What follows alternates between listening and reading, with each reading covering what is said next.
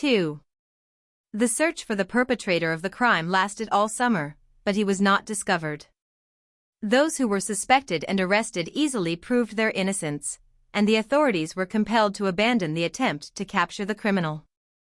But this murder seemed to have moved the entire country in a singular manner.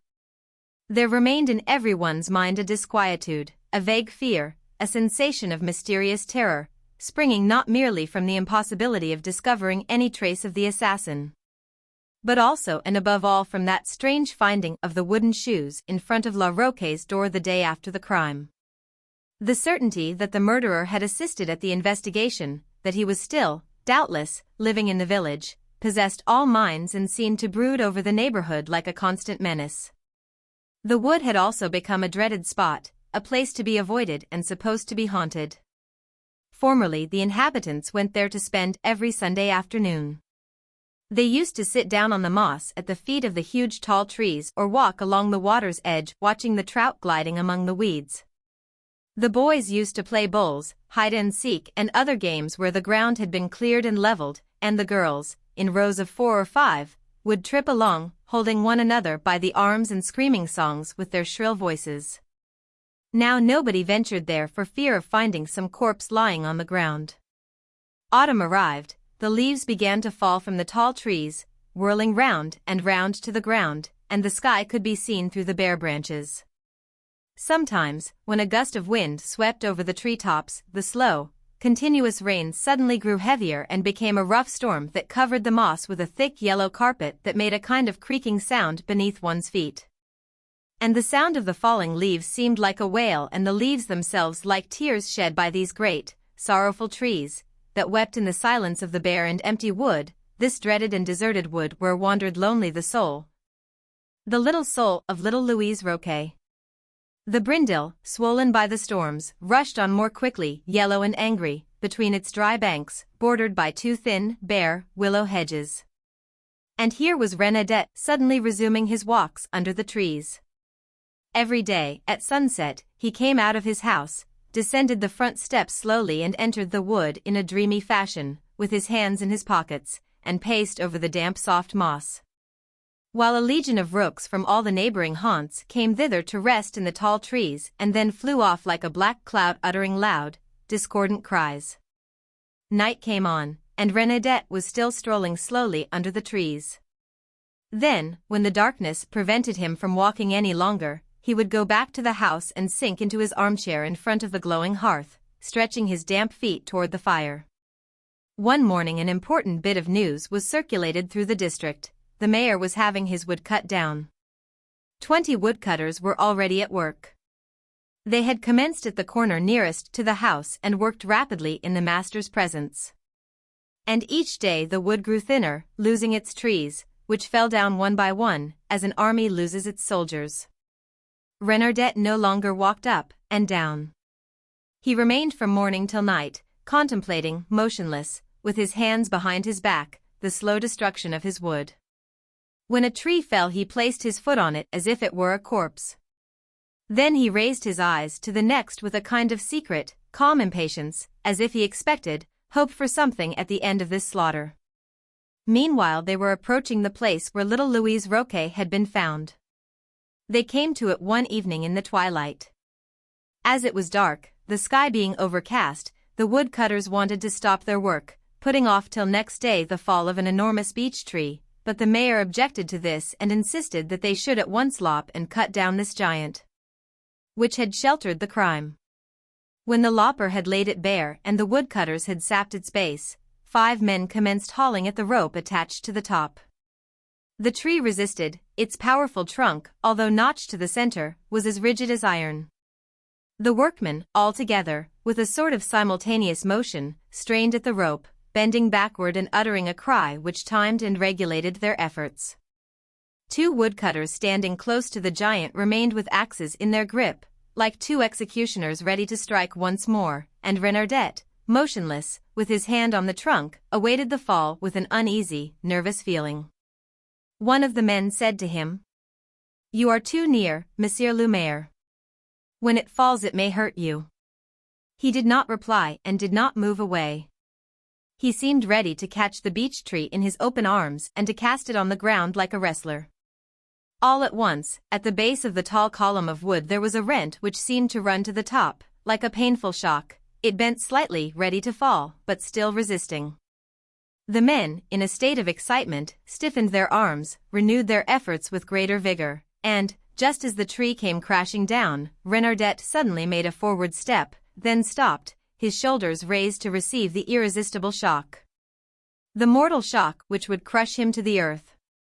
But the beech tree, having deviated a little, only rubbed against his loins, throwing him on his face, 5 meters away. The workman dashed forward to lift him up. He had already arisen to his knees, stupefied, with bewildered eyes and passing his hand across his forehead, as if he were awaking from an attack of madness. When he had got to his feet once more the men, astonished, questioned him, not being able to understand what he had done. He replied in faltering tones that he had been dazed for a moment, or, rather, he had been thinking of his childhood days. That he thought he would have time to run under the tree, just as street boys rush in front of vehicles driving rapidly past, that he had played at danger. That for the past 8 days he felt this desire growing stronger within him, asking himself each time a tree began to fall whether he could pass beneath it without being touched. It was a piece of stupidity, he confessed, but everyone has these moments of insanity and these temptations to boyish folly. He made this explanation in a slow tone, searching for his words, and speaking in a colorless tone. Then he went off, saying, "Till tomorrow, my friends, till tomorrow." As soon as he got back to his room he sat down at his table which his lamp lighted up brightly, and, burying his head in his hands, he began to cry. He remained thus for a long time, then wiped his eyes, raised his head and looked at the clock. It was not yet 6 o'clock. He thought, "I have time before dinner." And he went to the door and locked it. He then came back and, sitting down at his table, pulled out the middle drawer. Taking from it a revolver, he laid it down on his papers in full view. The barrel of the firearm glittered, giving out gleams of light. Renardet gazed at it for some time with the uneasy glance of a drunken man. Then he rose and began to pace up and down the room. He walked from one end of the apartment to the other, stopping from time to time, only to pace up and down again a moment afterward. Suddenly he opened the door of his dressing room, steeped a towel in the water pitcher and moistened his forehead, as he had done on the morning of the crime. Then he began walking up and down again. Each time he passed the table the gleaming revolver attracted his glance, tempted his hand, but he kept watching the clock and reflected. "I have still time." It struck 6:30. Then he took up the revolver, opened his mouth wide with a frightful grimace and stuck the barrel into it as if he wanted to swallow it. He remained in this position for some seconds without moving, his finger on the trigger. Then, suddenly seized with a shudder of horror, he dropped the pistol on the carpet. He fell back on his armchair, sobbing. "I cannot. I dare not.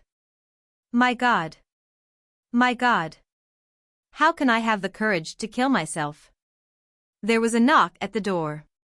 He rose up, bewildered. A servant said, "Monsieur's dinner is ready." He replied, "All right. I'm coming down." Then he picked up the revolver, locked it up again in the drawer and looked at himself in the mirror over the mantelpiece to see whether his face did not look too much troubled. It was as red as usual, a little redder perhaps. That was all. He went down and seated himself at table. He ate slowly, like a man who wants to prolong the meal, who does not want to be alone. Then he smoked several pipes in the hall while the table was being cleared. After that he went back to his room. As soon as he had locked himself in he looked under the bed, opened all the closets, explored every corner, rummaged through all the furniture.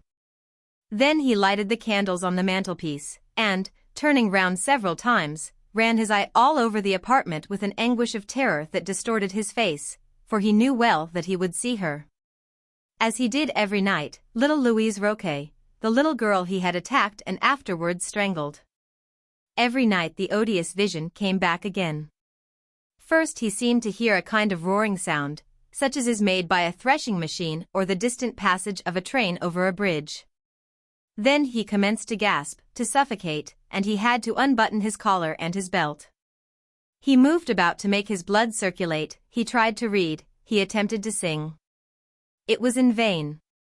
His thoughts, in spite of himself, went back to the day of the murder and made him begin it all over again in all its most secret details, with all the violent emotions he had experienced from the first minute to the last. He had felt on rising that morning, the morning of the horrible day, a little dizziness and headache, which he attributed to the heat, so that he remained in his room until breakfast time. After the meal he had taken a siesta, then, toward the close of the afternoon, he had gone out to breathe the fresh, soothing breeze under the trees in the wood. But, as soon as he was outside, the heavy, scorching air of the plain oppressed him still more. The sun, still high in the heavens, poured down on the parched soil waves of burning light. Not a breath of wind stirred the leaves. Every beast and bird, even the grasshoppers, were silent. Renardet reached the tall trees and began to walk over the moss where the brindle produced a slight freshness of the air beneath the immense roof of branches. But he felt ill at ease. It seemed to him that an unknown, invisible hand was strangling him, and he scarcely thought of anything, having usually few ideas in his head. For the last 3 months only one thought haunted him, the thought of marrying again. He suffered from living alone, suffered from it morally and physically. Accustomed for 10 years past to feeling a woman near him, habituated to her presence every moment, he had an imperious and perplexing need of such association. Since Madame Renardet's death he had suffered continually without knowing why. He had suffered at not feeling her dress brushing past him, and, above all, from no longer being able to calm and rest himself in her arms. He had been scarcely 6 months a widower and he was already looking about in the district for some young girl or some widow he might marry when his period of mourning was at an end. He had a chaste soul, but it was lodged in a powerful, Herculean body, and carnal imaginings began to disturb his sleep and his vigils. He drove them away, they came back again. And he murmured from time to time, smiling at himself. Here I am, like Saint Anthony. Having this special morning had several of these visions, the desire suddenly came into his breast to bathe in the brindle in order to refresh himself and cool his blood. He knew of a large deep pool, a little farther down, where the people of the neighborhood came sometimes to take a dip in summer. He went there. Thick willow trees hid this clear body of water where the current rested and went to sleep for a while before starting on its way again. Renardet, as he appeared, thought he heard a light sound, a faint plashing which was not that of the stream on the banks. He softly put aside the leaves and looked. A little girl, quite naked in the transparent water, was beating the water with both hands, dancing about in it and dipping herself with pretty movements. She was not a child, nor was she yet a woman. She was plump and developed, while preserving an air of youthful precocity, as of one who had grown rapidly. He no longer moved, overcome with surprise, with desire, holding his breath with a strange, poignant emotion. He remained there, his heart beating as if one of his sensuous dreams had just been realized, as if an impure fairy had conjured up before him this young creature, this little rustic Venus. Rising from the eddies of the stream as the real Venus rose from the waves of the sea. Suddenly the little girl came out of the water, and, without seeing him, came over to where he stood, looking for her clothes in order to dress herself. As she approached gingerly, on account of the sharp-pointed stones, he felt himself pushed toward her by an irresistible force, by a bestial transport of passion, which stirred his flesh, bewildered his mind and made him tremble from head to foot. She remained standing some seconds behind the willow tree which concealed him from view. Then, losing his reason entirely, he pushed aside the branches, rushed on her and seized her in his arms. She fell, too terrified to offer any resistance, too terror-stricken to cry out. He seemed possessed, not understanding what he was doing. He woke from his crime as one wakes from a nightmare. The child burst out weeping. "Hold your tongue. Hold your tongue," he said. "I'll give you money." But she did not hear him and went on sobbing. "Come now, hold your tongue. Do hold your tongue. Keep quiet, he continued. She kept shrieking as she tried to free herself. He suddenly realized that he was ruined, and he caught her by the neck to stop her mouth from uttering these heartrending, dreadful screams. As she continued to struggle with the desperate strength of a being who is seeking to fly from death, he pressed his enormous hands on the little throat swollen with screaming, and in a few seconds he had strangled her, so furiously did he grip her. He had not intended to kill her, but only to make her keep quiet. Then he stood up, overwhelmed with horror. She lay before him, her face bleeding and blackened. He was about to rush away when there sprang up in his agitated soul the mysterious and undefined instinct that guides all beings in the hour of danger. He was going to throw the body into the water, but another impulse drove him toward the clothes, which he made into a small package.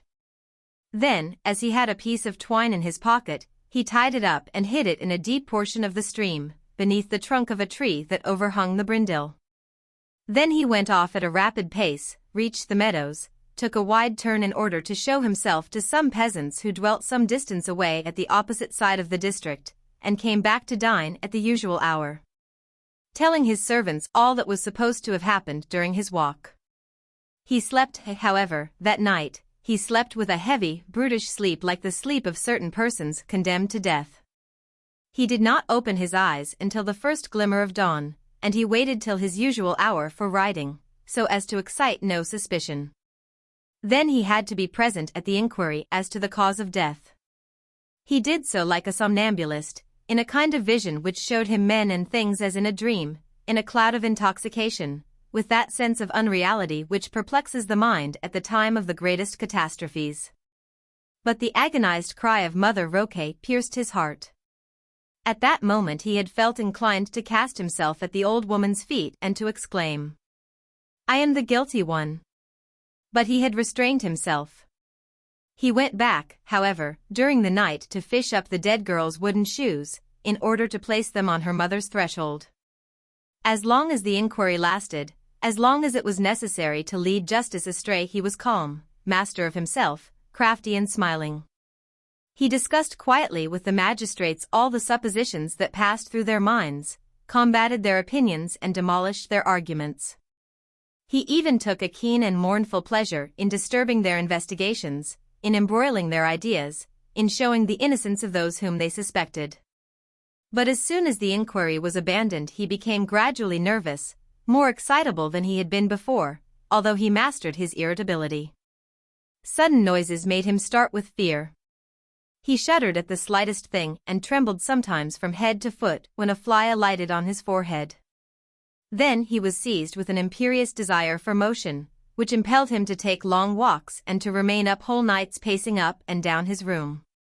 It was not that he was goaded by remorse. His brutal nature did not lend itself to any shade of sentiment or of moral terror. A man of energy and even of violence, born to make war, to ravage conquered countries and to massacre the vanquished, full of the savage instincts of the hunter and the fighter, he scarcely took count of human life. Though he respected the Church outwardly, from policy, he believed neither in God nor the devil, expecting neither chastisement nor recompense for his acts in another life. His sole belief was a vague philosophy drawn from all the ideas of the encyclopedists of the last century, and he regarded religion as a moral sanction of the law, the one and the other having been invented by men to regulate social relations. To kill anyone in a duel, or in war, or in a quarrel, or by accident, or for the sake of revenge, or even through bravado would have seemed to him an amusing and clever thing and would not have left more impression on his mind than a shot fired at a hare. But he had experienced a profound emotion at the murder of this child. He had, in the first place, perpetrated it in the heat of an irresistible gust of passion, in a sort of tempest of the senses that had overpowered his reason. And he had cherished in his heart, in his flesh, on his lips, even to the very tips of his murderous fingers a kind of bestial love, as well as a feeling of terrified horror, toward this little girl surprised by him and basely killed. Every moment his thoughts returned to that horrible scene, and, though he endeavored to drive this picture from his mind, though he put it aside with terror, with disgust, he felt it surging through his soul, moving about in him. waiting incessantly for the moment to reappear. Then, as evening approached, he was afraid of the shadow falling around him. He did not yet know why the darkness seemed frightful to him, but he instinctively feared it. He felt that it was peopled with terrors. The bright daylight did not lend itself to fears. Things and beings were visible then, and only natural things and beings could exhibit themselves in the light of day. But the night, the impenetrable night, thicker than walls and empty. The infinite night, so black, so vast, in which one might brush against frightful things, the night, when one feels that a mysterious terror is wandering, prowling about, appeared to him to conceal an unknown threatening danger, close beside him. What was it? He knew ere long. As he sat in his armchair, rather late one evening when he could not sleep, he thought he saw the curtain of his window move. He waited, uneasily, with beating heart. The drapery did not stir. Then, all of a sudden, it moved once more. He did not venture to rise, he no longer ventured to breathe, and yet he was brave. He had often fought, and he would have liked to catch thieves in his house. Was it true that this curtain did move? He asked himself, fearing that his eyes had deceived him. It was, moreover, such a slight thing, a gentle flutter of drapery, a kind of trembling in its folds, less than an undulation caused by the wind. Renardet sat still, with staring eyes and outstretched neck. He sprang to his feet abruptly, ashamed of his fear, took 4 steps, seized the drapery with both hands and pulled it wide apart. At first he saw nothing but darkened glass, resembling plates of glittering ink. The night, the vast, impenetrable night, stretched beyond as far as the invisible horizon. He remained standing in front of this illimitable shadow, and suddenly he perceived a light, a moving light, which seemed some distance away. Then he put his face close to the window pane, thinking that a person looking for crabs might be poaching in the brindle, for it was past midnight, and this light rose up at the edge of the stream, under the trees. As he was not yet able to see clearly, Renardet placed his hands over his eyes, and suddenly this light became an illumination, and he beheld little Louise Roquet naked and bleeding on the moss. He recoiled, frozen with horror, knocked over his chair and fell over on his back. He remained there some minutes in anguish of mind, then he sat up and began to reflect. He had had a hallucination, that was all, a hallucination due to the fact that a night marauder was walking with a lantern in his hand near the water's edge. What was there astonishing, besides, in the circumstance that the recollection of his crime should sometimes bring before him the vision of the dead girl? He rose from the ground, swallowed a glass of wine and sat down again. He was thinking. What am I to do if this occurs again? And it would occur, he felt it, he was sure of it. Already his glance was drawn toward the window, it called him, it attracted him. In order to avoid looking at it, he turned his chair round. Then he took a book and tried to read, but it seemed to him that he presently heard something stirring behind him, and he swung round his armchair on one foot. The curtain was moving again, unquestionably, it moved this time. He could no longer have any doubt about it. He rushed forward and grasped it so violently that he pulled it down with its pole. Then he eagerly glued his face to the glass. He saw nothing. All was black outside, and he breathed with the joy of a man whose life has just been saved. Then he went back to his chair and sat down again, but almost immediately he felt a longing to look out once more through the window. Since the curtain had fallen down, the window made a sort of gap, fascinating and terrible, on the dark landscape. In order not to yield to this dangerous temptation, he undressed, blew out the light and closed his eyes. Lying on his back motionless, his skin warm and moist, he awaited sleep. Suddenly a great gleam of light flashed across his eyelids. He opened them, believing that his dwelling was on fire. All was black as before, and he leaned on his elbow to try to distinguish the window which had still for him an unconquerable attraction. By dint of straining his eyes he could perceive some stars, and he rose, groped his way across the room, discovered the panes with his outstretched hands, and placed his forehead close to them. There below, under the trees, lay the body of the little girl gleaming like phosphorus, lighting up the surrounding darkness.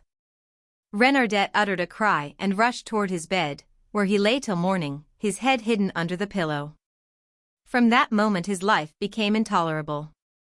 He passed his days in apprehension of each succeeding night, and each night the vision came back again.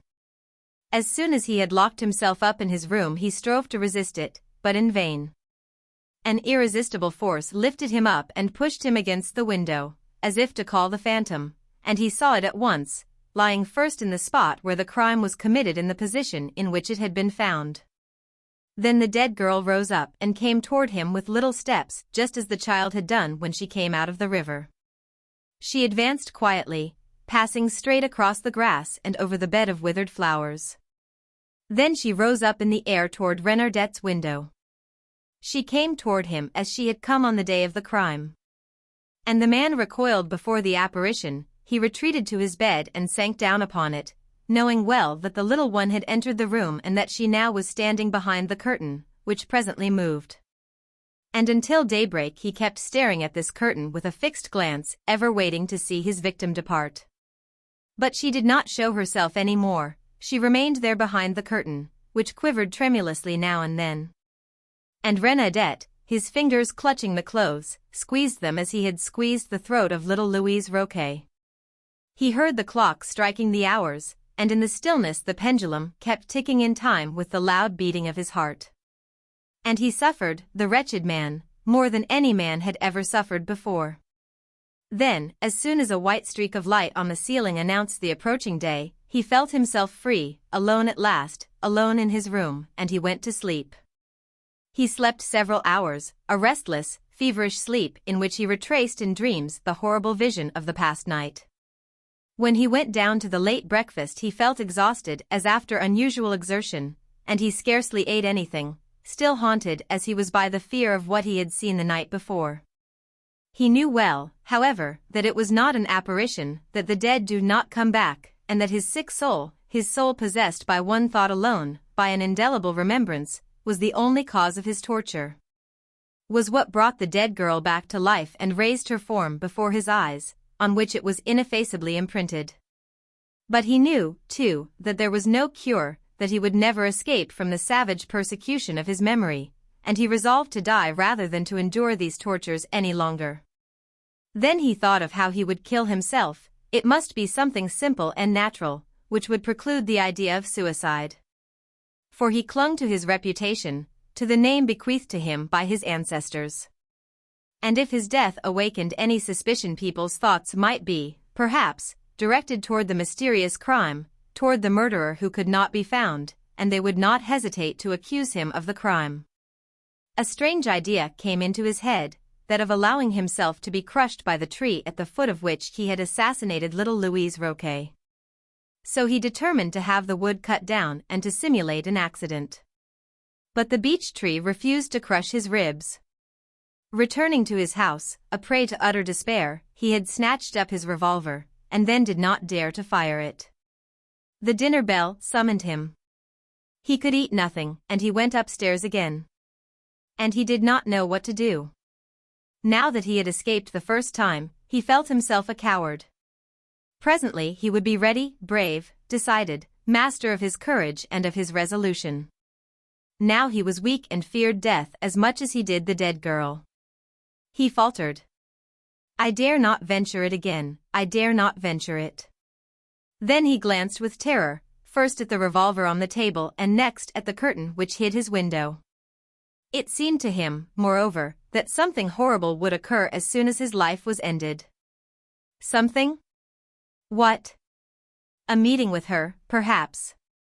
She was watching for him, she was waiting for him, she was calling him. And it was in order to seize him in her turn, to draw him toward the doom that would avenge her, and to lead him to die, that she appeared thus every night. He began to cry like a child, repeating, I will not venture it again, I will not venture it. Then he fell on his knees and murmured, My God, without believing, nevertheless, in God.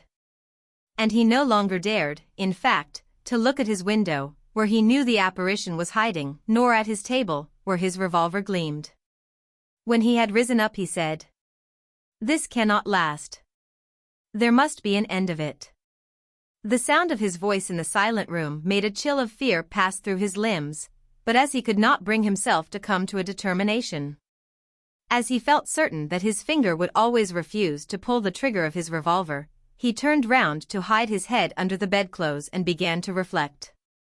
He would have to find some way in which he could force himself to die, to play some trick on himself which would not permit of any hesitation on his part, any delay, any possible regrets. He envied condemned criminals who are led to the scaffold surrounded by soldiers. Oh! If he could only beg of someone to shoot him, if after confessing his crime to a true friend who would never divulge it he could procure death at his hand. But from whom could he ask this terrible service? From whom? He thought of all the people he knew. The doctor? No, he would talk about it afterward, most probably. And suddenly a fantastic idea entered his mind. He would write to the magistrate, who was on terms of close friendship with him, and would denounce himself as the perpetrator of the crime. He would in this letter confess everything, revealing how his soul had been tortured, how he had resolved to die, how he had hesitated about carrying out his resolution and what means he had employed to strengthen his failing courage. And in the name of their old friendship he would implore of the other to destroy the letter as soon as he had ascertained that the culprit had inflicted justice on himself. Renardet could rely on this magistrate. He knew him to be true, discreet, incapable of even an idle word. He was one of those men who have an inflexible conscience, governed, directed, regulated by their reason alone. Scarcely had he formed this project when a strange feeling of joy took possession of his heart. He was calm now. He would write his letter slowly, then at daybreak he would deposit it in the box nailed to the outside wall of his office. Then he would ascend his tower to watch for the postman's arrival.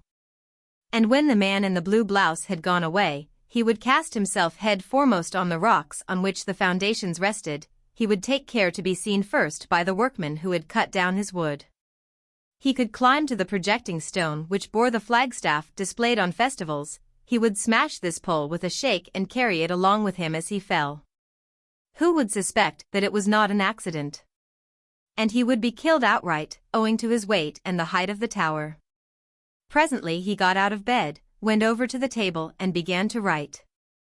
He omitted nothing, not a single detail of the crime, not a single detail of the torments of his heart, and he ended by announcing that he had passed sentence on himself, that he was going to execute the criminal, and begged his friend, his old friend, to be careful that there should never be any stain on his memory.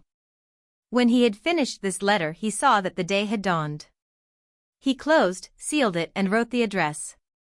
Then he descended with light steps, hurried toward the little white box fastened to the outside wall in the corner of the farmhouse, and when he had thrown into it this letter, which made his hand tremble, he came back quickly, drew the bolts of the great door and climbed up to his tower to wait for the passing of the postman, who was to bear away his death sentence.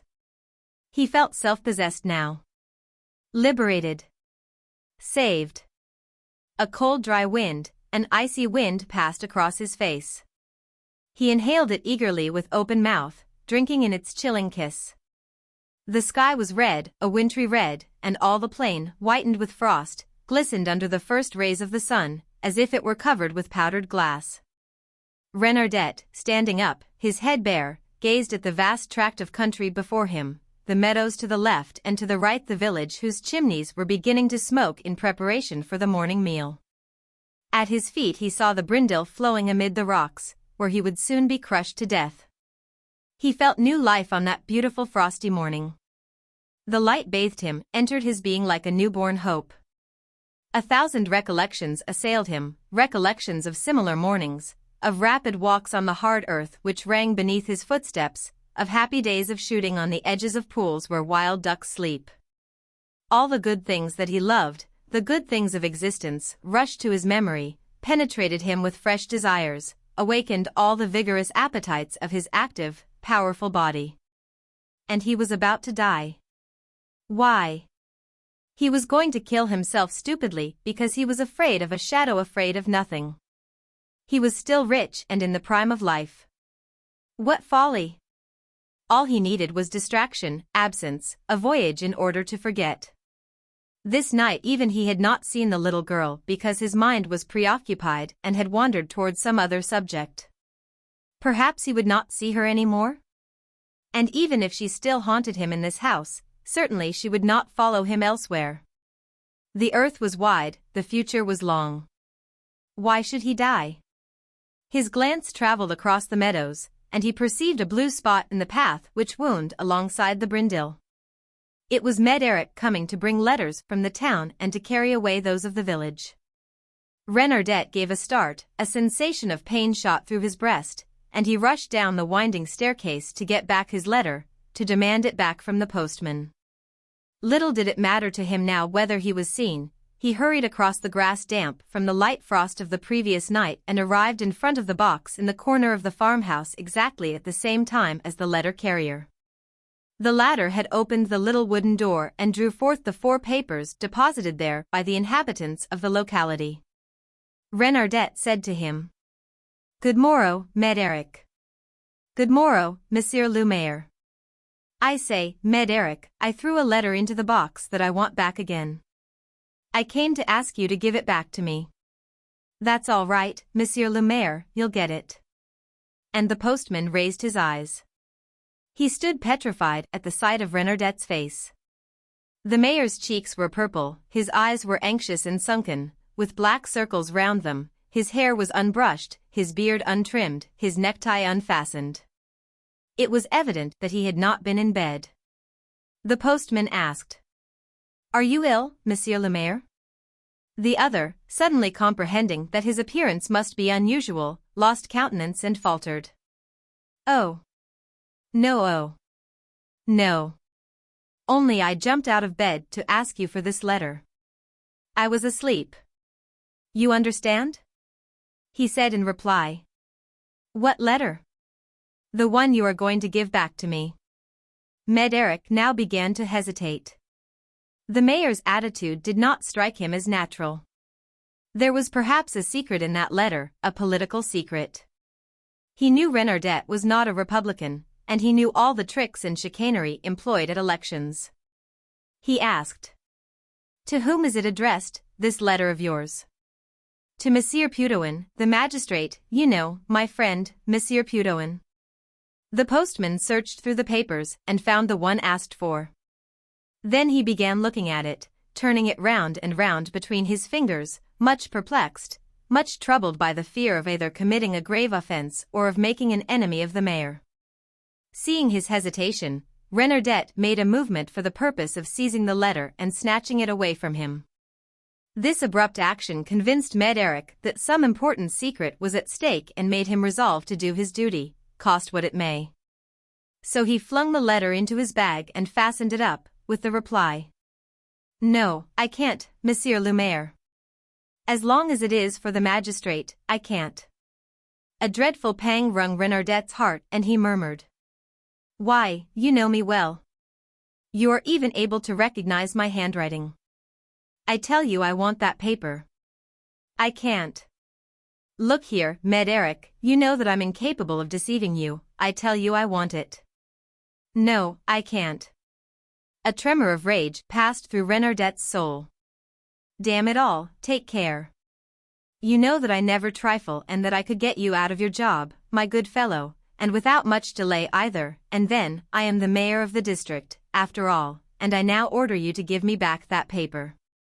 The postman answered firmly, "No, I can't, Monsieur le Maire." Thereupon Renardet, losing his head, caught hold of the postman's arms in order to take away his bag. But, freeing himself by a strong effort and springing backward, the letter carrier raised his big holly stick. Without losing his temper, he said emphatically, "Don't touch me, Monsieur le Maire, or I'll strike. Take care, I'm only doing my duty." Feeling that he was lost, Renardet suddenly became humble, gentle, appealing to him like a whimpering child. Look here, my friend, give me back that letter and I'll recompense you, I'll give you money." Stop. "I'll give you 100 francs, you understand, 100 francs.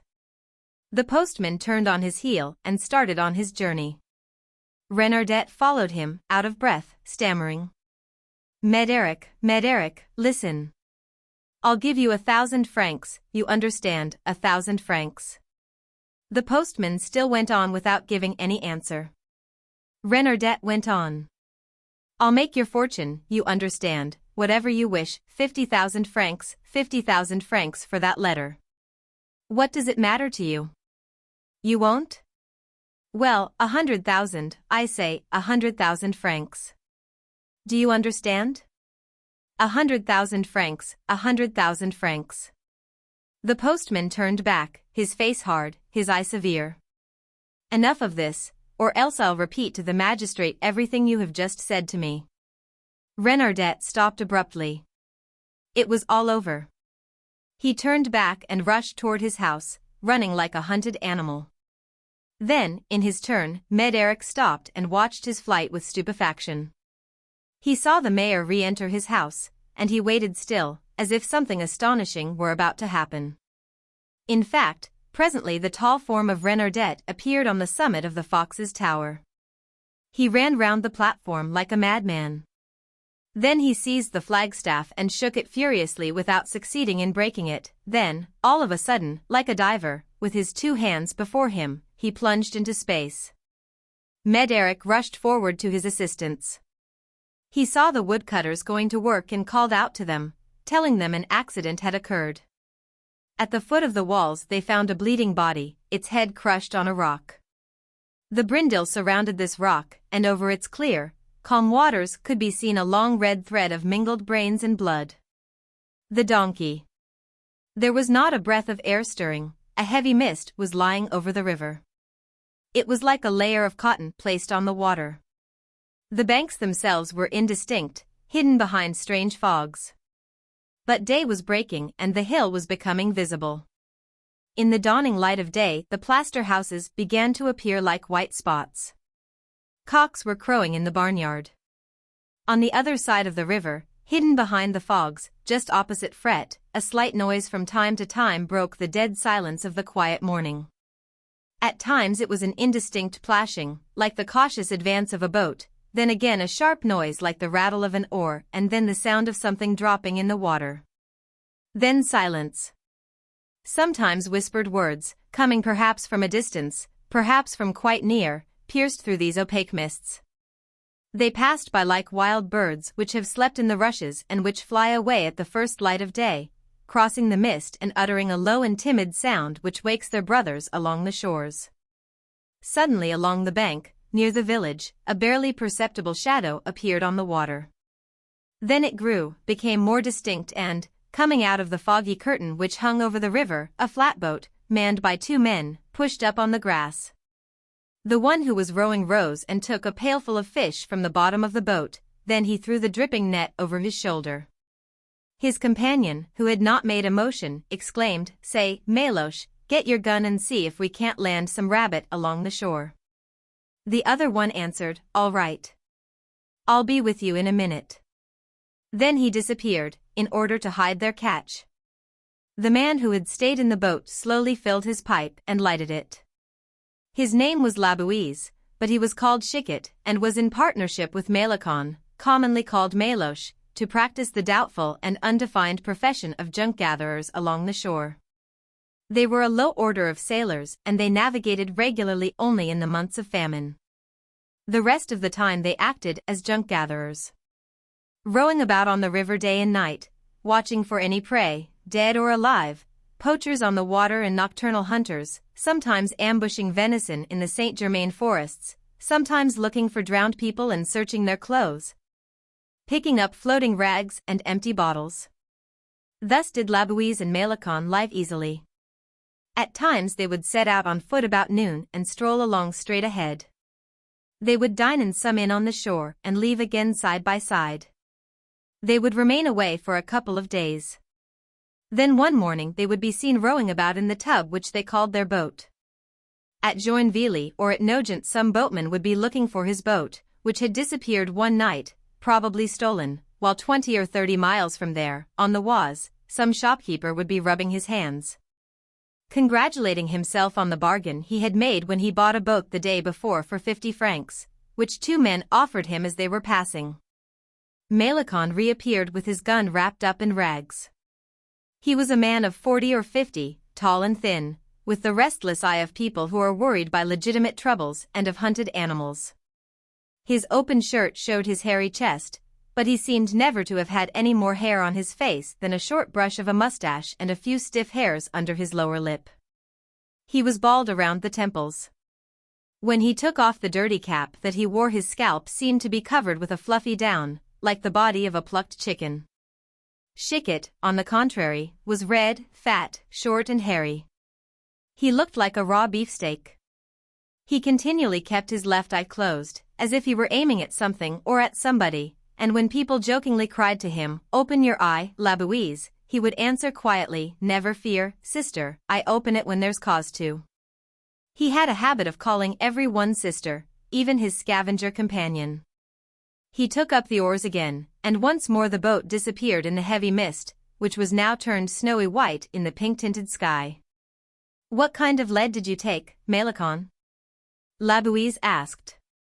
"Very small, number 9, that's the best for rabbits." They were approaching the other shore so slowly, so quietly that no noise betrayed them. This bank belongs to the Saint Germain forest and is the boundary line for rabbit hunting.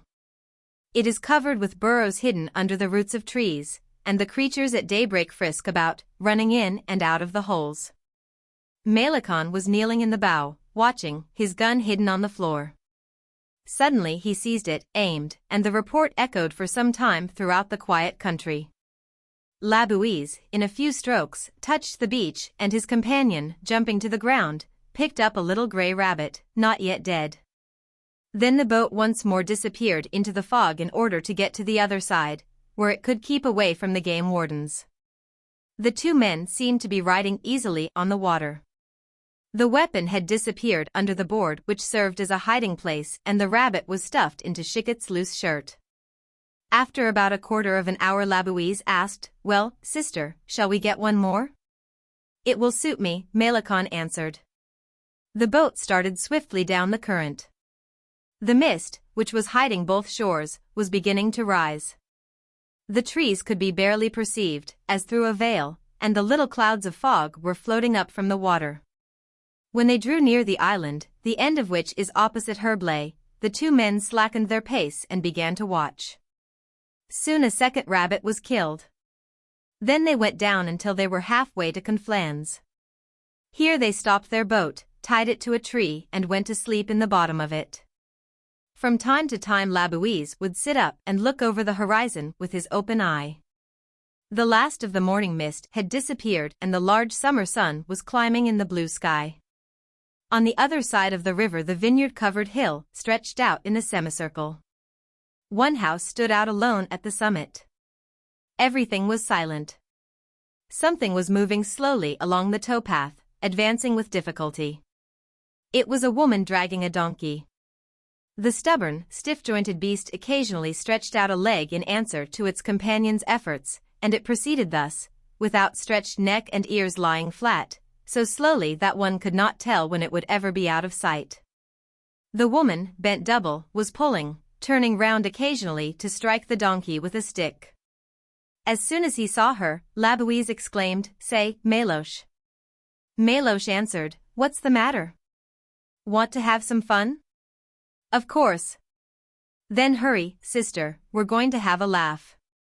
Shikit took the oars. When he had crossed the river he stopped opposite the woman and called, "Hey, sister." The woman stopped dragging her donkey and looked. Labouise continued, "What are you doing, going to the locomotive show?" The woman made no reply. Shikit continued, "Say, your trotter's primed for a race. Where are you taking him at that speed?" At last the woman answered, "I'm going to Mac Court, at Champiox, to have him killed. He's worthless." Labouise answered, "You're right. How much do you think Mac Court will give you for him?" The woman wiped her forehead on the back of her hand and hesitated, saying, "How do I know? Perhaps 3 francs, perhaps 4. Shikit exclaimed, "I'll give you 5 francs and your errand's done." "How's that?" The woman considered the matter for a second and then exclaimed, "Done." The two men landed. Labouisse grasped the animal by the bridle. Melicon asked in surprise. "What do you expect to do with that carcass?" Chiquet this time opened his other eye in order to express his gaiety. His whole red face was grinning with joy. He chuckled, "Don't worry, sister. I've got my idea." He gave 5 francs to the woman, who then sat down by the road to see what was going to happen. Then Labouisse, in great humor, got the gun and held it out to Melicon, saying, "Each one in turn, we're going after big game, sister. Don't get so near or you'll kill it right away. You must make the pleasure last a little." He placed his companion about 40 paces from the victim. The ass, feeling itself free, was trying to get a little of the tall grass, but it was so exhausted that it swayed on its legs as if it were about to fall. Melicon aimed slowly and said, "A little pepper for the ears, watch, Yico." And he fired. The tiny shot struck the donkey's long ears and he began to shake them in order to get rid of the stinging sensation. The two men were doubled up with laughter and stamped their feet with joy. The woman, indignant, rushed forward. She did not want her donkey to be tortured, and she offered to return the 5 francs. Labouisse threatened her with a thrashing and pretended to roll up his sleeves. He had paid, hadn't he? Well, then, he would take a shot at her skirts, just to show that it didn't hurt. She went away, threatening to call the police. They could hear her protesting indignantly and cursing as she went her way. Melicon held out the gun to his comrade, saying, "It's your turn, Chiquet." Labouisse aimed and fired. The donkey received the charge in his thighs, but the shot was so small and came from such a distance that he thought he was being stung by flies, for he began to thrash himself with his tail. Labouisse sat down to laugh more comfortably, while Melicon reloaded the weapon, so happy that he seemed to sneeze into the barrel. He stepped forward a few paces, and, aiming at the same place that his friend had shot at, he fired again. This time the beast started, tried to kick and turned its head. At last a little blood was running. It had been wounded and felt a sharp pain, for it tried to run away with a slow, limping, jerky gallop. Both men darted after the beast, Melicon with a long stride, Labouisse with the short, breathless trot of a little man. But the donkey, tired out, had stopped, and, with a bewildered look, was watching his 2 murderers approach. Suddenly he stretched his neck and began to bray. Labouisse, out of breath, had taken the gun. This time he walked right up close, as he did not wish to begin the chase over again. When the poor beast had finished its mournful cry, like a last call for help, the man called, "Hey, Meloche. Come here, sister, I'm going to give him some medicine." And while the other man was forcing the animal's mouth open, Chiquet stuck the barrel of his gun down its throat, as if he were trying to make it drink a potion. Then he said, "Look out, sister, here she goes." He pressed the trigger. The donkey stumbled back a few steps, fell down, tried to get up again and finally lay on its side and closed its eyes. The whole body was trembling, its legs were kicking as if it were trying to run. A stream of blood was oozing through its teeth. Soon it stopped moving. It was dead. The two men went along, laughing. It was over too quickly, they had not had their money's worth. Melicon asked, "Well, what are we going to do now?"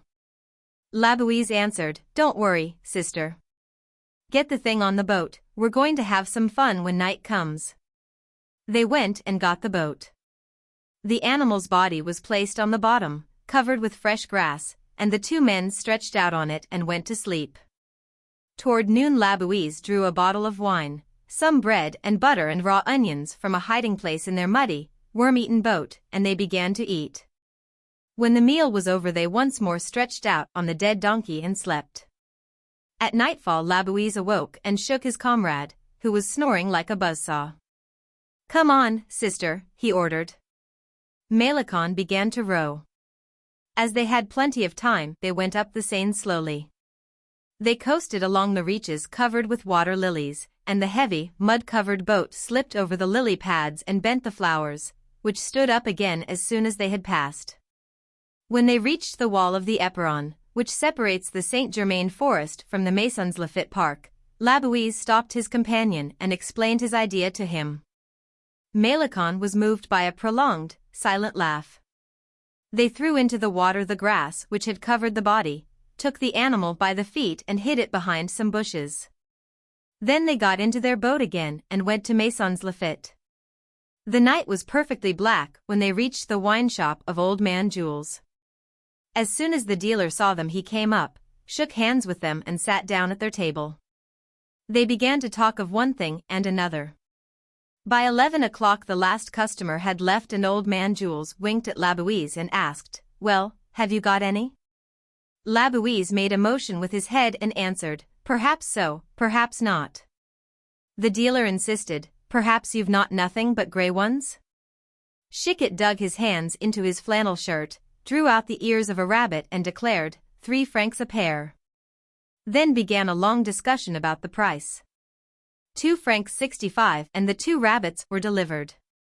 As the 2 men were getting up to go, Old Man Jules, who had been watching them, exclaimed, "You have something else, but you won't say what."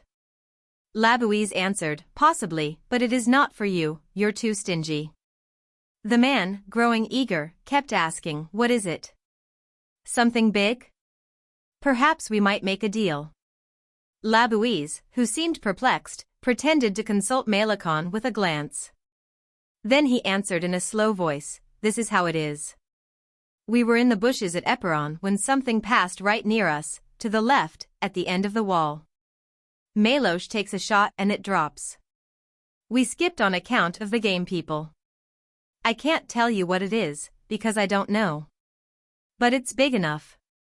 "But what is it?" "If I told you I'd be lying, and you know, sister, between us everything's above board." Anxiously the man asked, "Think it's venison?" Labouisse answered, "Might be and then again it might not. Venison, might be a little big for that. Mind you, I don't say it's a doe, because I don't know, but it might be." Still the dealer insisted, "Perhaps it's a buck?" Labouisse stretched out his hand, exclaiming, "No, it's not that. It's not a buck. I should have seen the horns. No, it's not a buck." "Why didn't you bring it with you?" asked the man.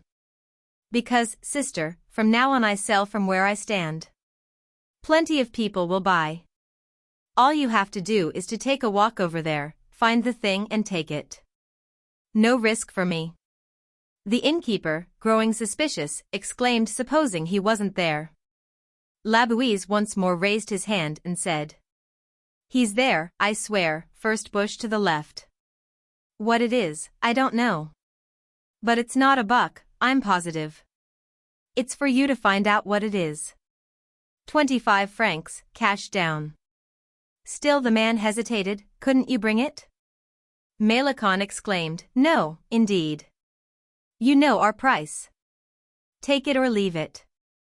The dealer decided, "It's a bargain for 20 francs. And they shook hands over the deal. Then he took out 4 big 5-franc pieces from the cash drawer, and the 2 friends pocketed the money. Labouisse arose, emptied his glass and left. As he was disappearing in the shadows he turned round to exclaim, "It isn't a buck. I don't know what it is, but it's there.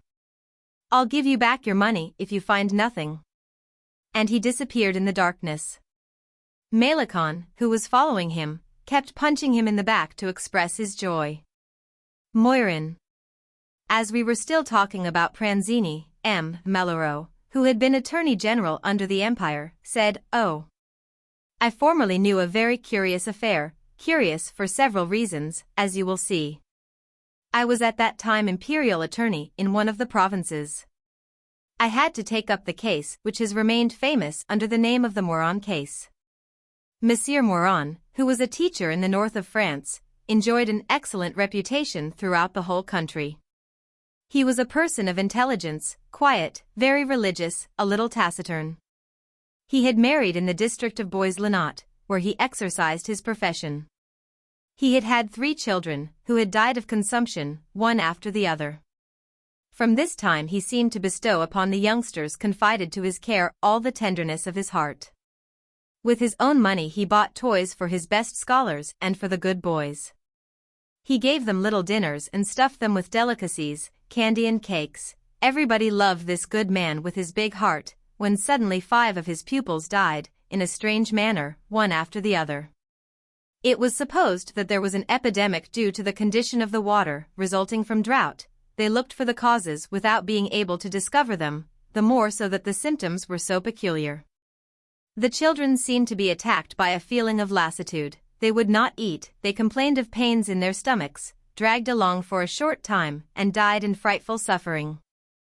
A post-mortem examination was held over the last one, but nothing was discovered. The vitals were sent to Paris and analyzed, and they revealed the presence of no toxic substance. For a year nothing new developed. Then 2 little boys, the best scholars in the class, Morin's favorites, died within 4 days of each other. An examination of the bodies was again ordered, and in both of them were discovered tiny fragments of crushed glass.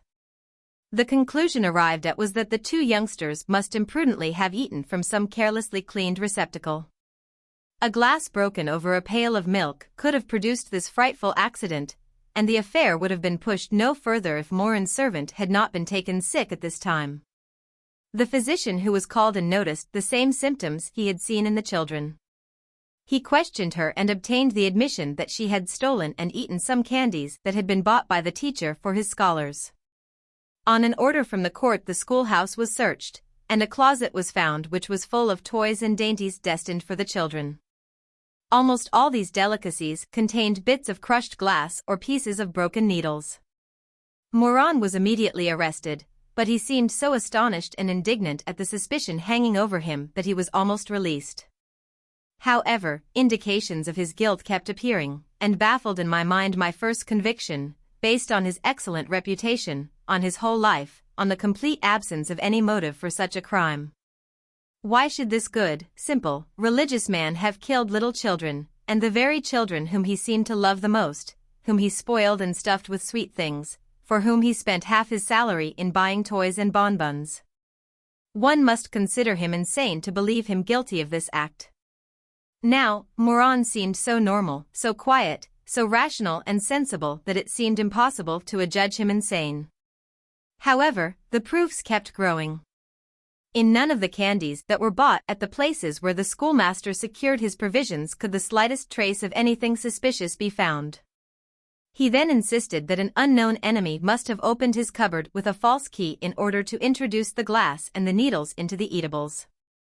And he made up a whole story of an inheritance dependent on the death of a child, determined on and sought by some peasant, and promoted thus by casting suspicions on the schoolmaster. This brute, he claimed, did not care about the other children who were forced to die as well. The story was possible. The man appeared to be so sure of himself and in such despair that we should undoubtedly have acquitted him, notwithstanding the charges against him, if 2 crushing discoveries had not been made, one after the other. The first one was a snuff-box full of crushed glass, his own snuff-box, hidden in the desk where he kept his money. He explained this new find in an acceptable manner, as the ruse of the real unknown criminal. But a mercer from St. Marlof came to the presiding judge and said that a gentleman had several times come to his store to buy some needles. And he always asked for the thinnest needles he could find, and would break them to see whether they pleased him. The man was brought forward in the presence of a dozen or more persons, and immediately recognized Morin. The inquest revealed that the schoolmaster had indeed gone into St. Marlof on the days mentioned by the tradesman. I will pass over the terrible testimony of children on the choice of dainties and the care which he took to have them eat the things in his presence, and to remove the slightest traces. Public indignation demanded capital punishment, and it became more and more insistent, overturning all objections. Morin was condemned to death, and his appeal was rejected. Nothing was left for him but the imperial pardon. I knew through my father that the emperor would not grant it. One morning, as I was working in my study, the visit of the prison almoner was announced. He was an old priest who knew men well and understood the habits of criminals. He seemed troubled, ill at ease, nervous. After talking for a few minutes about one thing and another, he arose and said suddenly, "If Morin is executed, Monsieur, you will have put an innocent man to death." Then he left without bowing, leaving me behind with the deep impression made by his words. He had pronounced them in such a sincere and solemn manner, opening those lips, closed and sealed by the secret of confession, in order to save a life. An hour later I left for Paris, and my father immediately asked that I be granted an audience with the Emperor. The following day I was received. His Majesty was working in a little reception room when we were introduced. I described the whole case, and I was just telling about the priest's visit when a door opened behind the sovereign's chair and the Empress, who supposed he was alone, appeared. His Majesty, Napoleon, consulted her. As soon as she had heard the matter, she exclaimed, "This man must be pardoned. He must, since he is innocent." Why did this sudden conviction of a religious woman cast a terrible doubt in my mind? Until then I had ardently desired a change of sentence. And now I suddenly felt myself the toy, the dupe of a cunning criminal who had employed the priest and confession as a last means of defense. I explained my hesitancy to their Majesties. The Emperor remained undecided, urged on one side by his natural kindness and held back on the other by the fear of being deceived by a criminal. But the Empress, who was convinced that the priest had obeyed a divine inspiration, kept repeating, "Never mind. It is better to spare a criminal than to kill an innocent man." Her advice was taken. The death sentence was commuted to one of hard labor. A few years later I heard that Moran had again been called to the Emperor's attention on account of his exemplary conduct in the prison at Toulon and was now employed as a servant by the director of the penitentiary. For a long time I heard nothing more of this man. But about 2 years ago, while I was spending a summer near Lille with my cousin, de Lariel, I was informed one evening, just as we were sitting down to dinner, that a young priest wished to speak to me. I had him shown in and he begged me to come to a dying man who desired absolutely to see me. This had often happened to me in my long career as a magistrate, and, although I had been set aside by the Republic, I was still often called upon in similar circumstances. I therefore followed the priest, who led me to a miserable little room in a large tenement house. There I found a strange-looking man on a bed of straw, sitting with his back against the wall, in order to get his breath. He was a sort of skeleton, with dark, gleaming eyes. As soon as he saw me, he murmured, "Don't you recognize me?" "No. I am Moran." I felt a shiver run through me, and I asked the schoolmaster? "Yes. How do you happen to be here?" "The story is too long. I haven't time to tell it. I was going to die, and that priest was brought to me, and as I knew that you were here I sent for you. It is to you that I wish to confess, since you were the one who once saved my life." His hands clutched the straw of his bed through the sheet and he continued in a hoarse, forcible and low tone, "You see, I owe you the truth, I owe it to you, for it must be told to someone before I leave this earth. It is I who killed the children, all of them. I did it for revenge. Listen. I was an honest, straightforward, pure man, adoring God, this good Father, this Master who teaches us to love, and not the false God, the executioner, the robber, the murderer who governs the earth. I had never done any harm. I had never committed an evil act. I was as good as it is possible to be, monsieur. I married and had children, and I loved them as no father or mother ever loved their children. I lived only for them. I was wild about them. All 3 of them died. Why? Why? What had I done? I was rebellious as furious, and suddenly my eyes were opened as if I were waking up out of a sleep. I understood that God is bad. Why had he killed my children? I opened my eyes and saw that he loves to kill. He loves only that, monsieur. He gives life but to destroy it. God, monsieur, is a murderer. He needs death every day. And he makes it of every variety, in order the better to be amused. He has invented sickness and accidents in order to give him diversion all through the months and the years, and when he grows tired of this, he has epidemics, the plague, cholera, diphtheria, smallpox, everything possible. But this does not satisfy him, all these things are too similar. And so from time to time he has wars, in order to see 200,000 soldiers killed at once, crushed in blood and in the mud, blown apart, their arms and legs torn off, their heads smashed by bullets, like eggs that fall on the ground. But this is not all. He has made men who eat each other. And then, as men become better than he has made beasts, in order to see men hunt them, kill them and eat them. That is not all. He has made tiny little animals which live one day, flies who die by the millions in 1 hour, ants which we are continually crushing under our feet, and so many, many others that we cannot even imagine. And all these things are continually killing each other and dying. And the good Lord looks on and is amused, for he sees everything, the big ones as well as the little ones, those who are in the drops of water and those in the other firmaments. He watches them and is amused. Wretch! Then, monsieur, I began to kill children. I played a trick on him. He did not get those. It was not he, but I. And I would have killed many others, but you caught me. There. I was to be executed. How he would have laughed.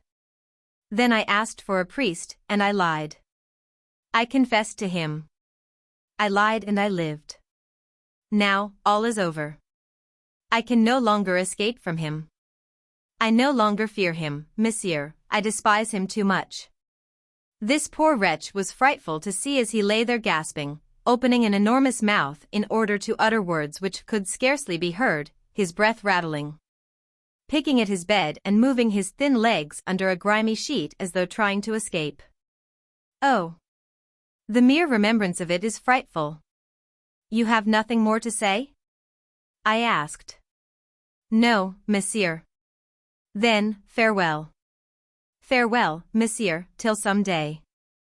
I turned to the ashen-faced priest, whose dark outline stood out against the wall, and asked, Are you going to stay here, monsieur l'Abbé? Yes. Then the dying man sneered, Yes, yes, he sends his vultures to the corpses. I had had enough of this. I opened the door and ran away. The dispenser of holy water. He lived formerly in a little house beside the high road outside the village. He had set up in business as a wheelwright, after marrying the daughter of a farmer of the neighborhood, and as they were both industrious, they managed to save up a nice little fortune. But they had no children, and this caused them great sorrow. Finally a son was born, whom they named Jean. They both loved and petted him, enfolding him with their affection, and were unwilling to let him be out of their sight. When he was 5 years old, some mountebanks passed through the country and set up their tent in the town hall square. Jean, who had seen them pass by, made his escape from the house, and after his father had made a long search for him, he found him among the learned goats and trick dogs, uttering shouts of laughter and sitting on the knees of an old clown. 3 days later, just as they were sitting down to dinner, the wheelwright and his wife noticed that their son was not in the house. They looked for him in the garden, and as they did not find him, his father went out into the road and shouted at the top of his voice, Jean. Night came on. A brown vapor arose, making distant objects look still farther away and giving them a dismal, weird appearance. 3 tall pines, close at hand, seemed to be weeping. Still there was no reply, but the air appeared to be full of indistinct sighing. The father listened for some time, thinking he heard a sound first in one direction, then in another, and, almost beside himself, he ran out into the night, calling incessantly Jean. Jean. He ran along thus until daybreak, filling the darkness with his shouts, terrifying stray animals, torn by a terrible anguish and fearing that he was losing his mind. His wife, seated on the stone step of their home, sobbed until morning. They did not find their son. They both aged rapidly in their inconsolable sorrow. Finally they sold their house and set out to search together. They inquired of the shepherds on the hillsides, of the tradesmen passing by, of the peasants in the villages and of the authorities in the towns. But their boy had been lost a long time and no one knew anything about him. He had probably forgotten his own name by this time and also the name of his village, and his parents wept in silence, having lost hope. Before long their money came to an end, and they worked out by the day in the farms and inns, doing the most menial work, eating what was left from the tables, sleeping on the ground and suffering from cold. Then as they became enfeebled by hard work, no one would employ them any longer, and they were forced to beg along the high roads. They accosted passers-by in an entreating voice and with sad, discouraged faces. They begged a morsel of bread from the harvesters who were dining around a tree in the fields at noon, and they ate in silence seated on the edge of a ditch. An innkeeper to whom they told their story said to them one day, "I know someone who had lost their daughter, and they found her in Paris." They at once set out for Paris. When they entered the great city, they were bewildered by its size and by the crowds that they saw. But they knew that Jean must be in the midst of all these people, though they did not know how to set about looking for him. Then they feared that they might not recognize him, for he was only 5 years old when they last saw him.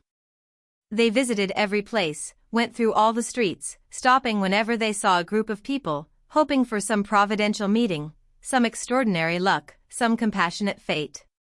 They frequently walked at haphazard straight ahead, leaning one against the other, looking so sad and poverty-stricken that people would give them alms without their asking.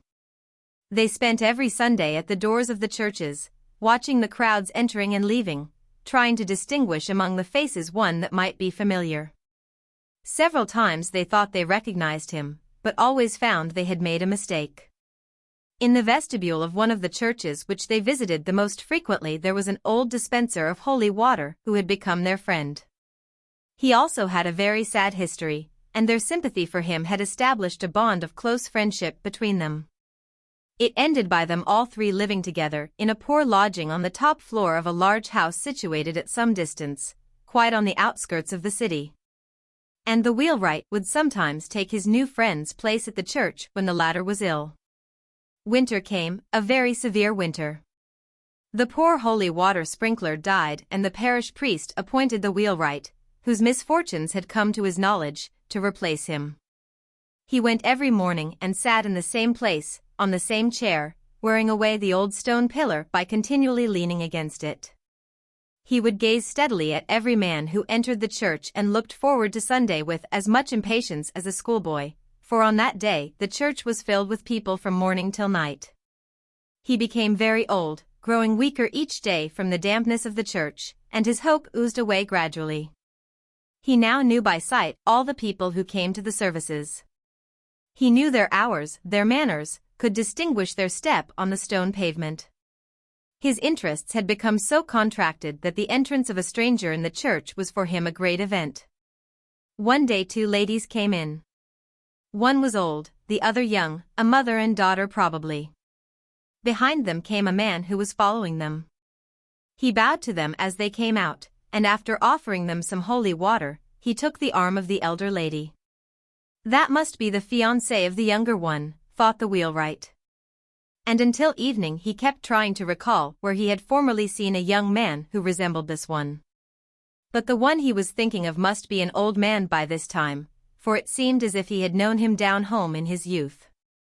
The same man frequently came again to walk home with the ladies, and this vague, distant, familiar resemblance which he could not place worried the old man so much that he made his wife come with him to see if she could help his impaired memory. One evening as it was growing dusk the 3 strangers entered together. When they had passed the old man said, "Well, do you know him?" His wife anxiously tried to ransack her memory. Suddenly she said in a low tone, "Yes, yes, but he is darker, taller, stouter and is dressed like a gentleman, but, father, all the same, it is your face when you were young." The old man started violently. It was true. He looked like himself and also like his brother who was dead, and like his father, whom he remembered while he was yet young. The old couple were so affected that they could not speak. The 3 persons came out and were about to leave the church. The man touched his finger to the holy water sprinkler. Then the old man, whose hand was trembling so that he was fairly sprinkling the ground with holy water, exclaimed, "Jean." The young man stopped and looked at him. He repeated in a lower tone, "Jean." The 2 women looked at them without understanding. He then said for the 3rd time, sobbing as he did so. Jean. The man stooped down, with his face close to the old man's, and as a memory of his childhood dawned on him he replied. Papa Pierre, Mama Jean. He had forgotten everything, his father's surname and the name of his native place, but he always remembered those two words that he had so often repeated, Papa Pierre, Mama Jean. He sank to the floor, his face on the old man's knees, and he wept, kissing now his father and then his mother, while they were almost breathless from intense joy. The two ladies also wept, understanding as they did that some great happiness had come to pass. Then they all went to the young man's house and he told them his history. The circus people had carried him off. For 3 years he traveled with them in various countries. Then the troupe disbanded, and one day an old lady in a chateau had paid to have him stay with her because she liked his appearance. As he was intelligent, he was sent to school, then to college, and the old lady, having no children, had left him all her money. He, for his part, had tried to find his parents, but as he could remember only the two names, Papa Pierre, Mama Jean, he had been unable to do so. Now he was about to be married, and he introduced his fiancée, who was very good and very pretty. When the two old people had told their story in their turn, he kissed them once more. They sat up very late that night, not daring to retire lest the happiness they had so long sought should escape them again while they were asleep. But misfortune had lost its hold on them and they were happy for the rest of their lives. A parricide. The lawyer had presented a plea of insanity. How could anyone explain this strange crime otherwise? One morning, in the grass near Chatou, 2 bodies had been found, a man and a woman, well known, rich, no longer young and married since the preceding year, the woman having been a widow for 3 years before. They were not known to have enemies. They had not been robbed. They seemed to have been thrown from the roadside into the river, after having been struck, one after the other, with a long iron spike. The investigation revealed nothing. The boatman, who had been questioned, knew nothing. The matter was about to be given up, when a young carpenter from a neighboring village, Georges Louis, nicknamed the Bourgeois, gave himself up. To all questions he only answered this. I had known the man for 2 years, the woman for 6 months. They often had me repair old furniture for them, because I am a clever workman. And when he was asked, why did you kill them? He would obstinately answer, I killed them because I wanted to kill them. They could get nothing more out of him. This man was undoubtedly an illegitimate child, put out to nurse and then abandoned. He had no other name than Georges Louis, but as on growing up he became particularly intelligent, with the good taste and native refinement which his acquaintances did not have, he was nicknamed the Bourgeois, and he was never called otherwise. He had become remarkably clever in the trade of a carpenter, which he had taken up. He was also said to be a socialist fanatic, a believer in communistic and nihilistic doctrines, a great reader of bloodthirsty novels, an influential political agitator and a clever orator in the public meetings of workmen or of farmers. His lawyer had pleaded insanity. Indeed, how could one imagine that this workman should kill his best customers, rich and generous, as he knew, who in 2 years had enabled him to earn 3,000 francs, his books showed it. Only one explanation could be offered, insanity, the fixed idea of the unclassed individual who wreaks vengeance on 2 bourgeois, on all the bourgeoisie, and the lawyer made a clever allusion to this nickname of the bourgeois, given throughout the neighborhood to this poor wretch. He exclaimed, is this irony not enough to unbalance the mind of this poor wretch, who has neither father nor mother? He is an ardent Republican. What am I saying? He even belongs to the same political party, the members of which, formerly shot or exiled by the government, it now welcomes with open arms. This party to which arson is a principle and murder an ordinary occurrence. These gloomy doctrines, now applauded in public meetings, have ruined this man.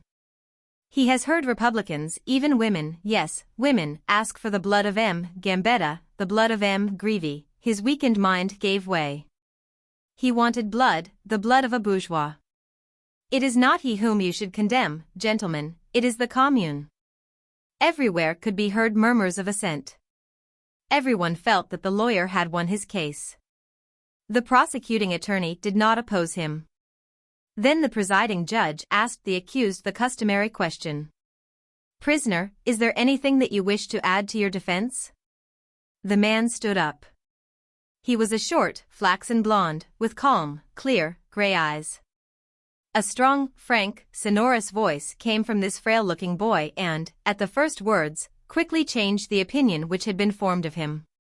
He spoke loud in a declamatory manner, but so distinctly that every word could be understood in the farthest corners of the big hall. "Your Honor, as I do not wish to go to an insane asylum, and as I even prefer death to that, I will tell everything. I killed this man and this woman because they were my parents. Now, listen, and judge me. A woman, having given birth to a boy, sent him out, somewhere, to a nurse. Did she even know where her accomplice carried this innocent little being, condemned to eternal misery, to the shame of an illegitimate birth? To more than that, to death, since he was abandoned and the nurse, no longer receiving the monthly pension, might, as they often do, let him die of hunger and neglect.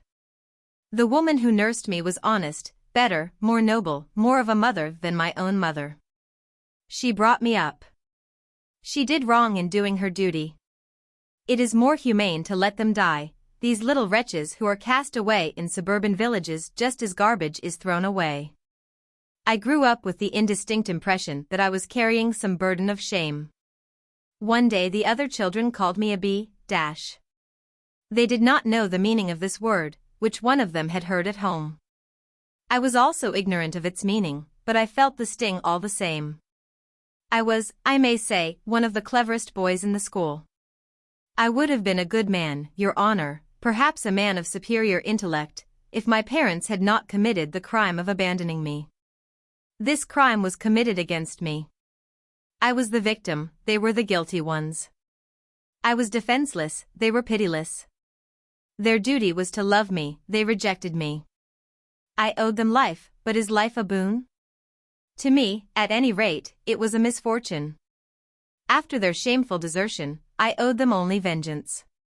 They committed against me the most inhuman, the most infamous, the most monstrous crime which can be committed against a human creature.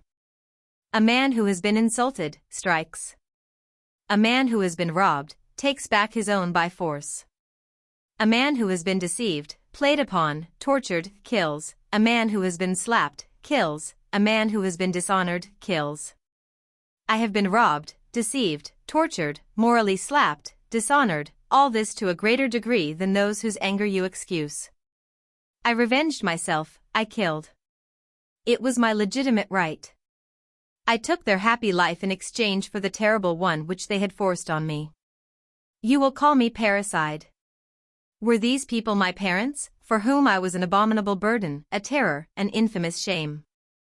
For whom my birth was a calamity and my life a threat of disgrace? They sought a selfish pleasure, they got an unexpected child. They suppressed the child. My turn came to do the same for them. And yet, up to quite recently, I was ready to love them. As I have said, this man, my father, came to me for the first time 2 years ago. I suspected nothing. He ordered 2 pieces of furniture. I found out, later on, that, under the seal of secrecy, naturally, he had sought information from the priest. He returned often. He gave me a lot of work and paid me well. Sometimes he would even talk to me of one thing or another. I felt a growing affection for him. At the beginning of this year, he brought with him his wife, my mother. When she entered she was trembling so that I thought her to be suffering from some nervous disease. Then she asked for a seat and a glass of water. She said nothing, she looked around abstractedly at my work and only answered yes and no, at random, to all the questions which he asked her. When she had left I thought her a little unbalanced. The following month they returned. She was calm, self-controlled. That day they chattered for a long time, and they left me a rather large order. I saw her 3 more times, without suspecting anything. But one day she began to talk to me of my life, of my childhood, of my parents. I answered, Madam, my parents were wretches who deserted me. Then she clutched at her heart and fell, unconscious. I immediately thought, she is my mother. But I took care not to let her notice anything. I wished to observe her. I, in turn, sought out information about them. I learned that they had been married since last July, my mother having been a widow for only 3 years. There had been rumors that they had loved each other during the lifetime of the first husband, but there was no proof of it. I was the proof which they had at first hidden and then hoped to destroy. I waited. She returned one evening, escorted as usual by my father. That day she seemed deeply moved, I don't know why. Then, as she was leaving, she said to me, I wish you success, because you seem to me to be honest and a hard worker. Some day you will undoubtedly think of getting married. I have come to help you to choose freely the woman who may suit you. I was married against my inclination once and I know what suffering it causes. Now I am rich, childless, free, mistress of my fortune. Here is your dowry. She held out to me a large, sealed envelope. I looked her straight in the eyes and then said, Are you my mother? She drew back a few steps and hid her face in her hands so as not to see me. He, the man, my father, supported her in his arms and cried out to me, You must be crazy. I answered, Not in the least. I know that you are my parents. I cannot be thus deceived. Admit it and I will keep the secret, I will bear you no ill will, I will remain what I am, a carpenter. He retreated towards the door, still supporting his wife who was beginning to sob. Quickly I locked the door, put the key in my pocket and continued, Look at her and dare to deny that she is my mother. Then he flew into a passion, very pale, terrified at the thought that the scandal, which had so far been avoided, might suddenly break out, that their position, their good name, their honor might all at once be lost. He stammered out, You are a rascal, you wish to get money from us. That's the thanks we get for trying to help such common people. My mother, bewildered, kept repeating, Let's get out of here, let's get out. Then, when he found the door locked, he exclaimed, If you do not open this door immediately, I will have you thrown into prison for blackmail and assault. I had remained calm. I opened the door and saw them disappear in the darkness. Then I seemed to have been suddenly orphaned, deserted, pushed to the wall. I was seized with an overwhelming sadness, mingled with anger, hatred, disgust. My whole being seemed to rise up in revolt against the injustice, the meanness, the dishonor, the rejected love. I began to run, in order to overtake them along the Seine, which they had to follow in order to reach the station of Chaton. I soon caught up with them. It was now pitch dark. I was creeping up behind them softly, that they might not hear me. My mother was still crying. My father was saying, It's all your own fault. Why did you wish to see him? It was absurd in our position. We could have helped him from afar, without showing ourselves. Of what use are these dangerous visits, since we can't recognize him? Then I rushed up to them, beseeching. I cried. You see. You are my parents. You have already rejected me once, would you repulse me again? Then, your honor, he struck me. I swear it on my honor, before the law in my country. He struck me, and as I seized him by the collar, he drew from his pocket a revolver. The blood rushed to my head, I no longer knew what I was doing. I had my compass in my pocket, I struck him with it as often as I could. Then she began to cry, Help!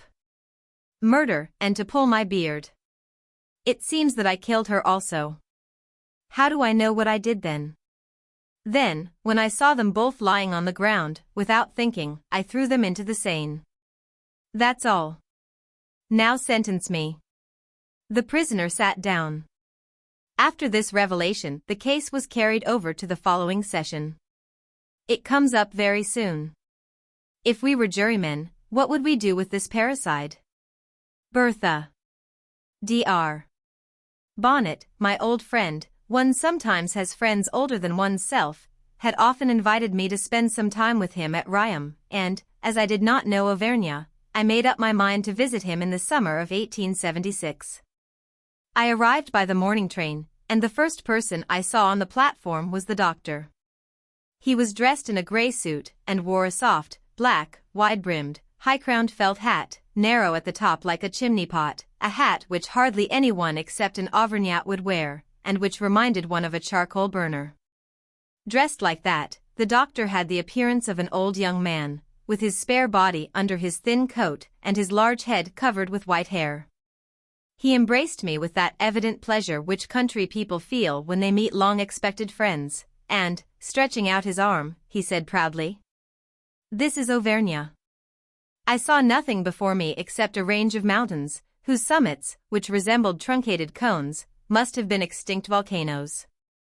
Then, pointing to the name of the station, he said, "Riom, the fatherland of magistrates, the pride of the magistracy, and which ought rather to be the fatherland of doctors." "Why?" I asked. "Why," he replied with a laugh. "If you transpose the letters, you have the Latin word mori, to die. That is the reason why I settled here, my young friend." And, delighted at his own joke, he carried me off, rubbing his hands. As soon as I had swallowed a cup of coffee, he made me go and see the town.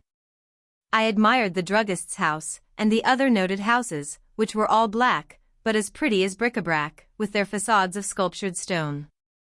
I admired the statue of the Virgin, the patroness of butchers, and he told me an amusing story about this, which I will relate some other time, and then Dr. Bonnet said to me, "I must beg you to excuse me for a few minutes while I go and see a patient, and then I will take you to Châtel-Guyon, so as to show you the general aspect of the town, and all the mountain chain of the Puy-de-Dôme before lunch. You can wait for me outside, I shall only go upstairs and come down immediately." He left me outside one of those old, gloomy, silent, melancholy houses, which one sees in the provinces, and this one appeared to look particularly sinister, and I soon discovered the reason. All the large windows on the first floor were boarded halfway up. The upper part of them alone could be opened, as if one had wished to prevent the people who were locked up in that huge stone box from looking into the street. When the doctor came down again, I told him how it struck me, and he replied, "You are quite right. The poor creature who is living there must never see what is going on outside. She is a madwoman, or rather an idiot, what you Normans would call a niente. It is a miserable story, but a very singular pathological case at the same time. Shall I tell you?" I begged him to do so, and he continued. 20 years ago the owners of this house, who were my patients, had a daughter who was like all other girls, but I soon discovered that while her body became admirably developed, her intellect remained stationary. She began to walk very early, but she could not talk. At first I thought she was deaf, but I soon discovered that, although she heard perfectly, she did not understand anything that was said to her. Violent noises made her start and frightened her, without her understanding how they were caused. She grew up into a superb woman, but she was dumb, from an absolute want of intellect. I tried all means to introduce a gleam of intelligence into her brain, but nothing succeeded. I thought I noticed that she knew her nurse, though as soon as she was weaned, she failed to recognize her mother. She could never pronounce that word which is the first that children utter and the last which soldiers murmur when they are dying on the field of battle. She sometimes tried to talk, but she produced nothing but incoherent sounds. When the weather was fine, she laughed continually, and emitted low cries which might be compared to the twittering of birds. When it rained she cried and moaned in a mournful, terrifying manner, which sounded like the howling of a dog before a death occurs in a house. She was fond of rolling on the grass, as young animals do, and of running about madly, and she would clap her hands every morning, when the sun shone into her room, and would insist, by signs, on being dressed as quickly as possible, so that she might get out. She did not appear to distinguish between people, between her mother and her nurse, or between her father and me, or between the coachman and the cook. I particularly liked her parents, who were very unhappy on her account, and went to see them nearly every day. I dined with them quite frequently, which enabled me to remark that Bertha, they had called her Bertha, seemed to recognize the various dishes, and to prefer some to others. At that time she was 12 years old, but as fully formed in figure as a girl of 18, and taller than I was. Then the idea struck me of developing her greediness, and by this means of cultivating some slight power of discrimination in her mind, and to force her, by the diversity of flavors, if not to reason, at any rate to arrive at instinctive distinctions, which would of themselves constitute a kind of process that was necessary to thought. Later on, by appealing to her passions, and by carefully making use of those which could serve our purpose, we might hope to obtain a kind of reaction on her intellect, and by degrees increase the unconscious action of her brain. One day I put 2 plates before her, one of soup, and the other of very sweet vanilla cream. I made her taste each of them successively, and then I let her choose for herself, and she ate the plate of cream. In a short time I made her very greedy, so greedy that it appeared as if the only idea she had in her head was the desire for eating. She perfectly recognized the various dishes, and stretched out her hands toward those that she liked, and took hold of them eagerly, and she used to cry when they were taken from her. Then I thought I would try and teach her to come to the dining room when the dinner bell rang. It took a long time, but I succeeded in the end. In her vacant intellect a vague correlation was established between sound and taste, a correspondence between the 2 senses, an appeal from one to the other, and consequently a sort of connection of ideas, if one can call that kind of instinctive hyphen between 2 organic functions an idea, and so I carried my experiments further, and taught her, with much difficulty, to recognize meal times by the clock. It was impossible for me for a long time to attract her attention to the hands, but I succeeded in making her remark the clockwork and the striking apparatus. The means I employed were very simple.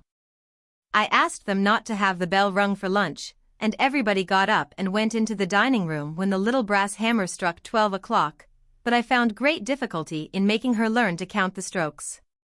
She ran to the door each time she heard the clock strike, but by degrees she learned that all the strokes had not the same value as far as regarded meals, and she frequently fixed her eyes, guided by her ears, on the dial of the clock. When I noticed that, I took care every day at 12 and at 6 o'clock to place my fingers on the figures 12 and 6, as soon as the moment she was waiting for had arrived. And I soon noticed that she attentively followed the motion of the small brass hands, which I had often turned in her presence. She had understood. Perhaps I ought rather to say that she had grasped the idea. I had succeeded in getting the knowledge, or, rather, the sensation, of the time into her, just as is the case with carp, who certainly have no clocks, when they are fed every day exactly at the same time. When once I had obtained that result, all the clocks and watches in the house occupied her attention almost exclusively. She spent her time in looking at them, listening to them, and in waiting for mealtime, and once something very funny happened. The striking apparatus of a pretty little Louis XVI clock that hung at the head of her bed having got out of order, she noticed it. She sat for 20 minutes with her eyes on the hands, waiting for it to strike 10, but when the hands passed the figure she was astonished at not hearing anything. So stupefied was she, indeed, that she sat down, no doubt overwhelmed by a feeling of violent emotion such as attacks us in the face of some terrible catastrophe. And she had the wonderful patience to wait until 11 o'clock in order to see what would happen, and as she naturally heard nothing, she was suddenly either seized with a wild fit of rage at having been deceived and imposed upon by appearances, or else overcome by that fear which some frightened creature feels at some terrible mystery, and by the furious impatience of a passionate individual who meets with some obstacle. She took up the tongs from the fireplace and struck the clock so violently that she broke it to pieces in a moment. It was evident, therefore, that her brain did act and calculate, obscurely it is true, and within very restricted limits, for I could never succeed in making her distinguish persons as she distinguished the time. And to stir her intellect, it was necessary to appeal to her passions, in the material sense of the word, and we soon had another, and alas, a very terrible proof of this. She had grown up into a splendid girl, a perfect type of a race, a sort of lovely and stupid Venus. She was 16, and I have rarely seen such perfection of form, such suppleness and such regular features. I said she was a Venus. Yes, a fair, stout, vigorous Venus, with large, bright, vacant eyes, which were as blue as the flowers of the flax plant. She had a large mouth with full lips, the mouth of a glutton, of a sensualist, a mouth made for kisses.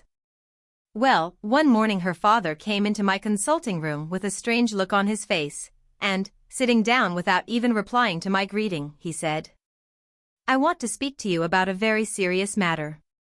Would it be possible for Bertha to marry?" Bertha to marry? Why, it is quite impossible. Yes, I know, he replied. But reflect, doctor. Don't you think, perhaps, we hoped, if she had children, it would be a great shock to her, but a great happiness, and who knows whether maternity might not rouse her intellect? I was in a state of great perplexity. He was right, and it was possible that such a new situation, and that wonderful instinct of maternity, which beats in the hearts of the lower animals as it does in the heart of a woman, which makes the hen fly at a dog's jaws to defend her chickens, might bring about a revolution, an utter change in her vacant mind, and set the motionless mechanism of her thoughts in motion. And then, moreover, I immediately remembered a personal instance. Some years previously I had owned a spaniel bitch who was so stupid that I could do nothing with her, but when she had had puppies she became, if not exactly intelligent, yet almost like many other dogs who had not been thoroughly broken. As soon as I foresaw the possibility of this, the wish to get Bertha married grew in me, not so much out of friendship for her and her poor parents as from scientific curiosity. What would happen? It was a singular problem. I said in reply to her father, "Perhaps you are right. You might make the attempt, but you will never find a man to consent to marry her." "I have found somebody," he said, in a low voice. I was dumbfounded, and said, "Somebody really suitable? Someone of your own rank and position in society?" "Decidedly," he replied. "Oh. And may I ask his name?" "I came on purpose to tell you, and to consult you. It is Monsieur Gaston du Bois de Lucelles." I felt inclined to exclaim, "The wretch!" But I held my tongue, and after a few moments' silence I said, "Oh. Very good. I see nothing against it." The poor man shook me heartily by the hand. "She is to be married next month," he said. Monsieur Gaston du Bois de Lucelles was a scapegrace of good family, who, after having spent all that he had inherited from his father, and having incurred debts in all kinds of doubtful ways, had been trying to discover some other means of obtaining money, and he had discovered this method.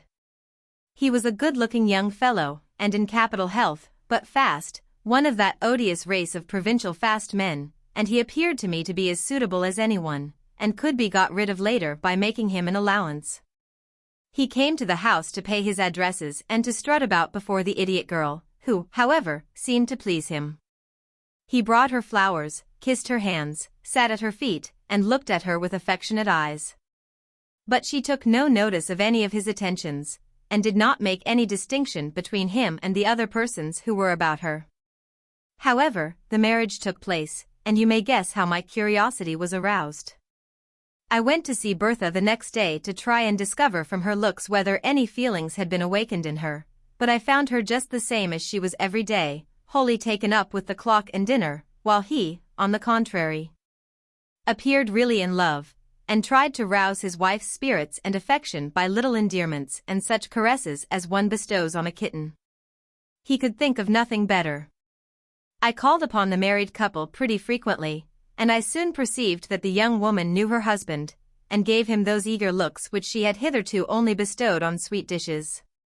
She followed his movements, knew his step on the stairs or in the neighboring rooms, clapped her hands when he came in, and her face was changed and brightened by the flames of profound happiness and of desire. She loved him with her whole body and with all her soul to the very depths of her poor, weak soul, and with all her heart, that poor heart of some grateful animal.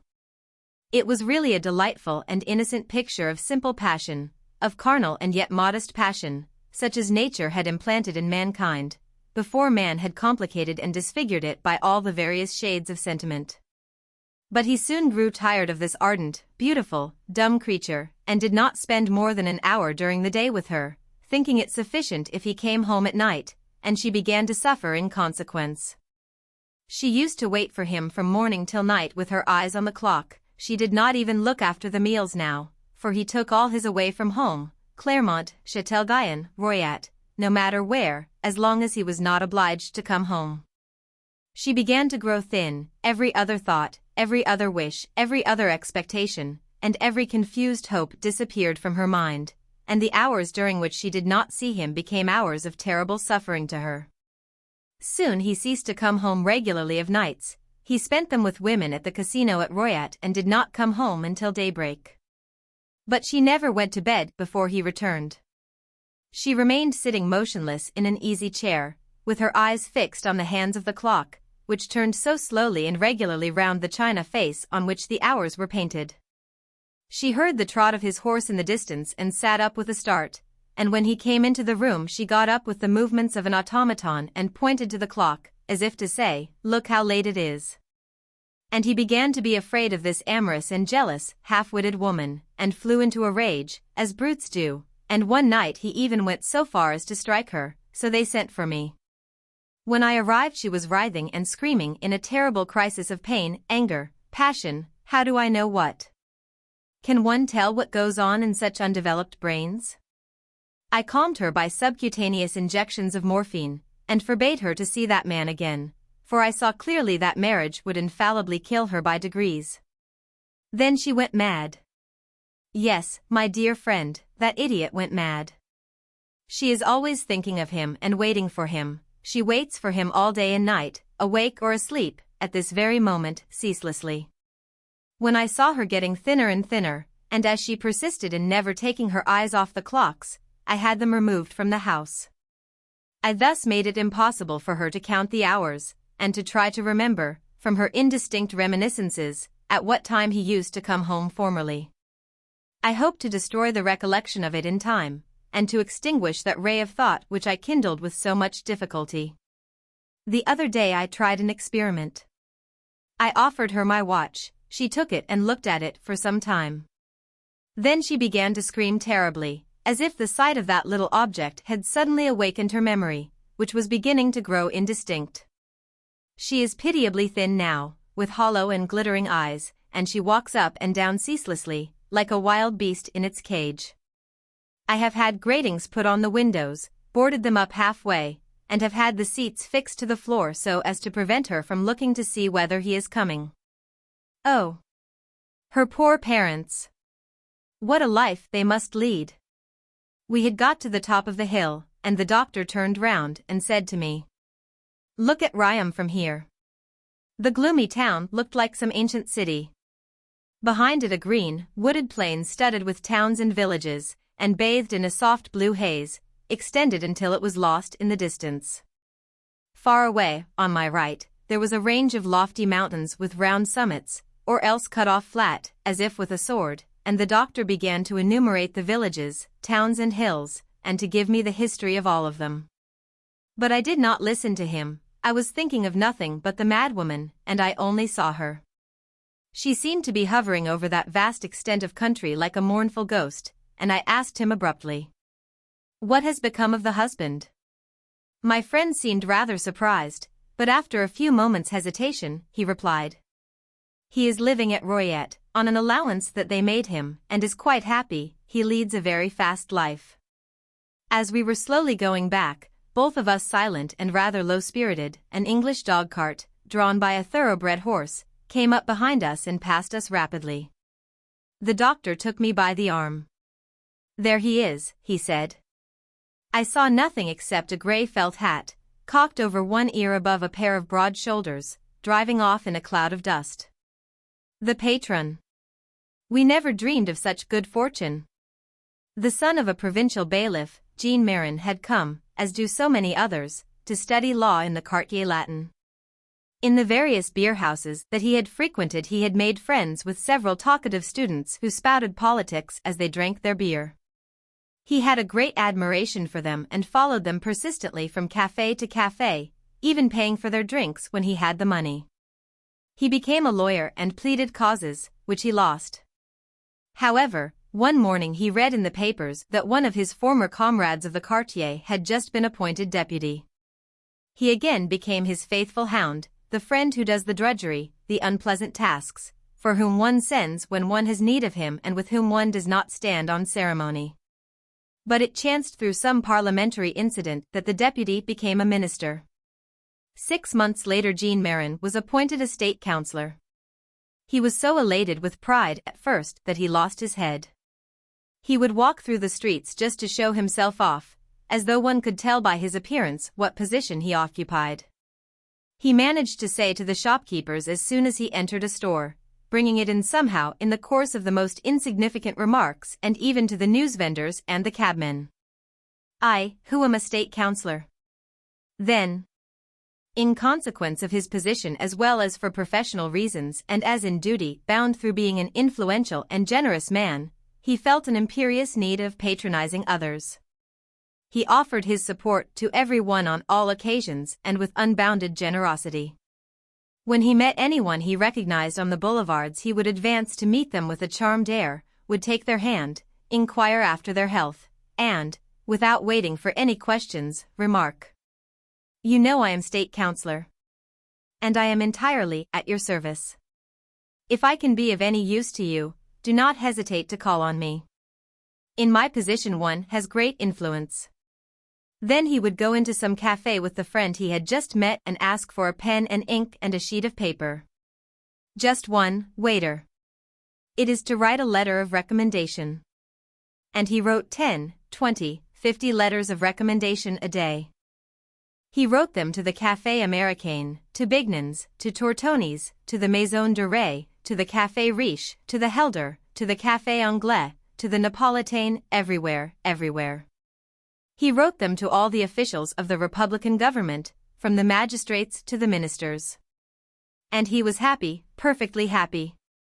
One morning as he was starting out to go to the council it began to rain.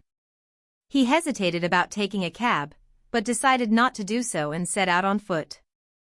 The rain came down in torrents, swamping the sidewalks and inundating the streets. Marin was obliged to take shelter in a doorway. An old priest was standing there, an old priest with white hair. Before he became a councillor Marin did not like the clergy. Now he treated them with consideration, ever since a cardinal had consulted him on an important matter. The rain continued to pour down in floods and obliged the two men to take shelter in the porter's lodge so as to avoid getting wet. Marin, who was always itching to talk so as to let people know who he was, remarked, "This is horrible weather, Monsieur l'Abbé." The old priest bowed. "Yes indeed, sir, it is very unpleasant when one comes to Paris for only a few days." "Ah. You come from the provinces?" "Yes, monsieur. I am only passing through on my journey. It certainly is very disagreeable to have rain during the few days one spends in the capital. We officials who stay here the year round, we think nothing of it." The priest did not reply. He was looking at the street where the rain seemed to be falling less heavily. And with a sudden resolve he raised his cassock just as women raise their skirts in stepping across water. Marin, seeing him start away, exclaimed, "You will get drenched, Monsieur l'Abbé. Wait a few moments longer, the rain will be over." The good man stopped irresistibly and then said, "But I am in a great hurry. I have an important engagement." Marin seemed quite worried. "But you will be absolutely drenched. Might I ask in which direction you are going?" The priest appeared to hesitate.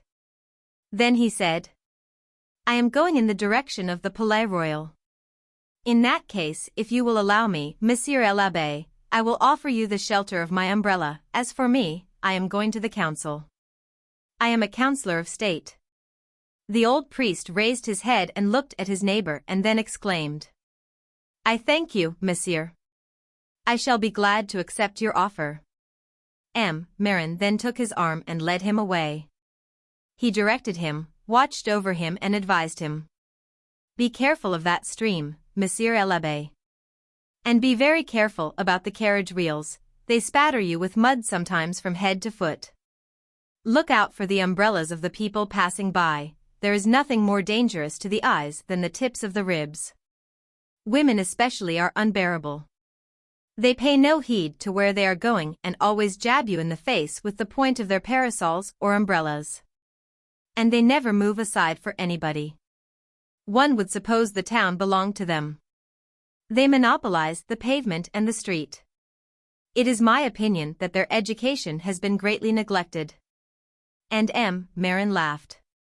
The priest did not reply. He walked along, slightly bent over, picking his steps carefully so as not to get mud on his boots or his cassock. Marin resumed. I suppose you have come to Paris to divert your mind a little? The good man replied. No, I have some business to attend to. Ali. Is it important business? Might I venture to ask what it is? If I can be of any service to you, you may command me. The priest seemed embarrassed. He murmured. Oh, it is a little personal matter, a little difficulty with my bishop. It would not interest you. It is a matter of internal regulation, an ecclesiastical affair. Marin was eager. But it is precisely the state council that regulates all those things. In that case, make use of me. Yes, monsieur, it is to the council that I am going. You are 1,000 times too kind. I have to see Laripier and Savon, also perhaps Petitpas. Marin stopped short. Why, those are my friends, Monsieur l'Abbé, my best friends, excellent colleagues, charming men. I will speak to them about you, and very highly. Count upon me. The cure thanked him, apologizing for troubling him, and stammered out 1,000 grateful promises. Marin was enchanted. Ah, you may be proud of having made a stroke of luck, Monsieur l'Abbé. You will see that, thanks to me, your affair will go along swimmingly. They reached the council hall. Marin took the priest into his office, offered him a chair in front of the fire and sat down himself at his desk and began to write. My dear colleague, allow me to recommend to you most highly a venerable and particularly worthy and deserving priest, Lab. He stopped and asked. Your name, if you please? Lab Sincha. L'Abbé Sincha, who needs your good office in a little matter which he will communicate to you. I am pleased at this incident which gives me an opportunity, my dear colleague. And he finished with the usual compliments. When he had written the 3 letters he handed them to his protégé, who took his departure with many protestations of gratitude. Marin attended to some business and then went home, passed the day quietly, slept well, woke in a good humor and sent for his newspapers. The first he opened was a radical sheet. He read. Our clergy and our government officials. We shall never make an end of enumerating the misdeeds of the clergy. A certain priest, named Sincha, convicted of conspiracy against the present government, accused of base actions to which we will not even allude, suspected besides of being a former Jesuit, metamorphosed into a simple priest. Suspended by a bishop for causes that are said to be unmentionable and summoned to Paris to give an explanation of his conduct, has found an ardent defender in the man named Marin, a councillor of state, who was not afraid to give this frocked malefactor the warmest letters of recommendation to all the Republican officials, his colleagues. We call the attention of the ministry to the unheard of attitude of this councillor of state. Marin bounded out of bed, dressed himself and hastened to his colleague, Petitpas, who said to him, How now? You were crazy to recommend to me that old conspirator. Marin, bewildered, stammered out. Why no, you see, I was deceived. He looked such an honest man. He played me a trick, a disgraceful trick. I beg that you will sentence him severely, very severely. I am going to write. Tell me to whom I should write about having him punished. I will go and see the Attorney General and the Archbishop of Paris, yes, the Archbishop. And seating himself abruptly at Petitpas' desk, he wrote. Monseigneur, I have the honor to bring to your Grace's notice the fact that I have recently been made a victim of the intrigues and lies of a certain Abbé Sincha, who imposed on my kind-heartedness. Deceived by the representations of this ecclesiastic, I was led Then, having signed and sealed his letter, he turned to his colleague and exclaimed, "See here, my dear friend, let this be a warning to you never to recommend anyone again." The door. "Bah," exclaimed Karl Massaligny, "the question of complaisant husbands is a difficult one. I have seen many kinds, and yet I am unable to give an opinion about any of them. I have often tried to determine whether they are blind, weak, or clairvoyant. I believe that there are some which belong to each of these categories. Let us quickly pass over the blind ones. They cannot rightly be called complaisant, since they do not know, but they are good creatures who cannot see farther than their nose. It is a curious and interesting thing to notice the ease with which men and women can be deceived. We are taken in by the slightest trick of those who surround us, by our children, our friends, our servants, our tradespeople. Humanity is credulous, and in order to discover deceit in others, we do not display 1/10 the shrewdness which we use when we, in turn, wish to deceive someone else. Clairvoyant husbands may be divided into 3 classes: those who have some interest, pecuniary, ambitious or otherwise, in their wives having love affairs. These ask only to safeguard appearances as much as possible, and they are satisfied. Next come those who get angry. What a beautiful novel one could write about them. Finally, the weak ones. Those who are afraid of scandal. There are also those who are powerless, or, rather, tired, who flee from the duties of matrimony through fear of ataxia or apoplexy, who are satisfied to see a friend run these risks. But I once met a husband of a rare species, who guarded against the common accident in a strange and witty manner. In Paris I had made the acquaintance of an elegant, fashionable couple. The woman, nervous, tall, slender, courted, was supposed to have had many love adventures. She pleased me with her wit, and I believe that I pleased her also. I courted her, a trial courting to which she answered with evident provocations. Soon we got to tender glances, hand pressures, all the little gallantries which precede the final attack. Nevertheless, I hesitated. I consider that, as a rule, the majority of society intrigues, however short they may be, are not worth the trouble which they give us and the difficulties which may arise. I therefore mentally compared the advantages and disadvantages which I might expect, and I thought I noticed that the husband suspected me. One evening, at a ball, as I was saying tender things to the young woman in a little parlor leading from the big hall where the dancing was going on, I noticed in a mirror the reflection of someone who was watching me. It was he. Our looks met, and then I saw him turn his head and walk away. I murmured, "Your husband is spying on us." She seemed dumbfounded and asked, "My husband?" "Yes, he has been watching us for some time." "Nonsense." "Are you sure?" "Very sure." "How strange. He is usually extraordinarily pleasant to all my friends." "Perhaps he guessed that I love you." "Nonsense. You are not the first one to pay attention to me. Every woman who is a little in view drags behind her a herd of admirers." "Yes. But I love you deeply." "Admitting that that is true, does a husband ever guess those things?" "Then he is not jealous?" "No, no." She thought for an instant and then continued, "No. I do not think that I ever noticed any jealousy on his part." "Has he never watched you?" "No. As I said, he is always agreeable to my friends." From that day my courting became much more assiduous. The woman did not please me any more than before, but the probable jealousy of her husband tempted me greatly. As for her, I judged her coolly and clearly. She had a certain worldly charm, due to a quick, gay, amiable and superficial mind, but no real, deep attraction. She was, as I have already said, an excitable little being, all on the surface, with rather a showy elegance. How can I explain myself? She was an ornament, not a home. One day, after taking dinner with her, her husband said to me, just as I was leaving, "My dear friend," he now called me friend, "we soon leave for the country. It is a great pleasure to my wife and myself to entertain people whom we like. We would be very pleased to have you spend a month with us. It would be very nice of you to do so."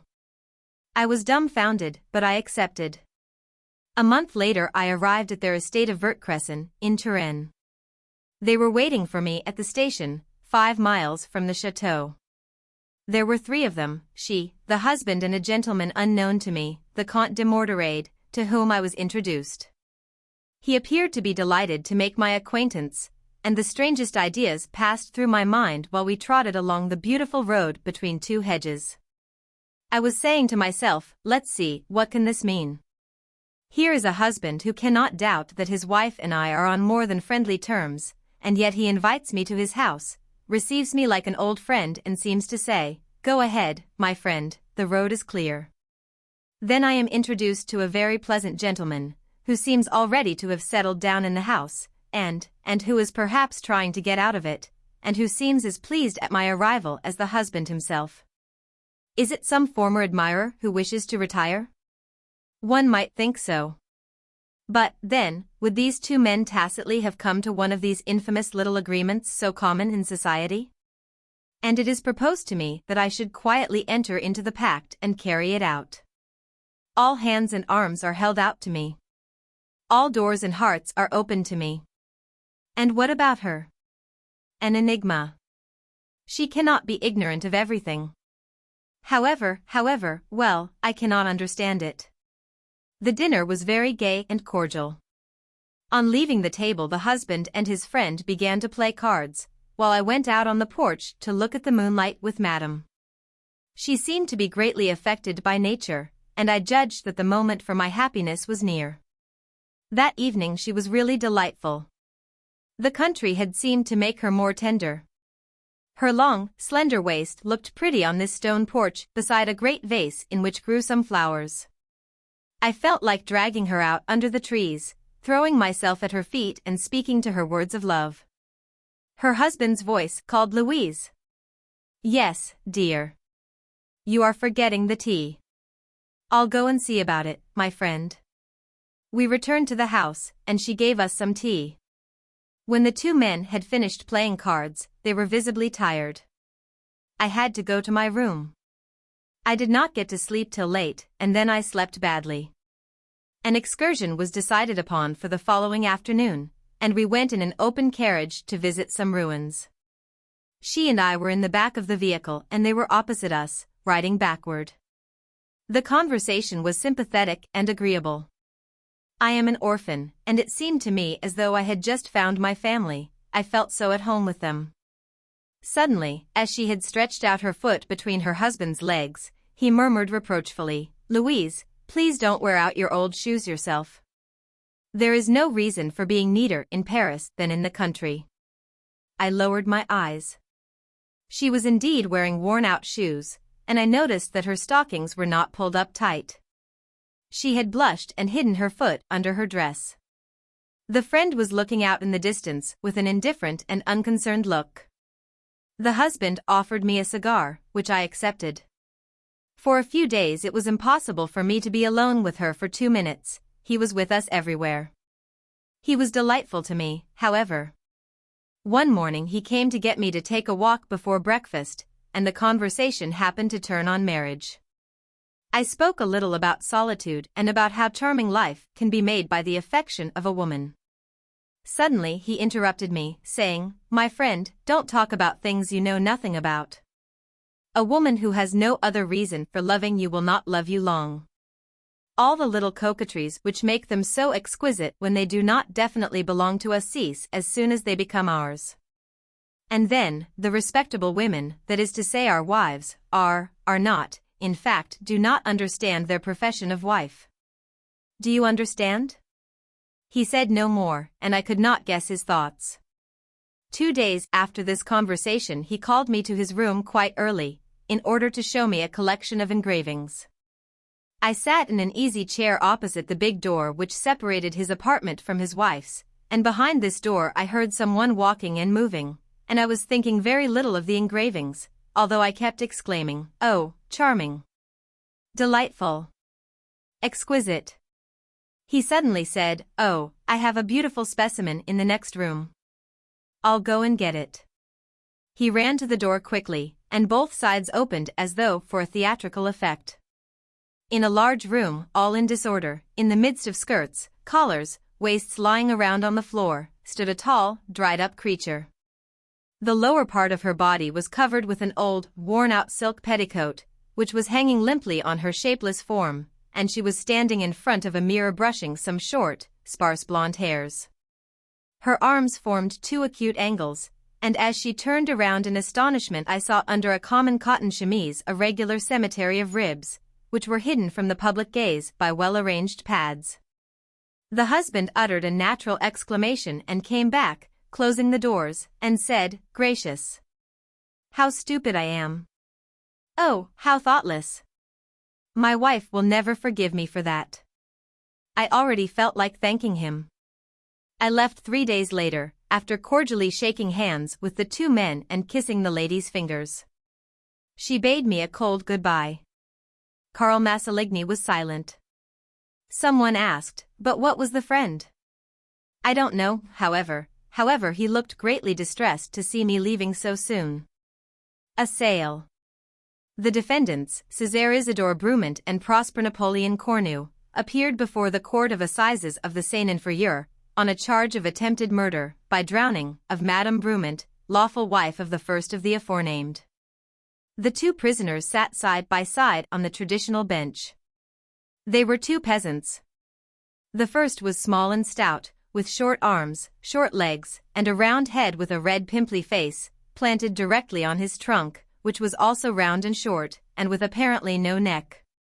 He was a raiser of pigs and lived at Cacheville-la-Goupil, in the district of Criquetot. Cornu, Prosper Napoleon, was thin, of medium height, with enormously long arms. His head was on crooked, his jaw awry, and he squinted. A blue blouse, as long as a shirt, hung down to his knees, and his yellow hair, which was scanty and plastered down on his head, gave his face a worn-out, dirty look, a dilapidated look that was frightful.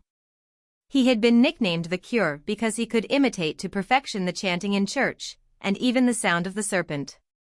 This talent attracted to his café, for he was a saloon-keeper at Criquetot, a great many customers who preferred the Mass at Cornu to the Mass in church. Madame Brumont, seated on the witness bench, was a thin peasant woman who seemed to be always asleep. She sat there motionless, her hands crossed on her knees, gazing fixedly before her with a stupid expression. The judge continued his interrogation. "Well, then, Madame Brumont, they came into your house and threw you into a barrel full of water. Tell us the details." "Stand up." She rose. She looked as tall as a flagpole with her cap, which looked like a white skull cap. She said in a drawling tone, "I was shelling beans. Just then they came in. I said to myself, what is the matter with them? They do not seem natural, they seem up to some mischief. They watched me sideways, like this, especially Cornu, because he squints. I do not like to see them together, for they are too good-for-nothings when they are in company. I said, what do you want with me? They did not answer. I had a sort of mistrust." The defendant Brumont interrupted the witness hastily, saying, "I was full." Then Cornu, turning towards his accomplice, said in the deep tones of an organ, "Say that we were both full, and you will be telling no lie." The judge, severely, "You mean by that you were both drunk?" Brumont, "There can be no question about it." Cornu, "That might happen to anyone." The judge to the victim, "Continue your testimony, woman Brumont." "Well, Brumont said to me, 'Do you wish to earn 100 sous?' "Yes," I replied, seeing that 100 sous are not picked up in a horse's tracks. Then he said, 'Open your eyes and do as I do,' and he went to fetch the large empty barrel which is under the rainpipe in the corner, and he turned it over and brought it into my kitchen, and stuck it down in the middle of the floor. And then he said to me, 'Go and fetch water until it is full.' So I went to the pond with 2 pails and carried water, and still more water for an hour, seeing that the barrel was as large as a vat, saving your presence, Monsieur le Président." All this time Brumont and Cornu were drinking a glass, and then another glass, and then another. They were finishing their drinks when I said to them, "You are full, fuller than this barrel." And Brumont answered me, "Do not worry, go on with your work, your turn will come, each one has his share. I paid no attention to what he said as he was full. When the barrel was full to the brim, I said, there, that's done. And then Cornu gave me 100 sous, not Brument, Cornu, it was Cornu gave them to me. And Brument said, do you wish to earn 100 sous more? Yes, I said, for I am not accustomed to presents like that. Then he said, take off your clothes. Take off my clothes? Yes, he said. How many shall I take off? If it worries you at all, keep on your chemise, that won't bother us. 100 sous is 100 sous, and I have to undress myself. But I did not fancy undressing before those two good-for-nothings. I took off my cap, and then my jacket, and then my skirt, and then my sabots. Brument said, keep on your stockings, also, we are good fellows. And Cornu said, too, we are good fellows. So there I was, almost like Mother Eve. And they got up from their chairs, but could not stand straight, they were so full, saving your presence, M'sieu le President. I said to myself, what are they up to? And Brument said, are you ready? And Cornu said, I'm ready. And then they took me, Brument by the head, and Cornu by the feet, as one might take, for instance, a sheet that has been washed. Then I began to bawl. And Brument said, keep still, wretched creature. And they lifted me up in the air and put me into the barrel, which was full of water, so that I had a check of the circulation, a chill to my very insides. And Brument said, is that all? Cornu said, that is all. Brument said, the head is not in, that will make a difference in the measure. Cornu said, put in her head. And then Brument pushed down my head as if to drown me, so that the water ran into my nose, so that I could already see paradise. And he pushed it down, and I disappeared. And then he must have been frightened. He pulled me out and said, go and get dry, carcass. As for me, I took to my heels and ran as far as le cure's. He lent me a skirt belonging to his servant, for I was almost in a state of nature, and he went to fetch Maitre Chiquet, the country watchman who went to Cricktot to fetch the police who came to my house with me. Then we found Brument and Cornu fighting each other like two rams. Brument was bawling, it isn't true, I tell you that there is at least a cubic meter in it. It is the method that was no good. Cornu bawled, for pails, that is almost half a cubic meter. You need not reply, that's what it is. The police captain put them both under arrest. I have no more to tell. She sat down. The audience in the courtroom laughed. The jurors looked at one another in astonishment. The judge said, Defendant Cornu, you seem to have been the instigator of this infamous plot. What have you to say? And Cornu rose in his turn. Judge, he replied, I was full. The judge answered gravely. I know it. Proceed. I will. Well, Brument came to my place about 9 o'clock, and ordered 2 drinks, and said, there's one for you, Cornu. I sat down opposite him and drank, and out of politeness, I offered him a glass. Then he returned the compliment and so did I, and so it went on from glass to glass until noon, when we were full. Then Brument began to cry. That touched me. I asked him what was the matter. He said, I must have 1,000 francs by Thursday. That cooled me off a little, you understand. Then he said to me all at once, I will sell you my wife. I was full, and I was a widower. You understand, that stirred me up. I did not know his wife, but she was a woman, wasn't she? I asked him, how much would you sell her for? He reflected, or pretended to reflect. When one is full one is not very clear-headed, and he replied, I will sell her by the cubic meter.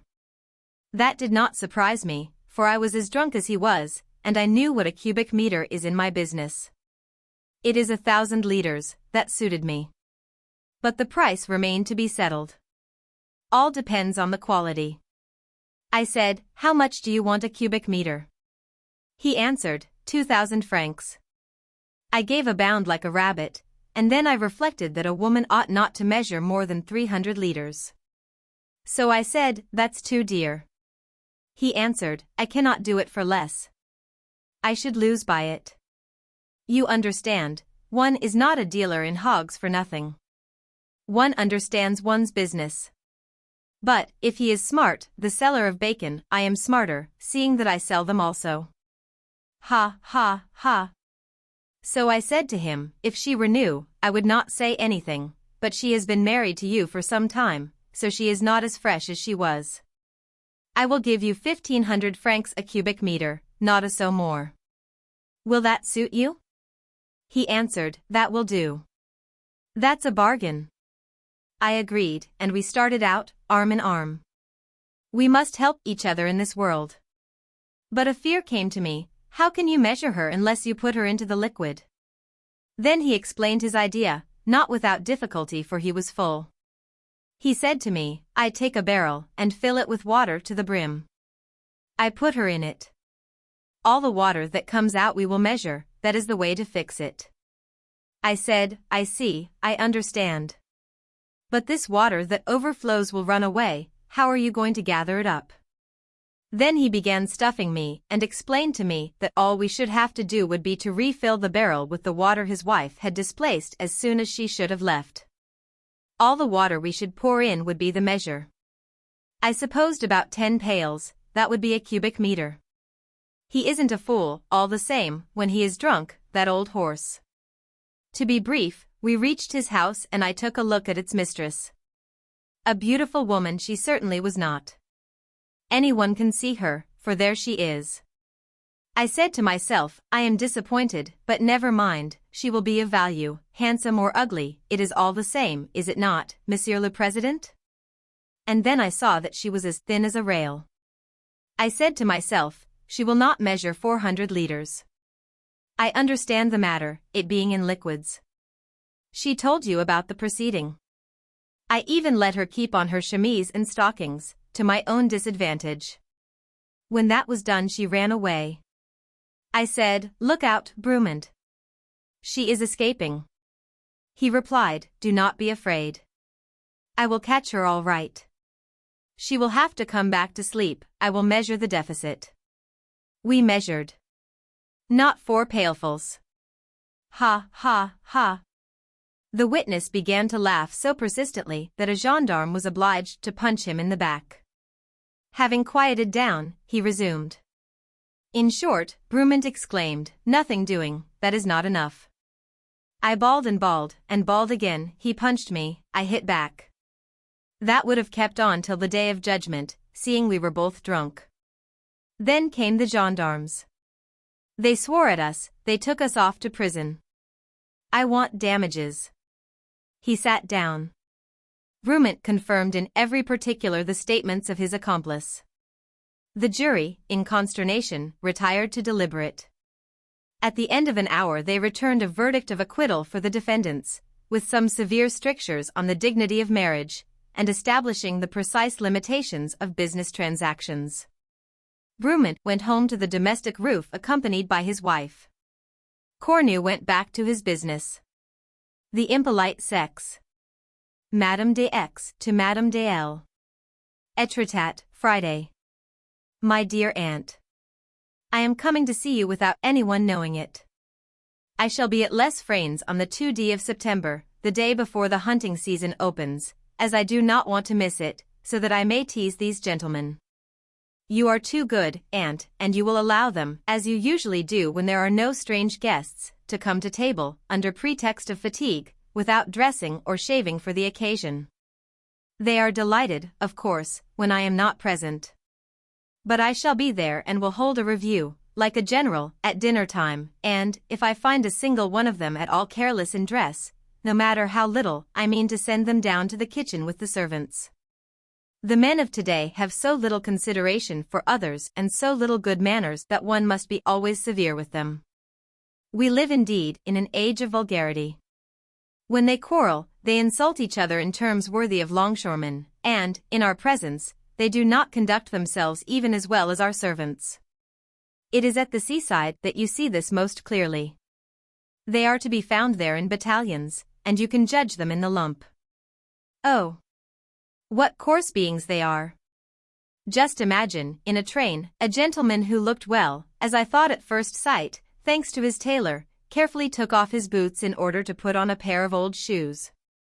Another, an old man who was probably some wealthy upstart, these are the most ill-bred, while sitting opposite to me, had the delicacy to place his 2 feet on the seat quite close to me.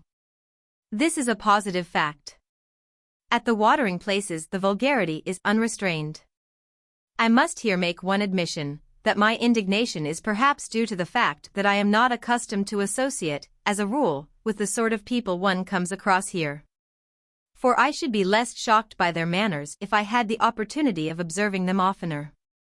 In the office of the hotel, I was nearly thrown down by a young man who snatched the key over my head. Another knocked against me so violently without begging my pardon or lifting his hat, coming away from a ball at the casino, that it gave me a pain in the chest. It is the same way with all of them. Watch them addressing ladies on the terrace. They scarcely ever bow. They merely raise their hands to their headgear. But, indeed, as they are all more or less bald, it is the best plan. But what exasperates and disgusts me particularly is the liberty they take of talking in public, without any kind of precaution, about the most revolting adventures. When 2 men are together, they relate to each other, in the broadest language and with the most abominable comments, really horrible stories, without caring in the slightest degree whether a woman's ear is within reach of their voices. Yesterday, on the beach, I was forced to leave the place where I was sitting in order not to be any longer the involuntary confidant of an obscene anecdote, told in such a modest language that I felt just as humiliated as indignant at having heard it. Would not the most elementary good breeding teach them to speak in a lower tone about such matters when we are near at hand? Etretat is, moreover, the country of gossip and scandal. From 5 to 7 o'clock you can see people wandering about in quest of scandal, which they retail from group to group. As you remarked to me, my dear aunt, tittle-tattle is the mark of petty individuals and petty minds. It is also the consolation of women who are no longer loved or sought after. It is enough for me to observe the women who are fondest of gossiping to be persuaded that you are quite right. The other day I was present at a musical evening at the casino, given by a remarkable artist, Madame Masson, who sings in a truly delightful manner. I took the opportunity of applauding the admirable Coquelin, as well as 2 charming vaudeville performers, M. and Milet. I met, on this occasion, all the bathers who were at the beach. It is no great distinction this year. Next day I went to lunch at a port. I noticed a tall man with a beard, coming out of a large house like a castle. It was the painter, Jean-Paul Laurens. He is not satisfied apparently with imprisoning the subjects of his pictures, he insists on imprisoning himself. Then I found myself seated on the shingle close to a man still young, of gentle and refined appearance, who was reading poetry. But he read it with such concentration, with such passion, I may say, that he did not even raise his eyes towards me. I was somewhat astonished and asked the proprietor of the baths, without appearing to be much concerned, the name of this gentleman. I laughed to myself a little at this reader of rhymes. He seemed behind the age, for a man. This person, I thought, must be a simpleton. Well, aunt, I am now infatuated about this stranger. Just fancy, his name is Sully Prudhomme. I went back and sat down beside him again so as to get a good look at him. His face has an expression of calmness and of penetration. Somebody came to look for him, and I heard his voice, which is sweet and almost timid. He would certainly not tell obscene stories aloud in public or knock up against ladies without apologizing. He is assuredly a man of refinement, but his refinement is of an almost morbid, sensitive character. I will try this winter to get an introduction to him. I have no more news, my dear aunt, and I must finish this letter in haste, as the mail will soon close. I kiss your hands and your cheeks. Your devoted niece, Berthe d'Aix. P.S. I should add, however, by way of justification of French politeness, that our fellow countrymen are, when traveling, models of good manners in comparison with the abominable English, who seem to have been brought up in a stable. So careful are they not to discommode themselves in any way, while they always discommode their neighbors. Madame de L. to Madame d'Aix. Les Fraines, Saturday. My dear child. Many of the things you have said to me are very sensible, but that does not prevent you from being wrong. Like you, I used formerly to feel very indignant at the impoliteness of men, who, as I supposed, constantly treated me with neglect. But, as I grew older and reflected on everything, putting aside coquetry, and observing things without taking any part in them myself, I perceived this much, that if men are not always polite, women are always indescribably rude. We imagine that we should be permitted to do anything, my darling, and at the same time we consider that we have a right to the utmost respect. And in the most flagrant manner we commit actions devoid of that elementary good breeding of which you speak so feelingly.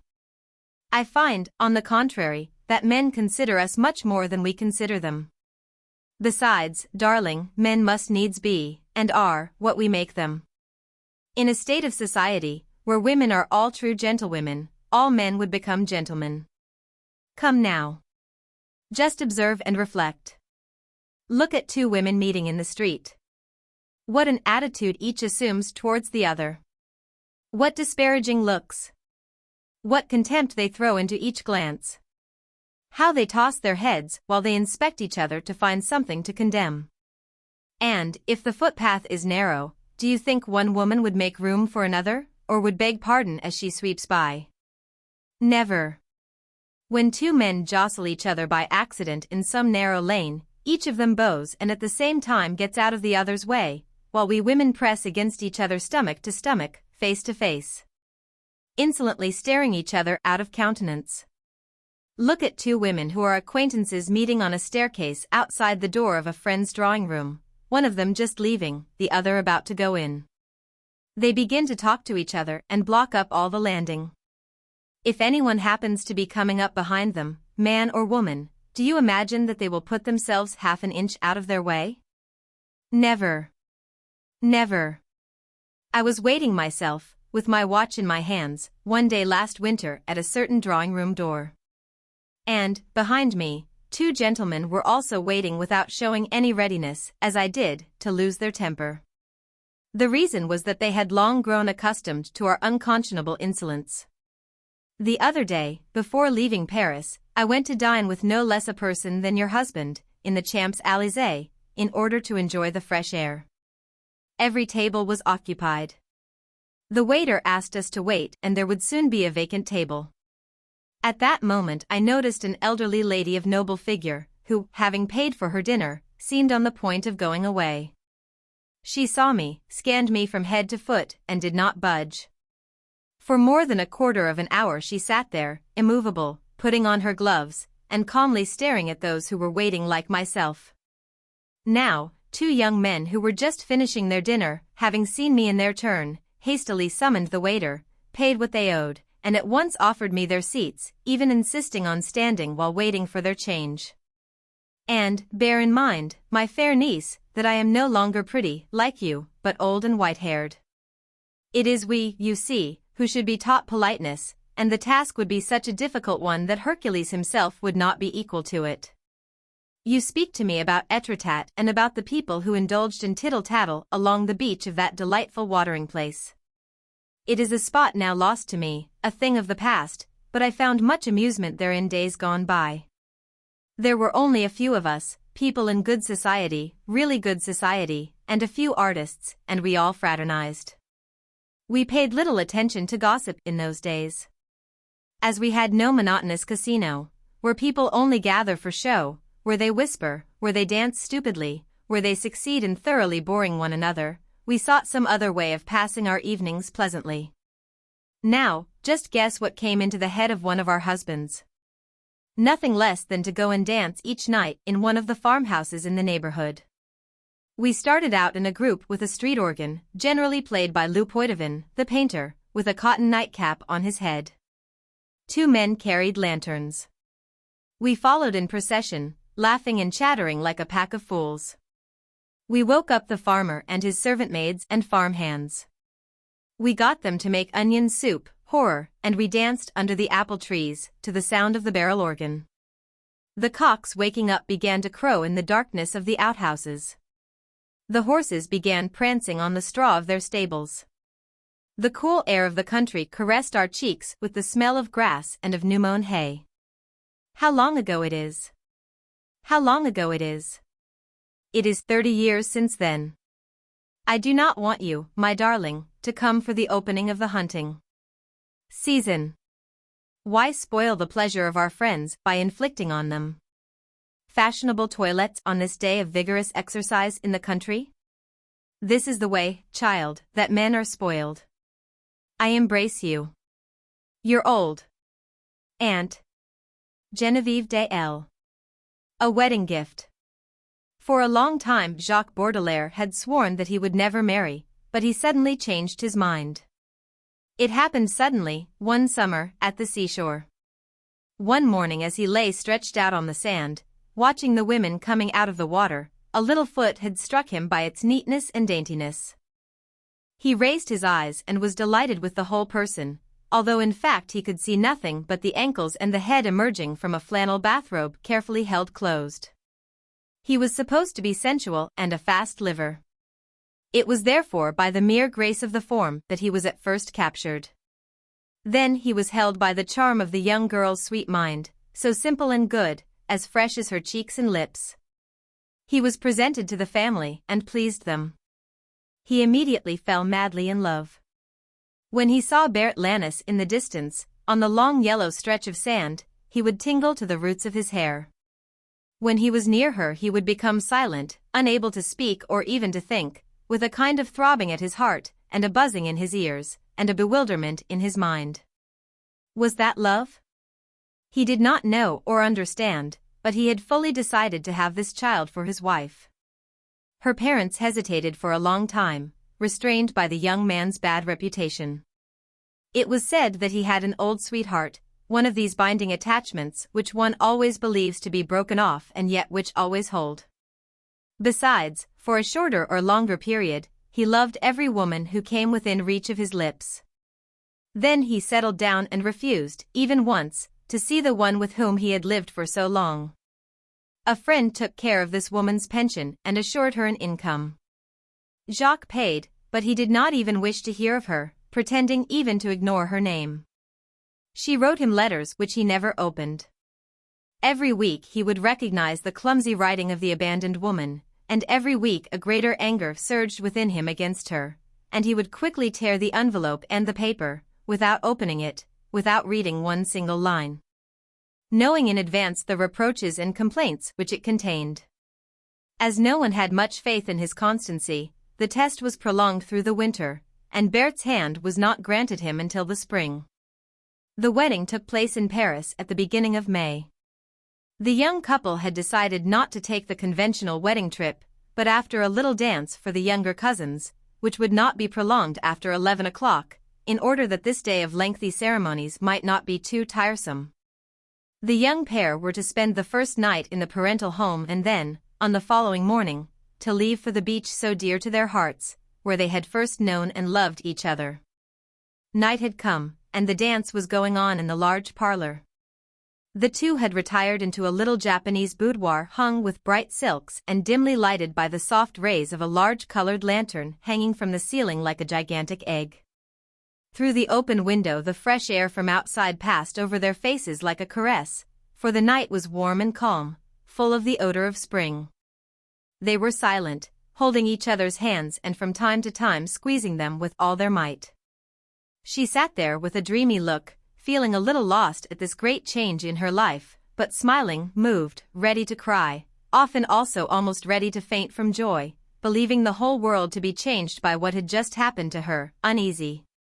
She knew not why, and feeling her whole body and soul filled with an indefinable and delicious lassitude. He was looking at her persistently with a fixed smile. He wished to speak, but found nothing to say, and so sat there, expressing all his ardor by pressures of the hand.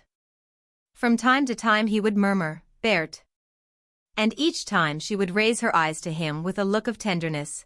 They would look at each other for a second and then her look, pierced and fascinated by his, would fall. They found no thoughts to exchange.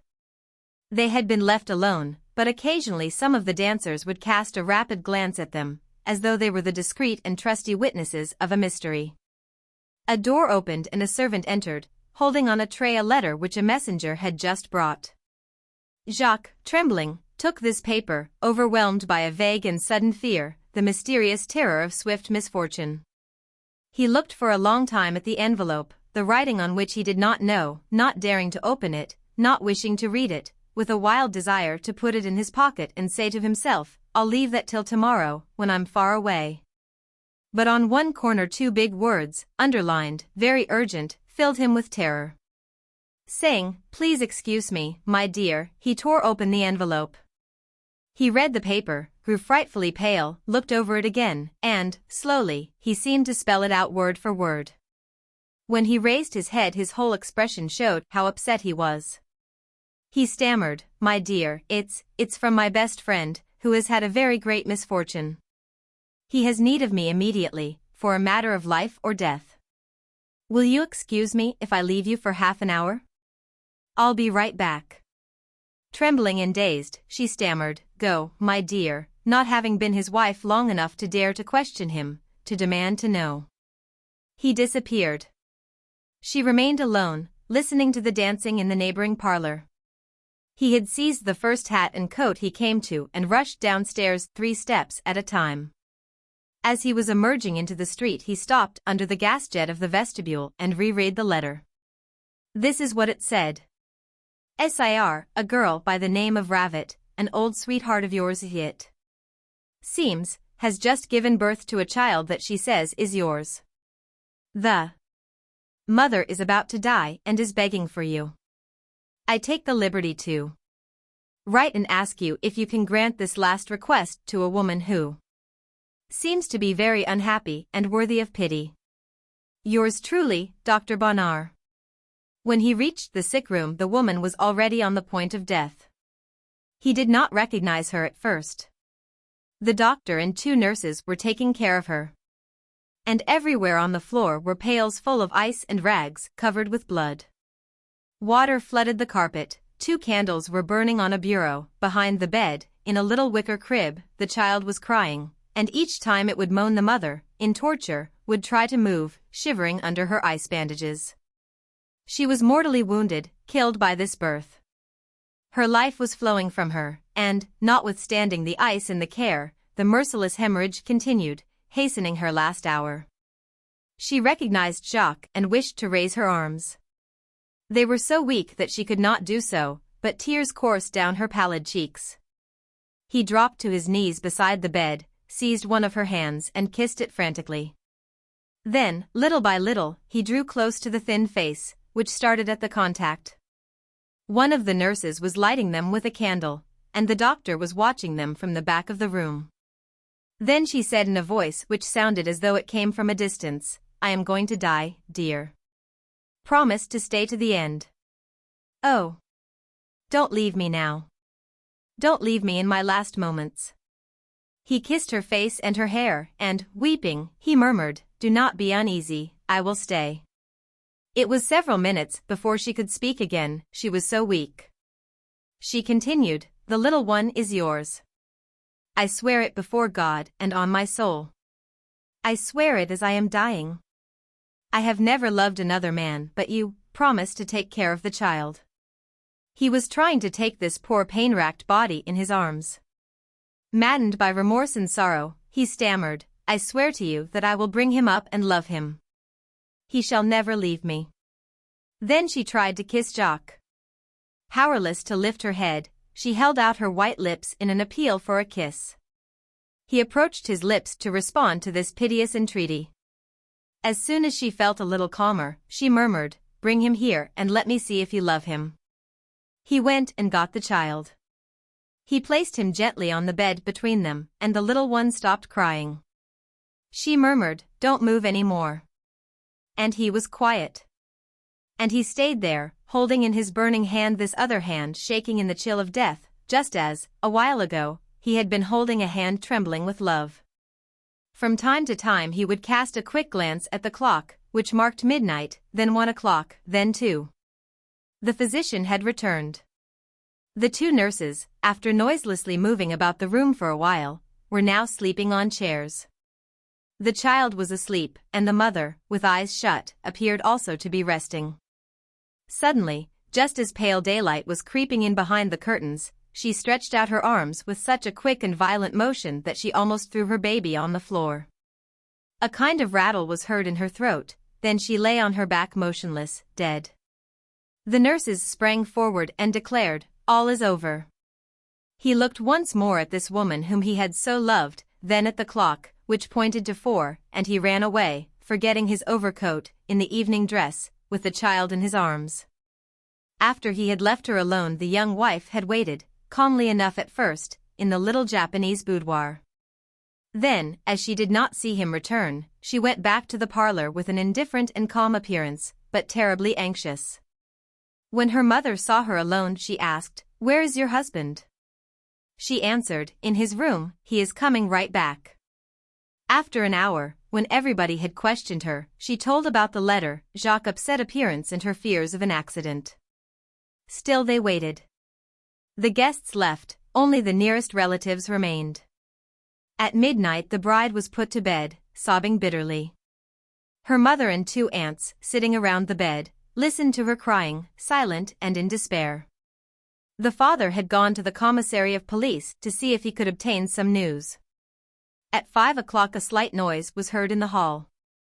A door was softly opened and closed. Then suddenly a little cry like the mewing of a cat was heard throughout the silent house. All the women started forward and Berthe sprang ahead of them all, pushing her way past her aunts, wrapped in a bathrobe. Jacques stood in the middle of the room, pale and out of breath, holding an infant in his arms. The 4 women looked at him, astonished, but Berthe, who had suddenly become courageous, rushed forward with anguish in her heart, exclaiming, "What is it? What's the matter?" He looked about him wildly and answered shortly, I have a child and the mother has just died." And with his clumsy hands he held out the screaming infant. Without saying a word, Berthe seized the child, kissed it and hugged it to her. Then she raised her tear-filled eyes to him, asking, "Did you say that the mother was dead?" He answered, "Yes, just now, in my arms. I had broken with her since summer. I knew nothing. The physician sent for me." Then Berthe murmured, "Well, we will bring up the little one." The relic. To the Abbé Louis d'Ennemer, at Soissons. My dear Abbé, my marriage with your cousin is broken off in the most stupid way, all on account of an idiotic trick which I almost involuntarily played my intended. In my perplexity I turn to you, my old school chum, for you may be able to help me out of the difficulty. If you can, I shall be grateful to you until I die. You know Gilbert, or, rather, you think you know her, but do we ever understand women? All their opinions, their ideas, their creeds, are a surprise to us.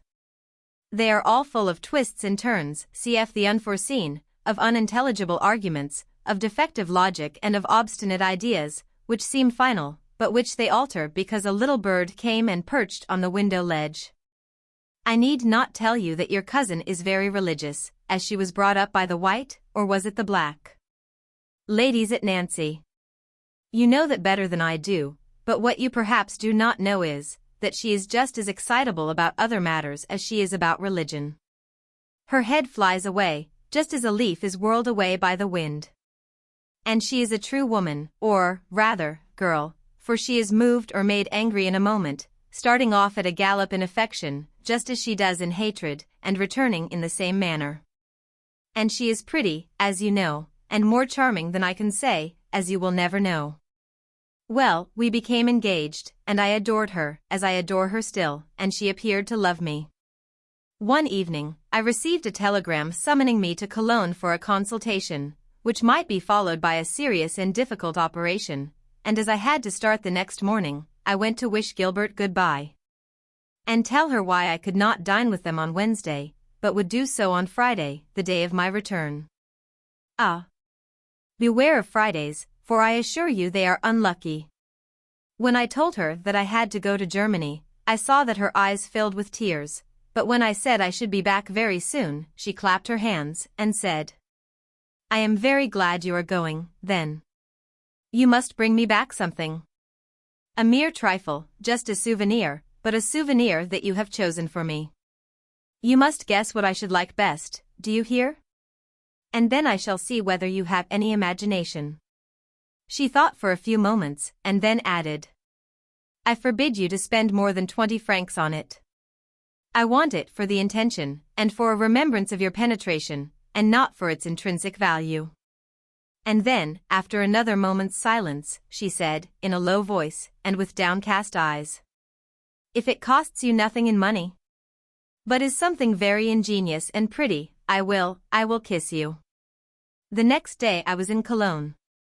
It was a case of a terrible accident, which had plunged a whole family into despair, and a difficult amputation was necessary. They lodged me in the house. I might say, they almost locked me up, and I saw nobody but people in tears, who almost deafened me with their lamentations.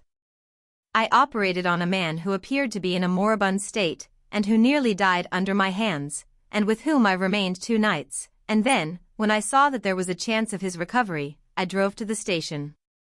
I had, however, made a mistake in the trains, and I had an hour to wait, and so I wandered about the streets, still thinking of my poor patient, when a man accosted me. I do not know German, and he was totally ignorant of French, but at last I made out that he was offering me some relics. I thought of Gilbert, for I knew her fanatical devotion, and here was my present ready to hand, so I followed the man into a shop where religious objects were for sale, and I bought a small piece of a bone of one of the 11,000 virgins. The pretended relic was enclosed in a charming old silver box, and that determined my choice, and, putting my purchase into my pocket, I went to the railway station, and so on to Paris. As soon as I got home, I wished to examine my purchase again, and on taking hold of it, I found that the box was open, and the relic missing. I searched in vain in my pocket, and turned it inside out. The small bit of bone, which was no bigger than half a pin, had disappeared. You know, my dear little Abbé, that my faith is not very fervent, but, as my friend, you are magnanimous enough to put up with my lukewarmness, and to leave me alone, and to wait for the future, so you say. But I absolutely disbelieve in the relics of second-hand dealers in piety, and you share my doubts in that respect. Therefore, the loss of that bit of sheep's carcass did not grieve me, and I easily procured a similar fragment, which I carefully fastened inside my jewel box, and then I went to see my intended. As soon as she saw me, she ran up to me, smiling and eager, and said to me, "What have you brought me?"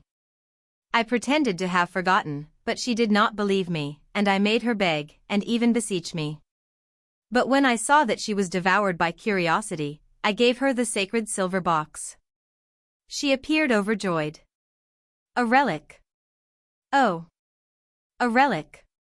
And she kissed the box passionately, so that I was ashamed of my deception.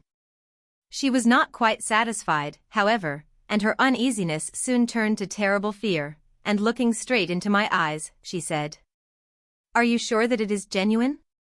"Absolutely certain." "How can you be so certain?" I was trapped. For to say that I had bought it of a man in the streets would be my destruction. What was I to say? A wild idea struck me, and I said, in a low, mysterious voice, "I stole it for you." She looked at me with astonishment and delight in her large eyes. "Oh! You stole it? Where?" "In the cathedral, in the very shrine of the 11,000 virgins." Her heart beat with pleasure, and she murmured, "Oh! Did you really do that for me? Tell me all about it." That was the climax. I could not retract what I had said. I made up a fanciful story. With precise details, I had given the custodian of the building 100 francs to be allowed to go about the building by myself. The shrine was being repaired, but I happened to be there at the breakfast hour of the workmen and clergy. By removing a small panel, I had been enabled to seize a small piece of bone. Oh! So small, among a quantity of others, I said a quantity, as I thought of the amount that the remains of the skeletons of 11,000 virgins must produce. Then I went to a goldsmith's and bought a casket worthy of the relic, and I was not sorry to let her know that the silver box cost me 500 francs. But she did not think of that. She listened to me, trembling in an ecstasy, and whispering, "How I love you," she threw herself into my arms. Just note this, I had committed sacrilege for her sake. I had committed a theft, I had violated a church, I had violated a shrine. Violated and stolen holy relics, and for that she adored me, thought me perfect, tender, divine. Such is woman, my dear Abbé, every woman. For 2 months I was the most admirable of lovers. In her room, she had made a kind of magnificent chapel in which to keep this bit of mutton chop, which, as she thought, had made me commit that divine love crime, and she worked up her religious enthusiasm in front of it every morning and evening.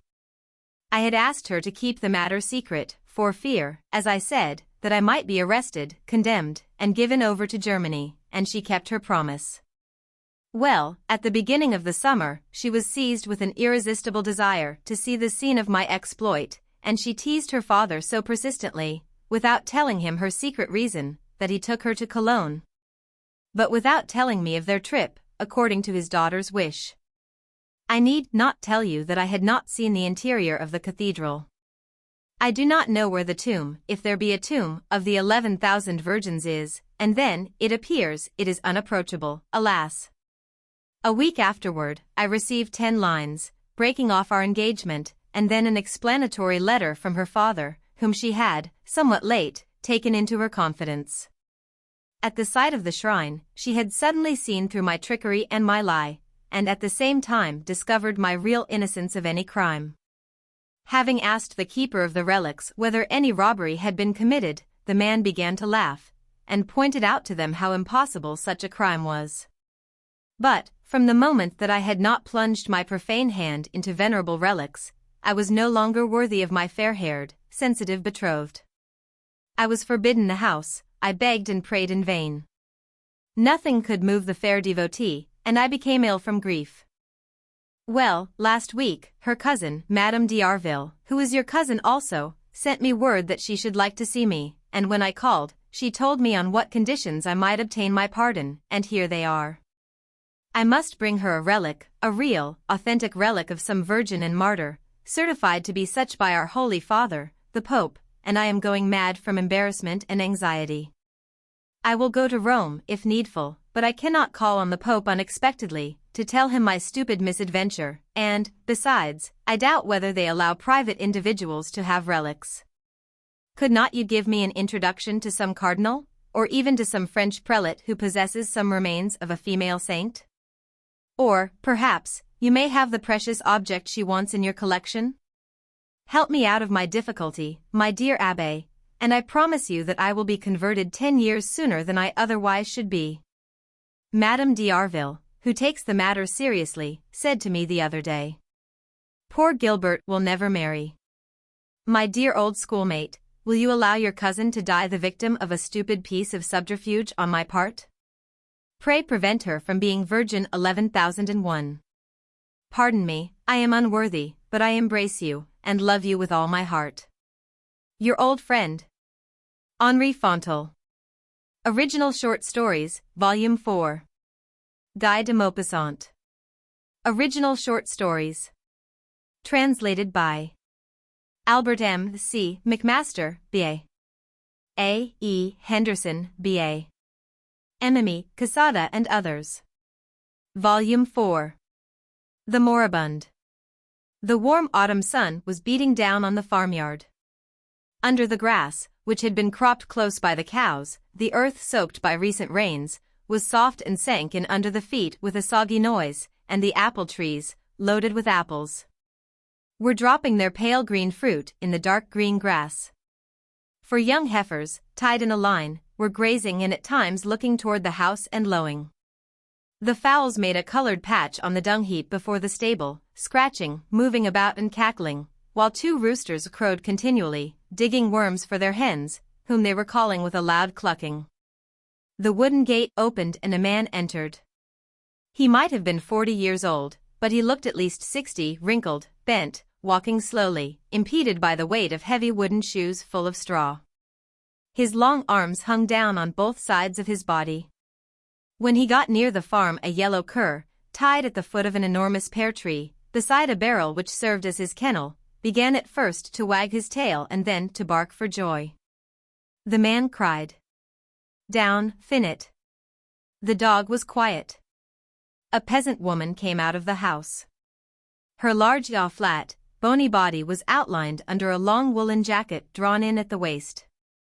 A grey skirt, too short, fell to the middle of her legs, which were encased in blue stockings.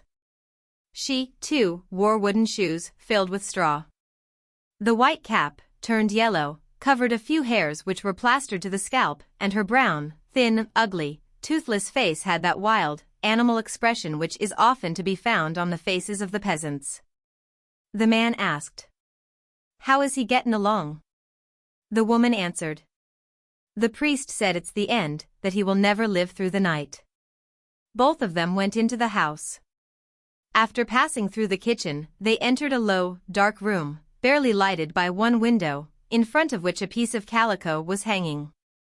The big beams, turned brown with age and smoke, crossed the room from one side to the other, supporting the thin floor of the garret, where an army of rats ran about day and night. The moist, lumpy earthen floor looked greasy, and, at the back of the room, the bed made an indistinct white spot. A harsh, regular noise, a difficult, hoarse, wheezing breathing, like the gurgling of water from a broken pump, came from the darkened couch where an old man, the father of the peasant woman, was dying. The man and the woman approached the dying man and looked at him with calm, resigned eyes. The son-in-law said, "I guess it's all up with him this time, he will not last the night." The woman answered, "He's been gurgling like that ever since midday." They were silent. The father's eyes were closed, his face was the color of the earth and so dry that it looked like wood. Through his open mouth came his harsh, rattling breath, and the grey linen sheet rose and fell with each respiration. The son-in-law, after a long silence, said, "There's nothing more to do, I can't help him. It's a nuisance, just the same, because the weather is good and we've got a lot of work to do." His wife seemed annoyed at this idea. She reflected a few moments and then said, "He won't be buried till Saturday, and that will give you all day tomorrow." The peasant thought the matter over and answered, "Yes, but tomorrow I'll have to invite the people to the funeral. That means 5 or 6 hours to go round to Tourville and Maintot, and to see everybody." The woman, after meditating 2 or 3 minutes, declared, "It isn't 3 o'clock yet. You could begin this evening and go all round the country to Tourville. You can just as well say that he's dead, seem as he's as good as that now." The man stood perplexed for a while, weighing the pros and cons of the idea. At last he declared, "Well, I'll go." He was leaving the room, but came back after a minute's hesitation. "As you haven't got anything to do, you might shake down some apples to bake and make 4 dozen dumplings for those who come to the funeral.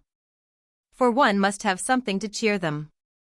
You can light the fire with the wood that's under the shed. It's dry." He left the room, went back into the kitchen, opened the cupboard, took out a 6-pound loaf of bread, cut off a slice, and carefully gathered the crumbs in the palm of his hand and threw them into his mouth, so as not to lose anything. Then, with the end of his knife, he scraped out a little salt butter from the bottom of an earthen jar, spread it on his bread and began to eat slowly, as he did everything. He recrossed the farmyard, quieted the dog, which had started barking again, went out on the road bordering on his ditch, and disappeared in the direction of Tourville. As soon as she was alone, the woman began to work. She uncovered the meal bin and made the dough for the dumplings. She kneaded it a long time, turning it over and over again, punching, pressing, crushing it. Finally she made a big, round, yellow-white ball, which she placed on the corner of the table. Then she went to get her apples, and, in order not to injure the tree with a pole, she climbed up into it by a ladder. She chose the fruit with care, only taking the ripe ones, and gathering them in her apron. A voice called from the road. "Hey, Madam Shicket." She turned round. It was a neighbor, Awesome Favot, the mayor, on his way to fertilize his fields, seated on the manure wagon, with his feet hanging over the side. She turned round and answered, "What can I do for you, Maître Awesome? And how is the father?" She cried. He is as good as dead.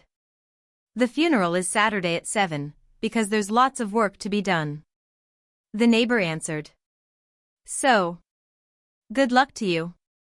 Take care of yourself. To his kind remarks she answered. Thanks, the same to you. And she continued picking apples. When she went back to the house, she went over to look at her father, expecting to find him dead. But as soon as she reached the door she heard his monotonous, noisy rattle, and, thinking it a waste of time to go over to him, she began to prepare her dumplings. She wrapped up the fruit, one by one, in a thin layer of paste, then she lined them up on the edge of the table. When she had made 48 dumplings, arranged in dozens, one in front of the other, she began to think of preparing supper, and she hung her kettle over the fire to cook potatoes, for she judged it useless to heat the oven that day, as she had all the next day in which to finish the preparations. Her husband returned at about 5. As soon as he had crossed the threshold he asked, "Is it over?" She answered, "Not yet, he's still gurgling." They went to look at him. The old man was in exactly the same condition. His hoarse rattle, as regular as the ticking of a clock, was neither quicker nor slower. It returned every second, the tone varying a little, according as the air entered or left his chest. His son-in-law looked at him and then said, "He'll pass away without our noticing it, just like a candle." They returned to the kitchen and started to eat without saying a word. When they had swallowed their soup, they ate another piece of bread and butter. Then, as soon as the dishes were washed, they returned to the dying man. The woman, carrying a little lamp with a smoky wick, held it in front of her father's face. If he had not been breathing, one would certainly have thought him dead. The couple's bed was hidden in a little recess at the other end of the room. Silently they retired, put out the light, closed their eyes, and soon 2 unequal snores, one deep and the other shriller, accompanied the uninterrupted rattle of the dying man. The rats ran about in the garret. The husband awoke at the first streaks of dawn. His father-in-law was still alive. He shook his wife, worried by the tenacity of the old man. "Say, Fimmy, he don't want to quit. What would you do?" He knew that she gave good advice. She answered, "You needn't be afraid, he can't live through the day. And the mayor won't stop our burying him tomorrow, because he allowed it for Maitre Renard's father, who died just during the planting season." He was convinced by this argument, and left for the fields. His wife baked the dumplings and then attended to her housework. At noon the old man was not dead. The people hired for the day's work came by groups to look at him. Each one had his say. Then they left again for the fields. At 6 o'clock, when the work was over, the father was still breathing. At last his son-in-law was frightened. "What would you do now, Fimmy?" She no longer knew how to solve the problem. They went to the mayor. He promised that he would close his eyes and authorize the funeral for the following day. They also went to the health officer, who likewise promised, in order to oblige Maitre Chiquet, to antedate the death certificate. The man and the woman returned, feeling more at ease. They went to bed and to sleep, just as they did the preceding day, their sonorous breathing blending with the feeble breathing of the old man. When they awoke, he was not yet dead. Then they began to be frightened. They stood by their father, watching him with distrust, as though he had wished to play them a mean trick, to deceive them, to annoy them on purpose, and they were vexed at him for the time which he was making them lose. The son-in-law asked, "What am I going to do?" She did not know. She answered, "It certainly is annoying." The guests who were expected could not be notified. They decided to wait and explain the case to them. Toward 6:45 the first ones arrived. The women in black, their heads covered with large veils, looking very sad. Then men, ill at ease in their homespun coats, were coming forward more slowly, in couples, talking business. Maitre Chiquet and his wife, bewildered, received them sorrowfully, and suddenly both of them together began to cry as they approached the first group. They explained the matter, related their difficulty, offered chairs, bustled about, tried to make excuses, attempting to prove that everybody would have done as they did, talking continually and giving nobody a chance to answer. They were going from one person to another. I never would have thought it. It's incredible how he can last this long.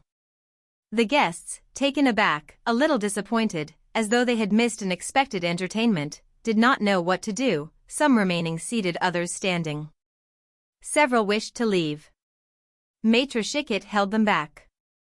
You must take something, anyhow. We made some dumplings, might as well make use of 'em. The faces brightened at this idea. The yard was filling little by little.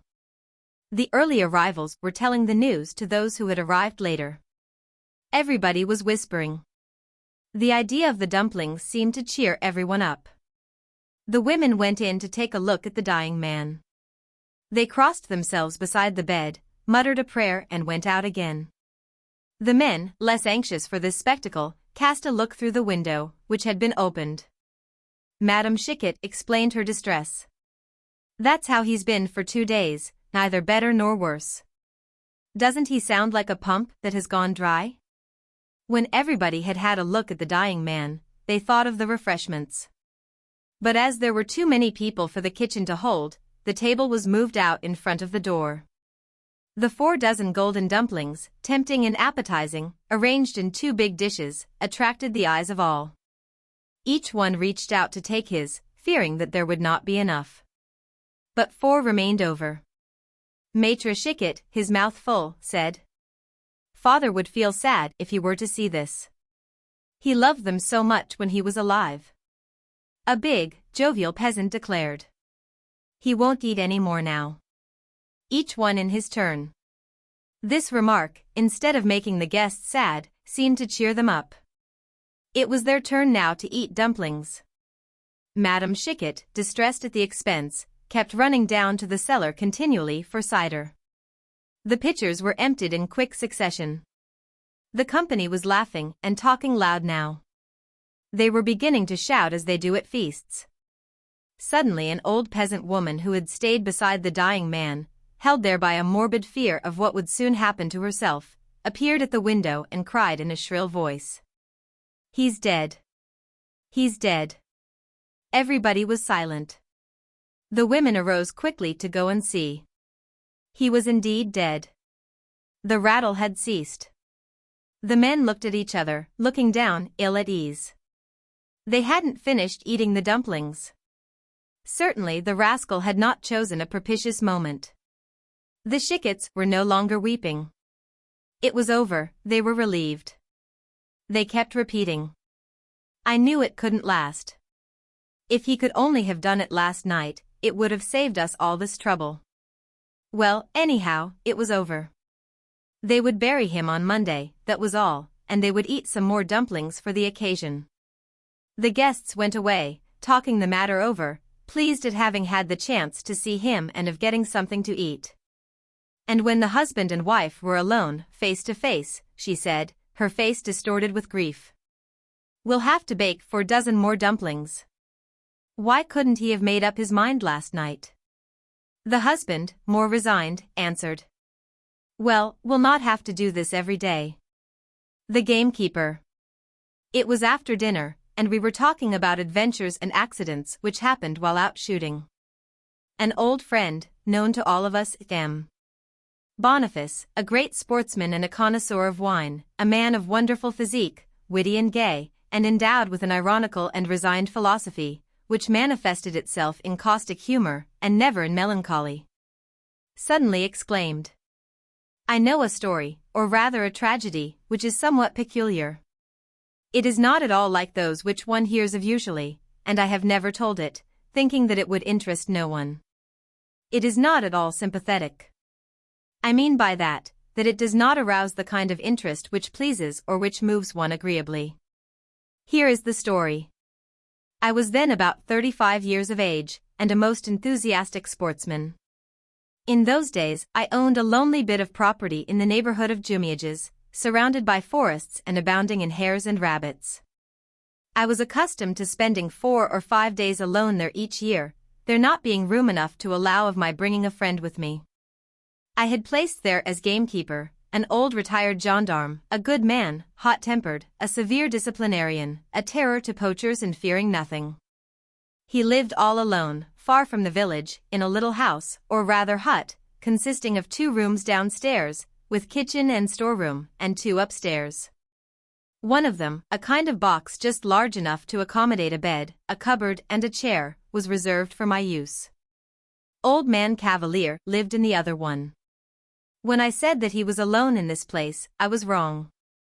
He had taken his nephew with him, a young scamp about 14 years old, who used to go to the village and run errands for the old man. This young scapegrace was long and lanky, with yellow hair, so light that it resembled the fluff of a plucked chicken, so thin that he seemed bald. Besides this, he had enormous feet and the hands of a giant. He was cross-eyed, and never looked at anyone. He struck me as being in the same relation to the human race as ill-smelling beasts are to the animal race. He reminded me of a polecat. He slept in a kind of hole at the top of the stairs which led to the 2 rooms. But during my short sojourns at the pavilion, so I called the hut, Marius would give up his nook to an old woman from Courcheville, called Celeste, who used to come and cook for me. As old man Cavalier's stews were not sufficient for my healthy appetite. You now know the characters and the locality. Here is the story. It was on the 15th of October, 1854, I shall remember that date as long as I live. I left Rouen on horseback, followed by my dog Bach, a big Dalmatian hound from Poitou, full-chested and with a heavy jaw, which could retrieve among the bushes like a Pontandimer spaniel.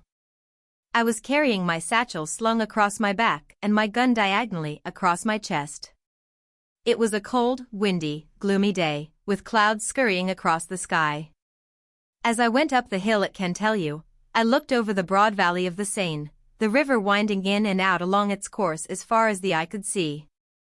To the right the towers of Rouen stood out against the sky, and to the left the landscape was bounded by the distant slopes covered with trees. Then I crossed the forest of Romare and, toward 5 o'clock, reached the pavilion, where Cavalier and Celeste were expecting me. For 10 years I had appeared there at the same time, in the same manner. And for 10 years the same faces had greeted me with the same words. "Welcome, master. We hope your health is good." Cavalier had hardly changed. He withstood time like an old tree. But Celeste, especially in the past 4 years, had become unrecognizable. She was bent almost double, and, although still active, when she walked her body was almost at right angles to her legs. The old woman, who was very devoted to me, always seemed affected at seeing me again, and each time, as I left, she would say, "This may be the last time, master." The sad, timid farewell of this old servant, this hopeless resignation to the inevitable fate which was not far off for her, moved me strangely each year. I dismounted, and while Cavalier, whom I had greeted, was leading my horse to the little shed which served as a stable, I entered the kitchen, which also served as dining room, followed by Celeste. Here the gamekeeper joined us. I saw at first glance that something was the matter. He seemed preoccupied, ill at ease, worried. I said to him, "Well, Cavalier, is everything all right?" He muttered, "Yes and no. There are things I don't like." I asked, "What?" "Tell me about it." But he shook his head. "No, not yet, monsieur. I do not wish to bother you with my little troubles so soon after your arrival." I insisted, but he absolutely refused to give me any information before dinner. From his expression, I could tell that it was something very serious.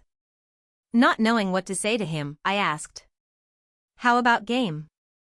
Much of it this year?" "Oh, yes. You'll find all you want." Thank heaven, I looked out for that. He said this with so much seriousness, with such sad solemnity, that it was really almost funny. His big gray mustache seemed almost ready to drop from his lips. Suddenly I remembered that I had not yet seen his nephew. "Where is Marius? Why does he not show himself?" The gamekeeper started, looking me suddenly in the face. "Well, monsieur, I had rather tell you the whole business right away, it's on account of him that I am worrying. Ah. Well, where is he? Over in the stable, monsieur. I was waiting for the right time to bring him out. What has he done? Well, monsieur. The gamekeeper, however, hesitated, his voice altered and shaky, his face suddenly furrowed by the deep lines of an old man. He continued slowly. Well, I found out, last winter, that someone was poaching in the woods of Roserays, but I couldn't seem to catch the man. I spent night after night on the lookout for him. In vain. During that time they began poaching over by at Courcheville. I was growing thin from vexation. But as for catching the trespasser, impossible. One might have thought that the rascal was forewarned of my plans. But one day, while I was brushing Marius' Sunday trousers, I found 40 cents in his pocket. Where did he get it? I thought the matter over for about a week, and I noticed that he used to go out. He would leave the house just as I was coming home to go to bed, yes, monsieur. Then I started to watch him, without the slightest suspicion of the real facts. One morning, just after I had gone to bed before him, I got right up again, and followed him. Foreshadowing a man, there is nobody like me, monsieur. And I caught him, Marius, poaching on your land, monsieur, he my nephew, I your keeper. The blood rushed to my head, and I almost killed him on the spot, I hit him so hard. Oh. Yes, I thrashed him all right. And I promised him that he would get another beating from my hand, in your presence, as an example. There. I have grown thin from sorrow. You know how it is when one is worried like that. But tell me, what would you have done? The boy has no father or mother, and I am the last one of his blood. I kept him, I couldn't drive him out, could I? I told him that if it happened again I would have no more pity for him, all would be over. There. Did I do right, monsieur? I answered, holding out my hand. You did well, cavalier, you are an honest man. He rose. Thank you, monsieur. Now I am going to fetch him. I must give him his thrashing, as an example. I knew that it was hopeless to try and turn the old man from his idea. I therefore let him have his own way. He got the rascal and brought him back by the ear. I was seated on a cane chair, with the solemn expression of a judge. Marius seemed to have grown, he was homelier even than the year before, with his evil, sneaking expression. His big hands seemed gigantic. His uncle pushed him up to me, and, in his soldierly voice, said, "Beg the gentleman's pardon." The boy didn't say a word. Then putting one arm round him, the former gendarme lifted him right off the ground, and began to whack him with such force that I rose to stop the blows.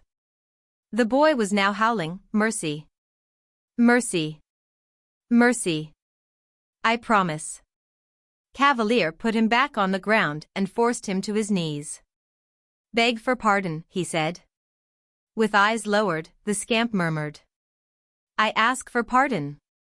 Then his uncle lifted him to his feet, and dismissed him with a cuff which almost knocked him down again. He made his escape, and I did not see him again that evening.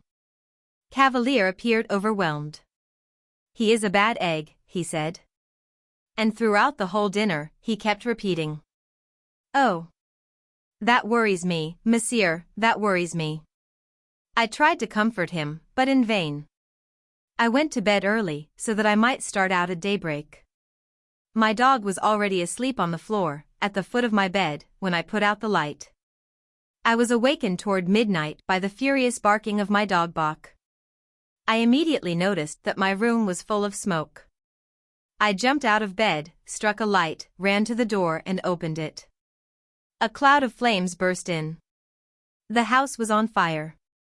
I quickly closed the heavy oak door and, drawing on my trousers, I first lowered the dog through the window, by means of a rope made of my sheets. Then, having thrown out the rest of my clothes, my game bag and my gun, I in turn escaped the same way. I began to shout with all my might, "Cavalier! Cavalier! Cavalier!" But the gamekeeper did not wake up. He slept soundly like an old gendarme. However, I could see through the lower windows that the whole ground floor was nothing but a roaring furnace. I also noticed that it had been filled with straw to make it burn readily. Somebody must purposely have set fire to the place. I continued shrieking wildly, "Cavalier!" Then the thought struck me that the smoke might be suffocating him. An idea came to me. I slipped 2 cartridges into my gun and shot straight at his window. The 6 panes of glass shattered into the room in a cloud of glass. This time the old man had heard me, and he appeared, dazed, in his nightshirt, bewildered by the glare which illumined the whole front of his house. I cried to him, "Your house is on fire. Escape through the window. Quick! Quick!" The flames were coming out through all the cracks downstairs, were licking along the wall, were creeping toward him and going to surround him. He jumped and landed on his feet, like a cat. It was none too soon. The thatched roof cracked in the middle, right over the staircase, which formed a kind of flue for the fire downstairs. And an immense red jet jumped up into the air, spreading like a stream of water and sprinkling a shower of sparks around the hut. In a few seconds it was nothing but a pool of flames. Cavalier, thunderstruck, asked, "How did the fire start?" I answered, "Somebody lit it in the kitchen." He muttered, "Who could have started the fire?" And I, suddenly guessing, answered, "Marius." The old man understood. He stammered, "Good God! That is why he didn't return." A terrible thought flashed through my mind. I cried, "And Celeste? Celeste?" He did not answer. The house caved in before us, forming only an enormous, bright, blinding brazier, an awe-inspiring funeral pile, where the poor woman could no longer be anything but a glowing ember of human flesh. We had not heard a single cry. As the fire crept toward the shed, I suddenly bethought me of my horse, and Cavalier ran to free it. Hardly had he opened the door of the stable, when a supple, nimble body darted between his legs and threw him on his face. It was Marius, running for all he was worth. The man was up in a second. He tried to run after the wretch, but, seeing that he could not catch him, and maddened by an irresistible anger, yielding to one of those thoughtless impulses which we cannot foresee or prevent, he picked up my gun, which was lying on the ground. Near him, put it to his shoulder, and, before I could make a motion, he pulled the trigger without even noticing whether or not the weapon was loaded. One of the cartridges which I had put in to announce the fire was still intact, and the charge caught the fugitive right in the back, throwing him forward on the ground, bleeding profusely. He immediately began to claw the earth with his hands and with his knees, as though trying to run on all fours like a rabbit who has been mortally wounded, and sees the hunter approaching. I rushed forward to the boy, but I could already hear the death rattle. He passed away before the fire was extinguished, without having said a word. Cavalier, still in his shirt, his legs bare, was standing near us, motionless, dazed. When the people from the village arrived, my gamekeeper was taken away, like an insane man. I appeared at the trial as witness, and related the facts in detail, without changing a thing. Cavalier was acquitted. He disappeared that very day, leaving the country. I have never seen him since. There, gentlemen, that is my story. The story of a farm girl. Part 1. As the weather was very fine, the people on the farm had hurried through their dinner and had returned to the fields. The servant, Rose, remained alone in the large kitchen, where the fire was dying out on the hearth beneath the large boiler of hot water. From time to time she dipped out some water and slowly washed her dishes, stopping occasionally to look at the 2 streaks of light which the sun threw across the long table through the window, and which showed the defects in the glass. 3 venturesome hens were picking up the crumbs under the chairs, while the smell of the poultry yard and the warmth from the cow stall came in through the half-open door, and a cock was heard crowing in the distance. When she had finished her work, wiped down the table, dusted the mantelpiece and put the plates on the high dresser close to the wooden clock with its loud tick-tock, she drew a long breath, as she felt rather oppressed, without exactly knowing why. She looked at the black clay walls, the rafters that were blackened with smoke and from which hung spiders' webs, smoked herrings and strings of onions, and then she sat down, rather overcome by the stale odor from the earthen floor, on which so many things had been continually spilled and which the heat brought out. With this there was mingled the sour smell of the pans of milk which were set out to raise the cream in the adjoining dairy. She wanted to sew, as usual, but she did not feel strong enough, and so she went to the door to get a mouthful of fresh air, which seemed to do her good. The fowls were lying on the steaming dunghill.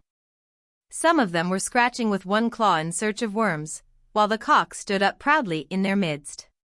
When he crowed, the cocks in all the neighboring farmyards replied to him, as if they were uttering challenges from farm to farm.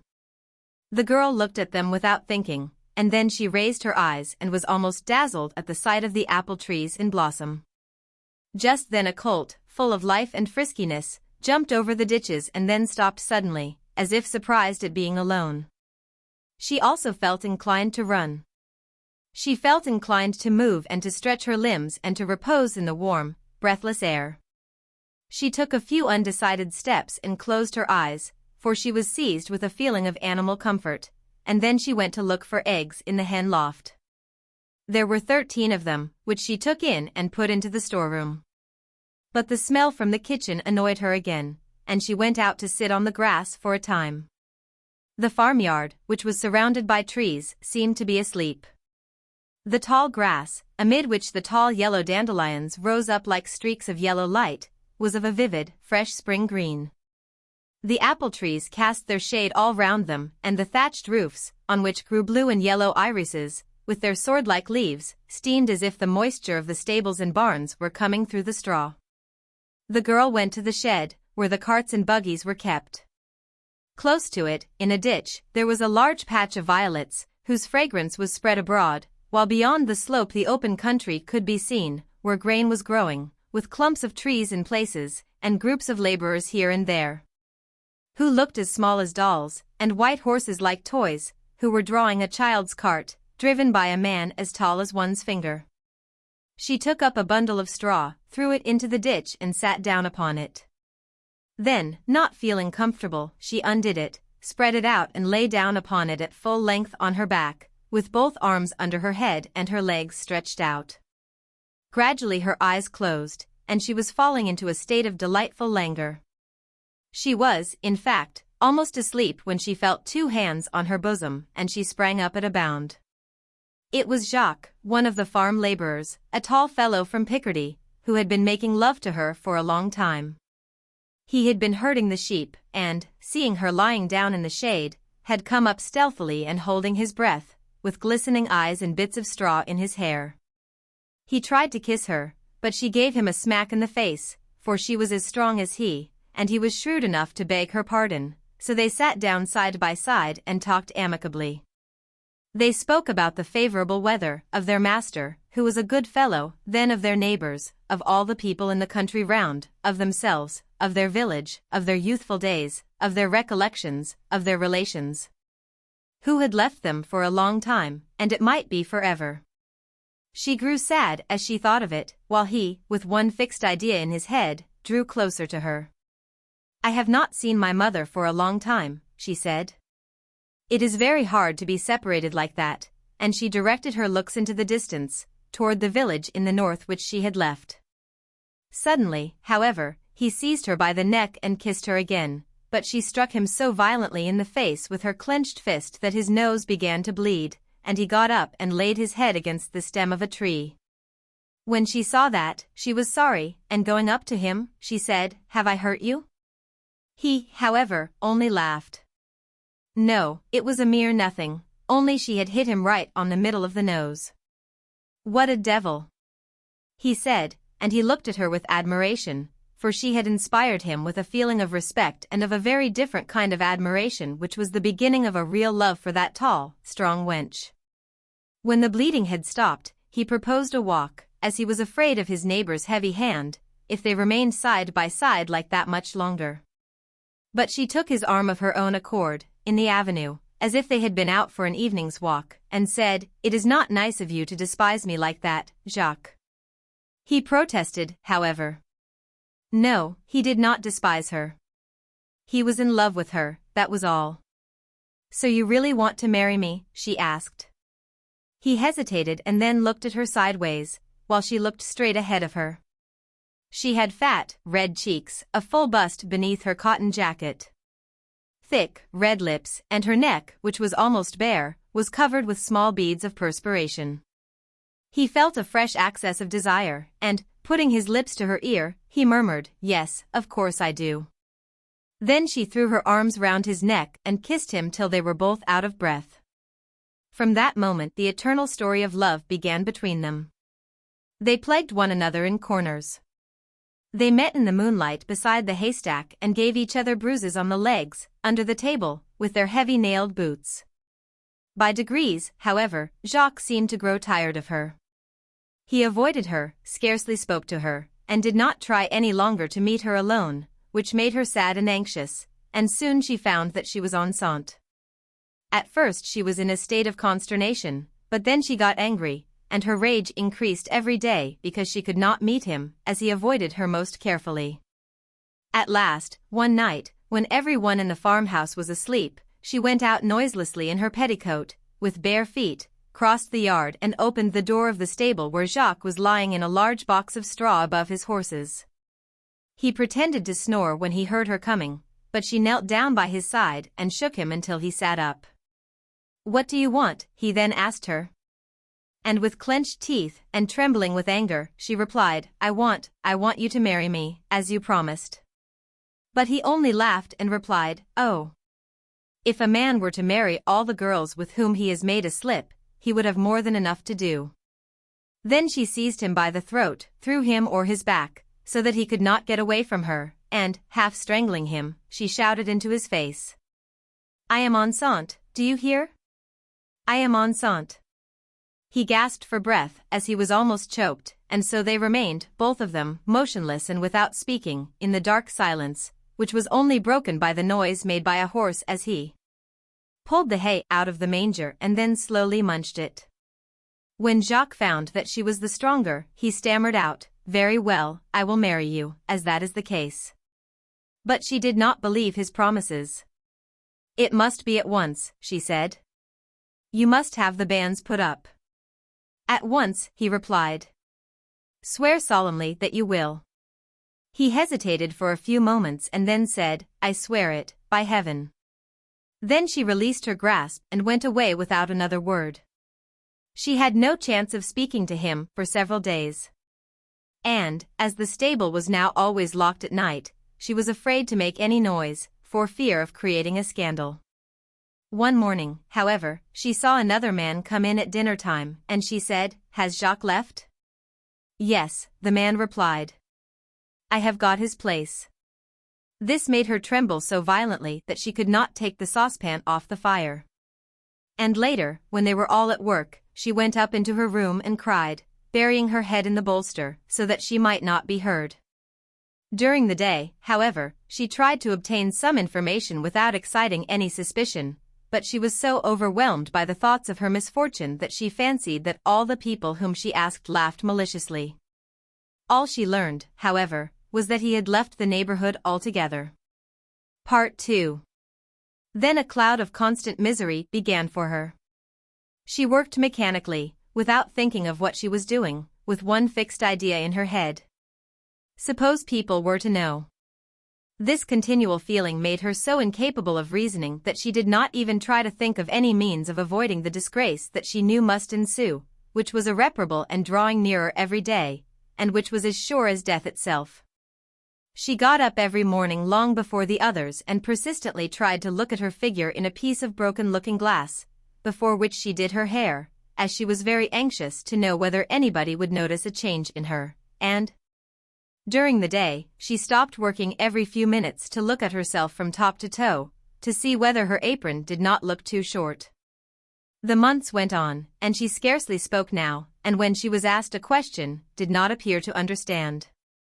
But she had a frightened look, haggard eyes and trembling hands, which made her master say to her occasionally, "My poor girl, how stupid you have grown lately." In church she hid behind a pillar, and no longer ventured to go to confession, as she feared to face the priest, to whom she attributed superhuman powers, which enabled him to read people's consciences. And at mealtimes the looks of her fellow servants almost made her faint with mental agony. And she was always fancying that she had been found out by the cowherd, a precocious and cunning little lad, whose bright eyes seemed always to be watching her. One morning the postman brought her a letter, and as she had never received one in her life before, she was so upset by it that she was obliged to sit down. Perhaps it was from him? But, as she could not read, she sat anxious and trembling with that piece of paper, covered with ink, in her hand. After a time, however, she put it into her pocket, as she did not venture to confide her secret to anyone. She often stopped in her work to look at those lines written at regular intervals, and which terminated in a signature, imagining vaguely that she would suddenly discover their meaning, until at last, as she felt half mad with impatience and anxiety, she went to the schoolmaster, who told her to sit down and read to her as follows. My dear daughter, I write to tell you that I am very ill. Our neighbor, Monsieur Dentu, begs you to come if you can. From your affectionate mother, Césaire Dentu, Deputy Mayor. She did not say a word and went away, but as soon as she was alone her legs gave way under her, and she fell down by the roadside and remained there till night. When she got back, she told the farmer her bad news, and he allowed her to go home for as long as she liked, and promised to have her work done by a charwoman and to take her back when she returned. Her mother died soon after she got there, and the next day Rose gave birth to a 7-months child, a miserable little skeleton, thin enough to make anybody shudder, and which seemed to be suffering continually.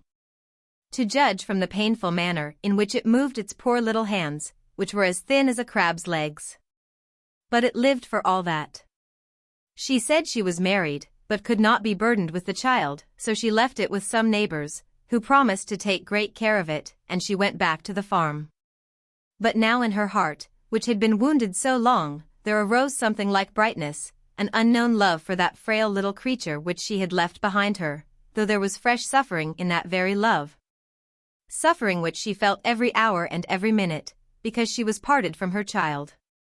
What pained her most, however, was the mad longing to kiss it, to press it in her arms, to feel the warmth of its little body against her breast. She could not sleep at night.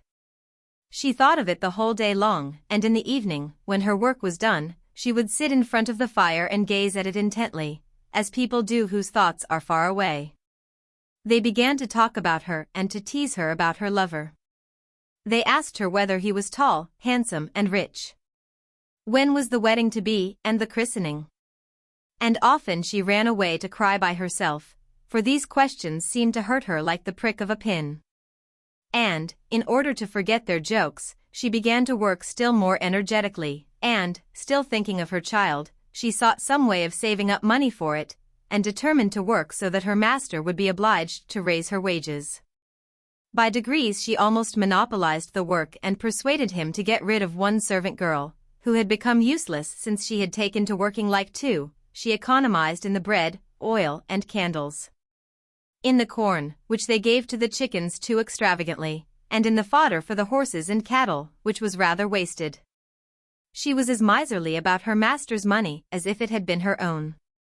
And, by dint of making good bargains, of getting high prices for all their produce, and by baffling the peasants' tricks when they offered anything for sale, he, at last, entrusted her with buying and selling everything, with the direction of all the laborers, and with the purchase of provisions necessary for the household. So that, in a short time, she became indispensable to him. She kept such a strict eye on everything about her that, under her direction, the farm prospered wonderfully, and for 5 miles around people talked of Master Valen's servant. And the farmer himself said everywhere, "That girl is worth more than her weight in gold." But time passed by, and her wages remained the same. Her hard work was accepted as something that was due from every good servant, and as a mere token of goodwill. And she began to think rather bitterly that if the farmer could put 50 or 100 crowns extra into the bank every month, thanks to her, she was still only earning her 200 francs a year, neither more nor less. And so she made up her mind to ask for an increase of wages. She went to see the schoolmaster 3 times about it, but when she got there, she spoke about something else. She felt a kind of modesty in asking for money, as if it were something disgraceful. But, at last, one day, when the farmer was having breakfast by himself in the kitchen, she said to him, with some embarrassment, that she wished to speak to him particularly. He raised his head in surprise, with both his hands on the table, holding his knife, with its point in the air, in one, and a piece of bread in the other, and he looked fixedly at the girl, who felt uncomfortable under his gaze, but asked for a week's holiday, so that she might get away, as she was not very well. He acceded to her request immediately, and then added, in some embarrassment himself, "When you come back, I shall have something to say to you myself." Part 3. The child was nearly 8 months old, and she did not recognize it. It had grown rosy and chubby all over, like a little roll of fat. She threw herself on it, as if it had been some prey, and kissed it so violently that it began to scream with terror. And then she began to cry herself, because it did not know her, and stretched out its arms to its nurse as soon as it saw her. But the next day it began to know her, and laughed when it saw her, and she took it into the fields, and ran about excitedly with it, and sat down under the shade of the trees. And then, for the first time in her life, she opened her heart to somebody, although he could not understand her, and told him her troubles. How hard her work was, her anxieties and her hopes, and she quite tired the child with the violence of her caresses. She took the greatest pleasure in handling it, in washing and dressing it, for it seemed to her that all this was the confirmation of her maternity. And she would look at it, almost feeling surprised that it was hers, and would say to herself in a low voice as she danced it in her arms, "It is my baby, it's my baby." She cried all the way home as she returned to the farm and had scarcely got in before her master called her into his room, and she went, feeling astonished and nervous, without knowing why. "Sit down there," he said. She sat down, and for some moments they remained side by side, in some embarrassment, with their arms hanging at their sides, as if they did not know what to do with them, and looking each other in the face, after the manner of peasants. The farmer, a stout, jovial, obstinate man of 45, who had lost 2 wives, evidently felt embarrassed, which was very unusual with him. But, at last, he made up his mind, and began to speak vaguely, hesitating a little, and looking out of the window as he talked. "How is it, Rose," he said, "that you have never thought of settling in life?" She grew as pale as death, and, seeing that she gave him no answer, he went on, "You are a good, steady, active and economical girl, and a wife like you would make a man's fortune." She did not move, but looked frightened. She did not even try to comprehend his meaning, for her thoughts were in a whirl, as if at the approach of some great danger. So, after waiting for a few seconds, he went on, "You see, a farm without a mistress can never succeed, even with a servant like you." Then he stopped, for he did not know what else to say, and Rose looked at him with the air of a person who thinks that he is face to face with a murderer and ready to flee at the slightest movement he may make. But, after waiting for about 5 minutes, he asked her, "Well, will it suit you?" "Will what suit me, master?" And he said quickly, "Why, to marry me, by heaven." She jumped up, but fell back on her chair, as if she had been struck, and there she remained motionless, like a person who is overwhelmed by some great misfortune. At last the farmer grew impatient and said, "Come, what more do you want?" She looked at him, almost in terror, then suddenly the tears came into her eyes and she said twice in a choking voice, I cannot. "Why not?" he asked. "Come, don't be silly, I will give you until tomorrow to think it over." And he hurried out of the room, very glad to have got through with the matter, which had troubled him a good deal. For he had no doubt that she would the next morning accept a proposal which she could never have expected and which would be a capital bargain for him. As he thus bound a woman to his interests who would certainly bring him more than if she had the best dowry in the district. Neither could there be any scruples about an unequal match between them, for in the country every one is very nearly equal. The farmer works with his laborers, who frequently become masters in their turn, and the female servants constantly become the mistresses of the establishments without its making any change in their life or habits. Rose did not go to bed that night. She threw herself, dressed as she was, on her bed, and she had not even the strength to cry left in her, she was so thoroughly dumbfounded.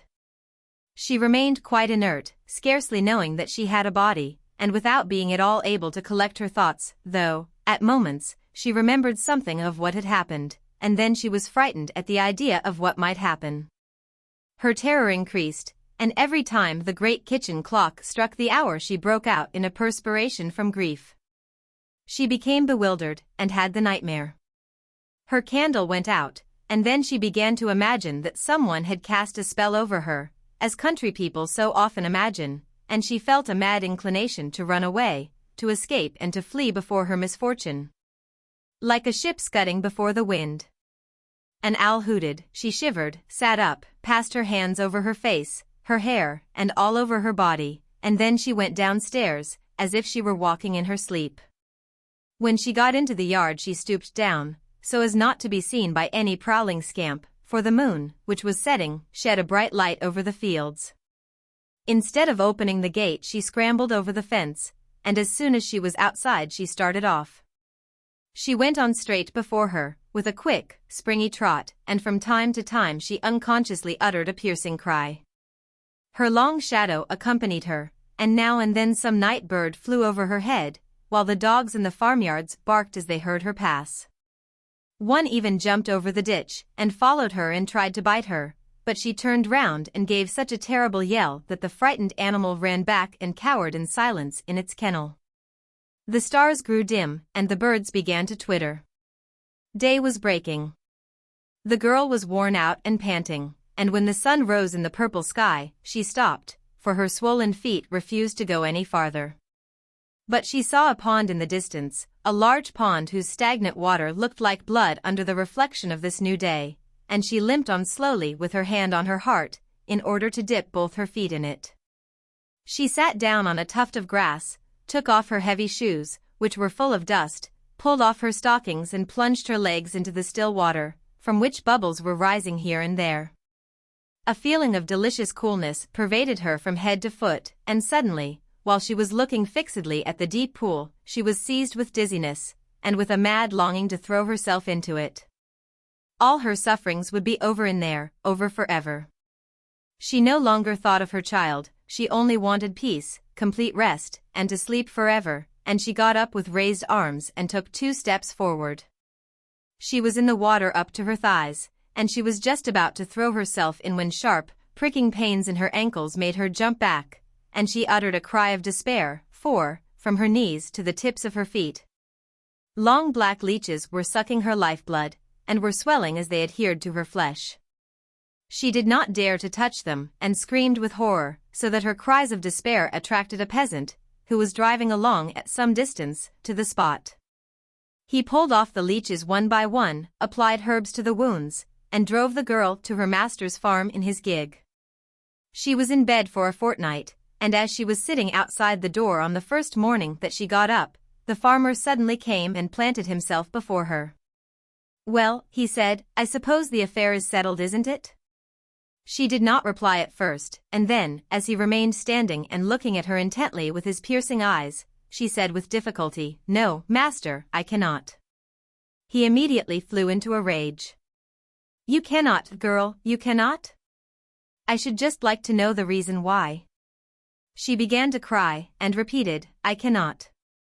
He looked at her, and then exclaimed angrily, "Then I suppose you have a lover?" "Perhaps that is it," she replied, trembling with shame. The man got as red as a poppy, and stammered out in a rage, "Ah!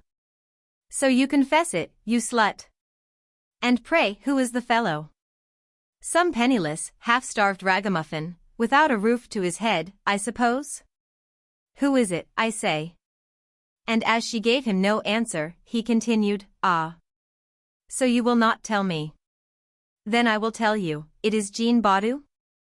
"No, not he," she exclaimed. "Then it is Pierre Martin?" "Oh! No, master." And he angrily mentioned all the young fellows in the neighborhood, while she denied that he had hit upon the right one, and every moment wiped her eyes with the corner of her blue apron.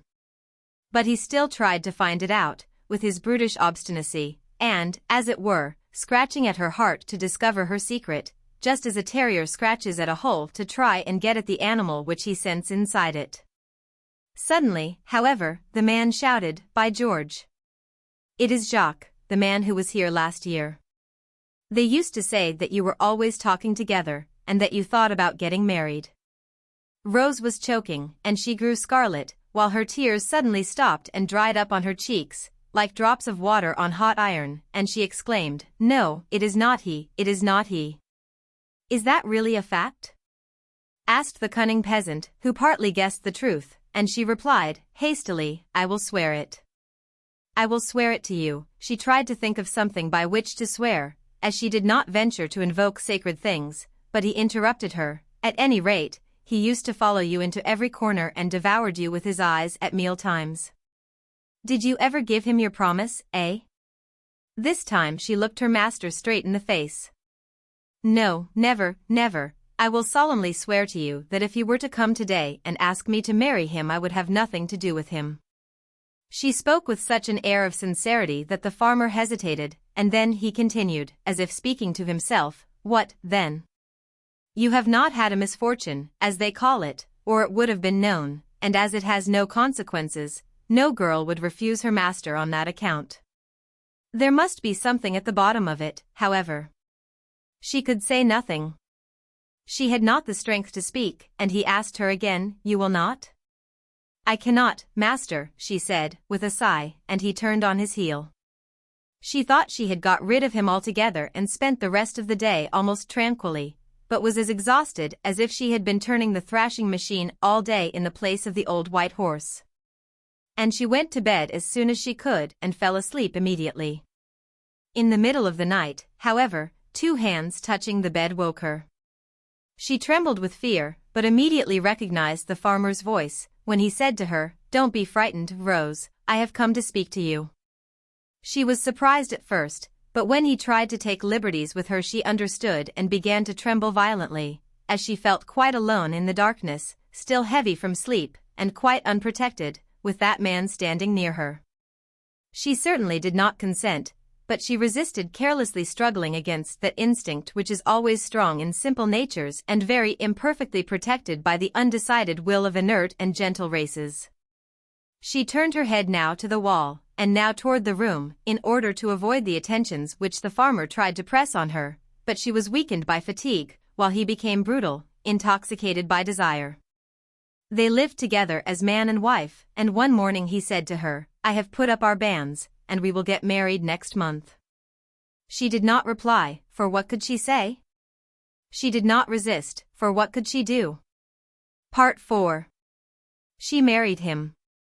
She felt as if she were in a pit with inaccessible sides from which she could never get out, and all kinds of misfortunes were hanging over her head, like huge rocks, which would fall on the first occasion. Her husband gave her the impression of a man whom she had robbed, and who would find it out some day or other.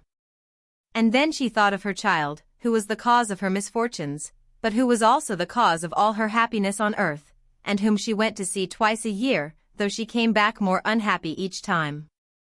But she gradually grew accustomed to her life, her fears were allayed, her heart was at rest, and she lived with an easier mind, though still with some vague fear floating in it. And so years went on, until the child was 6. She was almost happy now, when suddenly the farmer's temper grew very bad. For 2 or 3 years he seemed to have been nursing some secret anxiety, to be troubled by some care, some mental disturbance, which was gradually increasing.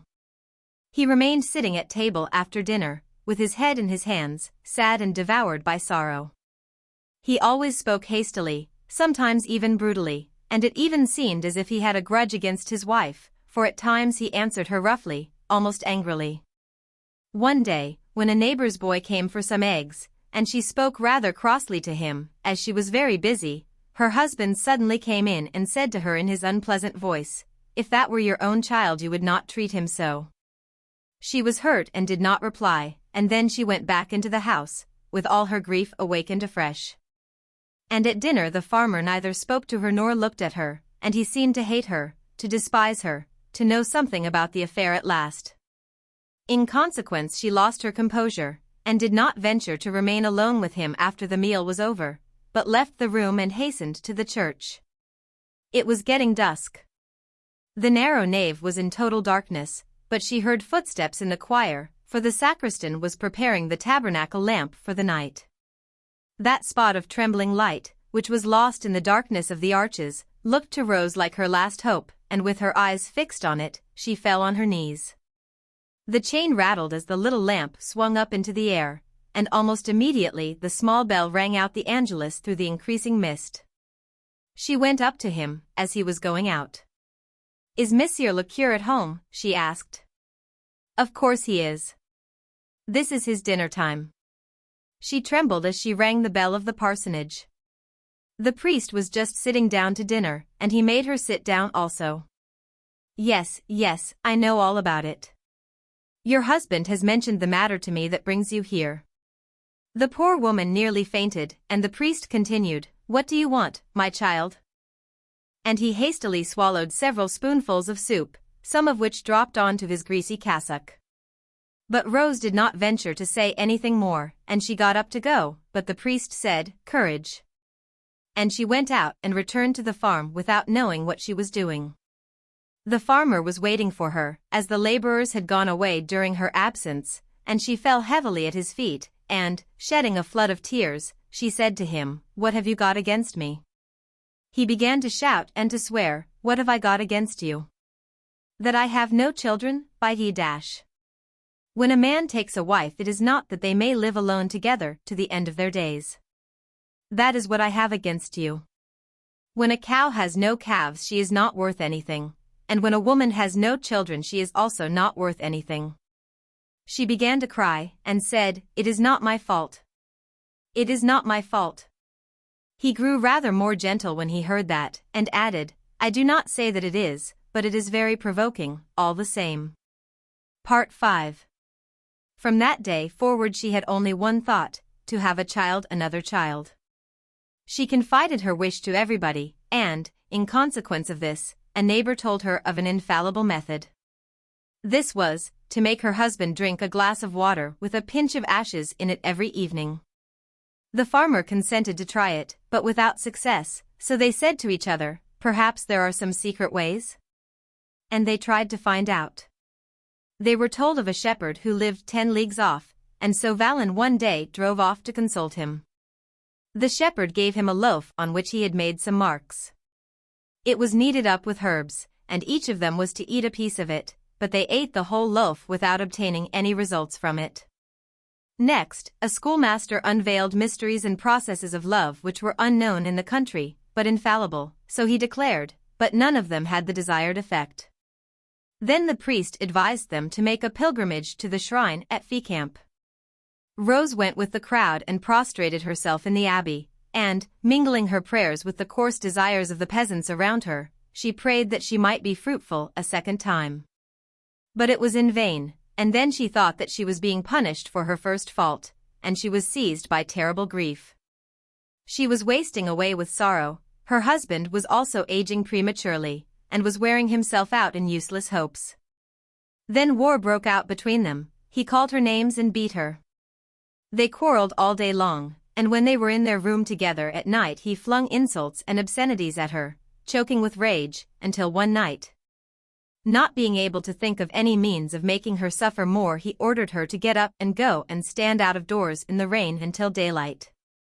As she did not obey him, he seized her by the neck and began to strike her in the face with his fists, but she said nothing and did not move. In his exasperation he knelt on her stomach, and with clenched teeth, and mad with rage, he began to beat her. Then in her despair she rebelled, and flinging him against the wall with a furious gesture, she sat up, and in an altered voice she hissed, "I have had a child, I have had one. I had it by Jacques, you know Jacques. He promised to marry me, but he left this neighborhood without keeping his word." The man was thunderstruck and could hardly speak, but at last he stammered out, "What are you saying? What are you saying?" Then she began to sob, and amid her tears she continued, "That was the reason why I did not want to marry you. I could not tell you, for you would have left me without any bread for my child. You have never had any children, so you cannot understand, you cannot understand." He said again, mechanically, with increasing surprise, "You have a child? You have a child? You took me by force, as I suppose you know?" "I did not want to marry you," she said, still sobbing. Then he got up, lit the candle, and began to walk up and down, with his arms behind him. She was cowering on the bed and crying, and suddenly he stopped in front of her, and said, "Then it is my fault that you have no children?" She gave him no answer, and he began to walk up and down again, and then, stopping again, he continued, "How old is your child?" "Just 6, she whispered. "Why did you not tell me about it?" he asked. "How could I?" she replied, with a sigh. He remained standing, motionless. "Come, get up," he said. She got up with some difficulty, and then, when she was standing on the floor, he suddenly began to laugh with the hearty laugh of his good days, and, seeing how surprised she was, he added, "Very well, we will go and fetch the child. As you and I can have none together." She was so scared that if she had had the strength she would assuredly have run away, but the farmer rubbed his hands and said, "I wanted to adopt one, and now we have found one. I asked the cure about an orphan some time ago." Then, still laughing, he kissed his weeping and agitated wife on both cheeks, and shouted out, as though she could not hear him, "Come along, mother, we will go and see whether there is any soup left. I should not mind a plateful." She put on her petticoat and they went downstairs. And while she was kneeling in front of the fireplace and lighting the fire under the saucepan, he continued to walk up and down the kitchen with long strides, repeating, "Well, I am really glad of this. I am not saying it for form's sake, but I am glad, I am really very glad." The wreck. It was yesterday, the 31st of December. I had just finished breakfast with my old friend Georges Guérin when the servant handed him a letter covered with seals and foreign stamps. Georges said, "Will you excuse me?" "Certainly." And so he began to read the letter, which was written in a large English handwriting, crossed and recrossed in every direction. He read them slowly, with serious attention and the interest which we only pay to things which touch our hearts. Then he put the letter on the mantelpiece and said, "That was a curious story. I've never told you about it, I think. Yet it was a sentimental adventure, and it really happened to me. That was a strange New Year's Day, indeed. It must have been 20 years ago, for I was then 30 and am now 50 years old. I was then an inspector in the Maritime Insurance Company, of which I am now director. I had arranged to pass New Year's Day in Paris, since it is customary to make that day a fête, when I received a letter from the manager, asking me to proceed at once to the island of Ré, where a 3-masted vessel from St. Nazaire, insured by us, had just been driven ashore. It was then 8 o'clock in the morning. I arrived at the office at 10 to get my advices, and that evening I took the express, which put me down in La Rochelle the next day, the 31st of December. I had 2 hours to wait before going aboard the boat for Ré. So I made a tour of the town. It is certainly a queer city, La Rochelle, with strong characteristics of its own streets tangled like a labyrinth, sidewalks running under endless arcaded galleries like those of the Rue de Rivoli, but low, mysterious. Built as if to form a suitable setting for conspirators and making a striking background for those old-time wars, the savage heroic wars of religion. It is indeed the typical old Huguenot city, conservative, discreet, with no fine art to show, with no wonderful monuments such as make Rouen, but it is remarkable for its severe, somewhat sullen look. It is a city of obstinate fighters, a city where fanaticism might well blossom, where the faith of the Calvinists became enthusiastic and which gave birth to the plot of the Four Sergeants. After I had wandered for some time about these curious streets, I went aboard the black, rotund little steamboat which was to take me to the island of Ré. It was called the Jean Guiton. It started with angry puffings, passed between the 2 old towers which guard the harbor, crossed the roadstead and issued from the mole built by Richelieu, the great stones of which can be seen at the water's edge, enclosing the town like a great necklace. Then the steamboat turned to the right. It was one of those sad days which give one the blues, tighten the heart and take away all strength and energy, and force a grey, cold day, with a heavy mist which was as wet as rain, as cold as frost, as bad to breathe as the steam of a washtub. Under this low sky of dismal fog, the shallow, yellow, sandy sea of all practically level beaches lay without a wrinkle, without a movement, without life, a sea of turbid water, of greasy water, of stagnant water. The Jean Guiton passed over it, rolling a little from habit, dividing the smooth, dark blue water and leaving behind a few waves, a little splashing, a slight swell, which soon calmed down. I began to talk to the captain, a little man with small feet, as round as his boat and rolling in the same manner. I wanted some details of the disaster on which I was to draw up a report. A great square-rigged three-master, the Marie Joseph, of Saint Nazaire, had gone ashore one night in a hurricane on the sands of the island of Ré. The owner wrote us that the storm had thrown the ship so far ashore that it was impossible to float her and that they had to remove everything which could be detached with the utmost possible haste. Nevertheless, I must examine the situation of the wreck, estimate what must have been her condition before the disaster and decide whether all efforts had been used to get her afloat. I came as an agent of the company in order to give contradictory testimony, if necessary, at the trial. On receipt of my report, the manager would take what measures he might think necessary to protect our interests. The captain of the Jean Guiton knew all about the affair, having been summoned with his boat to assist in the attempts at salvage. He told me the story of the disaster. The Marie Joseph, driven by a furious gale, lost her bearings completely in the night, and steering by chance over a heavy foaming sea, a milk-soup sea, said the captain, had gone ashore on those immense sandbanks which make the coasts of this country look like limitless Saharas when the tide is low. While talking, I looked around and ahead. Between the ocean and the lowering sky lay an open space where the eye could see into the distance. We were following a coast. I asked, "Is that the island of Ré?" "Yes, sir." And suddenly the captain stretched his right hand out before us, pointed to something almost imperceptible in the open sea, and said, "There's your ship." "The Marie Joseph." "Yes." I was amazed. This black, almost imperceptible speck, which looked to me like a rock, seemed at least 3 miles from land. I continued, "But, Captain, there must be 100 fathoms of water in that place." He began to laugh. 100 fathoms, my child. Well, I should say about 2. He was from Bordeaux. He continued, "It's now 9:40, just high tide. Go down along the beach with your hands in your pockets after you've had lunch at the Hotel du Dauphin, and I'll wager that at 10 minutes to 3, or 3 o'clock, you'll reach the wreck without wetting your feet.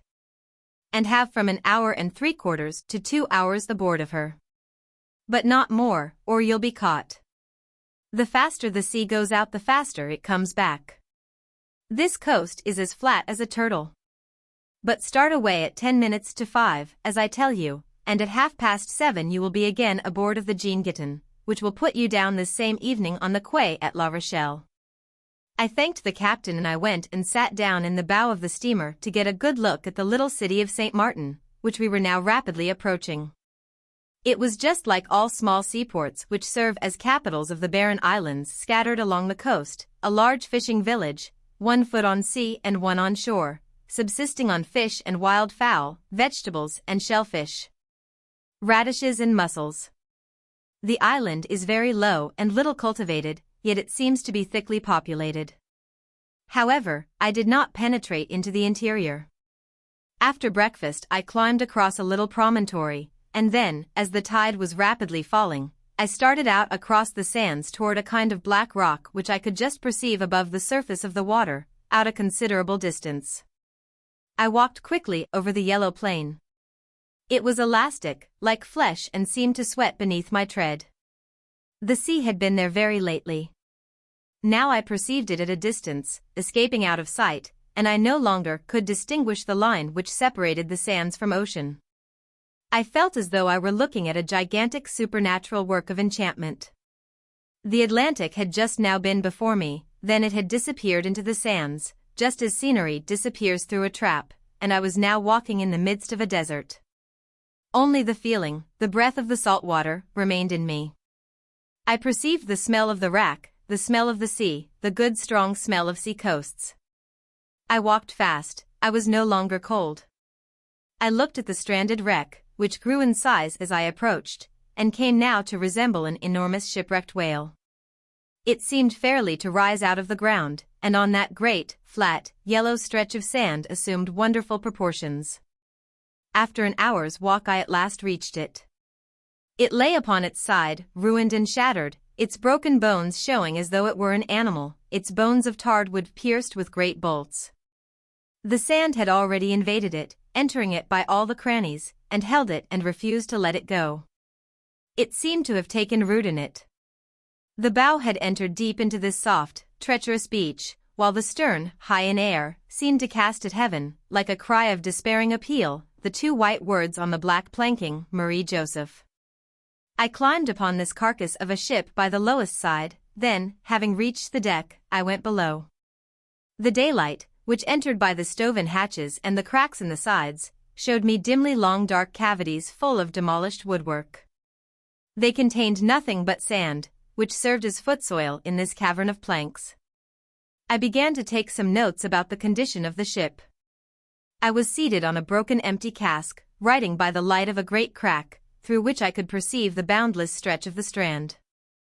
A strange shivering of cold and loneliness ran over my skin from time to time, and I would often stop writing for a moment to listen to the mysterious noises in the derelict, the noise of crabs scratching the planking with their crooked claws.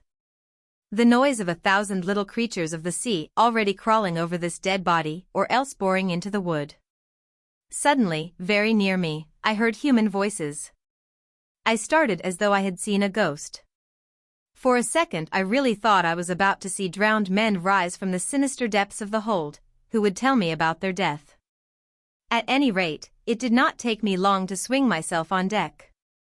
There, standing by the bows, was a tall Englishman with 3 young misses. Certainly they were a good deal more frightened at seeing this sudden apparition on the abandoned three-master than I was at seeing them. The youngest girl turned and ran, the 2 others threw their arms round their father. As for him, he opened his mouth, that was the only sign of emotion which he showed. Then, after several seconds, he spoke. "Monsieur, are you the owner of this ship?" "I am." "May I go over it?" "You may." Then he uttered a long sentence in English, in which I only distinguished the word gracious, repeated several times. As he was looking for a place to climb up, I showed him the easiest way, and gave him a hand. He climbed up. Then we helped up the 3 girls, who had now quite recovered their composure.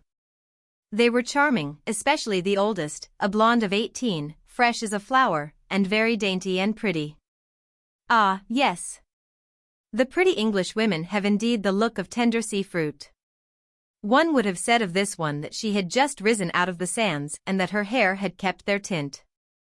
They all, with their exquisite freshness, make you think of the delicate colors of pink seashells and of shining pearls hidden in the unknown depths of the ocean. She spoke French a little better than her father and acted as interpreter. I had to tell all about the shipwreck, and I romanced as though I had been present at the catastrophe. Then the whole family descended into the interior of the wreck. As soon as they had penetrated into this somber, dimly lit cavity, they uttered cries of astonishment and admiration. Suddenly the father and his 3 daughters were holding sketchbooks in their hands, which they had doubtless carried hidden somewhere in their heavy weatherproof clothes, and were all beginning at once to make pencil sketches of this melancholy and weird place. They had seated themselves side by side on a projecting beam, and the 4 sketchbooks on the 8 knees were being rapidly covered with little black lines which were intended to represent the half-opened hulk of the Marie Joseph. I continued to inspect the skeleton of the ship, and the oldest girl talked to me while she worked. They had none of the usual English arrogance. They were simple honest hearts of that class of continuous travelers with which England covers the globe. The father was long and thin, with a red face framed in white whiskers, and looking like a living sandwich, a piece of ham carved like a face between 2 wads of hair. The daughters, who had long legs like young storks, were also thin except the oldest. All 3 were pretty, especially the tallest. She had such a droll way of speaking, of laughing, of understanding and of not understanding, of raising her eyes to ask a question, eyes blue as the deep ocean, of stopping her drawing a moment to make a guess at what you meant, of returning once more to work, of saying yes or no, that I could have listened and looked indefinitely. Suddenly she murmured, "I hear a little sound on this boat." I listened and I immediately distinguished a low, steady, curious sound. I rose and looked out of the crack and gave a scream. The sea had come up to us, it would soon surround us. We were on deck in an instant. It was too late. The water circled us about and was running toward the coast at tremendous speed. No, it did not run, it glided, crept, spread like an immense, limitless blot. The water was barely a few centimeters deep, but the rising flood had gone so far that we no longer saw the vanishing line of the imperceptible tide. The Englishman wanted to jump. I held him back. Flight was impossible because of the deep places which we had been obliged to go round on our way out and into which we should fall on our return. There was a minute of horrible anguish in our hearts. Then the little English girl began to smile and murmured, "It is we who are shipwrecked." I tried to laugh, but fear held me, a fear which was cowardly and horrid and base and treacherous like the tide. All the danger which we ran appeared to me at once. I wanted to shriek, "Help!" But to whom? The two younger girls were clinging to their father, who looked in consternation at the measureless sea which hedged us round about. The night fell as swiftly as the ocean rose, a lowering, wet, icy night. I said, "There's nothing to do but to stay on the ship." The Englishman answered, "Oh, yes." And we waited there a quarter of an hour, half an hour, indeed I don't know how long, watching that creeping water growing deeper as it swirled around us, as though it were playing on the beach, which it had regained. One of the young girls was cold, and we went below to shelter ourselves from the light but freezing wind that made our skins tingle. I leaned over the hatchway. The ship was full of water. So we had to cower against the stern planking, which shielded us a little. Darkness was now coming on, and we remained huddled together. I felt the shoulder of the little English girl trembling against mine, her teeth chattering from time to time. But I also felt the gentle warmth of her body through her ulster, and that warmth was as delicious to me as a kiss. We no longer spoke, we sat motionless, mute, cowering down like animals in a ditch when a hurricane is raging. And, nevertheless, despite the night, despite the terrible and increasing danger, I began to feel happy that I was there, glad of the cold and the peril. Glad of the long hours of darkness and anguish that I must pass on this plank so near this dainty, pretty little girl. I asked myself, why this strange sensation of well-being and of joy? Why? Does one know? Because she was there? Who? She, a little unknown English girl? I did not love her, I did not even know her. And for all that, I was touched and conquered. I wanted to save her, to sacrifice myself for her, to commit 1,000 follies. Strange thing. How does it happen that the presence of a woman overwhelms us so? Is it the power of her grace which enfolds us? Is it the seduction of her beauty and youth, which intoxicates one like wine? Is it not rather the touch of love the mysterious, who seeks constantly to unite two beings, who tries his strength the instant he has put a man and a woman face to face? The silence of the darkness became terrible, the stillness of the sky dreadful, because we could hear vaguely about us a slight, continuous sound, the sound of the rising tide and the monotonous plashing of the water against the ship. Suddenly I heard the sound of sobs. The youngest of the girls was crying. Her father tried to console her, and they began to talk in their own tongue, which I did not understand. I guessed that he was reassuring her and that she was still afraid. I asked my neighbor, "You are not too cold, are you, mademoiselle?" "Oh, yes. I am very cold." I offered to give her my cloak, she refused it. But I had taken it off and I covered her with it against her will. In the short struggle her hand touched mine. It made a delicious thrill run through my body. For some minutes the air had been growing brisker, the dashing of the water stronger against the flanks of the ship.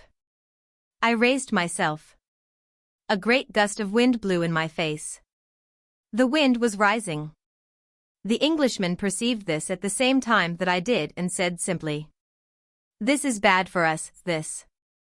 Of course it was bad, it was certain death if any breakers, however feeble, should attack and shake the wreck, which was already so shattered and disconnected that the first big sea would carry it off. So our anguish increased momentarily as the squalls grew stronger and stronger. Now the sea broke a little, and I saw in the darkness white lines appearing and disappearing, lines of foam, while each wave struck the Marie Joseph and shook her with a short quiver which went to our hearts.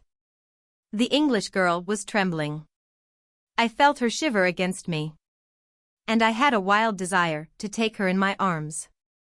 Down there, before and behind us, to the left and right, lighthouses were shining along the shore, lighthouses white, yellow and red, revolving like the enormous eyes of giants who were watching us, waiting eagerly for us to disappear.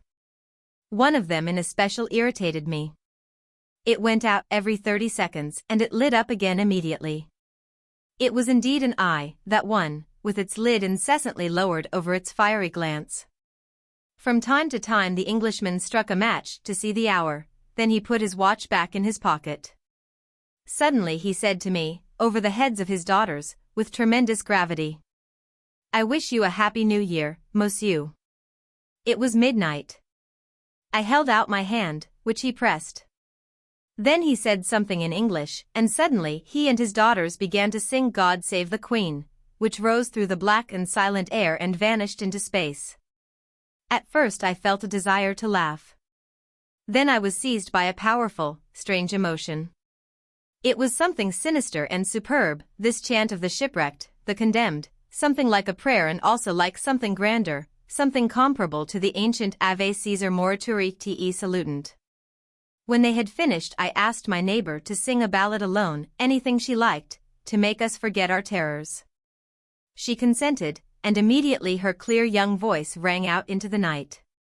She sang something which was doubtless sad, because the notes were long drawn out and hovered, like wounded birds, above the waves. The sea was rising now and beating upon our wreck. As for me, I thought only of that voice. And I thought also of the sirens. If a ship had passed near by us, what would the sailors have said? My troubled spirit lost itself in the dream. A siren. Was she not really a siren, this daughter of the sea, who had kept me on this worm-eaten ship and who was soon about to go down with me deep into the waters? But suddenly we were all five rolling on the deck, because the Marie Joseph had sunk on her right side. The English girl had fallen upon me, and before I knew what I was doing, thinking that my last moment was come, I had caught her in my arms and kissed her cheek, her temple and her hair. The ship did not move again, and we also, remained motionless. The father said, "Kate." The one whom I was holding answered yes and made a movement to free herself. And at that moment I should have wished the ship to split in two and let me fall with her into the sea. The Englishman continued. "A little rocking, it's nothing. I have my 3 daughters safe." Not having seen the oldest, he had thought she was lost overboard. I rose slowly, and suddenly I made out a light on the sea quite close to us. I shouted, they answered. It was a boat sent out in search of us by the hotel keeper, who had guessed at our imprudence. We were saved. I was in despair. They picked us up off our raft and they brought us back to St. Martin. The Englishman began to rub his hand and murmur. "A good supper. A good supper." We did sup. I was not gay. I regretted the Marie Joseph. We had to separate the next day after much handshaking and many promises to write. They departed for Biarritz. I wanted to follow them. I was hard hit. I wanted to ask this little girl to marry me. If we had passed 8 days together, I should have done so. How weak and incomprehensible a man sometimes is. 2 years passed without my hearing a word from them. Then I received a letter from New York. She was married and wrote to tell me. And since then we write to each other every year, on New Year's Day. She tells me about her life, talks of her children, her sisters, never of her husband. Why? Ah. Why? And as for me, I only talk of the Marie Joseph. That was perhaps the only woman I have ever loved, no, that I ever should have loved. Ah, well. Who can tell? Circumstances rule one. And then, all passes. She must be old now, I should not know her. Ah. She of the bygone time, she of the wreck. What a creature! Divine. She writes me her hair is white.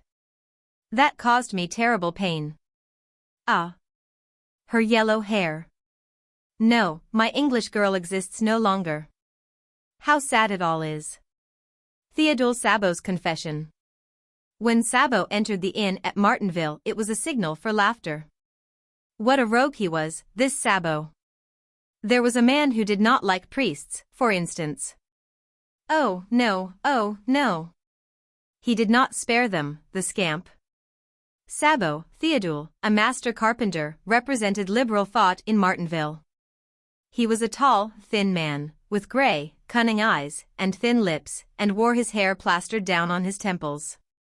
When he said, "Our Holy Father, the Pope," in a certain manner, everyone laughed. He made a point of working on Sunday during the hour of Mass. He killed his pig each year on Monday in Holy Week in order to have enough black pudding to last till Easter, and when the priest passed by, he always said by way of a joke, "There goes one who has just swallowed his god off a salver." The priest, a stout man and also very tall, dreaded him on account of his boastful talk which attracted followers. The Abbé Maritime was a politic man, and believed in being diplomatic. There had been a rivalry between them for 10 years, a secret, intense, incessant rivalry. Sabot was municipal councillor, and they thought he would become mayor, which would inevitably mean the final overthrow of the church. The elections were about to take place. The church party was shaking in its shoes in Martinville. One morning the curé set out for Rouen, telling his servant that he was going to see the archbishop. He returned in 2 days with a joyous, triumphant air. And everyone knew the following day that the chancel of the church was going to be renovated. A sum of 600 francs had been contributed by the archbishop out of his private fund. All the old pine pews were to be removed, and replaced by new pews made of oak. It would be a big carpentering job, and they talked about it that very evening in all the houses in the village. Théodule Sabot was not laughing. When he went through the village the following morning, the neighbors, friends and enemies, all asked him, jokingly, "Are you going to do the work on the chancel of the church?" He could find nothing to say, but he was furious, he was good and angry.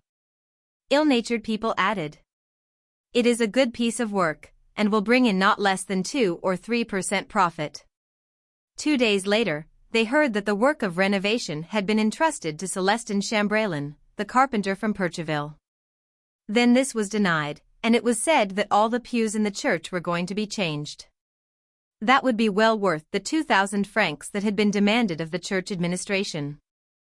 Théodule Sabot could not sleep for thinking about it. Never, in all the memory of man, had a country carpenter undertaken a similar piece of work. Then a rumor spread abroad that the curé felt very grieved that he had to give this work to a carpenter who was a stranger in the community, but that Sabot's opinions were a barrier to his being entrusted with the job. Sabot knew it well. He called at the parsonage just as it was growing dark. The servant told him that the curé was at church. He went to the church. 2 attendants on the altar of the Virgin, 2 sour old maids, were decorating the altar for the month of Mary, under the direction of the priest, who stood in the middle of the chancel with his portly paunch, directing the 2 women who, mounted on chairs, were placing flowers around the tabernacle. Sabot felt ill at ease in there, as though he were in the house of his greatest enemy, but the greed of gain was gnawing at his heart. He drew nearer, holding his cap in his hand, and not paying any attention to the Demoiselles de la Vierge, who remained standing startled, astonished, motionless on their chairs. He faltered. "Good morning, Monsieur le Curé." The priest replied without looking at him, all occupied as he was with the altar. "Good morning, Mr. Carpenter." Sabot, nonplussed, knew not what to say next. But after a pause he remarked. You are making preparations? Abbé Maritime replied. Yes, we are near the month of Mary. Why, remarked Sabot and then was silent. He would have liked to retire now without saying anything, but a glance at the chancel held him back. He saw 16 seats that had to be remade, 6 to the right and 8 to the left, the door of the sacristy occupying the place of 2. 16 oak seats, that would be worth at most 300 francs, and by figuring carefully one might certainly make 200 francs on the work if one were not clumsy. Then he stammered out. I have come about the work. The curé appeared surprised. He asked. What work? The work to be done, murmured Sabot, in dismay. Then the priest turned round and looking him straight in the eyes, said. Do you mean the repairs in the chancel of my church? At the tone of the abbé, Théodule Sabot felt a chill run down his back and he once more had a longing to take to his heels. However, he replied humbly. Why, yes, monsieur le curé. Then the abbé folded his arms across his large stomach and, as if filled with amazement, said. Is it you, Sabot, who have come to ask me for this? You, the only irreligious man in my parish. Why, it would be a scandal, a public scandal. The archbishop would give me a reprimand, perhaps transfer me. He stopped a few seconds, for breath, and then resumed in a calmer tone. I can understand that it pains you to see a work of such importance entrusted to a carpenter from a neighboring parish. But I cannot do otherwise, unless, but no, it is impossible, you would not consent, and unless you did, never. Sabot now looked at the row of benches in line as far as the entrance door. Christopher, if they were going to change all those? And he asked.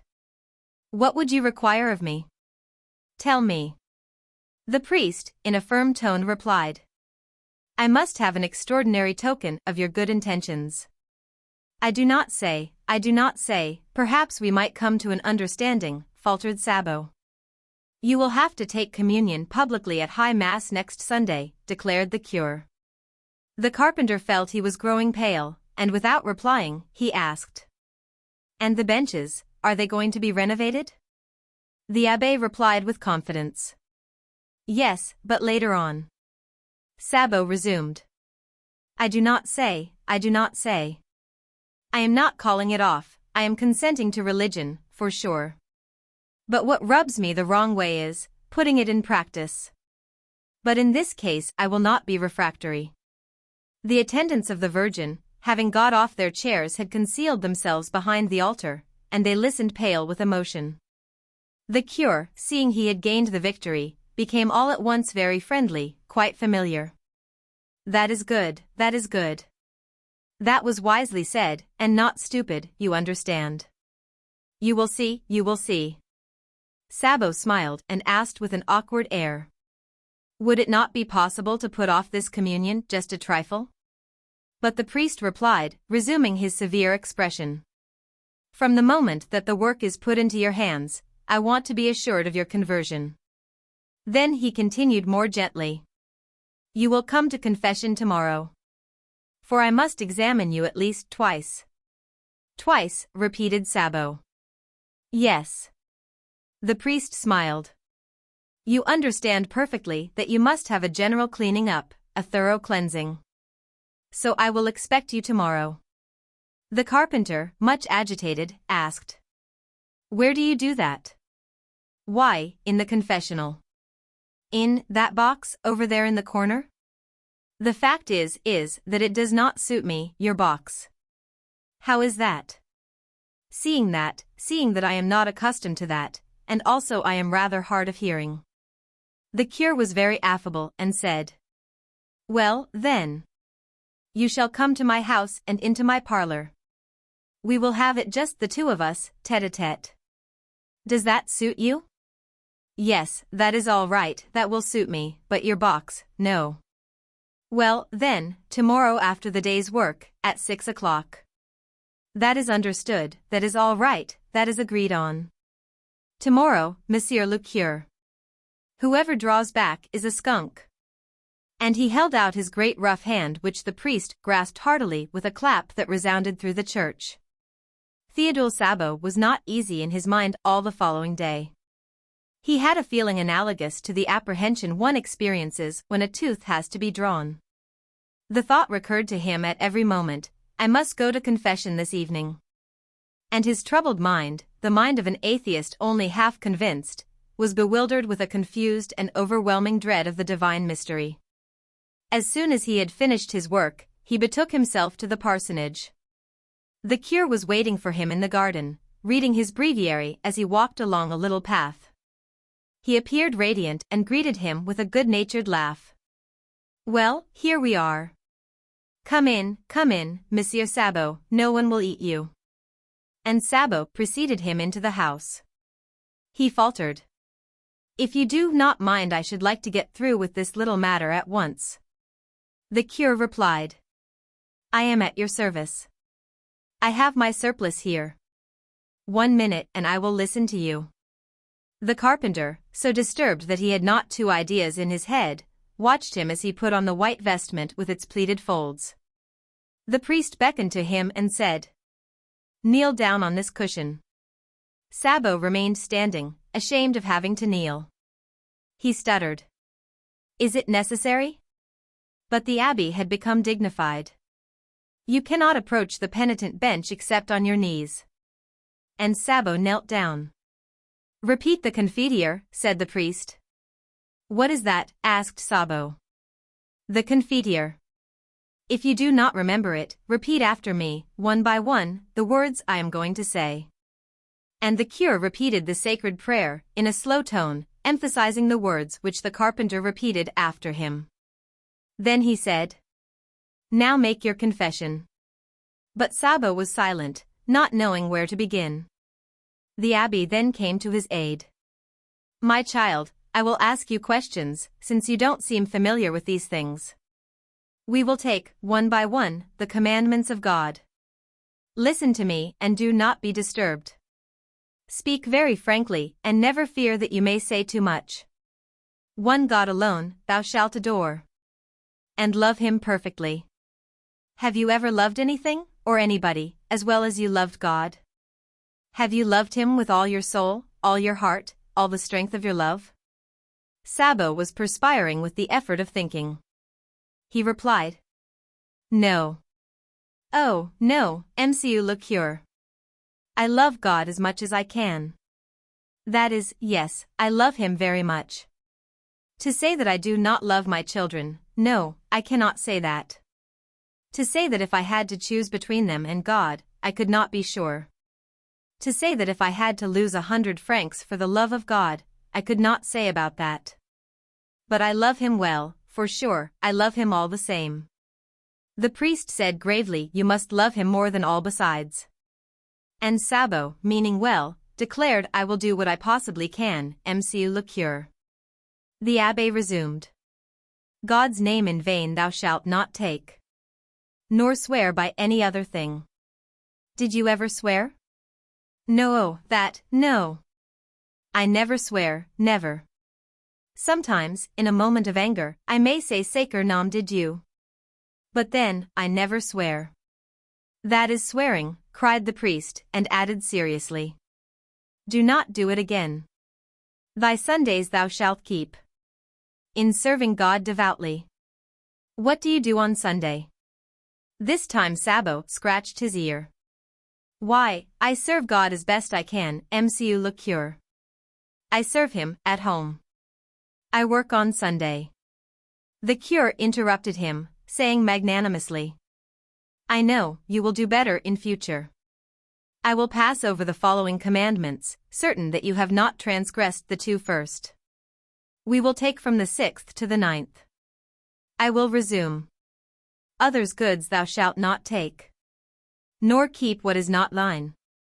Have you ever taken in any way what belonged to another? But Theodule Sabo became indignant. Of course not, of course not. I am an honest man, Monsieur le curé, I swear it, for sure. To say that I have not sometimes charged for a few more hours of work to customers who had means, I could not say that. To say that I never add a few centimes to bills, only a few, I would not say that. But to steal, no. Oh, not that, no. The priest resumed severely. To take one single centime constitutes a theft. Do not do it again. False witness thou shalt not bear. Nor lie in any way. Have you ever told a lie? No, as to that, no. I am not a liar. That is my quality. To say that I have never told a big story, I would not like to say that. To say that I have never made people believe things that were not true when it was to my own interest, I would not like to say that. But as for lying, I am not a liar. The priest simply said, watch yourself more closely. Then he continued. The works of the flesh thou shalt not desire. Except in marriage only. Did you ever desire, or live with any other woman than your wife? Sabot exclaimed with sincerity. As to that, no, oh, as to that, no, monsieur le curé. My poor wife, deceive her. No, no. Not so much as the tip of a finger either in thought or in act. That is the truth.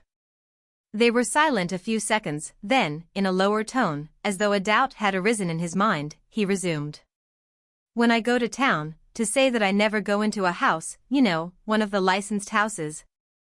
Just to laugh and talk and see something different, I could not say that. But I always pay, monsieur le curé, I always pay. From the moment you pay, without anyone seeing or knowing you, no one can get you into trouble. The curé did not insist, and gave him absolution. Théodule Sabot did the work on the chancel, and goes to communion every month. The wrong house. Quartermaster Verrajou had obtained a week's leave to go and visit his sister, Madame Padoy. Verrajou, who was in garrison at Rennes and was leading a pretty gay life, finding himself high and dry, wrote to his sister saying that he would devote a week to her.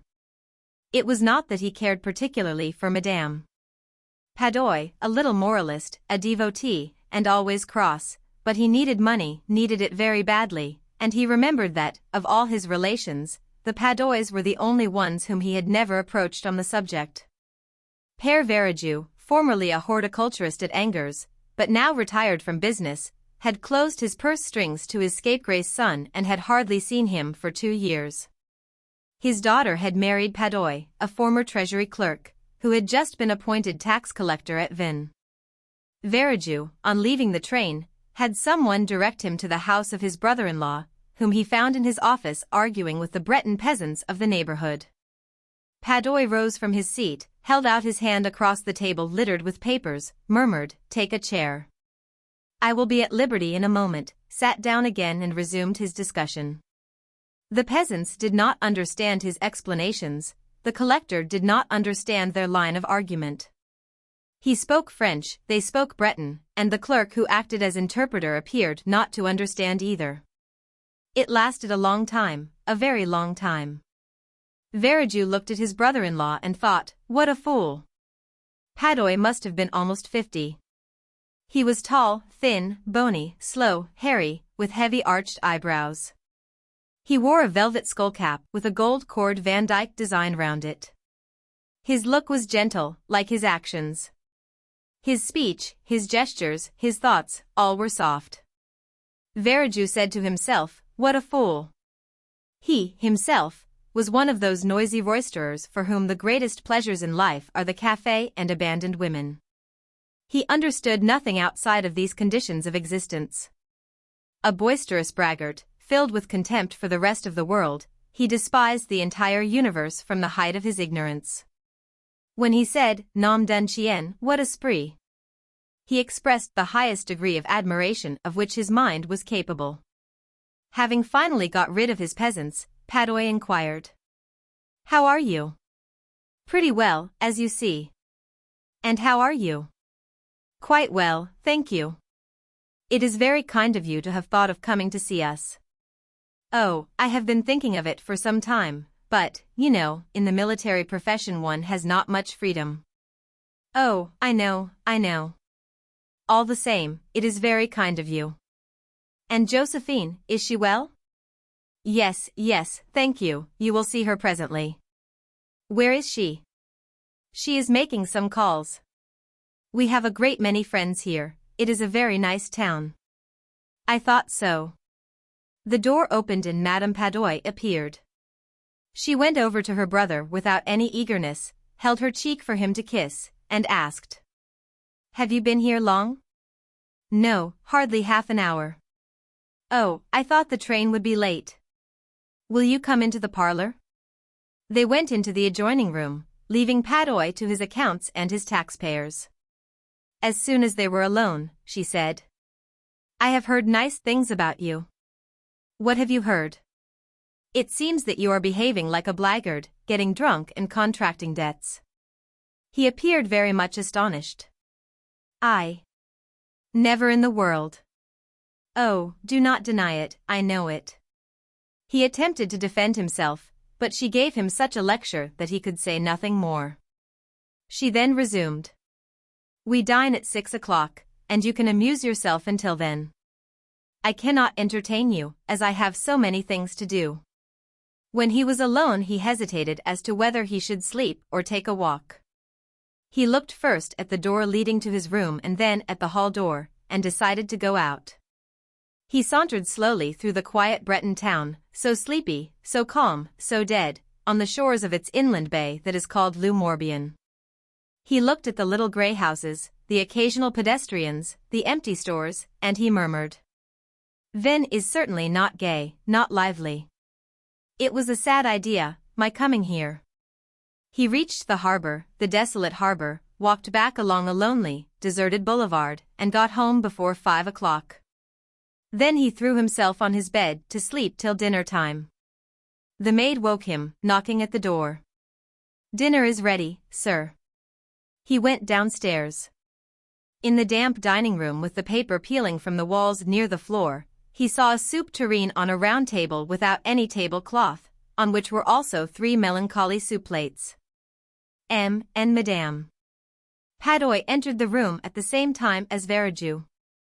They all sat down to table, and the husband and wife crossed themselves over the pit of their stomachs, after which Padoy helped the soup, a meat soup. It was the day for pot roast. After the soup they had the beef, which was done to rags, melted, greasy, like pap. The officer ate slowly, with disgust, weariness and rage. Madame Padoy said to her husband. Are you going to the judge's house this evening? Yes, dear.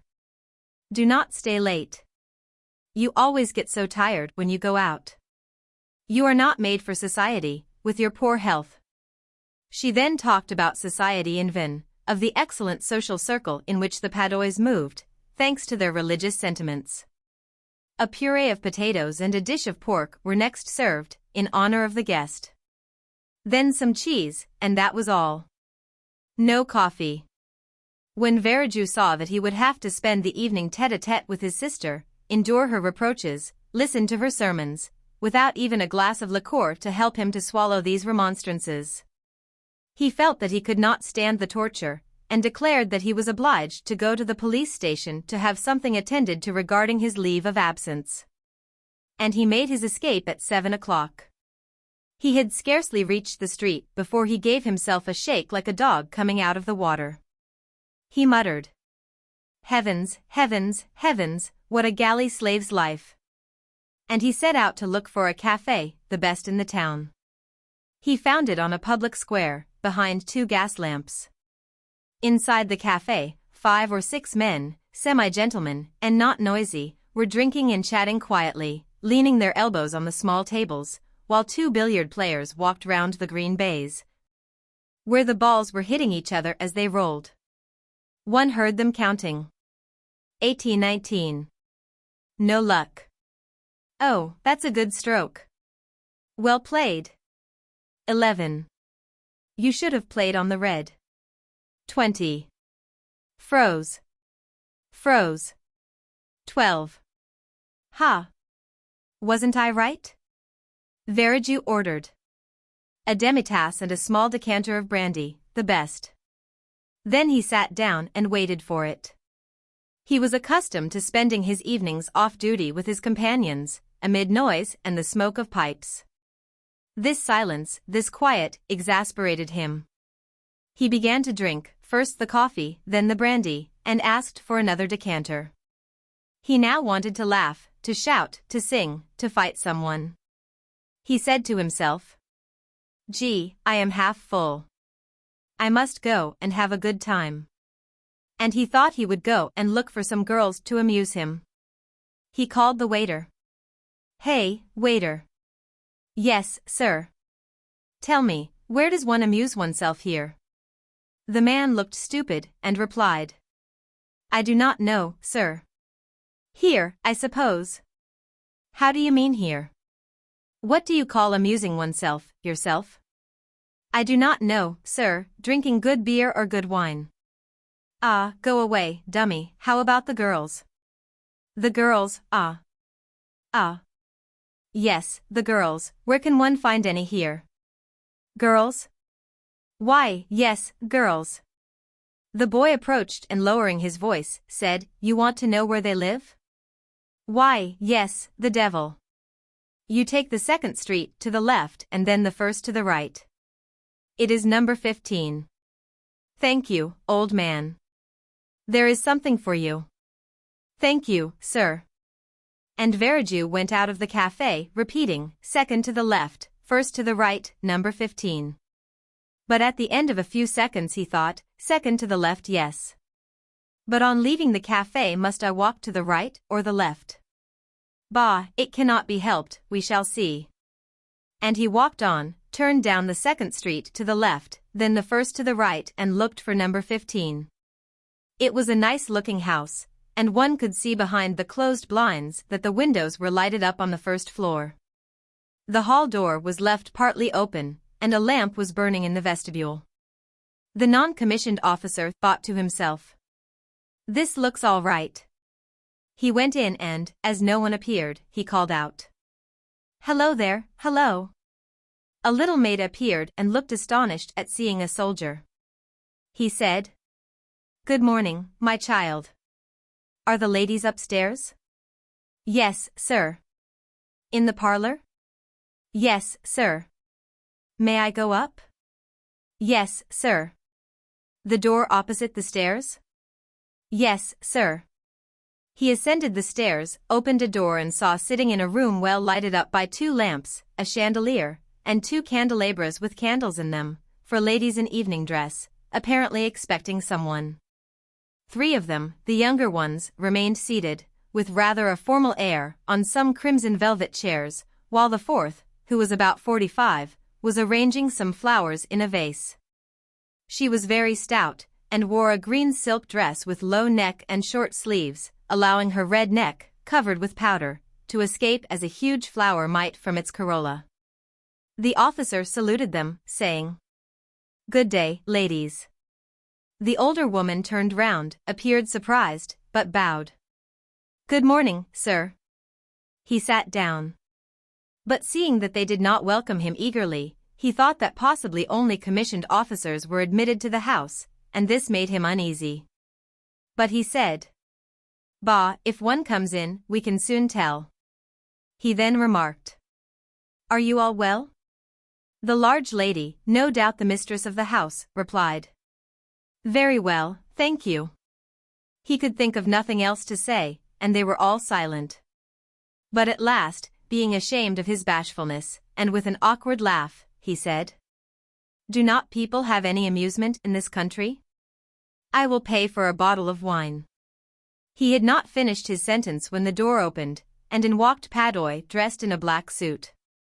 Veriju gave a shout of joy, and rising from his seat, he rushed at his brother-in-law, put his arms round him and waltzed him round the room, shouting, "Here is Padoy!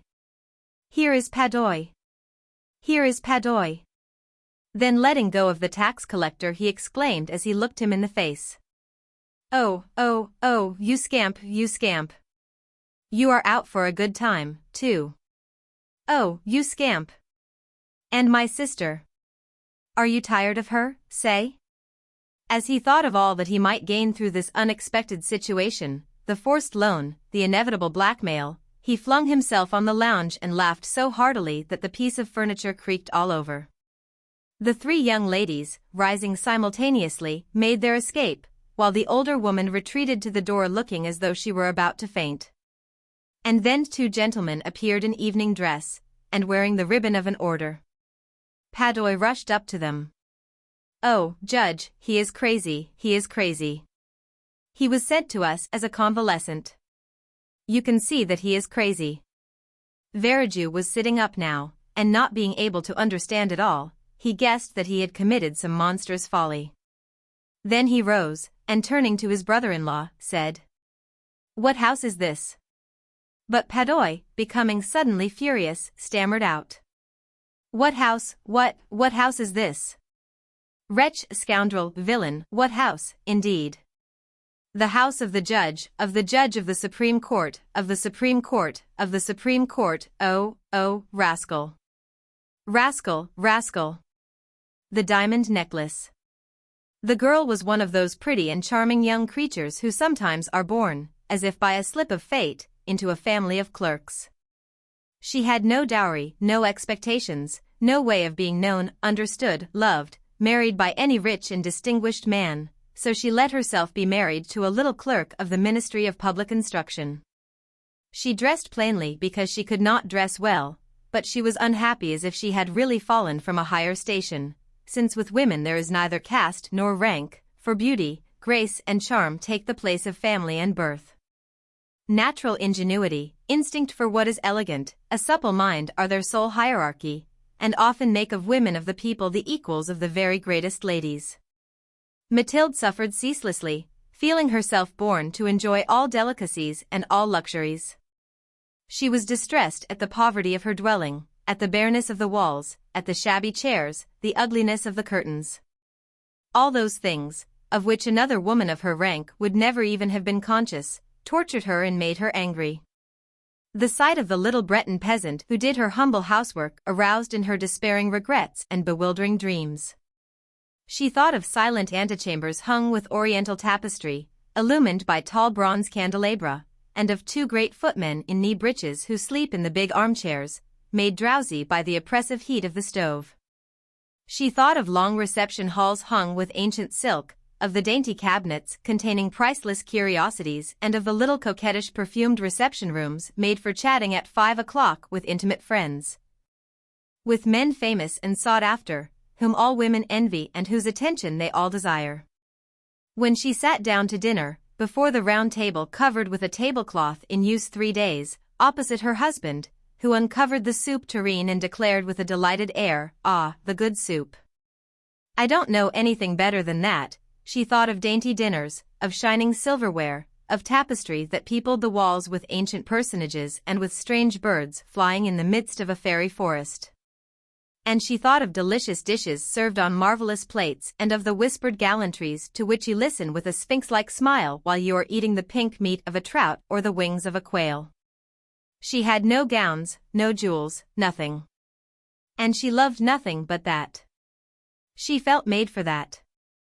She would have liked so much to please, to be envied, to be charming, to be sought after.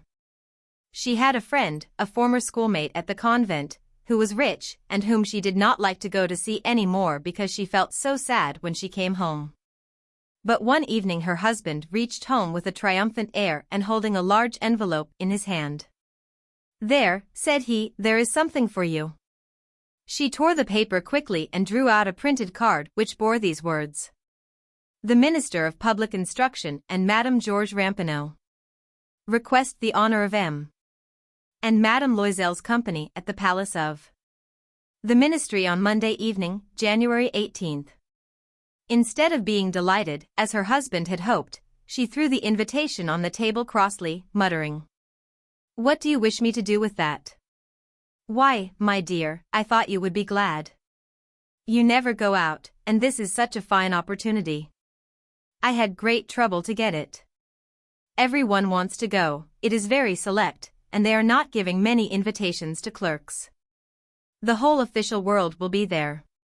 She looked at him with an irritated glance and said impatiently, "And what do you wish me to put on my back?" He had not thought of that.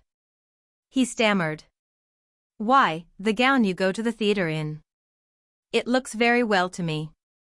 He stopped, distracted, seeing that his wife was weeping. 2 great tears ran slowly from the corners of her eyes toward the corners of her mouth. What's the matter? What's the matter? He answered.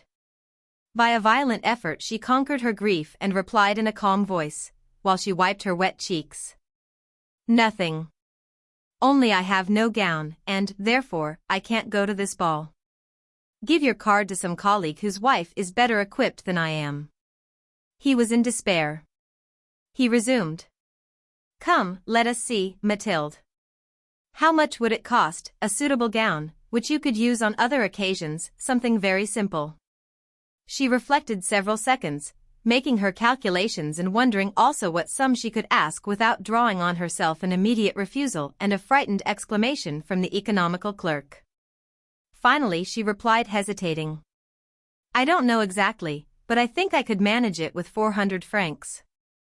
He grew a little pale, because he was laying aside just that amount to buy a gun and treat himself to a little shooting next summer on the plain of Nanterre, with several friends who went to shoot larks there of a Sunday. But he said, Very well. I will give you 400 francs. And try to have a pretty gown.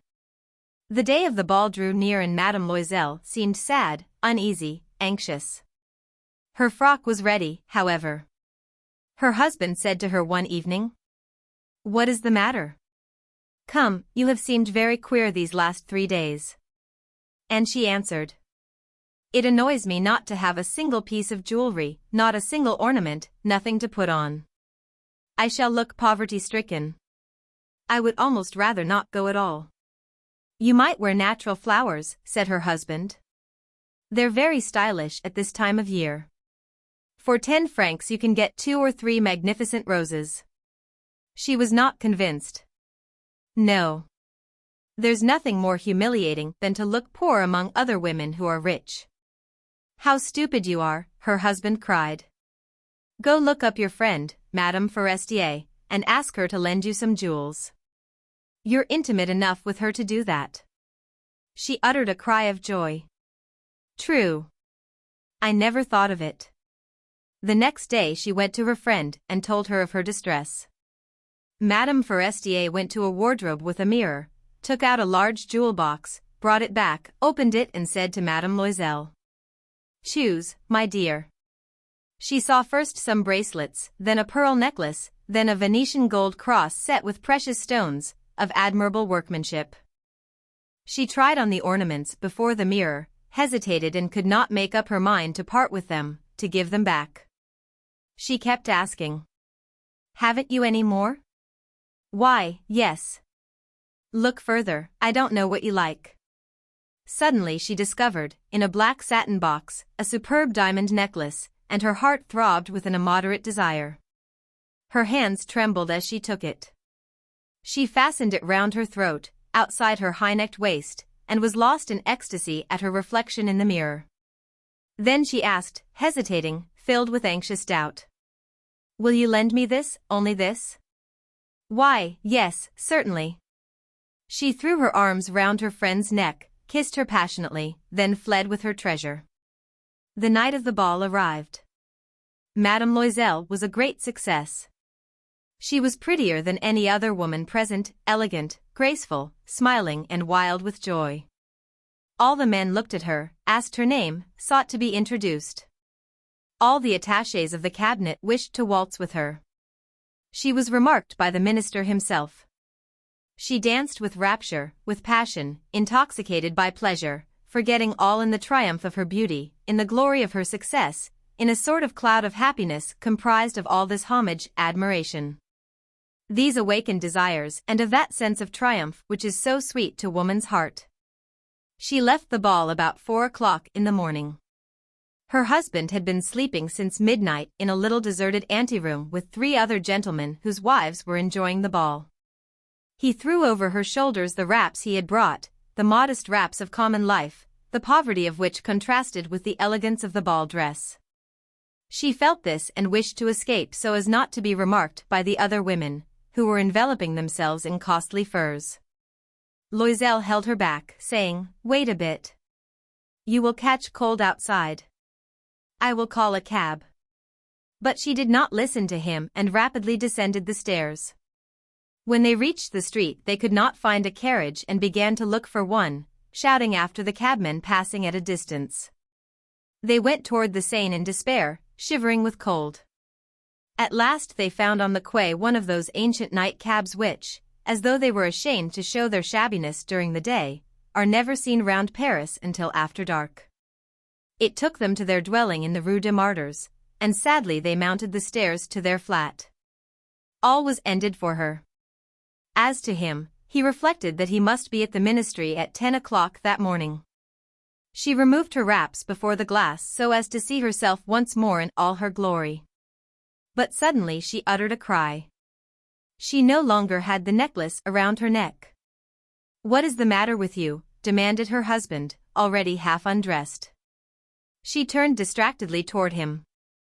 I've lost Madame Forestier's necklace," she cried. He stood up, bewildered. "What? How?" "Impossible." They looked among the folds of her skirt, of her cloak, in her pockets, everywhere, but did not find it. "You're sure you had it on when you left the ball?" he asked. "Yes, I felt it in the vestibule of the minister's house." "But if you had lost it in the street we should have heard it fall." "It must be in the cab." "Yes, probably." "Did you take his number?" "No." "And didn't you notice it?" "No." They looked, thunderstruck, at each other. At last Loisel put on his clothes. "I shall go back on foot," said he, "over the whole route, to see whether I can find it." He went out. She sat waiting on a chair in her ball dress, without strength to go to bed, overwhelmed, without any fire, without a thought. Her husband returned about 7 o'clock. He had found nothing. He went to police headquarters, to the newspaper offices to offer a reward. He went to the cab companies, everywhere, in fact, whither he was urged by the least spark of hope. She waited all day, in the same condition of mad fear before this terrible calamity. Loisel returned at night with a hollow, pale face. He had discovered nothing. "You must write to your friend," said he, "that you have broken the clasp of her necklace and that you are having it mended. That will give us time to turn round." She wrote at his dictation. At the end of a week they had lost all hope. Loisel, who had aged 5 years, declared, "We must consider how to replace that ornament." The next day they took the box that had contained it and went to the jeweler whose name was found within. He consulted his books. "It was not I, madam, who sold that necklace, I must simply have furnished the case." Then they went from jeweler to jeweler, searching for a necklace like the other, trying to recall it, both sick with chagrin and grief. They found, in a shop at the Palais Royal, a string of diamonds that seemed to them exactly like the one they had lost. It was worth 40,000 francs. They could have it for 36. So they begged the jeweler not to sell it for 3 days yet. And they made a bargain that he should buy it back for 34,000 francs, in case they should find the lost necklace before the end of February. Loisel possessed 18,000 francs which his father had left him. He would borrow the rest.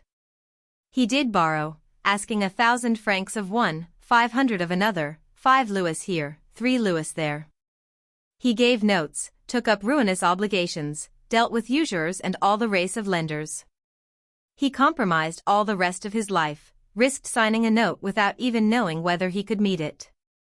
And, frightened by the trouble yet to come, by the black misery that was about to fall upon him, by the prospect of all the physical privations and moral tortures that he was to suffer, he went to get the new necklace, laying upon the jeweler's counter 36,000 francs.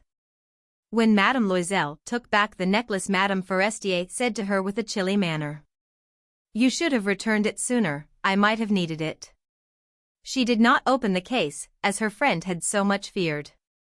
If she had detected the substitution, what would she have thought, what would she have said? Would she not have taken Madame Loisel for a thief?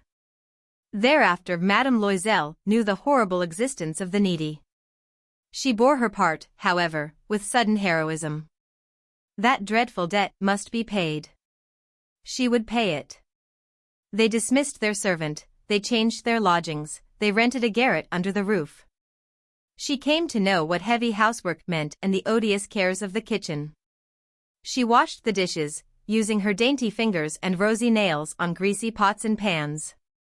She washed the soiled linen, the shirts and the dishcloths, which she dried upon a line. She carried the slops down to the street every morning and carried up the water, stopping for breath at every landing. And dressed like a woman of the people, she went to the fruiterer, the grocer, the butcher, a basket on her arm, bargaining, meeting with impertinence, defending her miserable money, so by so. Every month they had to meet some notes, renew others, obtain more time. Her husband worked evenings, making up a tradesman's accounts, and late at night he often copied manuscript for 5 sous a page. This life lasted 10 years. At the end of 10 years they had paid everything, with the rates of usury and the accumulations of the compound interest. Madame Loisel looked old now. She had become the woman of impoverished households, strong and hard and rough. With frowsy hair, skirts askew and red hands, she talked loud while washing the floor with great swishes of water. But sometimes, when her husband was at the office, she sat down near the window and she thought of that gay evening of long ago, of that ball where she had been so beautiful and so admired. What would have happened if she had not lost that necklace? Who knows? Who knows? How strange and changeful is life! How small a thing is needed to make or ruin us! But one Sunday, having gone to take a walk in the Champs-Élysées to refresh herself after the labors of the week, she suddenly perceived a woman who was leading a child. It was Madame Forestier, still young, still beautiful, still charming. Madame Loisel felt moved. Should she speak to her? Yes, certainly. And now that she had paid, she would tell her all about it. Why not? She went up.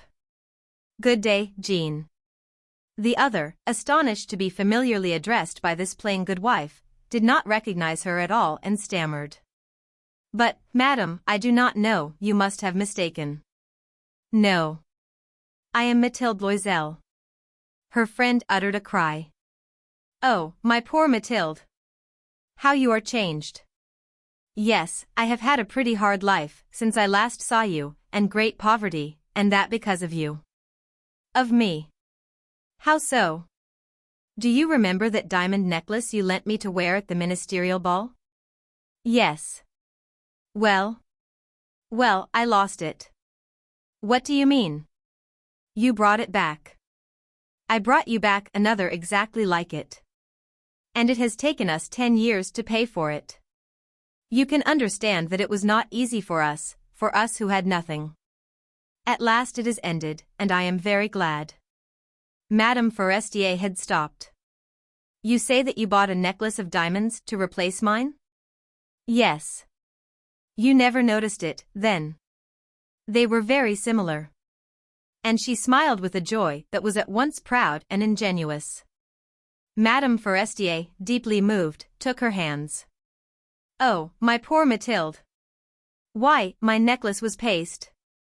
It was worth at most only 500 francs. The Marquis de Fumerol. Roger de Tourneville was whiffing a cigar and blowing out small clouds of smoke every now and then, as he sat astride a chair amid a party of friends.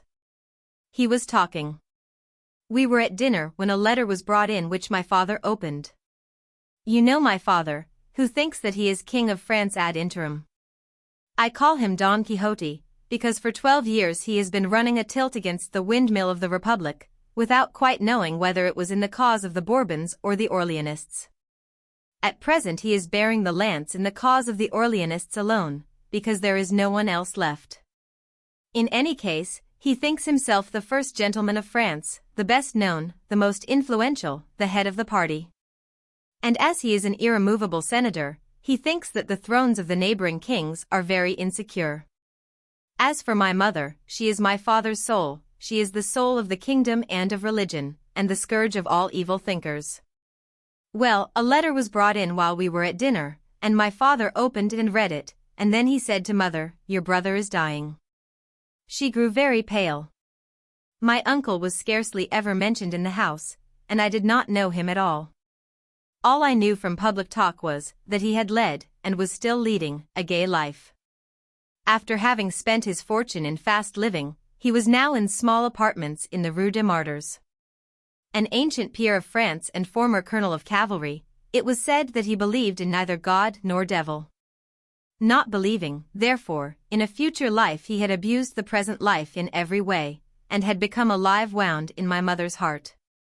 "Give me that letter, Paul," she said, and when she read it, I asked for it in my turn. "Here it is. Monsieur le Comte, I think I ought to let you know that your brother-in-law, the Comte Fumeral, is going to die. Perhaps you would like to make some arrangements, and do not forget I told you. Your servant, Melanie." "We must take counsel," Papa murmured. "In my position, I ought to watch over your brother's last moments." Mama continued, "I will send for Abbé Poivron and ask his advice, and then I will go to my brother with the Abbé and Roger. Remain here, Paul, for you must not compromise yourself, but a woman can, and ought to do these things. For a politician in your position, it is another matter. It would be a fine thing for one of your opponents to be able to bring one of your most laudable actions up against you." "You are right," my father said. "Do as you think best, my dear wife." A quarter of an hour later, the Abbé Poivron came into the drawing room, and the situation was explained to him, analyzed and discussed in all its bearings. If the Marquis de Fumeral, one of the greatest names in France, were to die without the ministrations of religion, it would assuredly be a terrible blow to the nobility in general, and to the Count de Tourneville in particular. And the freethinkers would be triumphant. The liberal newspapers would sing songs of victory for 6 months, my mother's name would be dragged through the mire and brought into the prose of socialistic journals, and my father's name would be smirched. It was impossible that such a thing should be. A crusade was therefore immediately decided upon, which was to be led by the Abbé Poivron, a little, fat, clean priest with a faint perfume about him, a true vicar of a large church in a noble and rich quarter. The landau was ordered and we all three set out, my mother, the cure and I, to administer the last sacraments to my uncle. It had been decided first of all we should see Madame Melanie, who had written the letter, and who was most likely the porter's wife, or my uncle's servant, and I dismounted, as an advance guard, in front of a 7-story house and went into a dark passage, where I had great difficulty in finding the porter's den. He looked at me distrustfully, and I said, "Madame Melanie, if you please." "Don't know her. But I have received a letter from her." "That may be, but I don't know her." "Are you asking for a lodger?" "No, a servant probably. She wrote me about a place." A servant? Perhaps it is the Marquis. Go and see, the 5th story on the left." As soon as he found I was not asking for a doubtful character, he became more friendly and came as far as the corridor with me. He was a tall, thin man with white whiskers, the manners of a beadle and majestic gestures. I climbed up a long spiral staircase, the railing of which I did not venture to touch, and I gave 3 discreet knocks at the left-hand door on the 5th story. It opened immediately, and an enormous dirty woman appeared before me. She barred the entrance with her extended arms, which she placed against the 2 doorposts, and growled. "What do you want? Are you Madame Melanie?" "Yes. I am the Visconti de Tourneville." "Ah. All right. Come in." "Well, the fact is, my mother is downstairs with a priest." "Oh. All right, go and bring them up, but be careful of the porter." I went downstairs and came up again with my mother, who was followed by the abbé, and I fancied that I heard other footsteps behind us. As soon as we were in the kitchen, Melanie offered us chairs, and we all 4 sat down to deliberate.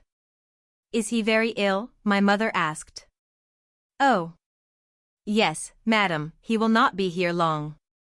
"Does he seem disposed to receive a visit from a priest?" "Oh. I do not think so." "Can I see him?" Well, yes, madam, only, those young ladies are with him. What young ladies? Why, his lady friends, of course. Oh. Mamma had grown scarlet, and the Abbé Poivron had lowered his eyes. The affair began to amuse me, and I said, suppose I go in first? I shall see how he receives me, and perhaps I shall be able to prepare him to receive you. My mother, who did not suspect any trick, replied, yes, go, my dear. But a woman's voice cried out, Melanie. The servant ran out and said, what do you want, Mademoiselle Claire? The omelette, quickly. In a minute, mademoiselle. And coming back to us, she explained this summons.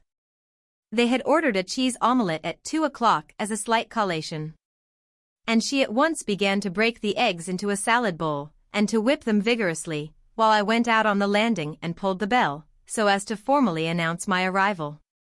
Melanie opened the door to me, and made me sit down in an ante-room, while she went to tell my uncle that I had come. Then she came back and asked me to go in, while the abbé hid behind the door, so that he might appear at the first signal. I was certainly very much surprised at the sight of my uncle, for he was very handsome, very solemn and very elegant, the old rake. Sitting, almost lying, in a large armchair, his legs wrapped in blankets, his hands, his long, white hands, over the arms of the chair, he was waiting for death with the dignity of a patriarch. His white beard fell on his chest, and his hair, which was also white, mingled with it on his cheeks. Standing behind his armchair, as if to defend him against me, were 2 young women, who looked at me with bold eyes. In their petticoats and morning wrappers, with bare arms, with coal-black hair twisted in a knot on the nape of their neck, with embroidered, oriental slippers, which showed their ankles and silk stockings. They looked like the figures in some symbolical painting, by the side of the dying man. Between the easy chair and the bed, there was a table covered with a white cloth, on which 2 plates, 2 glasses, 2 forks and 2 knives, were waiting for the cheese omelette which had been ordered some time before of Melanie. My uncle said in a weak, almost breathless, but clear voice. Good morning, my child, it is rather late in the day to come and see me, our acquaintanceship will not last long. I stammered out, it was not my fault, uncle, no. I know that, he replied. It is your father and mother's fault more than yours. How are they? Pretty well, thank you. When they heard that you were ill, they sent me to ask after you. Ah. Why did they not come themselves? I looked up at the 2 girls and said gently, it is not their fault if they could not come, uncle. But it would be difficult for my father, and impossible for my mother to come in here. The old man did not reply, but raised his hand toward mine, and I took the pale, cold hand and held it in my own. The door opened, Melanie came in with the omelette and put it on the table, and the 2 girls immediately sat down at the table, and began to eat without taking their eyes off me. Then I said, Uncle, it would give great pleasure to my mother to embrace you. I also, he murmured, should like, he said no more, and I could think of nothing to propose to him, and there was silence except for the noise of the plates and that vague sound of eating. Now, the abbé, who was listening behind the door, seeing our embarrassment, and thinking we had won the game, thought the time had come to interpose, and showed himself. My uncle was so stupefied at sight of him that at first he remained motionless, and then he opened his mouth as if he meant to swallow up the priest, and shouted to him in a strong, deep, furious voice, What are you doing here? The abbé, who was used to difficult situations, came forward into the room, murmuring, I have come in your sister's name, Monsieur le Marquis, she has sent me. She would be happy, monsieur. But the Marquis was not listening. Raising one hand, he pointed to the door with a proud, tragic gesture, and said angrily and breathing hard, Leave this room, go out, robber of souls. Go out from here, you violator of consciences. Go out from here, you picklock of dying men's doors. The abbé retreated, and I also went to the door, beating a retreat with the priest. The 2 young women, who had the best of it, got up, leaving their omelette only half eaten, and went and stood on either side of my uncle's easy chair, putting their hands on his arms to calm him, and to protect him against the criminal enterprises of the family and of religion. The abbé and I rejoined my mother in the kitchen, and Melanie again offered us chairs. I knew quite well that this method would not work. We must try some other means, otherwise he will escape us. And they began deliberating afresh, my mother being of one opinion and the abbé of another, while I held a third. We had been discussing the matter in a low voice for half an hour, perhaps, when a great noise of furniture being moved and of cries uttered by my uncle, more vehement and terrible even than the former had been, made us all four jump up. Through the doors and walls we could hear him shouting, "Go out, out, rascals, humbugs, get out, scoundrels, get out, get out." Melanie rushed in, but came back immediately to call me to help her, and I hastened in. Opposite to my uncle, who was terribly excited by anger, almost standing up and vociferating, stood two men, one behind the other, who seemed to be waiting till he should be dead with rage. By his ridiculous long coat, his long English shoes, his manners of a tutor out of a position, his high collar, white necktie and straight hair, his humble face of a false priest of a bastard religion, I immediately recognized the first as a Protestant minister. The second was the porter of the house, who belonged to the Reformed religion and had followed us, and having seen our defeat, had gone to fetch his own pastor, in hopes that he might meet a better reception. My uncle seemed mad with rage. If the sight of the Catholic priest, of the priest of his ancestors, had irritated the Marquis de Fumerol, who had become a free thinker, the sight of his porter's minister made him altogether beside himself. I therefore took the two men by the arm and threw them out of the room so roughly that they bumped against each other twice, between the two doors which led to the staircase. And then I disappeared in my turn and returned to the kitchen, which was our headquarters, in order to take counsel with my mother and the abbé. But Melanie came back in terror, sobbing out, he is dying, come immediately, he is dying." My mother rushed out. My uncle had fallen to the ground, and lay full length along the floor, without moving. I fancy he was already dead. My mother was superb at that moment. She went straight up to the two girls who were kneeling by the body and trying to raise it up, and pointing to the door with irresistible authority, dignity and majesty, she said, "Now it is time for you to leave the room." And they went out without a word of protest. I must add that I was getting ready to turn them out as unceremoniously as I had done the parson and the porter. Then the Abbé Poivron administered the last sacraments to my uncle with all the customary prayers, and remitted all his sins, while my mother sobbed as she knelt near her brother. Suddenly, however, she exclaimed, "He recognized me. He pressed my hand, I am sure he recognized me. And that he thanked me. Oh, God, what happiness! Poor Mamma! If she had known or guessed for whom those thanks were intended."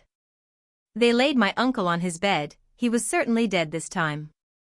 "Madam," Melanie said, "we have no sheets to bury him in, all the linen belongs to these two young ladies," and when I looked at the omelette which they had not finished, I felt inclined to laugh and to cry at the same time. There are some humorous moments and some humorous situations in life, occasionally. We gave my uncle a magnificent funeral, with 5 speeches at the grave. Baron de Croiselles, the senator, showed in admirable terms that God always returns victorious into well-born souls which have temporarily been led into error. All the members of the Royalist and Catholic party followed the funeral procession with the enthusiasm of victors, as they spoke of that beautiful death after a somewhat troublous life. Viscount Roger ceased speaking, his audience was laughing. Then somebody said, "Bah! That is the story of all conversions in extremis." The trip of Lohorla. On the morning of July 8 I received the following telegram, "Fine day. Always my predictions.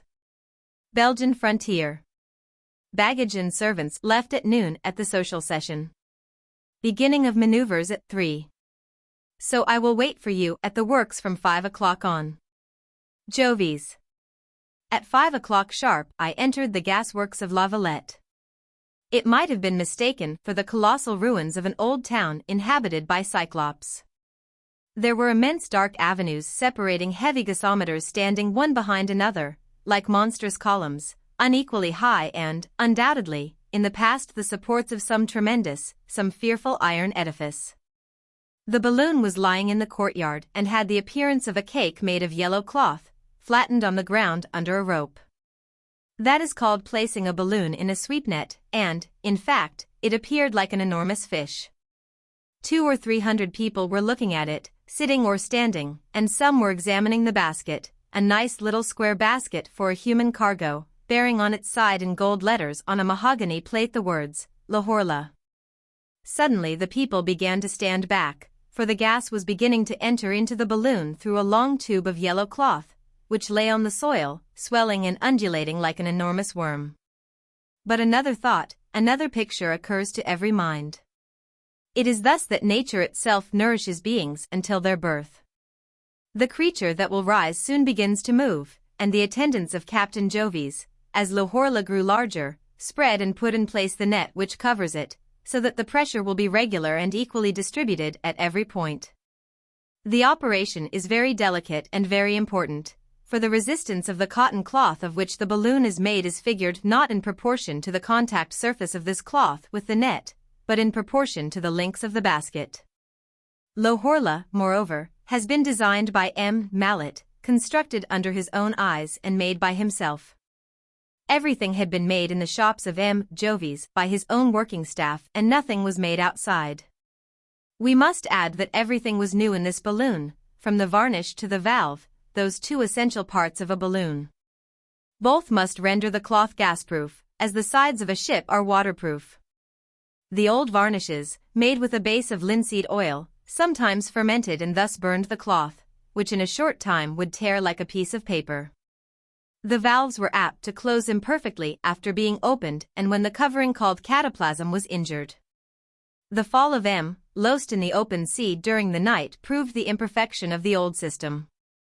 The two discoveries of Captain Jovis, the varnish principally, are of inestimable value in the art of ballooning. The crowd has begun to talk, and some men, who appear to be specialists, affirm with authority that we shall come down before reaching the fortifications. Several other things have been criticized in this novel type of balloon with which we are about to experiment with so much pleasure and success. It is growing slowly but surely. Some small holes and scratches made in transit have been discovered, and we cover them and plug them with a little piece of paper applied on the cloth while wet.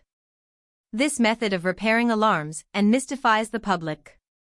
While Captain Jovis and his assistants are busy with the last details, the travelers go to dine in the canteen of the gasworks, according to the established custom. When we come out again the balloon is swaying, enormous and transparent, a prodigious golden fruit, a fantastic pear which is still ripening, covered by the last rays of the setting sun. Now the basket is attached, the barometers are brought, the siren, which we will blow to our heart's content, is also brought, also the two trumpets, the eatables, the overcoats and raincoats. All the small articles that can go with the men in that flying basket. As the wind pushes the balloon against the gasometers, it is necessary to steady it now and then, to avoid an accident at the start. Captain Jovis is now ready and calls all the passengers. Lieutenant Mallet jumps aboard, climbing first on the aerial net between the basket and the balloon, from which he will watch during the night the movements of Lahorla across the skies, as the officer on watch, standing on starboard, watches the course of a ship. M. Edirine Beer gets in after him, then comes M. Paul Besson, then M. Patrice Aries and I get in last. But the basket is too heavy for the balloon, considering the long trip to be taken, and M. Aries has to get out, not without great regret. M. Joliet, standing erect on the edge of the basket, begs the ladies, in very gallant terms, to stand aside a little, for he is afraid he might throw sand on their hats in rising. Then he commands, "Let it loose," and, cutting with one stroke of his knife the ropes that hold the balloon to the ground, he gives Lahorla its liberty. In 1 second we fly skyward. Nothing can be heard, we float, we rise, we fly, we glide. Our friends shout with glee and applaud, but we hardly hear them, we hardly see them. We are already so far, so high. What? Are we really leaving these people down there? Is it possible? Paris spreads out beneath us, a dark bluish patch, cut by its streets, from which rise, here and there, domes, towers, steeples, then around it the plain, the country, traversed by long roads, thin and white. Amidst green fields of a tender or dark green, and woods almost black.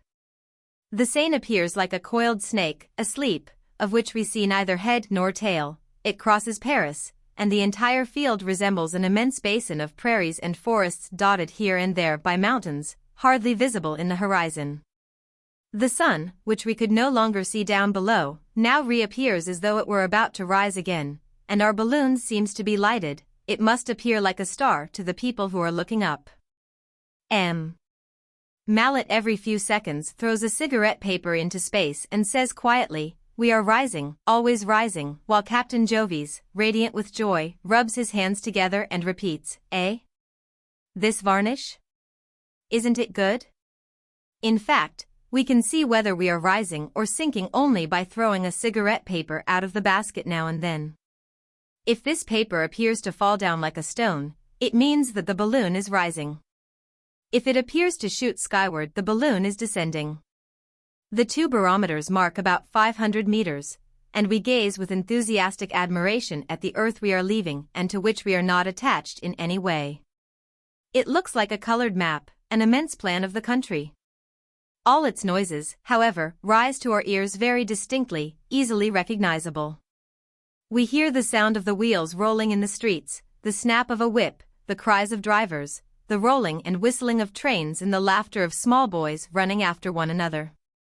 Every time we pass over a village, the noise of children's voices is heard above the rest and with the greatest distinctness. Some men are calling us, the locomotives whistle. We answer with the siren, which emits plaintive, fearfully shrill wails like the voice of a weird being wandering through the world. We perceive lights here and there, some isolated fire in the farms, and lines of gas in the towns. We are going toward the northwest, after roaming for some time over the little lake of Enghien. Now we see a river, it is the Oise, and we begin to argue about the exact spot we are passing. Is that town Creil or Pontoise, the one with so many lights?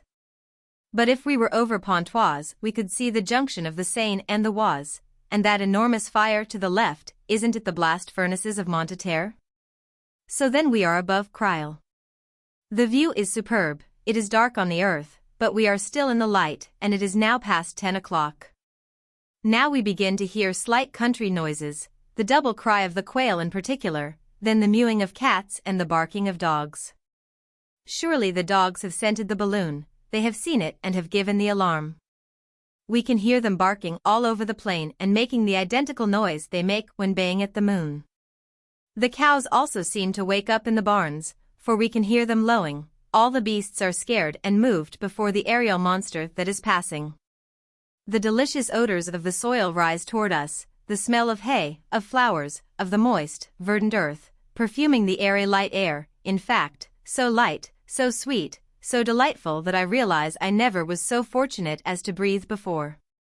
A profound sense of well-being, unknown to me heretofore, pervades me, a well-being of body and spirit, composed of supineness, of infinite rest, of forgetfulness, of indifference to everything, and of this novel sensation of traversing space without any of the sensations that make motion unbearable, without noise, without shocks and without fear. At times we rise and then descend.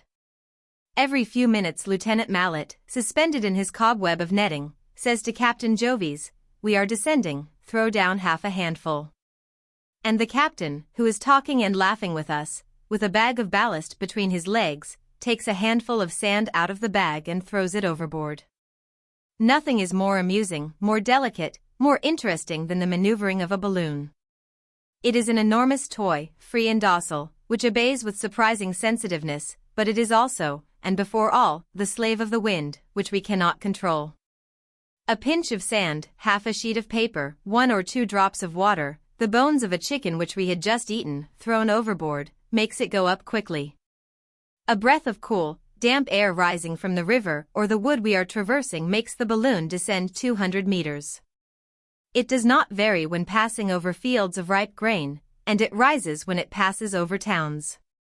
The earth sleeps now, or, rather, men sleep on the earth, for the beasts awakened by the sight of our balloon announce our approach everywhere. Now and then the rolling of a train or the whistling of a locomotive is plainly distinguishable. We sound our siren as we pass over inhabited places, and the peasants, terrified in their beds, must surely tremble and ask themselves if the angel Gabriel is not passing by. A strong and continuous odor of gas can be plainly observed. We must have encountered a current of warm air, and the balloon expands, losing its invisible blood by the escape valve, which is called the appendix, and which closes of itself as soon as the expansion ceases. We are rising. The earth no longer gives back the echo of our trumpets. We have risen almost 2,000 feet. It is not light enough for us to consult the instruments. We only know that the rice paper falls from us like dead butterflies, that we are rising, always rising. We can no longer see the earth, a light mist separates us from it, and above our head twinkles a world of stars. A silvery light appears before us and makes the sky turn pale, and suddenly, as if it were rising from unknown depths behind the horizon below us, rises the moon on the edge of a cloud. It seems to be coming from below, while we are looking down upon it from a great height, leaning on the edge of our basket like an audience on a balcony. Clear and round, it emerges from the clouds and slowly rises in the sky. The earth no longer seems to exist, it is buried in milky vapors that resemble a sea. We are now alone in space with the moon, which looks like another balloon traveling opposite us. And our balloon, which shines in the air, appears like another, larger moon, a world wandering in the sky amid the stars, through infinity. We no longer speak, think, nor live, we float along through space in delicious inertia. The air which is bearing us up has made of us all beings which resemble itself, silent, joyous, irresponsible beings, intoxicated by this stupendous flight, peculiarly alert, although motionless. One is no longer conscious of one's flesh or one's bones, one's heart seems to have ceased beating, we have become something indescribable, birds who do not even have to flap their wings.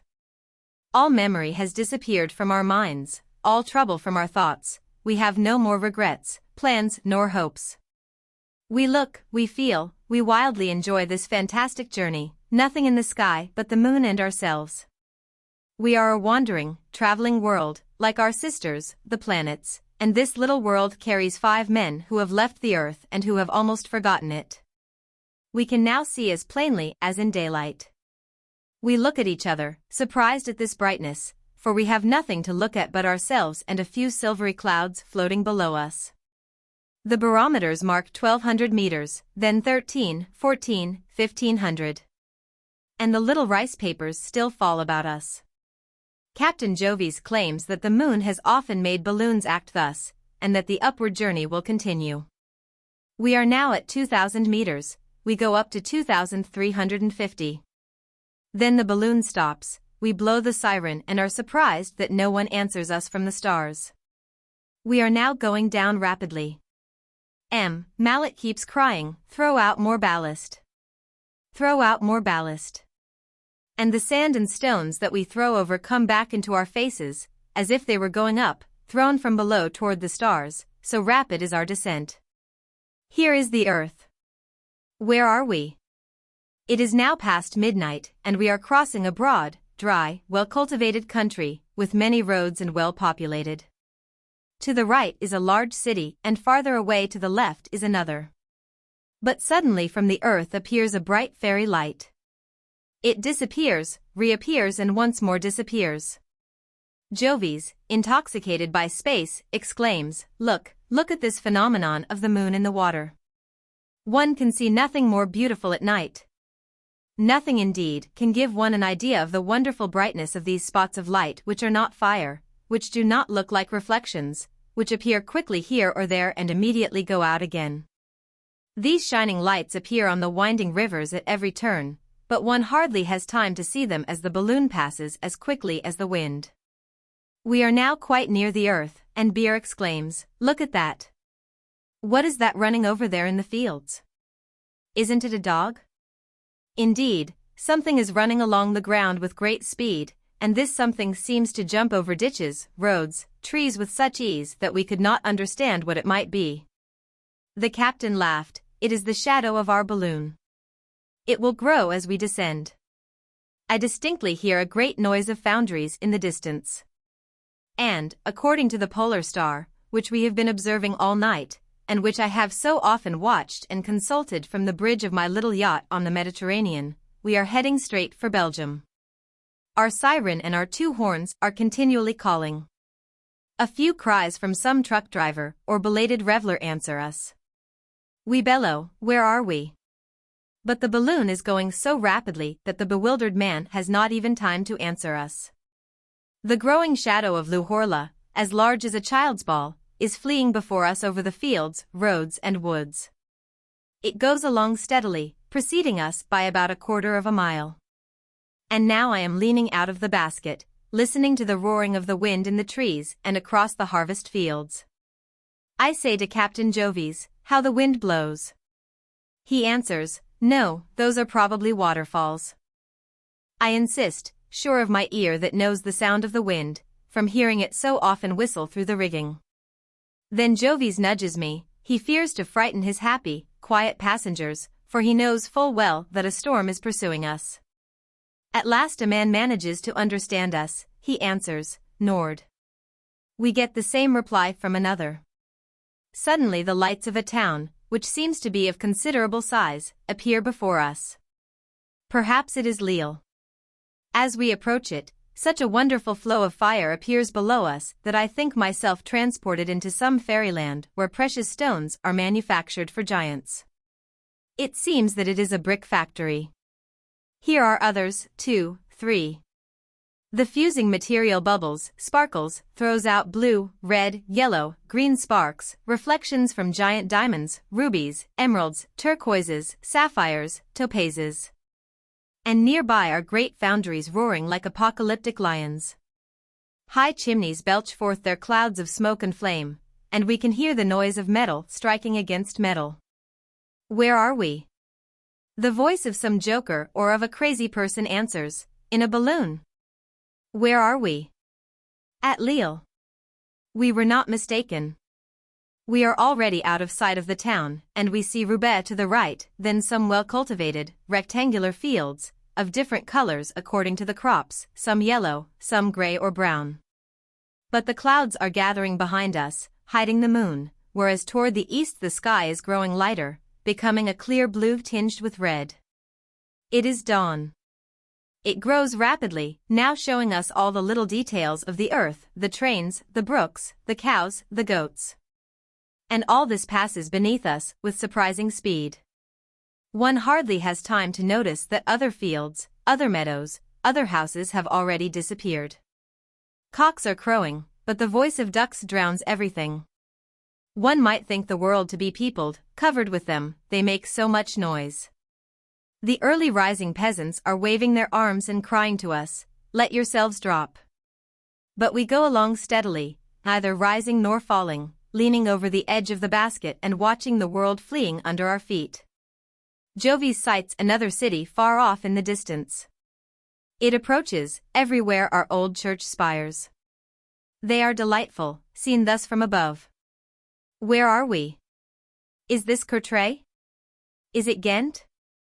We are already very near it, and we see that it is surrounded by water and crossed in every direction by canals. One might think it a Venice of the north. Just as we are passing so near to a church tower that our long guy rope almost touches it, the chimes begin to ring 3 o'clock. The sweet, clear sounds rise to us from this frail roof which we have almost touched in our wandering course. It is a charming greeting, a friendly welcome from Holland. We answer with our siren, whose raucous voice echoes throughout the streets. It was Bruges. But we have hardly lost sight of it when my neighbor, Paul Besson, asks me, "Don't you see something over there, to the right, in front of us?" It looks like a river. And, indeed, far ahead of us stretches a bright highway, in the light of the dawning day. Yes, it looks like a river, an immense river full of islands. "Get ready for the descent," cried the captain. He makes M. Mallet leave his net and return to the basket, then we pack the barometers and everything that could be injured by possible shocks. M. Besson exclaims, "Look at the masts over there to the left. We are at the sea." Fogs had hidden it from us until then. The sea was everywhere, to the left and opposite us, while to our right the Scheldt, which had joined the Moselle, extended as far as the sea, its mouths vaster than a lake. It was necessary to descend within a minute or two. The rope to the escape valve, which had been religiously enclosed in a little white bag and placed in sight of all so that no one would touch it, is unrolled, and M. Mallet holds it in his hand while Captain Jovis looks for a favorable landing. Behind us the thunder was rumbling, and not a single bird followed our mad flight. "Pull!" cried Jovis. We were passing over a canal. The basket trembled and tipped over slightly. The guy rope touched the tall trees on both banks. But our speed is so great that the long rope now trailing does not seem to slow down, and we pass with frightful rapidity over a large farm, from which the bewildered chickens, pigeons and ducks fly away, while the cows, cats and dogs run, terrified, toward the house. Just 1/2 bag of ballast is left. Jovis throws it overboard, and Lohorla flies lightly across the roof. The captain once more cries, "The escape valve." M. Mallet reaches for the rope and hangs to it, and we drop like an arrow. With a slash of a knife the cord which retains the anchor is cut, and we drag this grapple behind us, through a field of beets.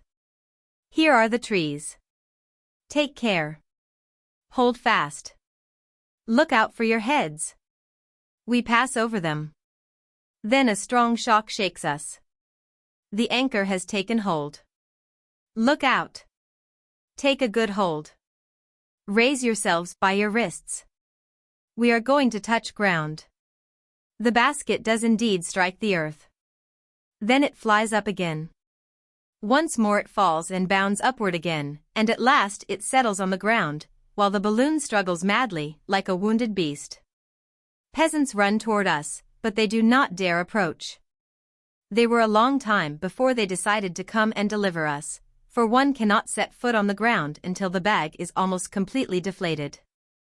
Then, almost at the same time as the bewildered men, some of whom showed their astonishment by jumping, with the wild gestures of savages, all the cows that were grazing along the coast came toward us. Surrounding our balloon with a strange and comical circle of horns, big eyes and blowing nostrils. With the help of the accommodating and hospitable Belgian peasants, we were able in a short time to pack up all our material and carry it to the station at Heist, where at 20 minutes past 8 we took the train for Paris. The descent occurred at 3:15 in the morning, preceding by only a few seconds the torrent of rain and the blinding lightning of the storm which had been chasing us before it. Thanks to Captain Jovis, of whom I had heard much from my colleague, Paul Ginesty, for both of them had fallen together and voluntarily into the sea opposite Mentone, thanks to this brave man, we were able to see, in a single night, from far up in the sky, the setting of the sun, the rising of the moon and the dawn of day, and to go from Paris to the mouth of the Scheldt through the skies. This story appeared in Figaro on July 16, 1887, under the title From Paris to Heist. Farewell. The two friends were getting near the end of their dinner. Through the café windows they could see the boulevard, crowded with people. They could feel the gentle breezes which are wafted over Paris on warm summer evenings and make you feel like going out somewhere, you care not where, under the trees, and make you dream of moonlit rivers, of fireflies, and of larks. One of the two, Henri Simon, heaved a deep sigh and said, "Ah, I am growing old. It's sad. Formerly, on evenings like this, I felt full of life. Now, I only feel regrets. Life is short." He was perhaps 45 years old, very bald and already growing stout. The other, Pierre Carnier, a trifle older, but thin and lively, answered, "Well, my boy, I have grown old without noticing it in the least. I have always been merry, healthy, vigorous and all the rest. As one sees oneself in the mirror every day, one does not realize the work of age, for it is slow, regular, and it modifies the countenance so gently that the changes are unnoticeable. It is for this reason alone that we do not die of sorrow after 2 or 3 years of excitement. For we cannot understand the alterations which time produces. In order to appreciate them, one would have to remain 6 months without seeing one's own face, then, oh, what a shock. And the women, my friend, how I pity the poor beings. All their joy, all their power, all their life, lies in their beauty, which lasts 10 years. As I said, I aged without noticing it. I thought myself practically a youth, when I was almost 50 years old. Not feeling the slightest infirmity, I went about, happy and peaceful. The revelation of my decline came to me in a simple and terrible manner, which overwhelmed me for almost 6 months, then I became resigned. Like all men, I have often been in love, but most especially once. I met her at the seashore, at Etretat, about 12 years ago, shortly after the war. There is nothing prettier than this beach during the morning bathing hour. It is small, shaped like a horseshoe, framed by high white cliffs, which are pierced by strange holes called the ports, one stretching out into the ocean like the leg of a giant, the other short and dumpy. The women gather on the narrow strip of sand in this frame of high rocks, which they make into a gorgeous garden of beautiful gowns. The sun beats down on the shores, on the multicolored parasols, on the blue-green sea. And all is gay, delightful, smiling. You sit down at the edge of the water and you watch the bathers. The women come down, wrapped in long bath robes, which they throw off daintily when they reach the foamy edge of the rippling waves. And they run into the water with a rapid little step, stopping from time to time for a delightful little thrill from the cold water, a short gasp. Very few stand the test of the bath. It is there that they can be judged, from the ankle to the throat. Especially on leaving the water are the defects revealed, although water is a powerful aid to flabby skin. The first time that I saw this young woman in the water, I was delighted, entranced. She stood the test well. There are faces whose charms appeal to you at first glance and delight you instantly. You seem to have found the woman whom you were born to love. I had that feeling and that shock. I was introduced, and was soon smitten worse than I had ever been before. My heart longed for her. It is a terrible yet delightful thing thus to be dominated by a young woman. It is almost torture and yet infinite delight. Her look, her smile, her hair fluttering in the wind, the little lines of her face, the slightest movement of her features, delighted me, upset me, entranced me. She had captured me, body and soul, by her gestures, her manners, even by her clothes, which seemed to take on a peculiar charm as soon as she wore them. I grew tender at the sight of her veil on some piece of furniture, her gloves thrown on a chair. Her gown seemed to me inimitable. Nobody had hats like hers. She was married, but her husband came only on Saturday, and left on Monday. I didn't censure myself about him, anyhow. I wasn't jealous of him, I don't know why, never did a creature seem to me to be of less importance in life, to attract my attention less than this man. But she. How I loved her. How beautiful, graceful, and young she was. She was youth, elegance, freshness itself. Never before had I felt so strongly what a pretty, distinguished, delicate, charming, graceful being woman is. Never before had I appreciated the seductive beauty to be found in the curve of a cheek, the movement of a lip, the pinkness of an ear, the shape of that foolish organ called the nose. This lasted 3 months. Then I left for America, overwhelmed with sadness. But her memory remained in me, persistent, triumphant.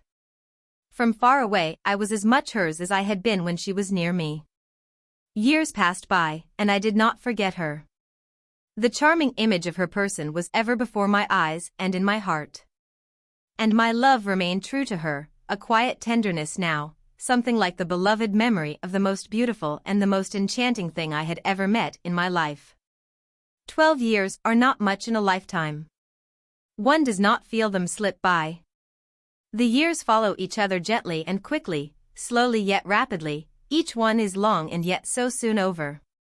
They add up so rapidly, they leave so few traces behind them, they disappear so completely, that, when one turns round to look back over bygone years, one sees nothing and yet one does not understand how one happens to be so old. It seemed to me, really, that hardly a few months separated me from that charming season on the sands of Etretat. Last spring I went to dine with some friends at Maisons Laffitte. Just as the train was leaving, a big, fat lady, escorted by 4 little girls, got into my car. I hardly looked at this mother hen, very big, very round, with a face as full as the moon framed in an enormous, beribboned hat. She was puffing, out of breath from having been forced to walk quickly. The children began to chatter. I unfolded my paper and began to read. We had just passed Asnières, when my neighbor suddenly turned to me and said, "Excuse me, sir, but are you not Monsieur Garnier?" "Yes, madam." Then she began to laugh, the pleased laugh of a good woman, and yet it was sad. "You do not seem to recognize me." I hesitated. It seemed to me that I had seen that face somewhere, but where? When? I answered. Yes and no. I certainly know you, and yet I cannot recall your name. She blushed a little. Madame Julie Lefebvre. Never had I received such a shock. In a second it seemed to me as though it were all over with me. I felt that a veil had been torn from my eyes and that I was going to make a horrible and heartrending discovery. So that was she. That big, fat, common woman, she. She had become the mother of these 4 girls since I had last her. And these little beings surprised me as much as their mother. They were part of her, they were big girls, and already had a place in life. Whereas she no longer counted, she, that marvel of dainty and charming gracefulness. It seemed to me that I had seen her but yesterday, and this is how I found her again. Was it possible? A poignant grief seized my heart. And also a revolt against nature herself, an unreasoning indignation against this brutal, inferious act of destruction. I looked at her, bewildered. Then I took her hand in mine, and tears came to my eyes. I wept for her lost youth. For I did not know this fat lady. She was also excited, and stammered. I am greatly changed, am I not? What can you expect, everything has its time. You see, I have become a mother, nothing but a good mother. Farewell to the rest, that is over. Oh. I never expected you to recognize me if we met. You, too, have changed. It took me quite a while to be sure that I was not mistaken. Your hair is all white. Just think. 12 years ago. 12 years. My oldest girl is already 10. I looked at the child. And I recognized in her something of her mother's old charm, but something as yet unformed, something which promised for the future. And life seemed to me as swift as a passing train. We had reached Maisons Laffitte. I kissed my old friend's hand. I had found nothing but the most commonplace remarks. I was too much upset to talk. At night, alone, at home, I stood in front of the mirror for a long time, a very long time. And I finally remembered what I had been, finally saw in my mind's eye my brown mustache, my black hair and the youthful expression of my face. Now I was old. Farewell. The wolf. This is what the old Marquis d'Arville told us after a stay. Hubert's dinner at the house of the Baron de Ravels. We had killed a stag that day. The Marquis was the only one of the guests who had not taken part in this chase. He never hunted. During that long repast, we had talked about hardly anything but the slaughter of animals. The ladies themselves were interested in bloody and exaggerated tales, and the orators imitated the attacks and the combats of men against beasts, raised their arms, romanced in a thundering voice. M. D'Arville talked well, in a certain flowery, high-sounding, but effective style. He must have told this story frequently, for he told it fluently, never hesitating for words, choosing them with skill to make his description vivid. Gentlemen, I have never hunted, neither did my father, nor my grandfather, nor my great-grandfather. This last was the son of a man who hunted more than all of you put together. He died in 1764. I will tell you the story of his death. His name was Jean. He was married, father of that child who became my great-grandfather, and he lived with his younger brother, François d'Arville, in our castle in Lorraine, in the midst of the forest. François d'Arville had remained a bachelor for love of the chase. They both hunted from one end of the year to the other, without stopping and seemingly without fatigue. They loved only hunting, understood nothing else, talked only of that, lived only for that. They had at heart that one passion, which was terrible and inexorable. It consumed them, had completely absorbed them, leaving room for no other thought. They had given orders that they should not be interrupted in the chase for any reason whatever.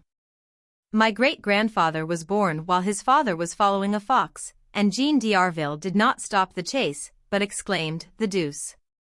The rascal might have waited till after the view, halloo!" His brother François was still more infatuated. On rising he went to see the dogs, then the horses, then he shot little birds about the castle until the time came to hunt some large game. In the countryside they were called M. le Marquis and M. le Cadet, the nobles then not being at all like the chance nobility of our time, which wishes to establish an hereditary hierarchy in titles.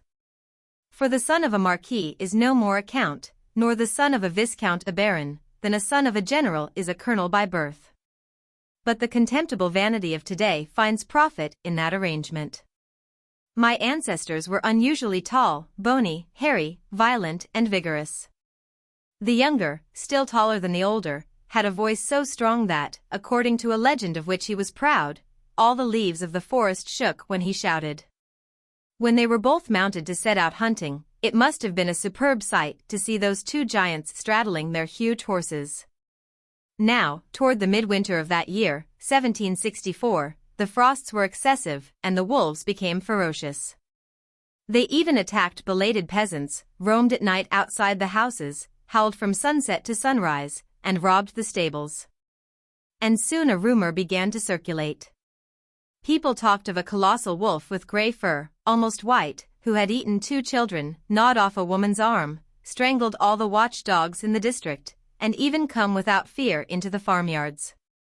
The people in the houses affirmed that they had felt his breath, and that it made the flame of the lights flicker. And soon a panic ran through all the province. No one dared go out any more after nightfall. The darkness seemed haunted by the image of the beast. The brothers d'Arville determined to find and kill him, and several times they brought together all the gentlemen of the country to a great hunt. They beat the forests and searched the coverts in vain, they never met him. They killed wolves, but not that one. And every night after a battue the beast, as if to avenge himself, attacked some traveler or killed someone's cattle, always far from the place where they had looked for him. Finally, one night he stole into the pigpen of the Château d'Arville and ate the 2 fattest pigs. The brothers were roused to anger, considering this attack as a direct insult and a defiance. They took their strong bloodhounds, used to pursue dangerous animals, and they set off to hunt, their hearts filled with rage. From dawn until the hour when the empurpled sun descended behind the great naked trees, they beat the woods without finding anything. At last, furious and disgusted, both were returning, walking their horses along a lane bordered with hedges, and they marveled that their skill as huntsmen should be baffled by this wolf, and they were suddenly seized with a mysterious fear. The elder said, "That beast is not an ordinary one. You would say it had a mind like a man." The younger answered, "Perhaps we should have a bullet blessed by our cousin, the bishop, or pray some priest to pronounce the words which are needed." Then they were silent. Jean continued, "Look how red the sun is. The great wolf will do some harm tonight." He had hardly finished speaking when his horse reared, that of François began to kick. A large thicket covered with dead leaves opened before them, and a mammoth beast, entirely gray, jumped up and ran off through the wood. Both uttered a kind of grunt of joy, and bending over the necks of their heavy horses, they threw them forward with an impulse from all their body, hurling them on at such a pace, urging them, hurrying them away, exciting them so with voice and with gesture and with spur that the experienced riders seemed to be carrying the heavy beasts between their thighs and to bear them off as if they were flying. Thus they went, plunging through the thickets, dashing across the beds of streams, climbing the hillsides, descending the gorges, and blowing the horn as loud as they could to attract their people and the dogs. And now, suddenly, in that mad race, my ancestor struck his forehead against an enormous branch which split his skull, and he fell dead on the ground, while his frightened horse took himself off, disappearing in the gloom which enveloped the woods. The younger d'Arville stopped quick, leaped to the earth, seized his brother in his arms, and saw that the brains were escaping from the wound with the blood. Then he sat down beside the body, rested the head, disfigured and red, on his knees, and waited, regarding the immobile face of his elder brother.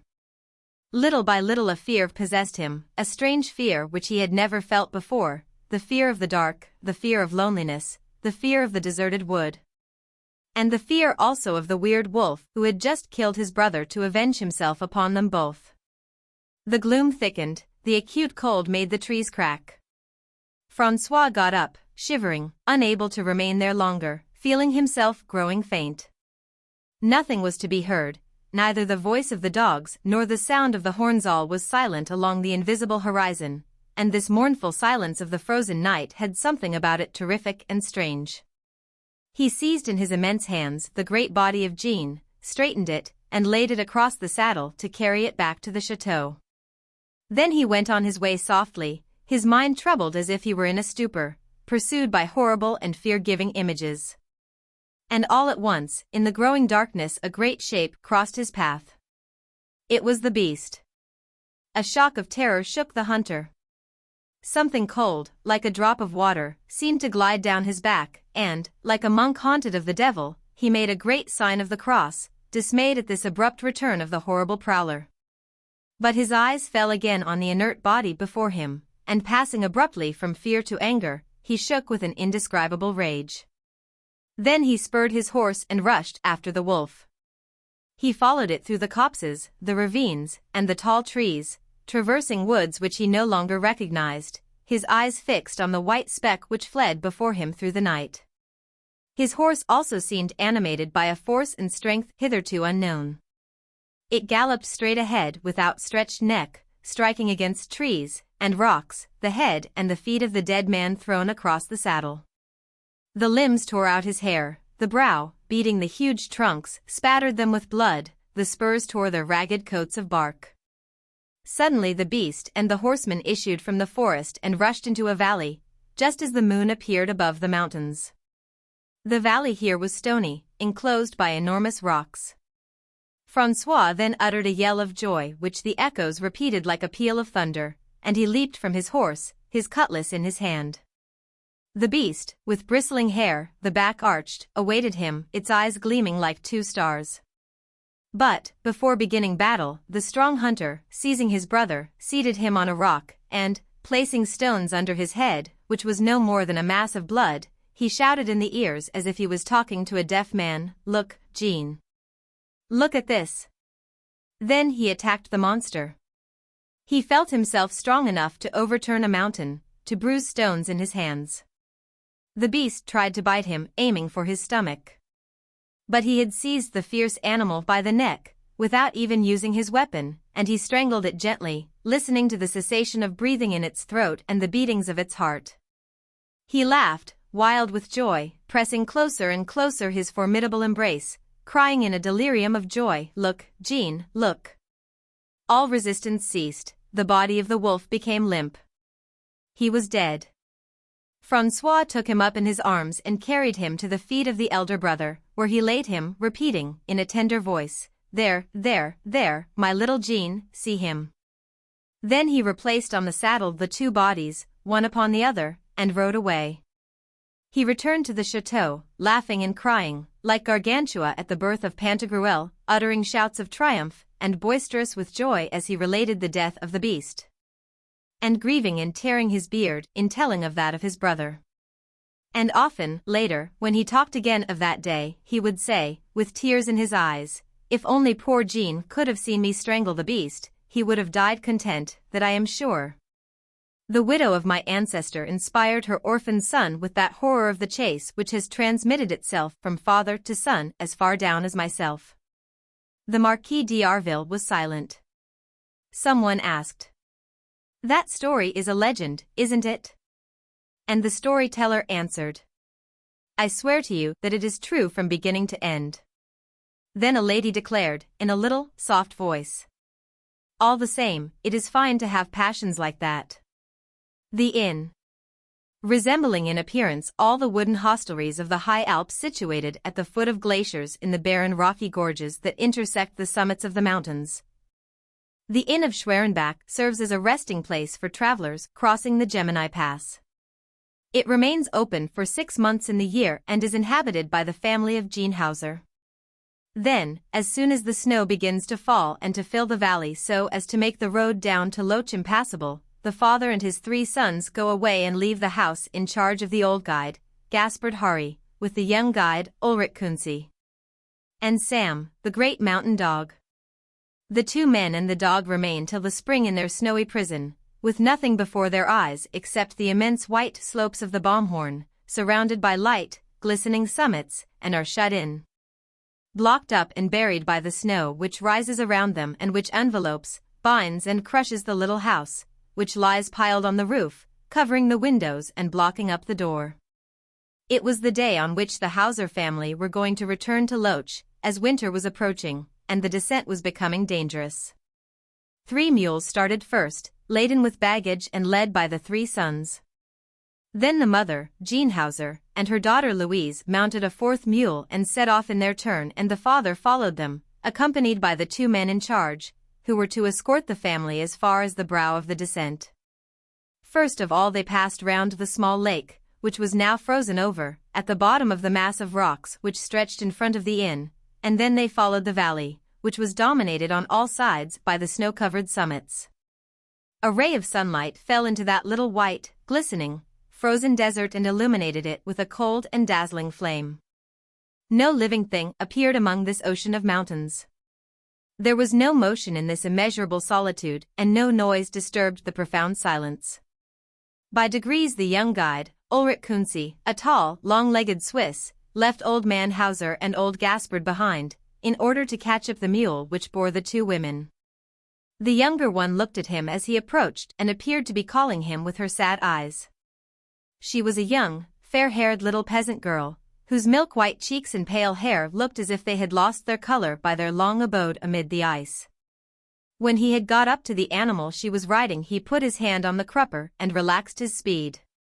Mother Hauser began to talk to him, enumerating with the minutest details all that he would have to attend to during the winter. It was the first time that he was going to stay up there, while old Hari had already spent 14 winters amid the snow, at the Inn of Schwerenbach.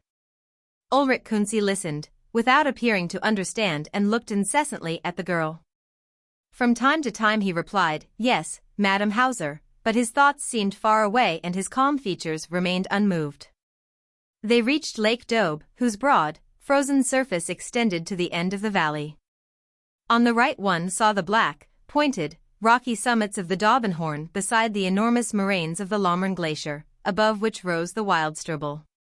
As they approached the Gemmi Pass, where the descent of Loch begins, they suddenly beheld the immense horizon of the Alps of the Valais, from which the broad, deep valley of the Rhone separated them.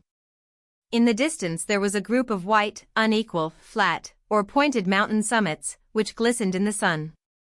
The Mischjebel with its 2 peaks, the huge group of the Weisshorn, the heavy Brunnighorn, the lofty and formidable pyramid of Mount Cervin, that slayer of men, and the Dent Blanche, that monstrous coquette. Then beneath them, in a tremendous hole, at the bottom of a terrific abyss, they perceived Loch, where houses looked as grains of sand which had been thrown into that enormous crevice that is ended and closed by the Gemmi and which opens down below, on the Rhone. The mule stopped at the edge of the path, which winds and turns continually, doubling backward, then, fantastically and strangely, along the side of the mountain as far as the almost invisible little village at its feet. The women jumped into the snow and the 2 old men joined them. "Well," Father Hauser said, "goodbye, and keep up your spirits till next year, my friends," and old Hari replied, "Till next year." They embraced each other, and then Madame Hauser in her turn offered her cheek, and the girl did the same. When Ulrich Kunze's turn came, he whispered in Louise's ear, "Do not forget those up yonder," and she replied, "No," in such a low voice that he guessed what she had said without hearing it. "Well, adieu," Geinhauser repeated, "and don't fall ill."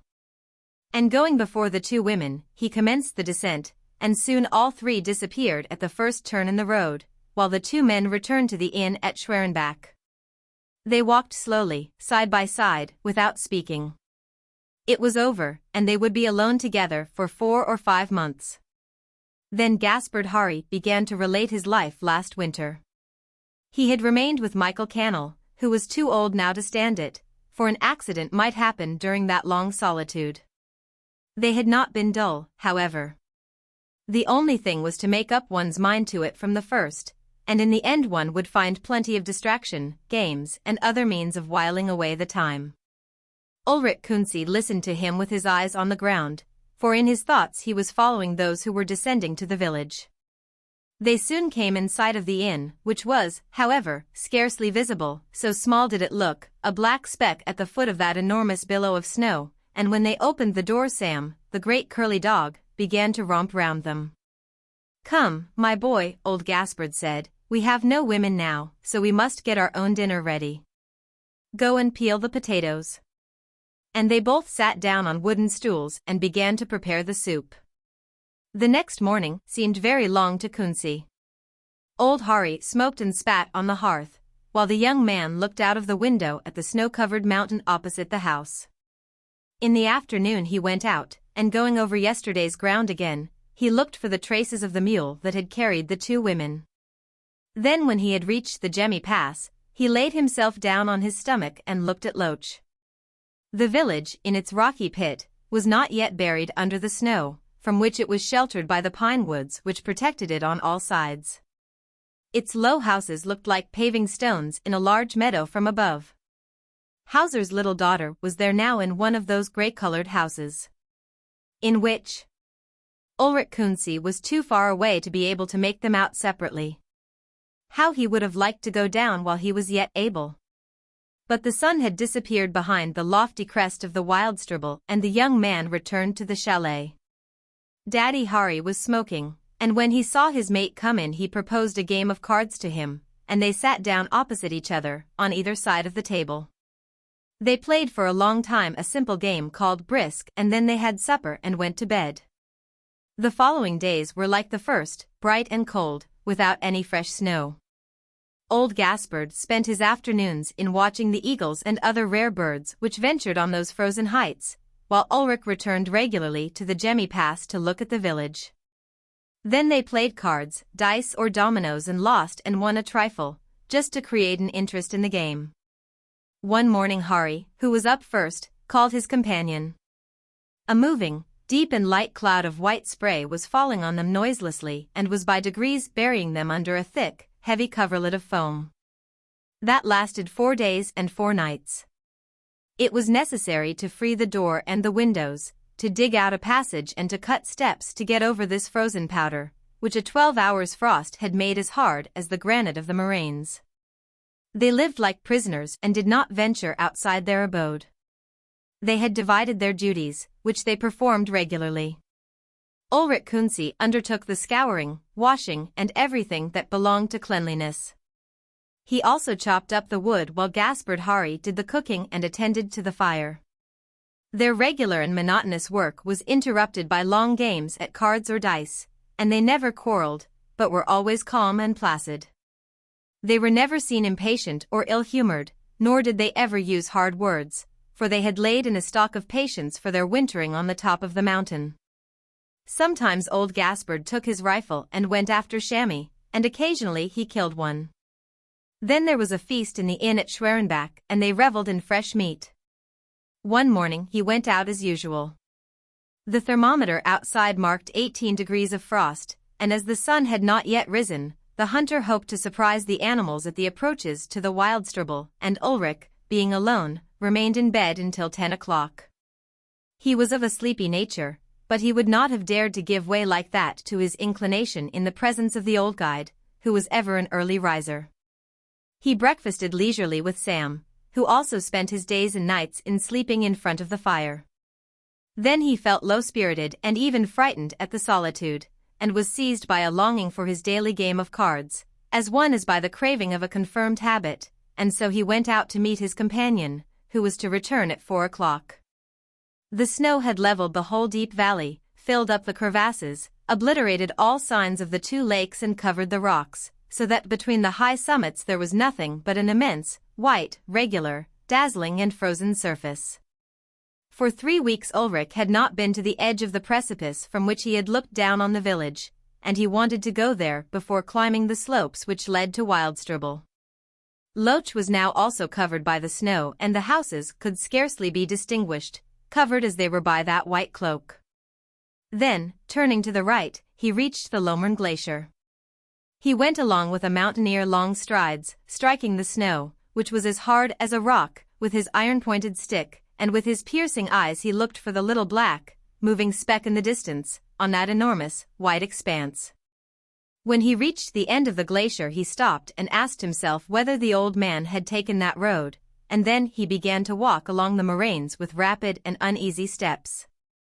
The day was declining, the snow was assuming a rosy tint, and a dry, frozen wind blew in rough gusts over its crystal surface.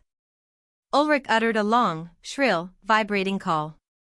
His voice sped through the death-like silence in which the mountains were sleeping. It reached the distance, across profound and motionless waves of glacial foam, like the cry of a bird across the waves of the sea. Then it died away and nothing answered him. He began to walk again. The sun had sunk yonder behind the mountain tops, which were still purple with the reflection from the sky, but the depths of the valley were becoming gray, and suddenly the young man felt frightened. It seemed to him as if the silence, the cold, the solitude, the winter death of these mountains were taking possession of him, were going to stop and to freeze his blood, to make his limbs grow stiff and to turn him into a motionless and frozen object, and he set off running, fleeing toward his dwelling. The old man, he thought, would have returned during his absence. He had taken another road, he would, no doubt, be sitting before the fire, with a dead chamois at his feet. He soon came in sight of the inn, but no smoke rose from it. Ulrich walked faster and opened the door. Sam ran up to him to greet him, but Gaspard Hari had not returned. Kunsi, in his alarm, turned round suddenly, as if he had expected to find his comrade hidden in a corner. Then he relighted the fire and made the soup, hoping every moment to see the old man come in. From time to time he went out to see if he were not coming. It was quite night now, that wan, livid night of the mountains, lighted by a thin, yellow crescent moon, just disappearing behind the mountain tops. Then the young man went in and sat down to warm his hands and feet, while he pictured to himself every possible accident. Gaspard might have broken a leg, have fallen into a crevasse, taken a false step and dislocated his ankle. And, perhaps, he was lying on the snow, overcome and stiff with the cold, in agony of mind, lost and, perhaps, shouting for help, calling with all his might in the silence of the night. But where? The mountain was so vast, so rugged, so dangerous in places, especially at that time of the year, that it would have required 10 or 20 guides to walk for a week in all directions to find a man in that immense space. Ulrich Kunsi, however, made up his mind to set out with Sam if Gaspard did not return by 1 in the morning, and he made his preparations. He put provisions for 2 days into a bag, took his steel climbing iron, tied a long, thin, strong rope round his waist, and looked to see that his iron-shod stick and his axe, which served to cut steps in the ice, were in order. Then he waited.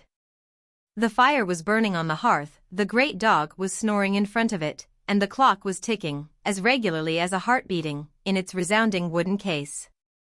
He waited, with his ears on the alert for distant sounds, and he shivered when the wind blew against the roof and the walls. It struck 12 and he trembled. Then, frightened to shivering, he put some water on the fire, so that he might have some hot coffee before starting, and when the clock struck 1 he got up, woke Sam, opened the door, and went off in the direction of the Wildstrubel. For 5 hours he mounted, scaling the rocks by means of his climbing irons, cutting into the ice, advancing continually, and occasionally hauling up the dog, who remained below at the foot of some slope that was too steep for him, by means of the rope. It was about 6 o'clock when he reached one of the summits to which old Gaspard often came after chamois, and he waited till it should be daylight. The sky was growing pale overhead, and a strange light, springing nobody could tell whence, suddenly illuminated the immense ocean of pale mountain summits, which extended for 100 leagues around him. One might have said that this vague brightness arose from the snow itself and spread abroad in space. By degrees the highest distant summits assumed a delicate, pink flesh color, and the red sun appeared behind the ponderous giants of the Bernese Alps.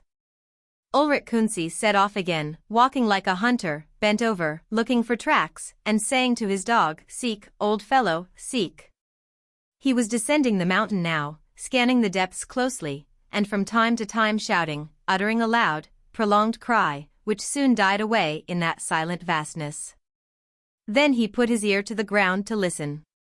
He thought he could distinguish a voice, and he began to run and shout it again, but he heard nothing more and sat down, exhausted and in despair. Toward midday he breakfasted and gave Sam, who was as tired as himself, something to eat also, and then he recommenced his search. When evening came he was still walking, and he had walked more than 30 miles over the mountains. As he was too far away to return home and too tired to drag himself along any further, he dug a hole in the snow and crouched in it with his dog under a blanket which he had brought with him. And the man and the dog lay side by side, trying to keep warm, but frozen to the marrow nevertheless. Ulrich scarcely slept, his mind haunted by visions and his limbs shaking with cold. Day was breaking when he got up. His legs were as stiff as iron bars and his spirits so low that he was ready to cry with anguish, while his heart was beating so that he almost fell over with agitation, when he thought he heard a noise. Suddenly he imagined that he also was going to die of cold in the midst of this vast solitude, and the terror of such a death roused his energies and gave him renewed vigor. He was descending toward the inn, falling down and getting up again, and followed at a distance by Sam, who was limping on 3 legs, and they did not reach Schwerenbach until 4 o'clock in the afternoon. The house was empty and the young man made a fire, had something to eat and went to sleep, so worn out that he did not think of anything more. He slept for a long time, for a very long time, an irresistible sleep. But suddenly a voice, a cry, a name, Ulrich, aroused him from his profound torpor and made him sit up in bed. Had he been dreaming? Was it one of those strange appeals which cross the dreams of disquieted minds?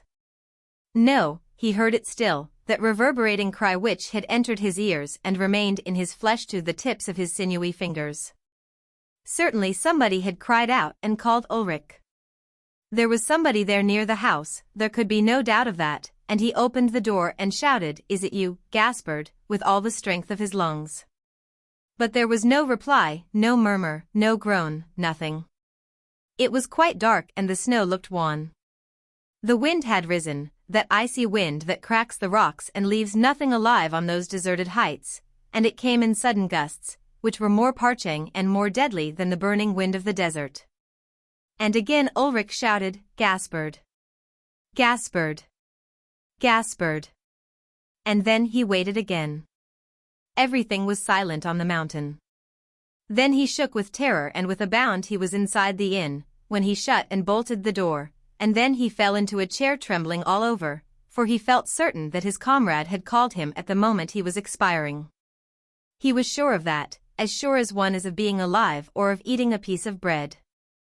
Old Gaspard Hari had been dying for 2 days and 3 nights somewhere, in some hole, in one of those deep, untrodden ravines whose whiteness is more sinister than subterranean darkness.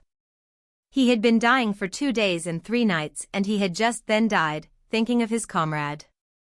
His soul, almost before it was released, had taken its flight to the inn where Ulrich was sleeping, and it had called him by that terrible and mysterious power which the spirits of the dead have to haunt the living. That voiceless soul had cried to the worn-out soul of the sleeper, it had uttered its last farewell, or its reproach, or its curse on the man who had not searched carefully enough. And Ulrich felt that it was there, quite close to him, behind the wall, behind the door which he had just fastened. It was wandering about, like a night bird which lightly touches a lighted window with his wings, and the terrified young man was ready to scream with horror. He wanted to run away, but did not dare to go out. He did not dare, and he should never dare to do it in the future, for that phantom would remain there day and night, round the inn, as long as the old man's body was not recovered and had not been deposited in the consecrated earth of a churchyard. When it was daylight, Kunsi recovered some of his courage at the return of the bright sun. He prepared his meal, gave his dog some food, and then remained motionless on a chair, tortured at heart as he thought of the old man lying on the snow. And then, as soon as night once more covered the mountains, new terrors assailed him. He now walked up and down the dark kitchen, which was scarcely lighted by the flame of one candle, and he walked from one end of it to the other with great strides, listening whether the terrible cry of the other night would again break the dreary silence outside. He felt himself alone, unhappy man, as no man had ever been alone before. He was alone in this immense desert of snow, alone 5,000 feet above the inhabited earth, above human habitation, above that stirring, noisy, palpitating life, alone under an icy sky. A mad longing impelled him to run away, no matter where, to get down to Loch by flinging himself over the precipice. But he did not even dare to open the door, as he felt sure that the dead man, would bar his road, so that he might not be obliged to remain up there alone. Toward midnight, tired with walking, worn out by grief and fear, he at last fell into a doze in his chair, for he was afraid of his bed as one is of a haunted spot. But suddenly the strident cry of the other evening pierced his ears, and it was so shrill that Ulrich stretched out his arms to repulse the ghost, and he fell backward with his chair. Sam, who was awakened by the noise, began to howl as frightened dogs do howl, and he walked all about the house trying to find out where the danger came from. When he got to the door, he sniffed beneath it, smelling vigorously, with his coat bristling and his tail stiff, while he growled angrily. Kunsi, who was terrified, jumped up, and, holding his chair by one leg, he cried, don't come in, or I shall kill you." And the dog, excited by this threat, barked angrily at that invisible enemy who defied his master's voice. By degrees, however, he quieted down and came back and stretched himself in front of the fire, but he was uneasy and kept his head up and growled between his teeth. Ulrich, in turn, recovered his senses, but as he felt faint with terror, he went and got a bottle of brandy out of the sideboard, and he drank off several glasses, one after another, at a gulp. His ideas became vague, his courage revived, and a feverish glow ran through his veins. He ate scarcely anything the next day and limited himself to alcohol, and so he lived for several days, like a drunken brute. As soon as he thought of Gaspard Hari, he began to drink again, and went on drinking until he fell to the ground, overcome by intoxication. And there he remained lying on his face, dead drunk, his limbs benumbed, and snoring loudly. But scarcely had he digested the maddening and burning liquor than the same cry, Ulrich, woke him like a bullet piercing his brain, and he got up, still staggering, stretching out his hands to save himself from falling, and calling to Sam to help him. And the dog, who appeared to be going mad like his master, rushed to the door, scratched it with his claws and gnawed it with his long white teeth, while the young man, with his head thrown back, drank the brandy in draughts, as if it had been cold water, so that it might by and by send his thoughts, his frantic terror, and his memory to sleep again. In 3 weeks he had consumed all his stock of ardent spirits. But his continual drunkenness only lulled his terror, which awoke more furiously than ever as soon as it was impossible for him to calm it. His fixed idea then, which had been intensified by a month of drunkenness, and which was continually increasing in his absolute solitude, penetrated him like a gimlet. He now walked about the house like a wild beast in its cage, putting his ear to the door to listen if the other were there and defying him through the wall. Then, as soon as he dozed, overcome by fatigue, he heard the voice which made him leap to his feet.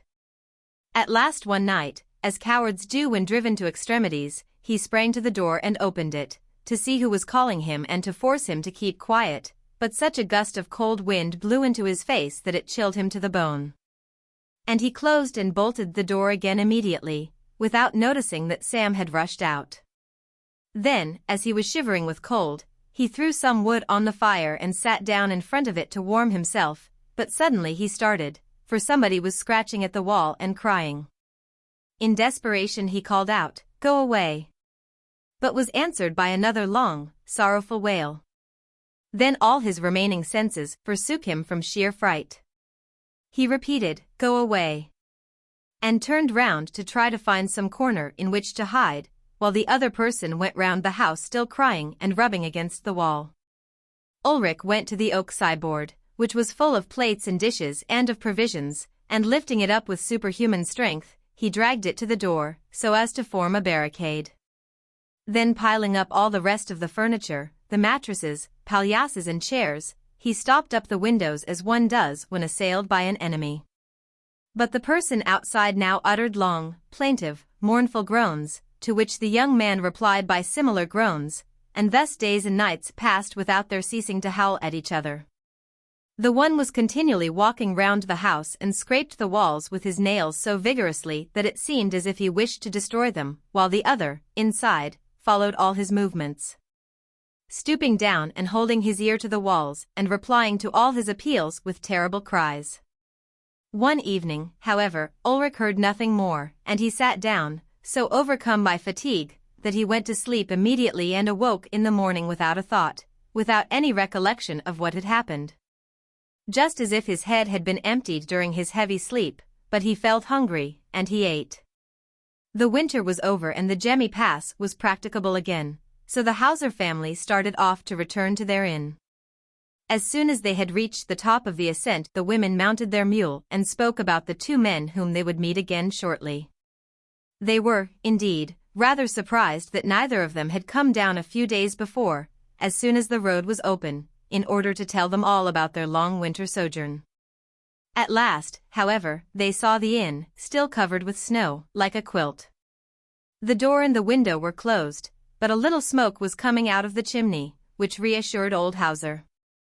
On going up to the door, however, he saw the skeleton of an animal which had been torn to pieces by the eagles, a large skeleton lying on its side.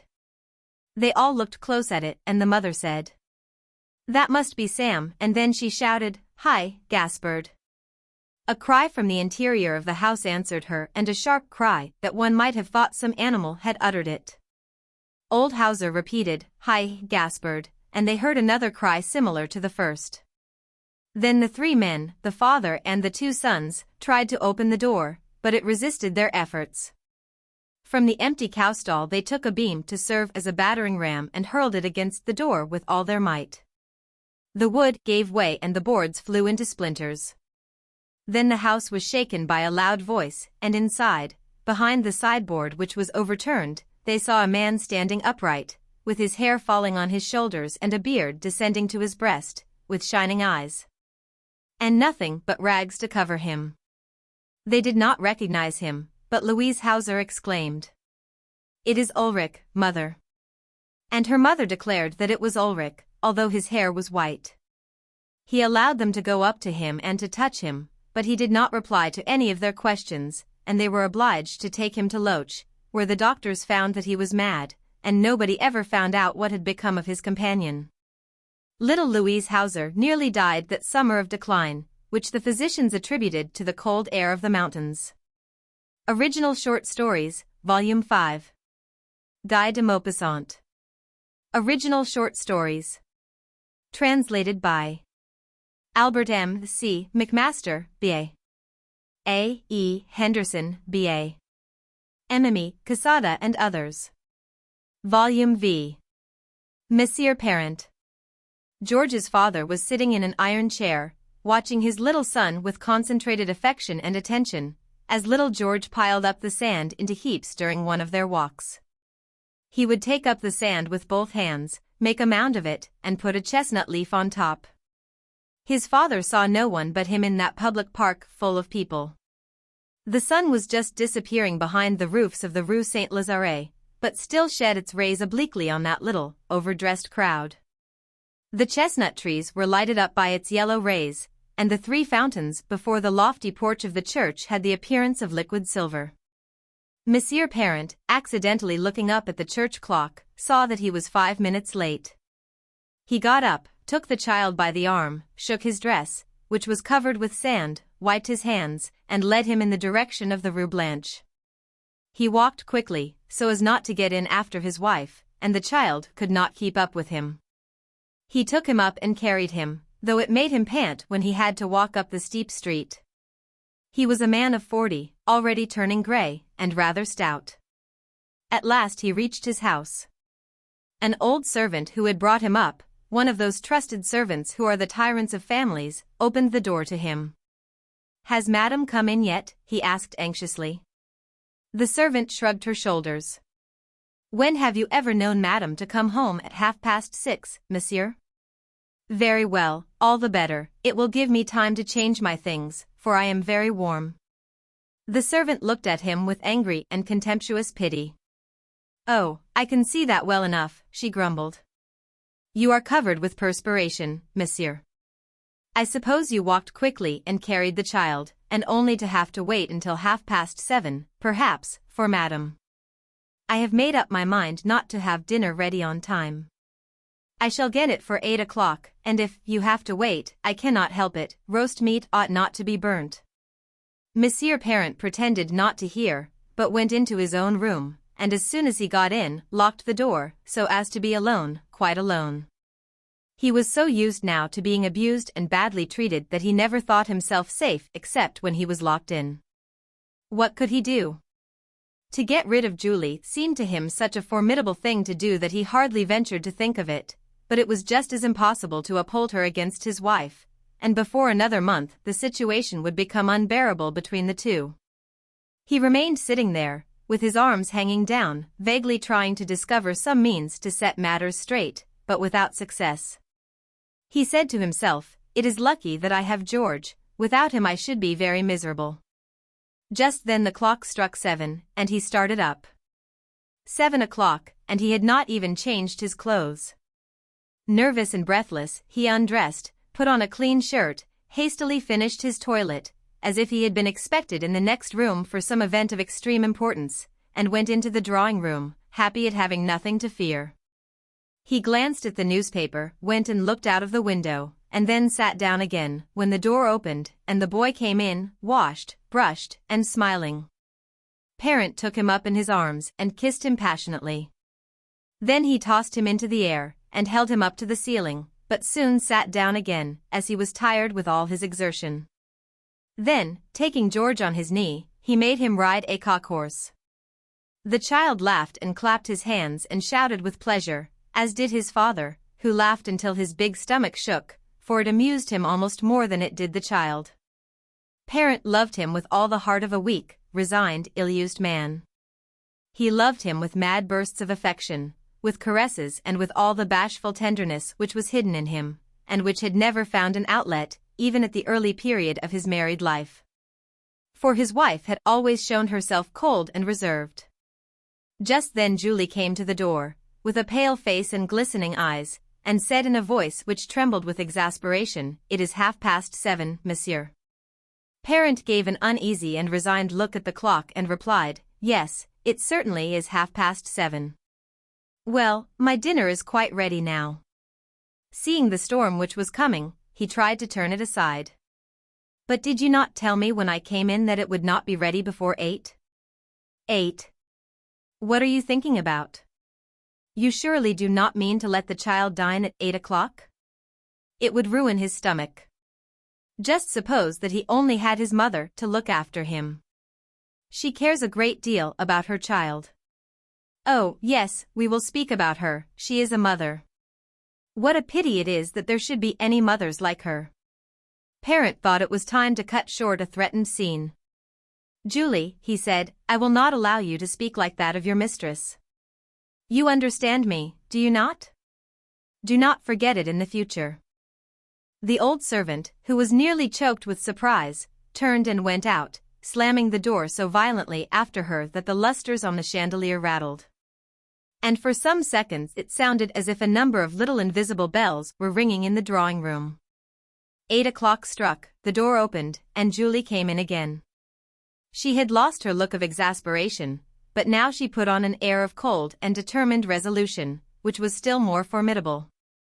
"Monsieur," she said, "I served your mother until the day of her death, and I have attended to you from your birth until now, and I think it may be said that I am devoted to the family." She waited for a reply, and Parent stammered, "Why, yes, certainly, my good Julie." You know quite well, she continued, that I have never done anything for the sake of money, but always for your sake. That I have never deceived you nor lied to you, that you have never had to find fault with me. Certainly, my good Julie. Very well, then, monsieur, it cannot go on any longer like this. I have said nothing, and left you in your ignorance, out of respect and liking for you, but it is too much, and everyone in the neighborhood is laughing at you. Everybody knows about it, and so I must tell you also, although I do not like to repeat it. The reason why Madame comes in at any time she chooses is that she is doing abominable things. He seemed stupefied and not to understand, and could only stammer out. Hold your tongue, you know I have forbidden you. But she interrupted him with irresistible resolution. No, monsieur, I must tell you everything now. For a long time Madame has been carrying on with Monsieur Limousin. I have seen them kiss scores of times behind the door. Ah. You may be sure that if Monsieur Limousin had been rich, Madame would never have married Monsieur Parent. If you remember how the marriage was brought about, you would understand the matter from beginning to end. Parent had risen and stammered out, his face livid, hold your tongue, or... She went on, however, no, I mean to tell you everything. She married you from interest, and she deceived you from the very first day. It was all settled between them beforehand. You need only reflect for a few moments to understand it, and then, as she was not satisfied with having married you, as she did not love you, she has made your life miserable, so miserable that it has almost broken my heart when I have seen it. He walked up and down the room with hands clenched, repeating, hold your tongue, for he could find nothing else to say. The old servant, however, would not yield, she seemed resolved on everything. George, who had been at first astonished and then frightened at those angry voices, began to utter shrill screams, and remained behind his father, with his face puckered up and his mouth open, roaring. His son's screams exasperated Parent, and filled him with rage and courage. He rushed at Julie with both arms raised, ready to strike her, exclaiming, Ah! You wretch! You will drive the child out of his senses. He already had his hand on her, when she screamed in his face. Monsieur, you may beat me if you like, me who reared you, but that will not prevent your wife from deceiving you, or alter the fact that your child is not yours. He stopped suddenly, let his arms fall, and remained standing opposite to her, so overwhelmed that he could understand nothing more. You need only to look at the child, she added, to know who is its father. He is the very image of Monsieur Limousin. You need only look at his eyes and forehead. Why, a blind man could not be mistaken in him. He had taken her by the shoulders, and was now shaking her with all his might. Viper, viper, he said. Go out the room, viper. Go out, or I shall kill you. Go out. Go out. And with a desperate effort he threw her into the next room. She fell across the table, which was laid for dinner, breaking the glasses. Then, rising to her feet, she put the table between her master and herself. While he was pursuing her, in order to take hold of her again, she flung terrible words at him. You need only go out this evening after dinner, and come in again immediately, and you will see. You will see whether I have been lying. Just try it, and you will see. She had reached the kitchen door and escaped, but he ran after her, up the back stairs to her bedroom, into which she had locked herself, and knocking at the door, he said, You will leave my house this very instant. You may be certain of that, monsieur, was her reply. In an hour's time I shall not be here any longer. He then went slowly downstairs again, holding on to the banister so as not to fall, and went back to the drawing-room, where little George was sitting on the floor, crying. He fell into a chair, and looked at the child with dull eyes. He understood nothing, knew nothing more, he felt dazed, stupefied, mad, as if he had just fallen on his head, and he scarcely even remembered the dreadful things the servant had told him.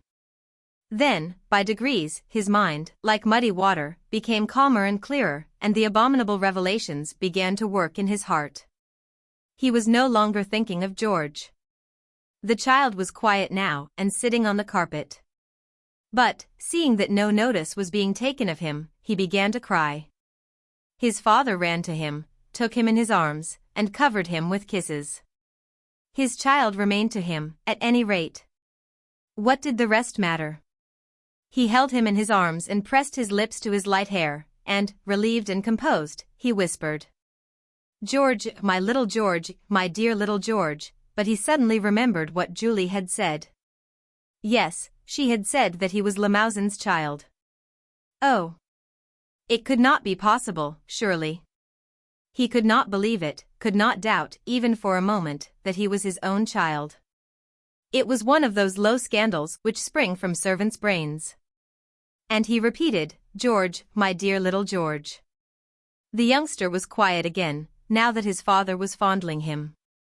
Parent felt the warmth of the little chest penetrate through his clothes, and it filled him with love, courage, and happiness. That gentle warmth soothed him, fortified him, and saved him. Then he put the small, curly head away from him a little, and looked at it affectionately, still repeating, "George. Oh, my little George." But suddenly he thought, suppose he were to resemble Limousin, after all. He looked at him with haggard, troubled eyes, and tried to discover whether there was any likeness in his forehead, in his nose, mouth, or cheeks.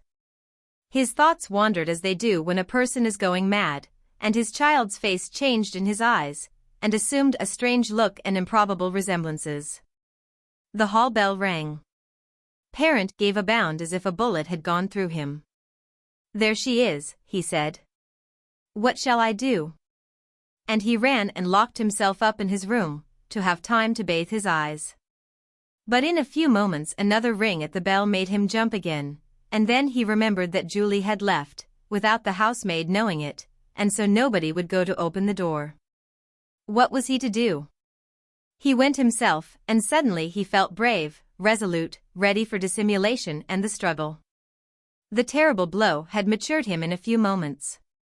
He wished to know the truth, he desired it with the rage of a timid man, and with the tenacity of an easy-going man who has been exasperated. Nevertheless, he trembled. Does one know how much excited cowardice there often is in boldness? He went to the door with furtive steps, and stopped to listen, his heart beat furiously. Suddenly, however, the noise of the bell over his head startled him like an explosion. He seized the lock, turned the key, and opening the door, saw his wife and Limousin standing before him on the stairs. With an air of astonishment, which also betrayed a little irritation, she said, "So you open the door now? Where is Julie?" His throat felt tight and his breathing was labored as he tried to reply, without being able to utter a word. "Are you dumb?" she continued. "I asked you where Julie is?" She has gone," he managed to stammer. His wife began to get angry. "What do you mean by gone?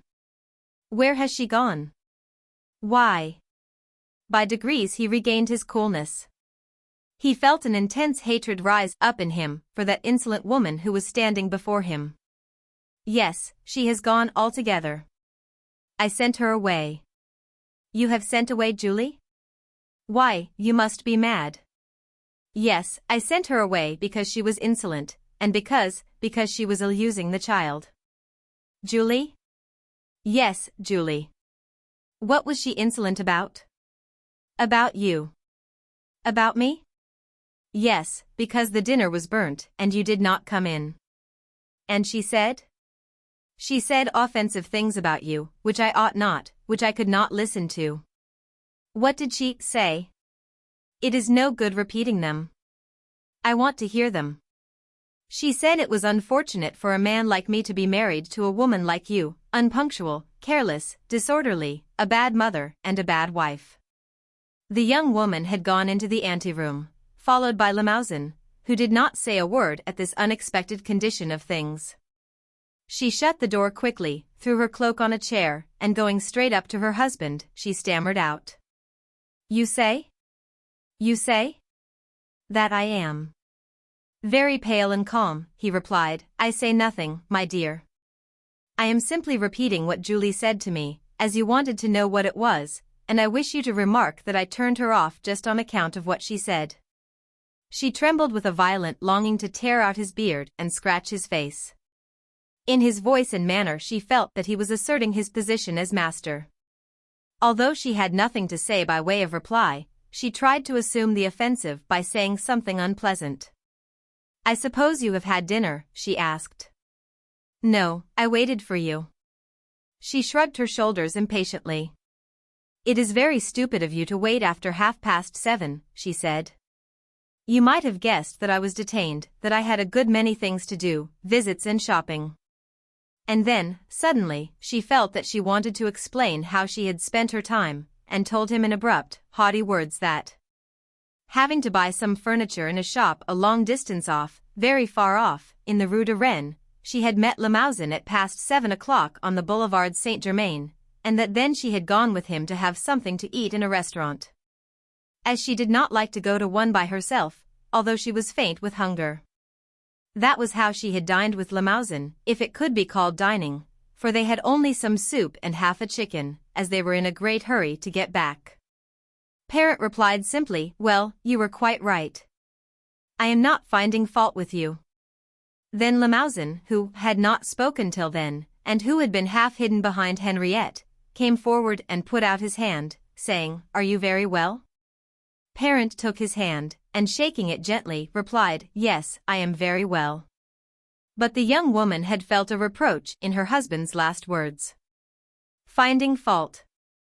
Why do you speak of finding fault? One might think that you meant to imply something." "Not at all," he replied, by way of excuse. "I simply meant that I was not at all anxious although you were late, and that I did not find fault with you for it." She, however, took the high hand, and tried to find a pretext for a quarrel. "Although I was late? One might really think that it was 1 o'clock in the morning, and that I spent my nights away from home." "Certainly not, my dear. I said late because I could find no other word. You said you should be back at 6:30, and you returned at 8:30.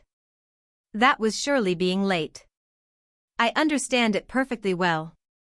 I am not at all surprised, even. But, I can hardly use any other word. But you pronounce them as if I had been out all night." "Oh, no." She saw that he would yield on every point, and she was going into her own room, when at last she noticed that George was screaming, and then she asked, with some feeling, "What is the matter with the child? I told you that Julie had been rather unkind to him. What has the wretch been doing to him?" "Oh, nothing much."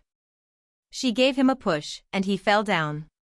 She wanted to see her child, and ran into the dining room, but stopped short at the sight of the table covered with spilt wine, with broken decanters and glasses and overturned salt cellars.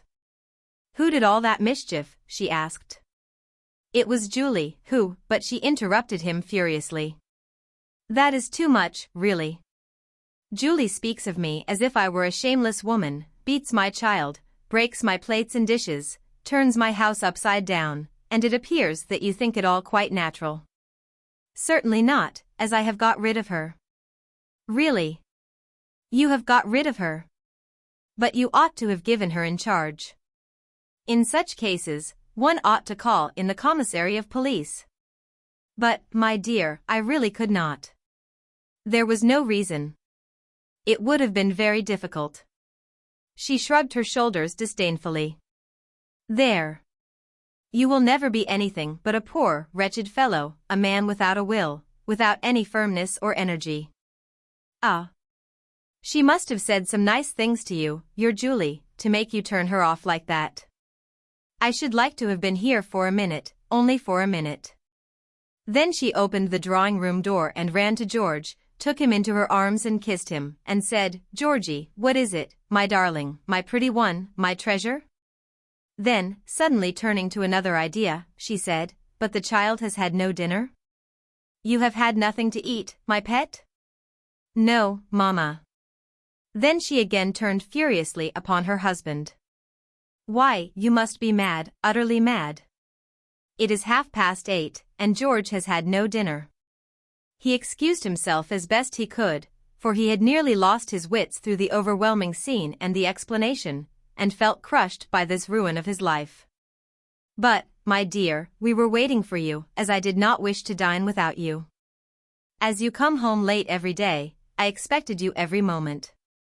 She threw her bonnet, which she had kept on till then, into an easy chair, and in an angry voice she said, "It is really intolerable to have to do with people who can understand nothing, who can divine nothing and do nothing by themselves. So, I suppose, if I were to come in at 12 o'clock at night, the child would have had nothing to eat? Just as if you could not have understood that, as it was after 7:30, I was prevented from coming home, that I had met with some hindrance." Parent trembled, for he felt that his anger was getting the upper hand, but Limousin interposed, and turning toward the young woman, said, "My dear friend, you are altogether unjust. Parent could not guess that you would come here so late, as you never do so, and then, how could you expect him to get over the difficulty all by himself, after having sent away Julie?" But Henriette was very angry, and replied, "Well, at any rate, he must get over the difficulty himself, for I will not help him," she replied. "Let him settle it." And she went into her own room, quite forgetting that her child had not had anything to eat. Limousin immediately set to work to help his friend. He picked up the broken glasses which strewed the table and took them out, replaced the plates and knives and forks, and put the child into his high chair, while Parent went to look for the chambermaid to wait at table.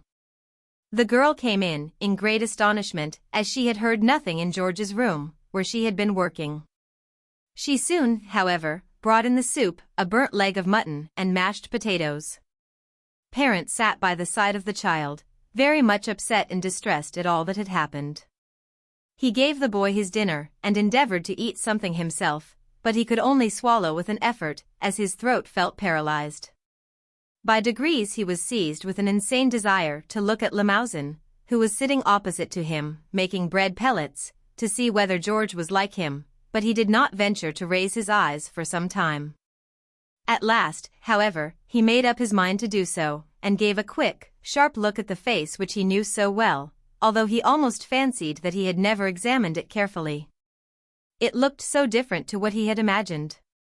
From time to time he looked at Limousin, trying to recognize a likeness in the smallest lines of his face, in the slightest features, and then he looked at his son, under the pretext of feeding him. Two words were sounding in his ears: his father. His father. His father. They buzzed in his temples at every beat of his heart. Yes, that man, that tranquil man who was sitting on the other side of the table, was, perhaps, the father of his son, of George, of his little George. Parent left off eating, he could not swallow any more. A terrible pain, one of those attacks of pain which make men scream, roll on the ground, and bite the furniture, was tearing at his entrails, and he felt inclined to take a knife and plunge it into his stomach. He started when he heard the door open. His wife came in. "I am hungry," she said. "Are not you, Limousin?" He hesitated a little, and then said, "Yes, I am, upon my word." She had the leg of mutton brought in again. Parent asked himself, have they had dinner? Or are they late because they have had a lovers' meeting? They both ate with a very good appetite. Henriette was very calm, but laughed and joked. Her husband watched her furtively. She had on a pink tea gown trimmed with white lace, and her fair head, her white neck and her plump hands stood out from that coquettish and perfumed dress as though it were a seashell edged with foam. What fun they must be making of him, if he had been their dupe since the first day. Was it possible to make a fool of a man, of a worthy man, because his father had left him a little money? Why could one not see into people's souls? How was it that nothing revealed to upright hearts the deceits of infamous hearts? How was it that voices had the same sound for adoring as for lying? Why was a false, deceptive look the same as a sincere one? And he watched them, waiting to catch a gesture, a word, an intonation. Then suddenly he thought, I will surprise them this evening, and he said, "My dear, as I have dismissed Julie, I will see about getting another girl this very day. I will go at once to procure one by tomorrow morning, so I may not be in until late." "Very well," she replied, "go. I shall not stir from here." Limousin will keep me company. We will wait for you. Then, turning to the maid, she said, you had better put George to bed, and then you can clear away and go up to your room. Parent had got up. He was unsteady on his legs, dazed and bewildered, and saying, I shall see you again later on, he went out, holding on to the wall, for the floor seemed to roll like a ship. George had been carried out by his nurse, while Henriette and Limousin went into the drawing room. As soon as the door was shut, he said, you must be mad, surely, to torment your husband as you do? She immediately turned on him, ah. Do you know that I think the habit you have got into lately, of looking upon Parent as a martyr, is very unpleasant? Limousin threw himself into an easy chair and crossed his legs. I am not setting him up as a martyr in the least, but I think that, situated as we are, it is ridiculous to defy this man as you do, from morning till night. She took a cigarette from the mantelpiece, lighted it, and replied, but I do not defy him, quite the contrary. Only he irritates me by his stupidity, and I treat him as he deserves.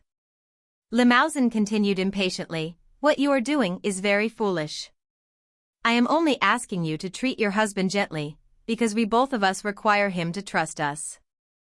I think that you ought to see that.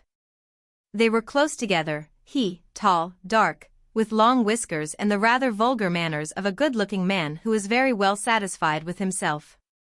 She, small, fair, and pink, a little Parisian, born in the back room of a shop, half cocotte and half bourgeoise, brought up to entice customers to the store by her glances, and married, in consequence, to a simple, unsophisticated man, who saw her outside the door every morning when he went out and every evening when he came home. But do you not understand, you great booby, she said, that I hate him just because he married me, because he bought me, in fact, because everything that he says and does, everything that he thinks, acts on my nerves. He exasperates me every moment by his stupidity, which you call his kindness, by his dullness, which you call his confidence, and then, above all, because he is my husband, instead of you. I feel him between us, although he does not interfere with us much. And then. No, it is, after all, too idiotic of him not to guess anything. I wish he would, at any rate, be a little jealous. There are moments when I feel inclined to say to him, do you not see, you stupid creature, that Paul is my lover? It is quite incomprehensible that you cannot understand how hateful he is to me, how he irritates me. You always seem to like him, and you shake hands with him cordially. Men are very extraordinary at times. One must know how to dissimulate, my dear. It is no question of dissimulation, but of feeling. One might think that, when you men deceive one another, you like each other better on that account, while we women hate a man from the moment that we have betrayed him. I do not see why one should hate an excellent fellow because one is friendly with his wife. You do not see it? You do not see it? You all of you are wanting in refinement of feeling. However, that is one of those things which one feels and cannot express. And then, moreover, one ought not. No, you would not understand, it is quite useless. You men have no delicacy of feeling. And smiling, with the gentle contempt of an impure woman, she put both her hands on his shoulders and held up her lips to him. He stooped down and clasped her closely in his arms, and their lips met. And as they stood in front of the mantel mirror, another couple exactly like them embraced behind the clock. They had heard nothing, neither the noise of the key nor the creaking of the door, but suddenly Henriette, with a loud cry, pushed Limousin away with both her arms, and they saw Parent looking at them, livid with rage, without his shoes on and his hat over his forehead. He looked at each, one after the other, with a quick glance of his eyes and without moving his head. He appeared beside himself. Then, without saying a word, he threw himself on Limousin, seized him as if he were going to strangle him, and flung him into the opposite corner of the room so violently that the other lost his balance, and, beating the air with his hand, struck his head violently against the wall. When Henriette saw that her husband was going to murder her lover, she threw herself on Parent, seized him by the neck, and digging her 10 delicate, rosy fingers into his neck, she squeezed him so tightly, with all the vigor of a desperate woman, that the blood spurted out under her nails, and she bit his shoulder, as if she wished to tear it with her teeth. Parent, half strangled and choking, loosened his hold on Limousin, in order to shake off his wife, who was hanging to his neck. Putting his arms round her waist, he flung her also to the other end of the drawing-room. Then, as his passion was short-lived, like that of most good-tempered men, and his strength was soon exhausted, he remained standing between the two, panting, worn out, not knowing what to do next. His brutal fury had expended itself in that effort, like the froth of a bottle of champagne, and his unwonted energy ended in a gasping for breath. As soon as he could speak, however, he said, "Go away, both of you, immediately. Go away." Limousin remained motionless in his corner, against the wall, too startled to understand anything as yet, too frightened to move a finger. While Henriette, with her hands resting on a small, round table, her head bent forward, her hair hanging down, the bodice of her dress unfastened, waited like a wild animal which is about to spring. Parent continued in a stronger voice, "Go away immediately. Get out of the house." His wife, however, seeing that he had got over his first exasperation, grew bolder, drew herself up, took 2 steps toward him and, grown almost insolent, she said, "Have you lost your head? What is the matter with you? What is the meaning of this unjustifiable violence?" But he turned toward her, and raising his fist to strike her, he stammered out, Oh, this is too much, too much. I heard everything. Everything, do you understand? Everything. You wretch, you wretch. You are 2 wretches. Get out of the house, both of you. Immediately, or I shall kill you. Leave the house." She saw that it was all over, and that he knew everything. That she could not prove her innocence, and that she must comply. But all her impudence had returned to her, and her hatred for the man, which was aggravated now, drove her to audacity, made her feel the need of bravado, and of defying him, and she said in a clear voice, "Come, Limousin. As he is going to turn me out of doors, I will go to your lodgings with you." But Limousin did not move, and Parent, in a fresh access of rage, cried out, "Go, will you? Go, you wretches. Or else, he seized a chair and whirled it over his head. Henriette walked quickly across the room, took her lover by the arm, dragged him from the wall, to which he appeared fixed, and led him toward the door, saying, "Do come, my friend, you see that the man is mad. Do come." As she went out she turned round to her husband, trying to think of something that she could do, something that she could invent to wound him to the heart as she left the house, and an idea struck her, one of those venomous, deadly ideas in which all a woman's perfidy shows itself, and she said resolutely, "I am going to take my child with me." Parent was stupefied, and stammered, Your child? You dare to talk of your child? You venture to ask for your child, after, oh, that is too much. Go, you vile creature. Go." She went up to him again, almost smiling, almost avenged already, and defying him, standing close to him, and face to face, she said, "I want my child, and you have no right to keep him, because he is not yours, do you understand? He is not yours. He is Limousin's." And Parent cried out in bewilderment, you lie, worthless woman." But she continued, "You fool. Everybody knows it except you. I tell you, this is his father. You need only look at him to see it." Parent staggered backward, and then he suddenly turned round, took a candle, and rushed into the next room, returning almost immediately, carrying little George wrapped up in his bedclothes. The child, who had been suddenly awakened, was crying from fright. Parent threw him into his wife's arms, and then, without speaking, he pushed her roughly out toward the stairs, where Limousin was waiting, from motives of prudence. Then he shut the door again, double-locked and bolted it, but had scarcely got back into the drawing-room when he fell to the floor at full length. Parent lived alone, quite alone. During the 5 weeks that followed their separation, the feeling of surprise at his new life prevented him from thinking much. He had resumed his bachelor life, his habits of lounging about, and took his meals at a restaurant, as he had done formerly. As he wished to avoid any scandal, he made his wife an allowance, which was arranged by their lawyers. By degrees, however, the thought of the child began to haunt him. Often, when he was at home alone at night, he suddenly thought he heard George calling out "Papa," and his heart would begin to beat, and he would get up quickly and open the door, to see whether, by chance, the child might have returned. As dogs or pigeons do. Why should a child have less instinct than an animal? On finding that he was mistaken, he would sit down in his armchair again and think of the boy. He would think of him for hours and whole days. It was not only a moral, but still more a physical obsession, a nervous longing to kiss him, to hold and fondle him, to take him on his knees and dance him. He felt the child's little arms around his neck, his little mouth pressing a kiss on his beard, his soft hair tickling his cheeks, and the remembrance of all those childish ways made him suffer as a man might for some beloved woman who has left him. 20 or 100 times a day he asked himself the question whether he was or was not George's father, and almost before he was in bed every night he recommenced the same series of despairing questionings.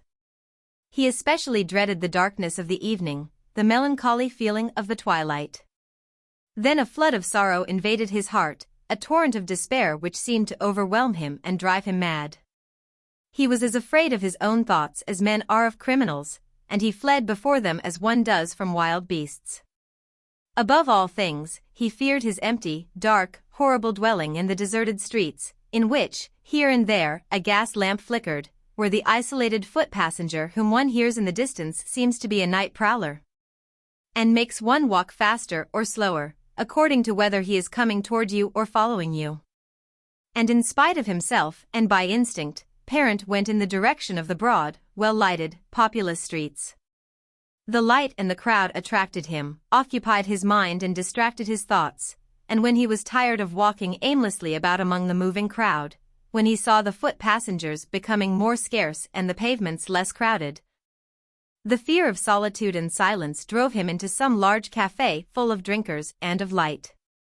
He went there as flies go to a candle, and he would sit down at one of the little round tables and ask for a bock, which he would drink slowly, feeling uneasy every time a customer got up to go.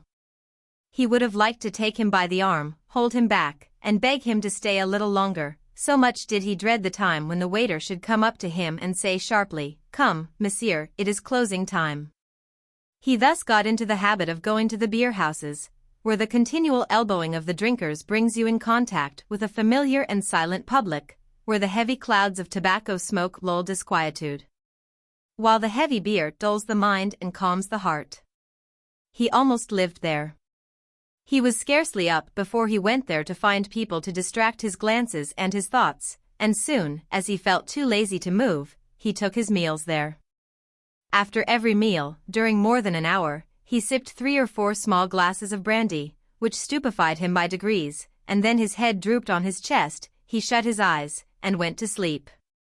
Then, awaking, he raised himself on the red velvet seat, straightened his waistcoat, pulled down his cuffs, and took up the newspapers again, though he had already seen them in the morning, and read them all through again, from beginning to end. Between 4 and 5 o'clock he went for a walk on the boulevards, to get a little fresh air, as he used to say, and then came back to the seat which had been reserved for him, and asked for his absinthe. He would talk to the regular customers whose acquaintance he had made. They discussed the news of the day and political events, and that carried him on till dinner time, and he spent the evening as he had the afternoon, until it was time to close. That was a terrible moment for him when he was obliged to go out into the dark, into his empty room full of dreadful recollections, of horrible thoughts, and of mental agony. He no longer saw any of his old friends, none of his relatives, nobody who might remind him of his past life. But as his apartments were a hell to him, he took a room in a large hotel, a good room on the ground floor, so as to see the passers-by.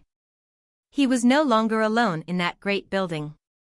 He felt people swarming round him, he heard voices in the adjoining rooms, and when his former sufferings tormented him too much at the sight of his bed, which was turned down, and of his solitary fireplace, he went out into the wide passages and walked up and down them like a sentinel, before all the closed doors, and looked sadly at the shoes standing in couples outside them, women's little boots by the side of men's thick ones, and he thought that, no doubt, all these people were happy, and were sleeping in their warm beds. 5 years passed thus, 5 miserable years. But one day, when he was taking his usual walk between the Madeleine and the Rue Drouot, he suddenly saw a lady whose bearing struck him.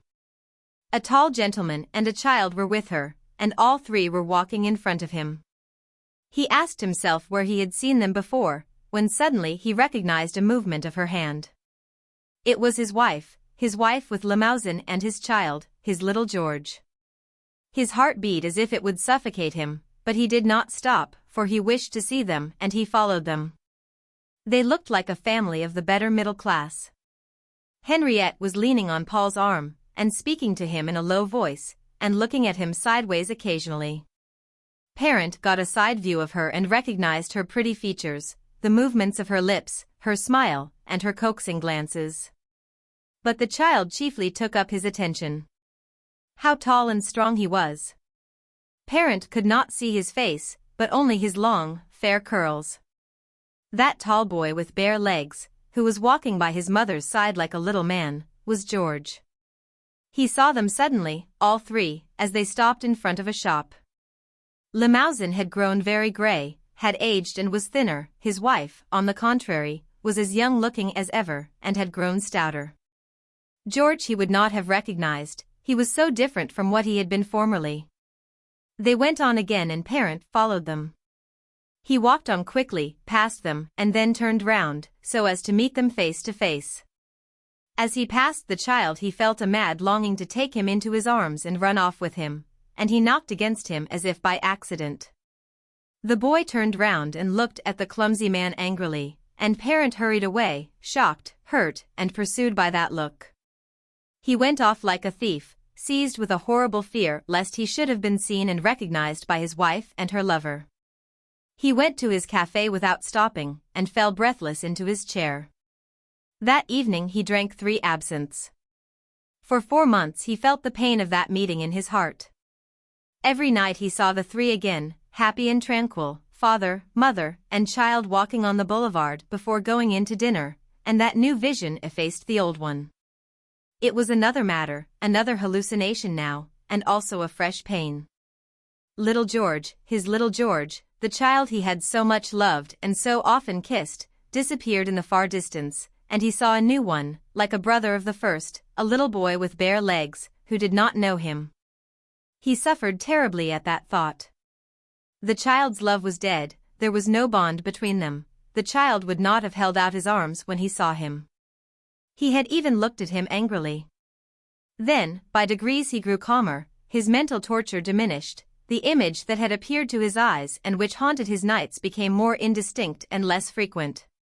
He began once more to live nearly like everybody else, like all those idle people who drink beer off marble-topped tables and wear out their clothes on the threadbare velvet of the couches. He grew old amid the smoke from pipes, lost his hair under the gas lights, looked upon his weekly bath, on his fortnightly visit to the barber's to have his hair cut, and on the purchase of a new coat or hat as an event. When he got to his café in a new hat he would look at himself in the glass for a long time before sitting down, and take it off and put it on again several times, and at last ask his friend, the lady at the bar, who was watching him with interest, whether she thought it suited him. 2 or 3 times a year he went to the theatre, and in the summer he sometimes spent his evenings at one of the open-air concerts in the Champs-Élysées. And so the years followed each other slow, monotonous, and short, because they were quite uneventful. He very rarely now thought of the dreadful drama which had wrecked his life, for 20 years had passed since that terrible evening. But the life he had led since then had worn him out. The landlord of his café would often say to him, "You ought to pull yourself together a little, Monsieur Parent, you should get some fresh air and go into the country. I assure you that you have changed very much within the last few months." And when his customer had gone out he used to say to the barmaid, "That poor Monsieur Parent is booked for another world, it is bad never to get out of Paris. Advise him to go out of town for a day occasionally, he has confidence in you. Summer will soon be here, that will put him straight." And she, full of pity and kindness for such a regular customer, said to Parent every day, "Come, monsieur, make up your mind to get a little fresh air. It is so charming in the country when the weather is fine. Oh, if I could, I would spend my life there." By degrees he was seized with a vague desire to go just once and see whether it was really as pleasant there as she said, outside the walls of the great city. One morning he said to her, "Do you know where one can get a good luncheon in the neighborhood of Paris? Go to the terrace at Saint-Germain, it is delightful there." He had been there formerly, just when he became engaged. He made up his mind to go there again, and he chose a Sunday, for no special reason, but merely because people generally do go out on Sundays, even when they have nothing to do all the week, and so one Sunday morning he went to Saint-Germain. He felt low-spirited and vexed at having yielded to that new longing, and at having broken through his usual habits. He was thirsty. He would have liked to get out at every station and sit down in the café which he saw outside and drink a bock or two, and then take the first train back to Paris. The journey seemed very long to him. He could remain sitting for whole days, as long as he had the same motionless objects before his eyes, but he found it very trying and fatiguing to remain sitting while he was being whirled along, and to see the whole country fly by, while he himself was motionless. However, he found the Seine interesting every time he crossed it.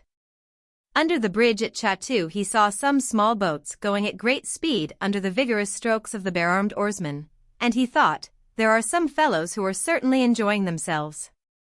The train entered the tunnel just before you get to the station at Saint-Germain, and presently stopped at the platform. Parent got out and walked slowly, for he already felt tired, toward the terrace, with his hands behind his back, and when he got to the iron balustrade, stopped to look at the distant horizon. The immense plain spread out before him vast as the sea, green and studded with large villages, almost as populous as towns. The sun bathed the whole landscape in its full, warm light. The Seine wound like an endless serpent through the plain, flowed round the villages and along the slopes. Parent inhaled the warm breeze, which seemed to make his heart young again, to enliven his spirits, and to vivify his blood, and said to himself, "Why, it is delightful here." Then he went on a few steps, and stopped again to look about him. The utter misery of his existence seemed to be brought into full relief by the intense light which inundated the landscape. He saw his 20 years of café life, dull, monotonous, heartbreaking.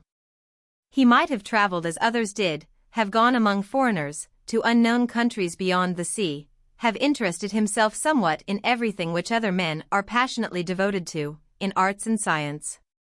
He might have enjoyed life in 1,000 forms, that mysterious life which is either charming or painful, constantly changing, always inexplicable and strange. Now, however, it was too late. He would go on drinking bock after bock until he died, without any family, without friends, without hope, without any curiosity about anything, and he was seized with a feeling of misery and a wish to run away, to hide himself in Paris, in his café and his lethargy.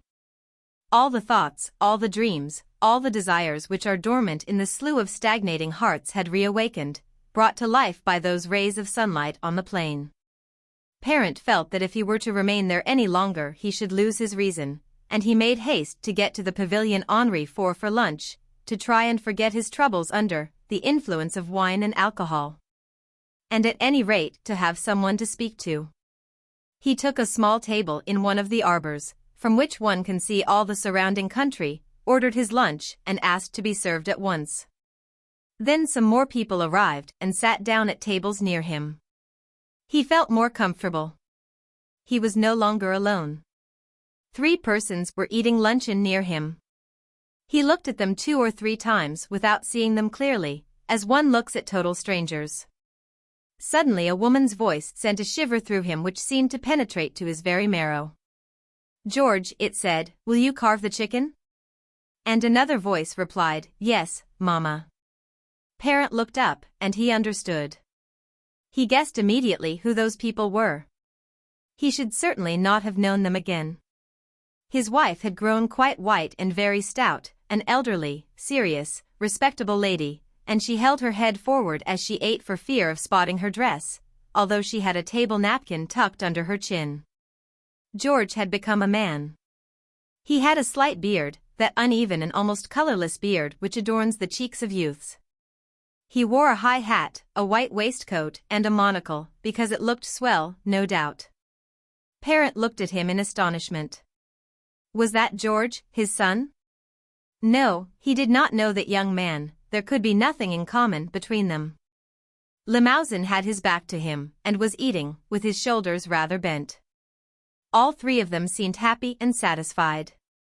They came and took luncheon in the country at well-known restaurants. They had had a calm and pleasant existence, a family existence in a warm and comfortable house, filled with all those trifles which make life agreeable, with affection. With all those tender words which people exchange continually when they love each other. They had lived thus, thanks to him, parent, on his money, after having deceived him, robbed him, ruined him. They had condemned him, the innocent, simple-minded, jovial man, to all the miseries of solitude, to that abominable life which he had led, between the pavement and a bar-room, to every mental torture and every physical misery. They had made him a useless, aimless being, a waif in the world, a poor old man without any pleasures, any prospects, expecting nothing from anybody or anything. For him, the world was empty, because he loved nothing in the world. He might go among other nations, or go about the streets, go into all the houses in Paris, open every room, but he would not find inside any door the beloved face, the face of wife or child which smiles when it sees you. This idea worked upon him more than any other, the idea of a door which one opens, to see and to embrace somebody behind it. And that was the fault of those three wretches. The fault of that worthless woman, of that infamous friend, and of that tall, light-haired lad who put on insolent airs. Now he felt as angry with the child as he did with the other two. Was he not Limousin's son? Would Limousin have kept him and loved him otherwise? Would not Limousin very quickly have got rid of the mother and of the child if he had not felt sure that it was his, positively his? Does anybody bring up other people's children? And now they were there, quite close to him, those three who had made him suffer so much. Parent looked at them, irritated and excited at the recollection of all his sufferings and of his despair, and was especially exasperated at their placid and satisfied looks. He felt inclined to kill them, to throw his siphon of seltzer water at them, to split open Limousin's head as he every moment bent it over his plate, raising it again immediately. He would have his revenge now, on the spot, as he had them under his hand. But how? He tried to think of some means, he pictured such dreadful things as one reads of in the newspapers occasionally, but could not hit on anything practical. And he went on drinking to excite himself, to give himself courage not to allow such an opportunity to escape him, as he might never have another. Suddenly an idea struck him, a terrible idea, and he left off drinking to mature it. He smiled as he murmured, I have them, I have them. We will see, we will see. They finished their luncheon slowly, conversing with perfect unconcern. Parent could not hear what they were saying, but he saw their quiet gestures. His wife's face especially exasperated him. She had assumed a haughty air, the air of a comfortable, devout woman, of an unapproachable, devout woman, sheathed in principles, ironclad in virtue. They paid their bill and got up from table. Parent then noticed Limousin. He might have been taken for a retired diplomat, for he looked a man of great importance, with his soft white whiskers, the tips of which touched his coat collar. They walked away. Parent rose and followed them. First they went up and down the terrace, and calmly admired the landscape, and then they went into the forest. Parent followed them at a distance, hiding himself so as not to excite their suspicion too soon. Parent came up to them by degrees, breathing hard with emotion and fatigue, for he was unused to walking now. He soon came up to them, but was seized with fear, an inexplicable fear, and he passed them, so as to turn round and meet them face to face. He walked on, his heart beating, feeling that they were just behind him now, and he said to himself, Come, now is the time. Courage. Courage. Now is the moment. He turned round. They were all three sitting on the grass, at the foot of a huge tree, and were still chatting. He made up his mind, and walked back rapidly. Stopping in front of them in the middle of the road, he said abruptly, in a voice broken by emotion. "It is I. Here I am. I suppose you did not expect me?" They all three stared at this man, who seemed to be insane. He continued. "One would suppose that you did not know me again. Just look at me. I am Parent, Henri Parent. You thought it was all over, and that you would never see me again. Ah. But here I am once more, you see, and now we will have an explanation." Henriette, terrified, hid her face in her hands, murmuring, "Oh. Good heavens." Seeing this stranger, who seemed to be threatening his mother, George sprang up, ready to seize him by the collar. Limousin, thunderstruck, looked in horror at this apparition, who, after gasping for breath, continued. "So now we will have an explanation. The proper moment has come. Ah. You deceived me, you condemned me to the life of a convict, and you thought that I should never catch you." The young man took him by the shoulders and pushed him back. "Are you mad?" he asked. "What do you want? Go on your way immediately, or I shall give you a thrashing." "What do I want?" replied Parent. "I want to tell you who these people are." George, however, was in a rage, and shook him, and was even going to strike him. "Let me go," said Parent. "I am your father. There, see whether they recognize me now, the wretches." The young man, thunderstruck, unclenched his fists and turned toward his mother. Parent, as soon as he was released, approached her. "Well," he said, "tell him yourself who I am. Tell him that my name is Henri Parent, that I am his father because his name is George Parent, because you are my wife, because you are all three living on my money. On the allowance of 10,000 francs which I have made you since I drove you out of my house. Will you tell him also why I drove you out? Because I surprised you with this beggar, this wretch, your lover.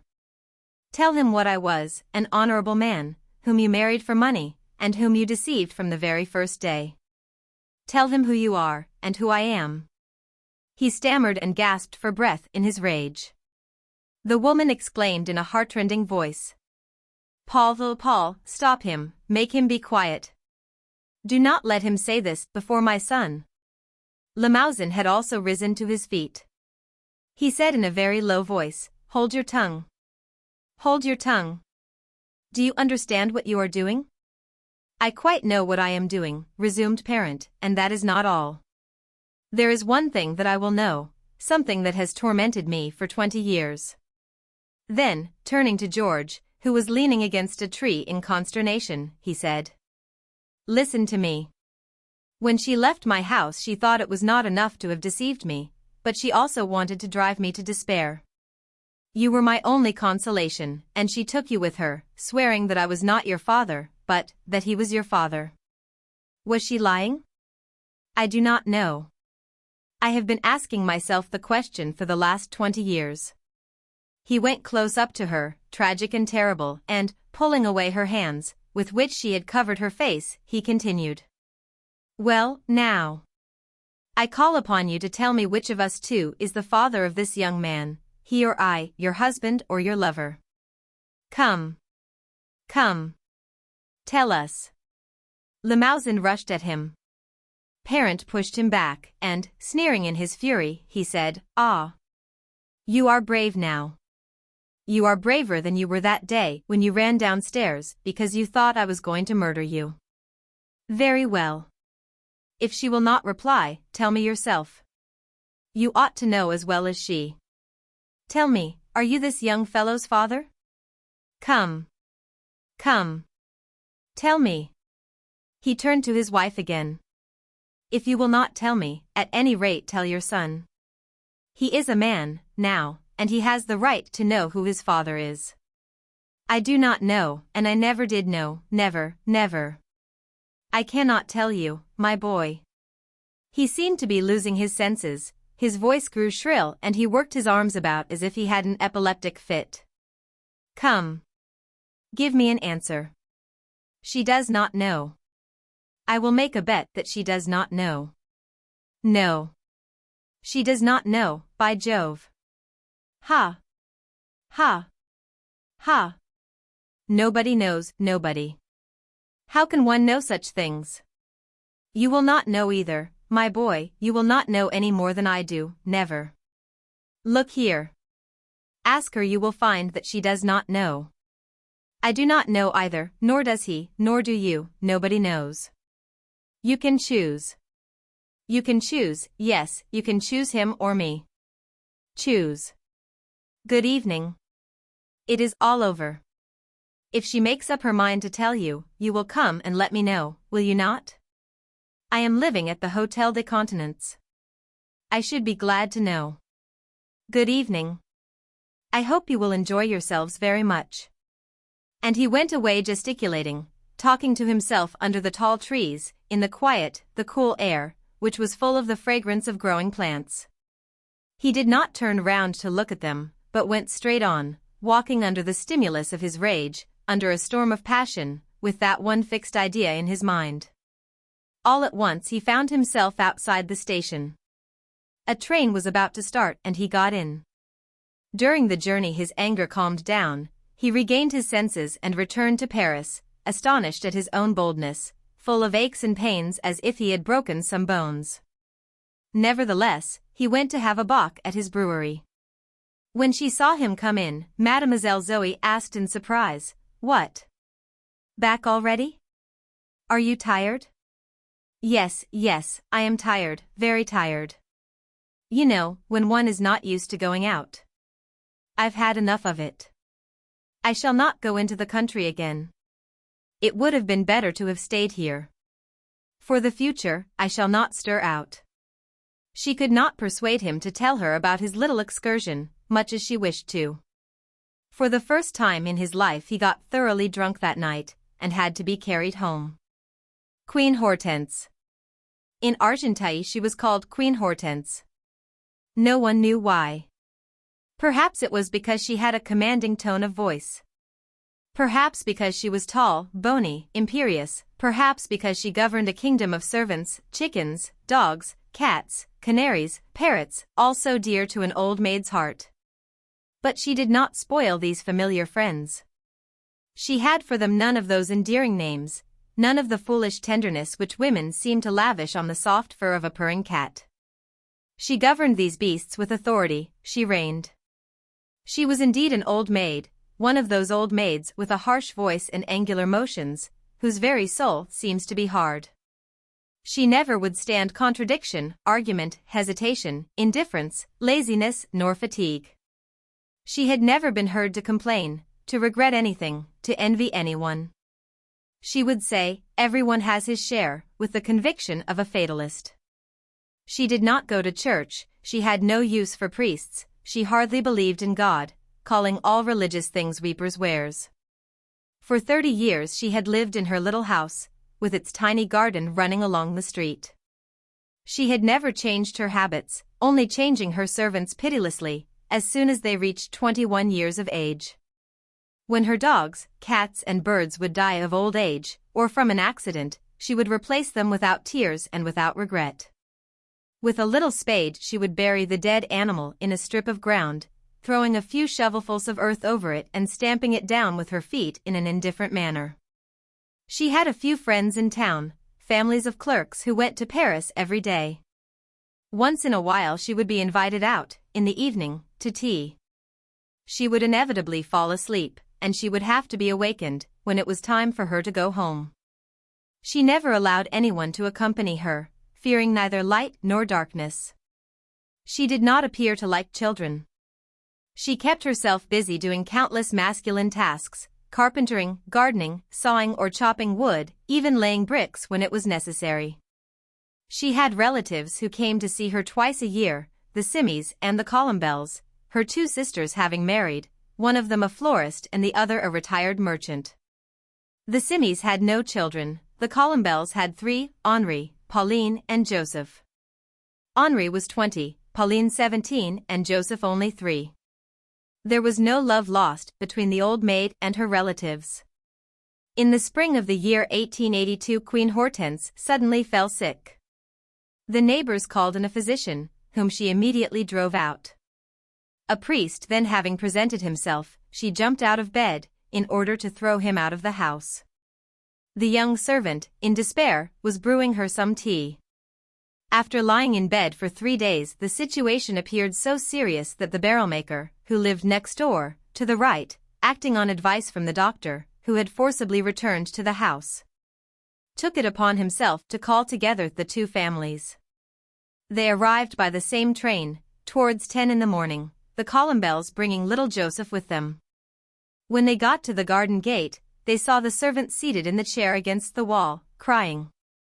The dog was sleeping on the doormat in the broiling sun. 2 cats, which looked as though they might be dead, were stretched out in front of the 2 windows, their eyes closed, their paws and tails stretched out at full length. A big clucking hen was parading through the garden with a whole regiment of yellow, downy chicks, and a big cage hanging from the wall and covered with pimpernel. Contained a population of birds which were chirping away in the warmth of this beautiful spring morning.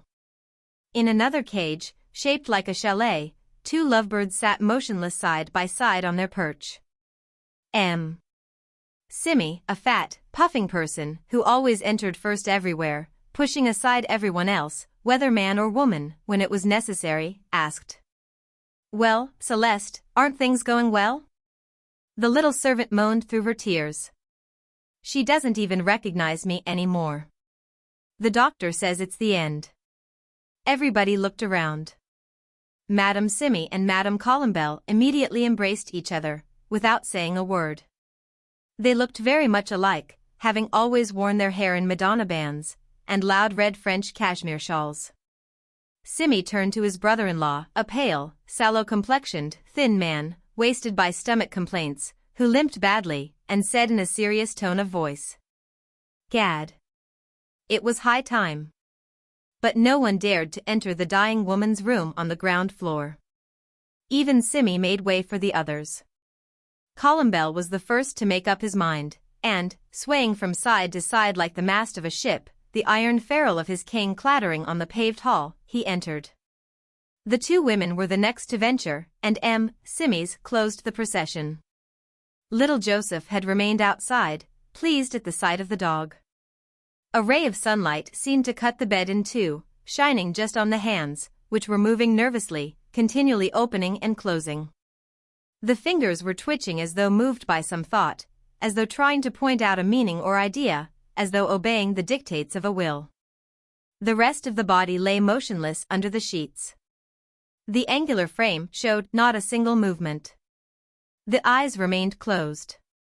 The family spread out in a semicircle and, without a word, they began to watch the contracted chest and the short, gasping breathing. The little servant had followed them and was still crying. At last Simmy asked, "Exactly what did the doctor say?" The girl stammered. "He said to leave her alone, that nothing more could be done for her." But suddenly the old woman's lips began to move. She seemed to be uttering silent words, words hidden in the brain of this dying being, and her hands quickened their peculiar movements. Then she began to speak in a thin, high voice, which no one had ever heard, a voice which seemed to come from the distance, perhaps from the depths of this heart which had always been closed. Simmy, finding this scene painful, walked away on tiptoe. Columbell, whose crippled leg was growing tired, sat down. The 2 women remained standing. Queen Hortense was now babbling away, and no one could understand a word. She was pronouncing names, many names, tenderly calling imaginary people. "Come here, Philippe, kiss your mother. Tell me, child, do you love your mama? You, Rose, take care of your little sister while I am away. And don't leave her alone. Don't play with matches." She stopped for a while, then, in a louder voice, as though she were calling someone, "Henriette," then waited a moment and continued. "Tell your father that I wish to speak to him before he goes to business. And suddenly, I am not feeling very well today, darling, promise not to come home late. Tell your employer that I am sick. You know, it isn't safe to leave the children alone when I am in bed. For dinner I will fix you up a nice dish of rice. The little ones like that very much. Won't Claire be happy?" And she broke into a happy, joyous laugh, such as they had never heard. "Look at Jean, how funny he looks. He has smeared jam all over his face, the little pig. Look, sweetheart, look. Isn't he funny? Columbell, who was continually lifting his tired leg from place to place, muttered. She is dreaming that she has children and a husband. It is the beginning of the death agony. The two sisters had not yet moved, surprised, astounded. The little maid exclaimed. You must take off your shawls and your hats. Would you like to go into the parlor? They went out without having said a word. And Columbell followed them, limping, once more leaving the dying woman alone. When they were relieved of their traveling garments, the women finally sat down. Then one of the cats left its window, stretched, jumped into the room and on to Madame Simmy's knees. She began to pet it.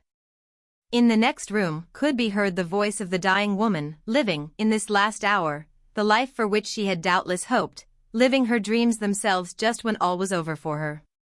Simmy, in the garden, was playing with little Joseph and the dog, enjoying himself in the whole-hearted manner of a countryman, having completely forgotten the dying woman. But suddenly he entered the house and said to the girl, I say, my girl, are we not going to have luncheon? What do you ladies wish to eat? They finally agreed on an omelette, a piece of steak with new potatoes, cheese and coffee. As Madame Columbell was fumbling in her pocket for her purse, Simmy stopped her, and, turning to the maid, have you got any money? She answered. Yes, monsieur. How much? 15 francs. That's enough. Hustle, my girl, because I am beginning to get very hungry. Madame Simmy, looking out over the climbing vines bathed in sunlight, and at the two turtle doves on the roof opposite, said in an annoyed tone of voice. What a pity to have had to come for such a sad occasion. It is so nice in the country today. Her sister sighed without answering, and Columbell mumbled, thinking perhaps of the walk ahead of him. My leg certainly is bothering me today. Little Joseph and the dog were making a terrible noise. One was shrieking with pleasure, the other was barking wildly.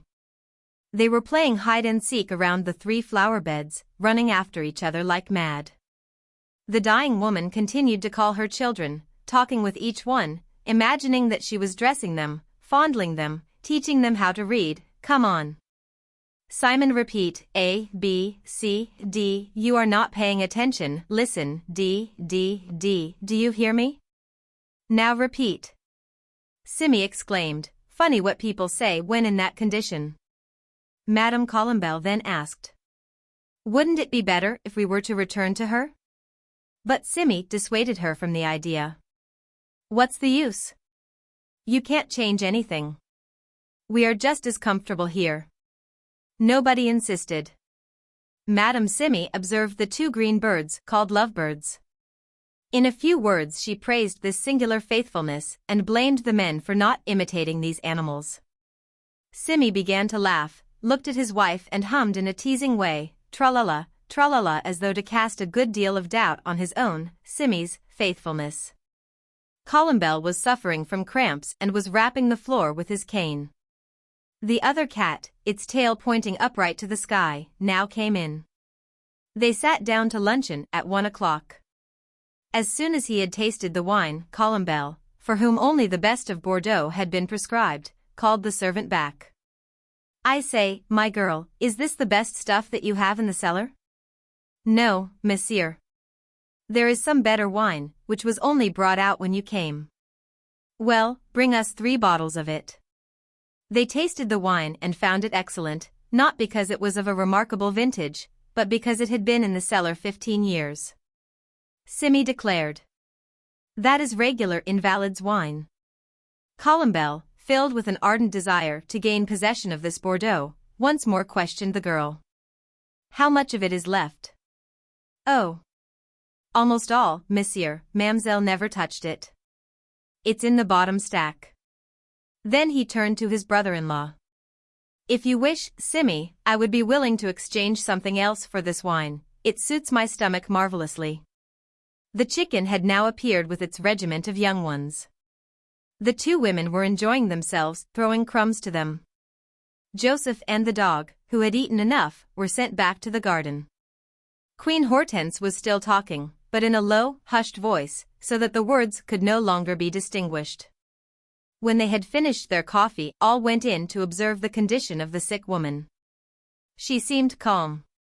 They went outside again and seated themselves in a circle in the garden, in order to complete their digestion. Suddenly the dog, who was carrying something in his mouth, began to run around the chairs at full speed. The child was chasing him wildly. Both disappeared into the house. Simmy fell asleep, his well-rounded paunch bathed in the glow of the shining sun. The dying woman once more began to talk in a loud voice. Then suddenly she shrieked. The two women and Columbell rushed in to see what was the matter. Simmy, waking up, did not budge, because he did not wish to witness such a scene. She was sitting up, with haggard eyes. Her dog, in order to escape being pursued by little Joseph, had jumped up on the bed, run over the sick woman, and entrenched behind the pillow, was looking down at his playmate with snapping eyes, ready to jump down and begin the game again. He was holding in his mouth one of his mistress' slippers, which he had torn to pieces and with which he had been playing for the last hour. The child, frightened by this woman who had suddenly risen in front of him, stood motionless before the bed. The hen had also come in, and frightened by the noise, had jumped up on a chair and was wildly calling her chicks, who were chirping distractedly around the four legs of the chair. Queen Hortense was shrieking. No, no, I don't want to die, I don't want to. I don't want to. Who will bring up my children? Who will take care of them? Who will love them? No, I don't want to, I don't. She fell back. All was over. The dog, wild with excitement, jumped about the room, barking. Columbell ran to the window, calling his brother-in-law. Hurry up, hurry up. I think that she has just gone. Then Simmy, resigned, arose and entered the room, mumbling. It didn't take as long as I thought it would. Timbuktu. The boulevard, that river of humanity, was alive with people in the golden light of the setting sun. The whole sky was red, blinding, and behind the Madeleine an immense bank of flaming clouds cast a shower of light the whole length of the boulevard, vibrant as the heat from a brazier. The gay, animated crowd went by in this golden mist and seemed to be glorified. Their faces were gilded, their black hats and clothes took on purple tints, the patent leather of their shoes cast bright reflections on the asphalt of the sidewalk. Before the cafes a mass of men were drinking opalescent liquids that looked like precious stones dissolved in the glasses. In the midst of the drinkers 2 officers in full uniform dazzled all eyes with their glittering gold lace. They chatted, happy without asking why, in this glory of life, in this radiant light of sunset, and they looked at the crowd, the leisurely men and the hurrying women who left a bewildering odor of perfume as they passed by. All at once an enormous Negro, dressed in black, with a paunch beneath his jean waistcoat, which was covered with charms, his face shining as if it had been polished, passed before them with a triumphant air. He laughed at the passers-by, at the newsvendors, at the dazzling sky, at the whole of Paris. He was so tall that he overtopped everyone else, and when he passed all the loungers turned round to look at his back. But he suddenly perceived the officers and darted towards them, jostling the drinkers in his path. As soon as he reached their table he fixed his gleaming and delighted eyes upon them and the corners of his mouth expanded to his ears, showing his dazzling white teeth like a crescent moon in a black sky. The 2 men looked in astonishment at this ebony giant, unable to understand his delight. With a voice that made all the guests laugh, he said, "Good day, my lieutenant." One of the officers was commander of a battalion, the other was a colonel. The former said, "I do not know you, sir. I am at a loss to know what you want of me." "Me like you much, Lieutenant Vidi, siege of Bézi, much grapes, find me." The officer, utterly bewildered, looked at the man intently, trying to refresh his memory. Then he cried abruptly, "Timbuktu?" The Negro, radiant, slapped his thigh as he uttered a tremendous laugh and roared. "Yes, yes, my lieutenant. You remember Timbuktu, yeah? How do you do? The commandant held out his hand, laughing heartily as he did so. Then Timbuktu became serious. He seized the officer's hand and, before the other could prevent it, he kissed it, according to Negro and Arab custom. The officer, embarrassed, said in a severe tone, "Come now, Timbuktu, we are not in Africa. Sit down there and tell me how it is I find you here." Timbuktu swelled himself out and, his words falling over one another, replied hurriedly, "Make much money, much, big restaurant, good food, Prussians, me, much steel, much, French cooking. Timbuktu cook to the emperor, 2,000 francs mine. Ha, ha, ha, ha." And he laughed, doubling himself up, roaring, with wild delight in his glances. When the officer, who understood his strange manner of expressing himself, had questioned him, he said, "Well, au revoir, Timbuktu. I will see you again." The Negro rose, this time shaking the hand that was extended to him and, smiling still, cried, good day, my lieutenant." He went off so happy that he gesticulated as he walked, and people thought he was crazy. "Who is that brute?" asked the colonel. "A fine fellow and a brave soldier. I will tell you what I know about him. It is funny enough. You know that at the commencement of the War of 1870 I was shut up in Béziers, that this Negro calls Bézi. We were not besieged, but blockaded. The Prussian lines surrounded us on all sides, outside the reach of cannon, not firing on us, but slowly starving us out. I was then lieutenant. Our garrison consisted of soldiers of all descriptions, fragments of slaughtered regiments, some that had run away, freebooters separated from the main army, etc. We had all kinds, in fact even 11 Turcos, Algerian soldiers in the service of France, who arrived one evening no one knew whence or how. They appeared at the gates of the city, exhausted, in rags, starving and dirty. They were handed over to me. I saw very soon that they were absolutely undisciplined, always in the street and always drunk.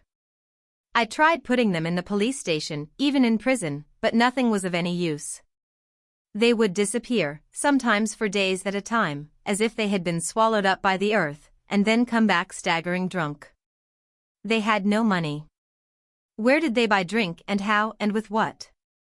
This began to worry me greatly, all the more as these savages interested me with their everlasting laugh and their characteristics of overgrown frolicsome children. I then noticed that they blindly obeyed the largest among them, the one you have just seen. He made them do as he pleased, planned their mysterious expeditions with the all-powerful and undisputed authority of a leader. I sent for him and questioned him. Our conversation lasted fully 3 hours, for it was hard for me to understand his remarkable gibberish. As for him, poor devil, he made unheard of efforts to make himself intelligible, invented words, gesticulated, perspired in his anxiety, mopping his forehead, puffing, stopping and abruptly beginning again when he thought he had found a new method of explaining what he wanted to say. I gathered finally that he was the son of a big chief, a sort of Negro king of the region around Timbuktu. I asked him his name. He repeated something like Chavaharabuhalikrana Fatapolara. It seemed simpler to me to give him the name of his native place, Timbuktu. And a week later he was known by no other name in the garrison. But we were all wildly anxious to find out where this African ex-prince procured his drinks. I discovered it in a singular manner. I was on the ramparts one morning, watching the horizon, when I perceived something moving about in a vineyard. It was near the time of vintage, the grapes were ripe, but I was not thinking of that. I thought that a spy was approaching the town, and I organized a complete expedition to catch the prowler. I took command myself, after obtaining permission from the general. I sent out by 3 different gates 3 little companies, which were to meet at the suspected vineyard and form a cordon round it. In order to cut off the spy's retreat, one of these detachments had to make at least an hour's march. A watch on the walls signaled to me that the person I had seen had not left the place. We went along in profound silence, creeping, almost crawling, along the ditches. At last we reached the spot assigned. I abruptly disbanded my soldiers, who darted into the vineyard and found Timbuktu on hands and knees traveling around among the vines and eating grapes, or rather devouring them as a dog eats his sop, snatching them in mouthfuls from the vine with his teeth. I wanted him to get up, but he could not think of it. I then understood why he was crawling on his hands and knees. As soon as we stood him on his feet he began to wobble, then stretched out his arms and fell down on his nose. He was more drunk than I have ever seen anyone. They brought him home on 2 poles. He never stopped laughing all the way back, gesticulating with his arms and legs. This explained the mystery. My men also drank the juice of the grapes, and when they were so intoxicated they could not stir, they went to sleep in the vineyard. As for Timbuktu, his love of the vineyard was beyond all belief and all bounds. He lived in it as did the thrushes, whom he hated with the jealous hate of a rival. He repeated incessantly, "The thrushes eat all the grapes, Captain." One evening I was sent for. Something had been seen on the plain coming in our direction. I had not brought my field glass and I could not distinguish things clearly. It looked like a great serpent uncoiling itself, a convoy. How could I tell? I sent some men to meet this strange caravan, which presently made its triumphal entry. Timbuktu and 9 of his comrades were carrying on a sort of altar made of camp stools 8 severed, grinning and bleeding heads. The African was dragging along a horse to whose tail another head was fastened, and 6 other animals followed, adorned in the same manner. This is what I learned: having started out to the vineyard, my Africans had suddenly perceived a detachment of Prussians approaching a village. Instead of taking to their heels, they hid themselves, and as soon as the Prussian officers dismounted at an inn to refresh themselves, the 11 rascals rushed on them, put to flight the lancers, who thought they were being attacked by the main army, killed the 2 sentries, then the colonel and the 5 officers of his escort. That day I kissed Timbuktu. I saw, however, that he walked with difficulty and thought he was wounded. He laughed and said, "Me provisions for my country." Timbuktu was not fighting for glory, but for gain. Everything he found that seemed to him to be of the slightest value, especially anything that glistened, he put in his pocket. What a pocket! An abyss that began at his hips and reached to his ankles. He had retained an old term used by the troopers and called it his profonde, and it was his profonde in fact. He had taken the gold lace off the Prussian uniforms, the brass off their helmets, detached their buttons, etc., and had thrown them all into his profonde, which was full to overflowing. Each day he pocketed every glistening object that came beneath his observation, pieces of tin or pieces of silver, and sometimes his contour was very comical. He intended to carry all that back to the land of ostriches, whose brother he might have been, this son of a king, tormented with the longing to gobble up all objects that glistened. If he had not had his profonde, what would he have done? He doubtless would have swallowed them. Each morning his pocket was empty. He had, then, some general store where his riches were piled up. But where? I could not discover it. The general, on being informed of Timbuktu's mighty act of valor, had the headless bodies that had been left in the neighboring village interred at once, that it might not be discovered that they were decapitated. The Prussians returned thither the following day. The mayor and 7 prominent inhabitants were shot on the spot, by way of reprisal, as having denounced the Prussians. Winter was here. We were exhausted and desperate. There were skirmishes now every day. The famished men could no longer march. The 8 Turcos alone, 3 had been killed, remained fat and shiny, vigorous and always ready to fight. Timbuktu was even getting fatter. He said to me one day, "You much hungry, me good meat." And he brought me an excellent fillet. But of what? We had no more cattle, nor sheep, nor goats, nor donkeys, nor pigs. It was impossible to get a horse. I thought of all this after I had devoured my meat. Then a horrible idea came to me.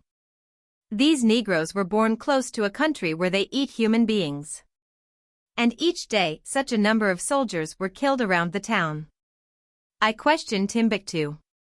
He would not answer. I did not insist, but from that time on I declined his presence. He worshipped me. One night snow took us by surprise at the outposts. We were seated, on the ground. I looked with pity at those poor Negroes shivering beneath this white frozen shower. I was very cold and began to cough. At once I felt something fall on me like a large warm quilt. It was Timbuktu's cape that he had thrown on my shoulders. I rose and returned his garment, saying, "Keep it, my boy, you need it more than I do." "Non, my lieutenant, for you, me no need. Me hot, hot." And he looked at me entreatingly. "Come, obey orders." "Keep your cape, I insist," I replied. He then stood up, drew his sword, which he had sharpened to an edge like a scythe, and holding in his other hand the large cape which I had refused, said, "If you not keep cape, me cut. No one cape." And he would have done it. So I yielded. 8 days later we capitulated. Some of us had been able to escape, the rest were to march out of the town and give themselves up to the conquerors. I went towards the exercising ground, where we were all to meet, when I was dumbfounded at the sight of a gigantic Negro dressed in white duck and wearing a straw hat. It was Timbuktu. He was beaming and was walking with his hands in his pockets in front of a little shop where 2 plates and 2 glasses were displayed. "What are you doing?" I said. "Me not go. Me good cook, me make food for Colonel Algeria. Me eat Prussians. Much steel, much." There were 10 degrees of frost. I shivered at sight of this Negro in white duck. He took me by the arm and made me go inside. I noticed an immense flag that he was going to place outside his door as soon as we had left, for he had some shame. I read this sign, traced by the hand of some accomplice. Army Kitchen of M. Timbuktu. Formerly cook to H.M. the Emperor. A Parisian artist. Moderate prices. In spite of the despair that was gnawing at my heart, I could not help laughing, and I left my Negro to his new enterprise. Was not that better than taking him prisoner? You have just seen that he made a success of it, the rascal.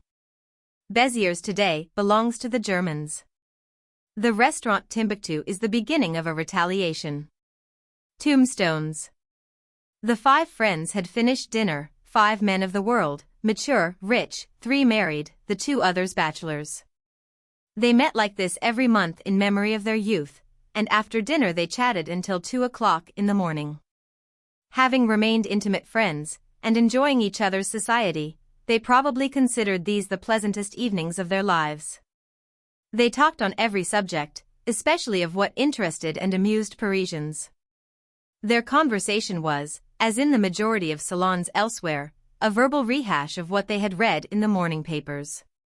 One of the most lively of them was Joseph de Bardon, a celibate living the Parisian life in its fullest and most whimsical manner.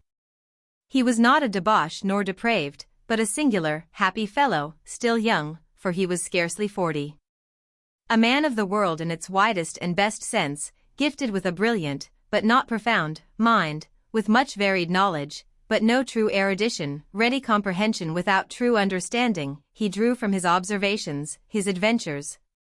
From everything he saw, met with and found, anecdotes at once comical and philosophical, and made humorous remarks that gave him a great reputation for cleverness in society. He was the after-dinner speaker and had his own story each time, upon which they counted, and he talked without having to be coaxed. As he sat smoking, his elbows on the table, a petit verre half full beside his plate, half torpid in an atmosphere of tobacco blended with steaming coffee, he seemed to be perfectly at home. He said between 2 whiffs, "A curious thing happened to me some time ago."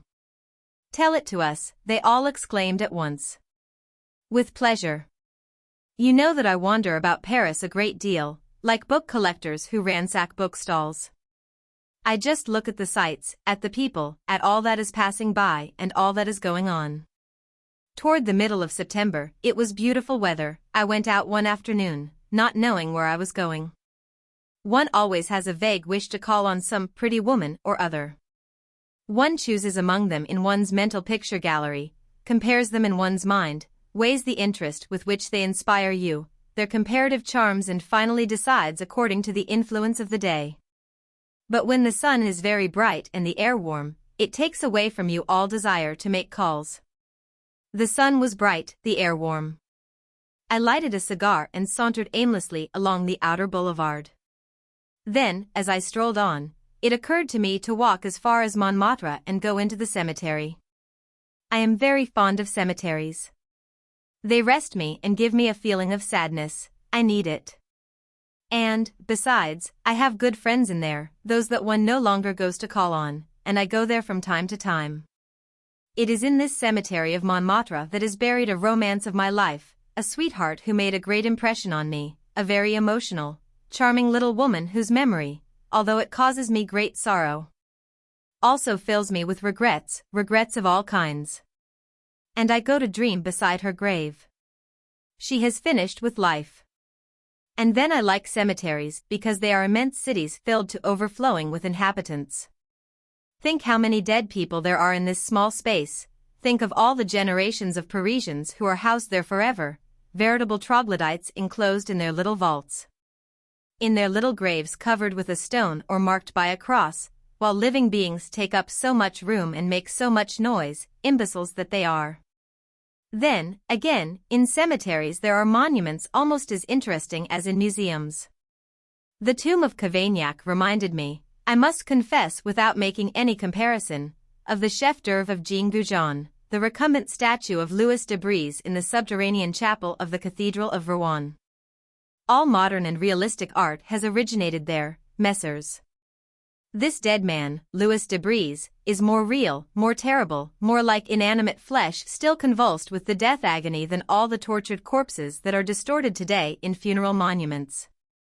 But in Montmartre one can yet admire Bodin's monument, which has a degree of grandeur, that of Gautier, of Murger, on which I saw the other day a simple, paltry wreath of immortelles, yellow immortelles, brought thither by whom?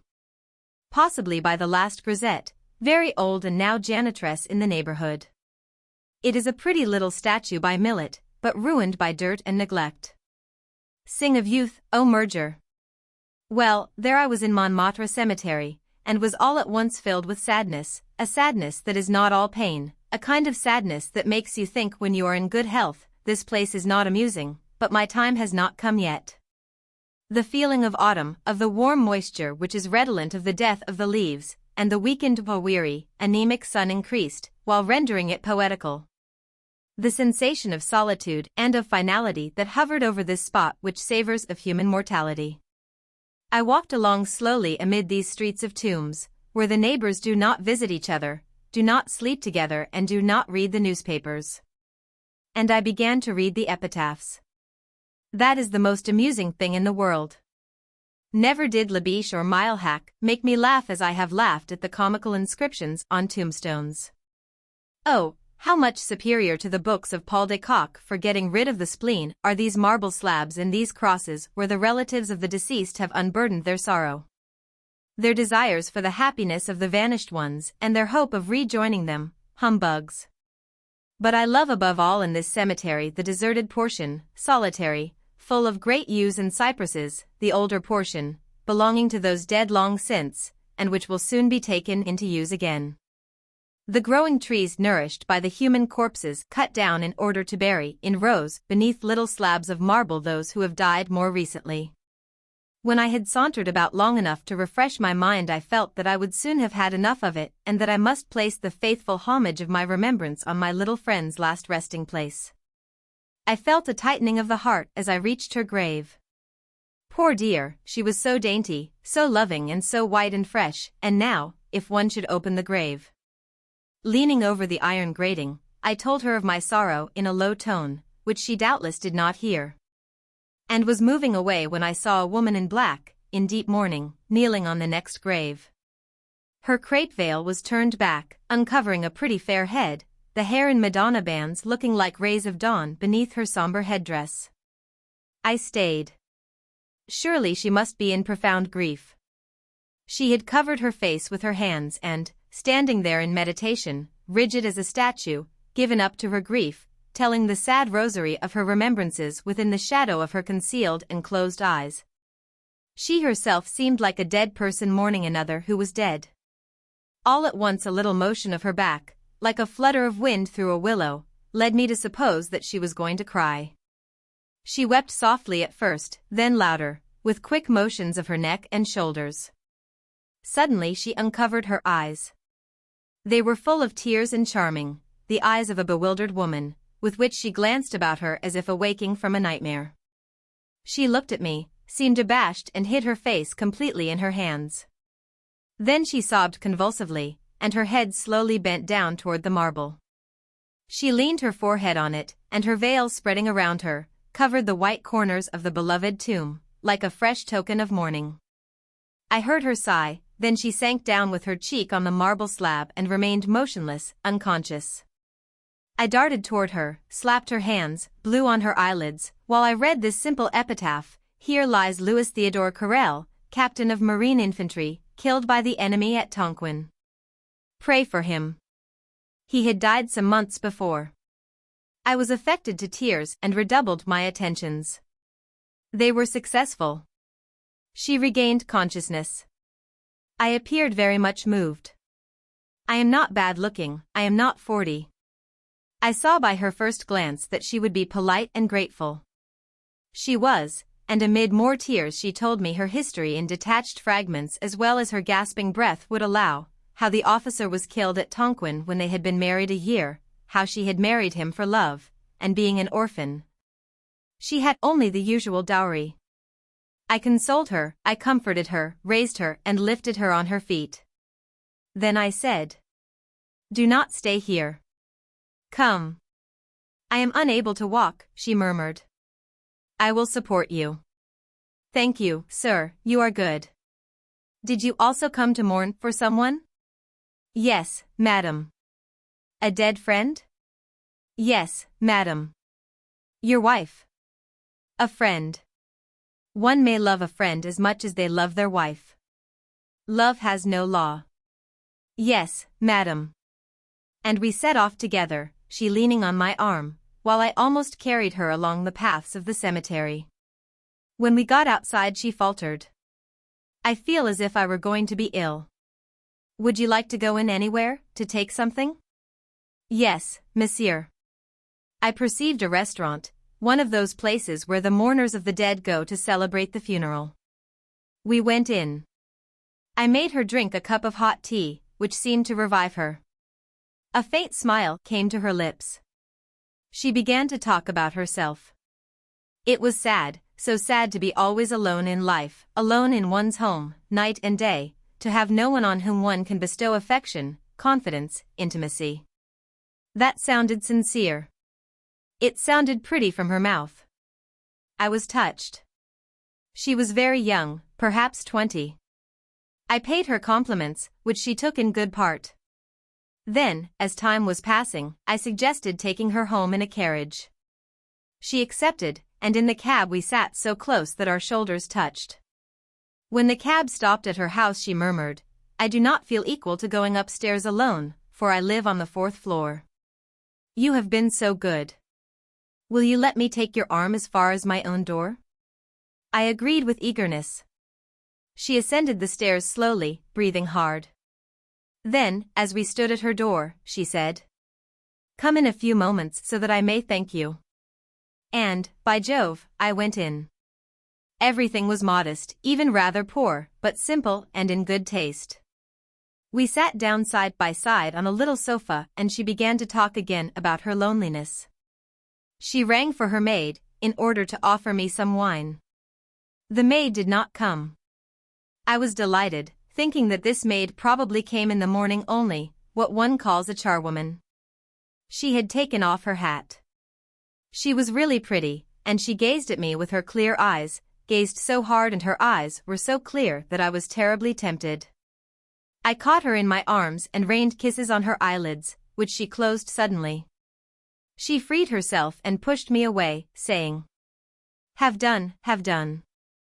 But I next kissed her on the mouth and she did not resist, and as our glances met after thus outraging the memory of the captain killed in Tonquin, I saw that she had a languid, resigned expression that set my mind at rest.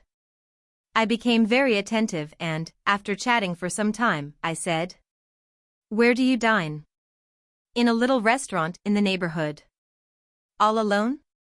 "Why, yes." "Will you dine with me?" "Where?" "In a good restaurant on the boulevard." She demurred a little. I insisted. She yielded, saying by way of apology to herself, "I am so lonely, so lonely." Then she added, "I must put on something less somber," and went into her bedroom. When she reappeared she was dressed in half-mourning, charming, dainty and slender in a very simple grey dress. She evidently had a costume for the cemetery and one for the town. The dinner was very enjoyable. She drank some champagne, brightened up, grew lively and I went home with her. This friendship, begun amid the tombs, lasted about 3 weeks. But one gets tired of everything, especially of women. I left her under pretext of an imperative journey. She made me promise that I would come and see her on my return. She seemed to be really rather attached to me. Other things occupied my attention, and it was about a month before I thought much about this little cemetery friend. However, I did not forget her. The recollection of her haunted me like a mystery, like a psychological problem, one of those inexplicable questions whose solution baffles us. I do not know why, but one day I thought I might possibly meet her in the Montmartre cemetery, and I went there. I walked about a long time without meeting any but the ordinary visitors to this spot, those who have not yet broken off all relations with their dead. The grave of the captain killed at Tonquin had no mourner on its marble slab, no flowers, no wreath. But as I wandered in another direction of this great city of the dead I perceived suddenly, at the end of a narrow avenue of crosses, a couple in deep mourning walking toward me, a man and a woman. Oh, horrors! As they approached I recognized her. It was she. She saw me, blushed, and as I brushed past her she gave me a little signal, a tiny little signal with her eye, which meant, "Do not recognize me," and also seemed to say, "Come back to see me again, my dear." The man was a gentleman, distingué, chic, an officer of the Legion of Honor, about 50 years old. He was supporting her as I had supported her myself when we were leaving the cemetery. I went my way, filled with amazement, asking myself what this all meant. To what race of beings belonged this huntress of the tombs? Was she just a common girl, one who went to seek among the tombs for men who were in sorrow, haunted by the recollection of some woman, a wife or a sweetheart, and still troubled by the memory of vanished caresses? Was she unique? Are there many such? Is it a profession? Do they parade the cemetery as they parade the street? Or else was she only impressed with the admirable, profoundly philosophical idea of exploiting love recollections, which are revived in these funereal places? And I would have liked to know whose widow she was on that special day. Mademoiselle Pearl. What a strange idea it was for me to choose Mademoiselle Pearl for queen that evening. Every year I celebrate Twelfth Night with my old friend Chantal. My father, who was his most intimate friend, used to take me round there when I was a child. I continued the custom, and I doubtless shall continue it as long as I live and as long as there is a Chantal in this world. The Chantals lead a peculiar existence. They live in Paris as though they were in Grasse, Yvetot, or Pont-à-Mousson. They have a house with a little garden near the observatory. They live there as though they were in the country. Of Paris, the real Paris, they know nothing at all, they suspect nothing, they are so far away. However, from time to time, they take a trip into it. Mademoiselle Chantal goes to lay in her provisions, as it is called in the family. This is how they go to purchase their provisions. Mademoiselle Pearl, who has the keys to the kitchen closet, for the linen closets are administered by the mistress herself, Mademoiselle Pearl gives warning that the supply of sugar is low, that the preserves are giving out, that there is not much left in the bottom of the coffee bag. Thus warned against famine, Mademoiselle Chantal passes everything in review, taking notes on a pad. Then she puts down a lot of figures and goes through lengthy calculations and long discussions with Mademoiselle Pearl. At last they manage to agree, and they decide upon the quantity of each thing of which they will lay in a 3 months' provision: sugar, rice, prunes, coffee, preserves, cans of peas, beans, lobster, salt or smoked fish, etc., etc. After which the day for the purchasing is determined on, and they go in a cab with a railing round the top and drive to a large grocery store on the other side of the river in the new sections of the town. Madame Chantal and Mademoiselle Pearl make this trip together, mysteriously, and only return at dinner time, tired out, although still excited, and shaken up by the cab, the roof of which is covered with bundles and bags, like an express wagon. For the Chantals, all that part of Paris situated on the other side of the Seine constitutes the new quarter, a section inhabited by a strange, noisy population, which cares little for honor, spends its days in dissipation, its nights in revelry, and which throws money out of the windows. From time to time, however, the young girls are taken to the Opéra Comique or the Théâtre Français, when the play is recommended by the paper which is read by M. Chantal. At present the young ladies are respectively 19 and 17. They are two pretty girls, tall and fresh, very well brought up, in fact, too well brought up, so much so that they pass by unperceived like two pretty dolls. Never would the idea come to me to pay the slightest attention or to pay court to one of the young Chantal ladies. They are so immaculate that one hardly dares speak to them, one almost feels indecent when bowing to them. As for the father, he is a charming man, well educated, frank, cordial, but he likes calm and quiet above all else, and has thus contributed greatly to the mummifying of his family in order to live as he pleased in stagnant quiescence. He reads a lot, loves to talk and is readily affected.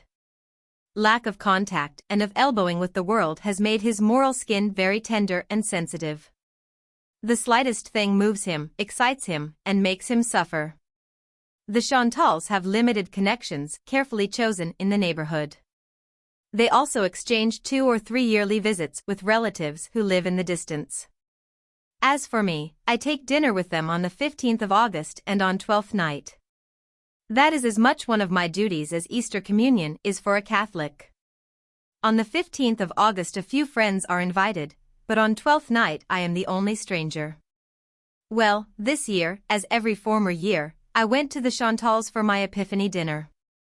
According to my usual custom, I kissed M. Chantal, Madame Chantal and Mademoiselle Pearl, and I made a deep bow to the Misses Louise and Pauline. I was questioned about 1,001 things, about what had happened on the boulevards, about politics, about how matters stood in Tonking, and about our representatives in Parliament. Madame Chantal, a fat lady, whose ideas always gave me the impression of being carved out square like building stones, was accustomed to exclaiming at the end of every political discussion, "All that is seed which does not promise much for the future." Why have I always imagined that Madame Chantal's ideas are square? I don't know, but everything that she says takes that shape in my head, a big square, with 4 symmetrical angles. There are other people whose ideas always strike me as being round and rolling like a hoop. As soon as they begin a sentence on any subject it rolls on, coming out in 10, 20, 50 round ideas, large and small, which I see rolling along, one behind the other, to the end of the horizon. Other people have pointed ideas, but enough of this. We sat down as usual and finished our dinner without anything out of the ordinary being said. At dessert the 12th night cake was brought on. Now, M. Chantal had been king every year. I don't know whether this was the result of continued chance or a family convention, but he unfailingly found the bean in his piece of cake, and he would proclaim Madame Chantal to be queen. Therefore, I was greatly surprised to find something very hard, which almost made me break a tooth, in a mouthful of cake. Gently I took this thing from my mouth and I saw that it was a little porcelain doll, no bigger than a bean. Surprise caused me to exclaim, "Ah!" All looked at me, and Chantal clapped his hands and cried, "It's Gaston! It's Gaston! Long live the king! Long live the king!" All took up the chorus, "Long live the king!" And I blushed to the tip of my ears, as one often does, without any reason at all, in situations which are a little foolish. I sat there looking at my plate, with this absurd little bit of pottery in my fingers, forcing myself to laugh and not knowing what to do or say, when Chantal once more cried out, "Now, you must choose a queen." Then I was thunderstruck. In a second 1,000 thoughts and suppositions flashed through my mind. Did they expect me to pick out one of the young Chantal ladies? Was that a trick to make me say which one I prefer? Was it a gentle, light, direct hint of the parents toward a possible marriage? The idea of marriage roams continually in houses with grown-up girls, and takes every shape and disguise, and employs every subterfuge. A dread of compromising myself took hold of me, as well as an extreme timidity before the obstinately correct and reserved attitude of the Misses Louise and Pauline. To choose one of them in preference to the other seemed to me as difficult as choosing between 2 drops of water. And then the fear of launching myself into an affair which might, in spite of me, lead me gently into matrimonial ties, by means as wary and imperceptible and as calm as this insignificant royalty, the fear of all this haunted me. Suddenly I had an inspiration, and I held out to Mademoiselle Pearl the symbolical emblem. At first every one was surprised, then they doubtless appreciated my delicacy and discretion, for they applauded furiously. Everybody was crying, "Long live the Queen! Long live the Queen!" As for herself, poor old maid, she was so amazed that she completely lost control of herself. She was trembling and stammering, "No, no, oh. No, not me, please, not me, I beg of you." Then, for the first time in my life, I looked at Mademoiselle Pearl and wondered what she was. I was accustomed to seeing her in this house, just as one sees old upholstered armchairs on which one has been sitting since childhood without ever noticing them. One day, with no reason at all, because a ray of sunshine happens to strike the seat, you suddenly think, "Why, that chair is very curious," and then you discover that the wood has been worked by a real artist and that the material is remarkable. I had never taken any notice of Mademoiselle Pearl. She was a part of the Chantal family, that was all. But how? By what right? She was a tall, thin person who tried to remain in the background, but who was by no means insignificant. She was treated in a friendly manner, better than a housekeeper, not so well as a relative. I suddenly observed several shades of distinction which I had never noticed before. Madame Chantal said, "Pearl." The young ladies, Mademoiselle Pearl and Chantal, only addressed her as Mademoiselle, with an air of greater respect, perhaps. I began to observe her. How old could she be? 40? Yes, 40. She was not old, she made herself old. I was suddenly struck by this fact. She fixed her hair and dressed in a ridiculous manner, and, notwithstanding all that, she was not in the least ridiculous. She had such simple, natural gracefulness, veiled and hidden. Truly, what a strange creature. How was it I had never observed her before? She dressed her hair in a grotesque manner with little old-maid curls, most absurd. But beneath this one could see a large, calm brow, cut by 2 deep lines, 2 wrinkles of long sadness, then 2 blue eyes, large and tender, so timid, so bashful, so humble. 2 beautiful eyes which had kept the expression of naive wonder of a young girl, of youthful sensations, and also of sorrow, which had softened without spoiling them. Her whole face was refined and discreet, a face the expression of which seemed to have gone out without being used up or faded by the fatigues and great emotions of life. What a dainty mouth! And such pretty teeth! But one would have thought that she did not dare smile. Suddenly, I compared her to Madame Chantal. Undoubtedly Mademoiselle Pearl was the better of the two, 100 times better, daintier, prouder, more noble. I was surprised at my observation. They were pouring out champagne. I held my glass up to the Queen and, with a well-turned compliment, I drank to her health. I could see that she felt inclined to hide her head in her napkin. Then, as she was dipping her lips in the clear wine, everybody cried, "The Queen drinks! The Queen drinks!" She almost turned purple and choked. Everybody was laughing, but I could see that all loved her. As soon as dinner was over, Chantal took me by the arm. It was time for his cigar, a sacred hour. When alone he would smoke it out in the street, when guests came to dinner he would take them to the billiard room and smoke while playing.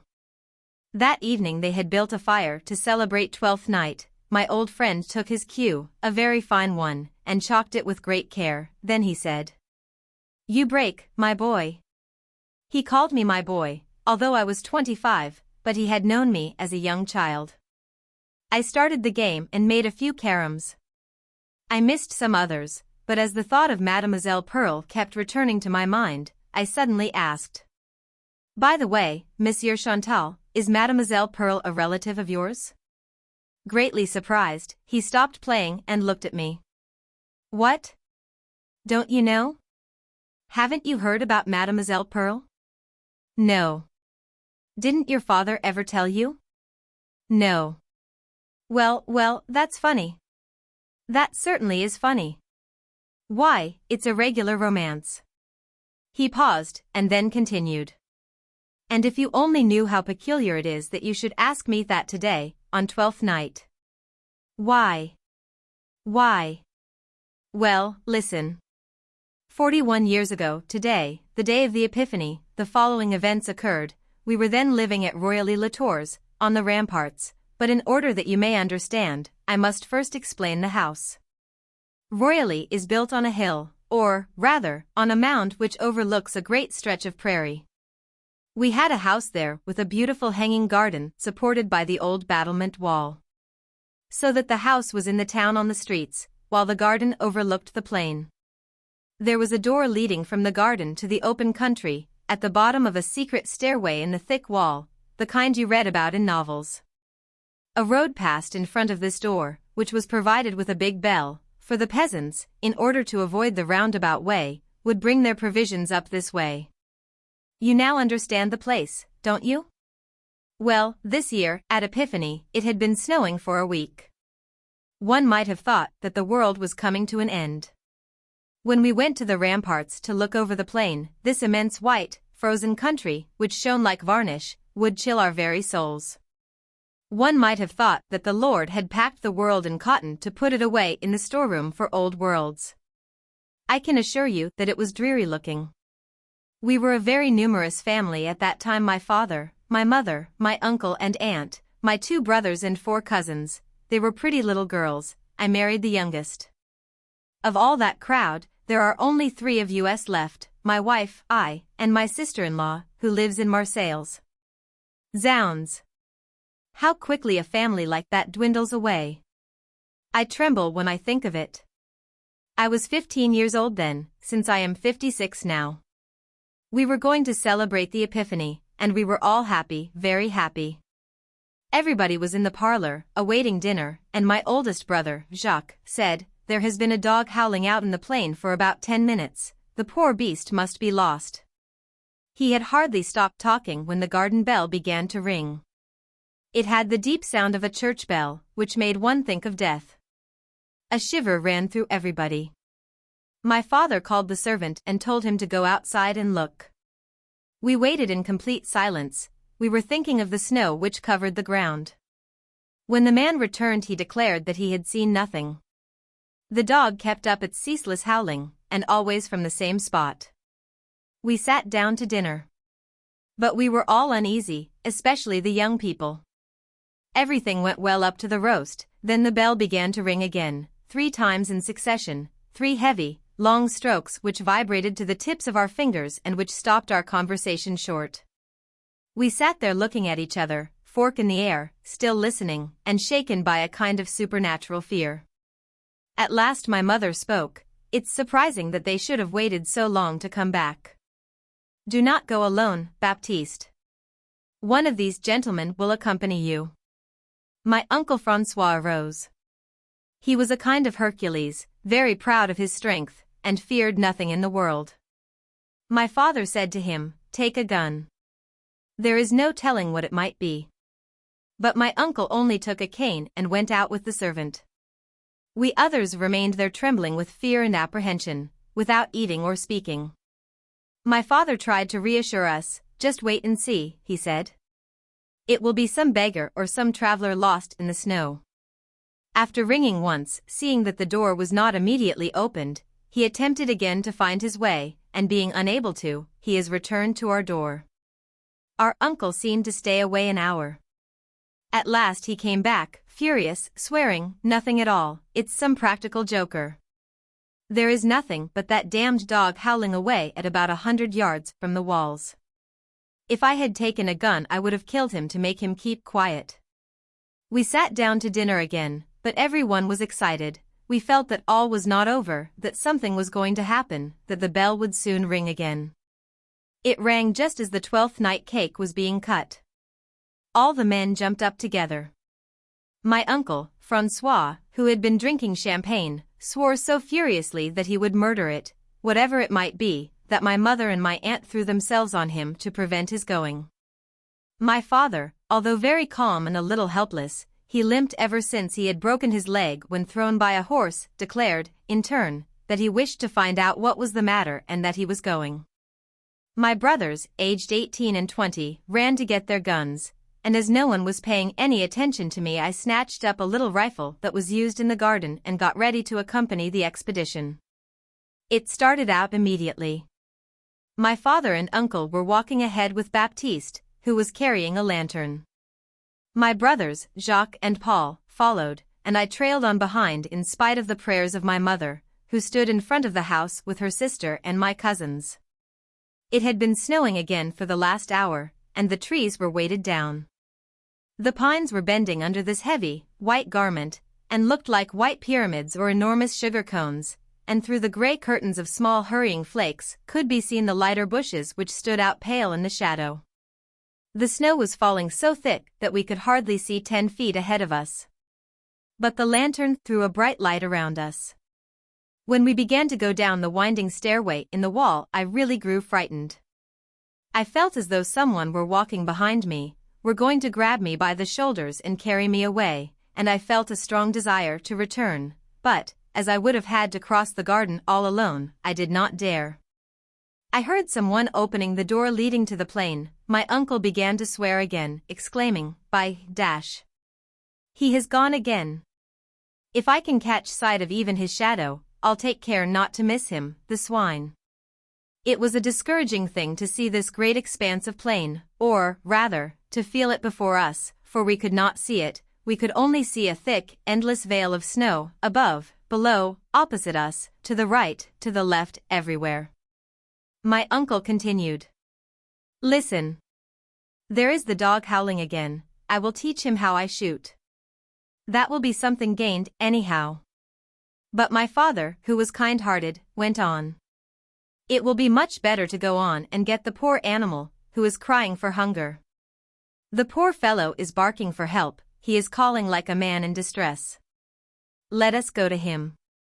So we started out through this mist, through this thick continuous fall of snow, which filled the air, which moved, floated, fell, and chilled the skin with a burning sensation like a sharp, rapid pain as each flake melted. We were sinking in up to our knees in this soft, cold mass, and we had to lift our feet very high in order to walk. As we advanced, the dog's voice became clearer and stronger. My uncle cried, "Here he is." We stopped to observe him as one does when he meets an enemy at night. I could see nothing, so I ran up to the others, and I caught sight of him. He was frightful and weird-looking. He was a big black shepherd's dog with long hair and a wolf's head, standing just within the gleam of light cast by our lantern on the snow. He did not move, he was silently watching us.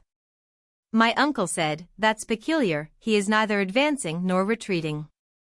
I feel like taking a shot at him." My father answered in a firm voice, "No, we must capture him." Then my brother Jacques added, "But he is not alone. There is something behind him." There was indeed something behind him, something gray, impossible to distinguish. We started out again cautiously. When he saw us approaching, the dog sat down. He did not look wicked. Instead, he seemed pleased at having been able to attract the attention of someone. My father went straight to him and petted him. The dog licked his hands. We saw that he was tied to the wheel of a little carriage, a sort of toy carriage entirely wrapped up in 3 or 4 woolen blankets. We carefully took off these coverings, and as Baptiste approached his lantern to the front of this little vehicle, which looked like a rolling kennel, we saw in it a little baby sleeping peacefully. We were so astonished that we couldn't speak. My father was the first to collect his wits, and as he had a warm heart and a broad mind, he stretched his hand over the roof of the carriage and said, "Poor little waif, you shall be one of us." And he ordered my brother Jacques to roll the foundling ahead of us. Thinking out loud, my father continued. "Some child of love whose poor mother rang at my door on this night of Epiphany in memory of the child of God." He once more stopped and called at the top of his lungs through the night to the four corners of the heavens, "We have found it." Then, putting his hand on his brother's shoulder, he murmured, "What if you had shot the dog, Francois?" My uncle did not answer, but in the darkness he crossed himself, for, notwithstanding his blustering manner, he was very religious. The dog, which had been untied, was following us. "Ah! But you should have seen us when we got to the house." At first we had a lot of trouble in getting the carriage up through the winding stairway, but we succeeded and even rolled it into the vestibule. How funny Mama was! How happy and astonished! And my four little cousins, the youngest was only 6, they looked like 4 chickens around a nest. At last we took the child from the carriage. It was still sleeping. It was a girl about 6 weeks old. In its clothes we found 10,000 francs in gold, yes, my boy, 10,000 francs, which Papa saved for her dowry. Therefore, it was not a child of poor people, but, perhaps, the child of some nobleman and a little bourgeois of the town, or again, we made 1,000 suppositions, but we never found out anything, never the slightest clue. The dog himself was recognized by no one. He was a stranger in the country.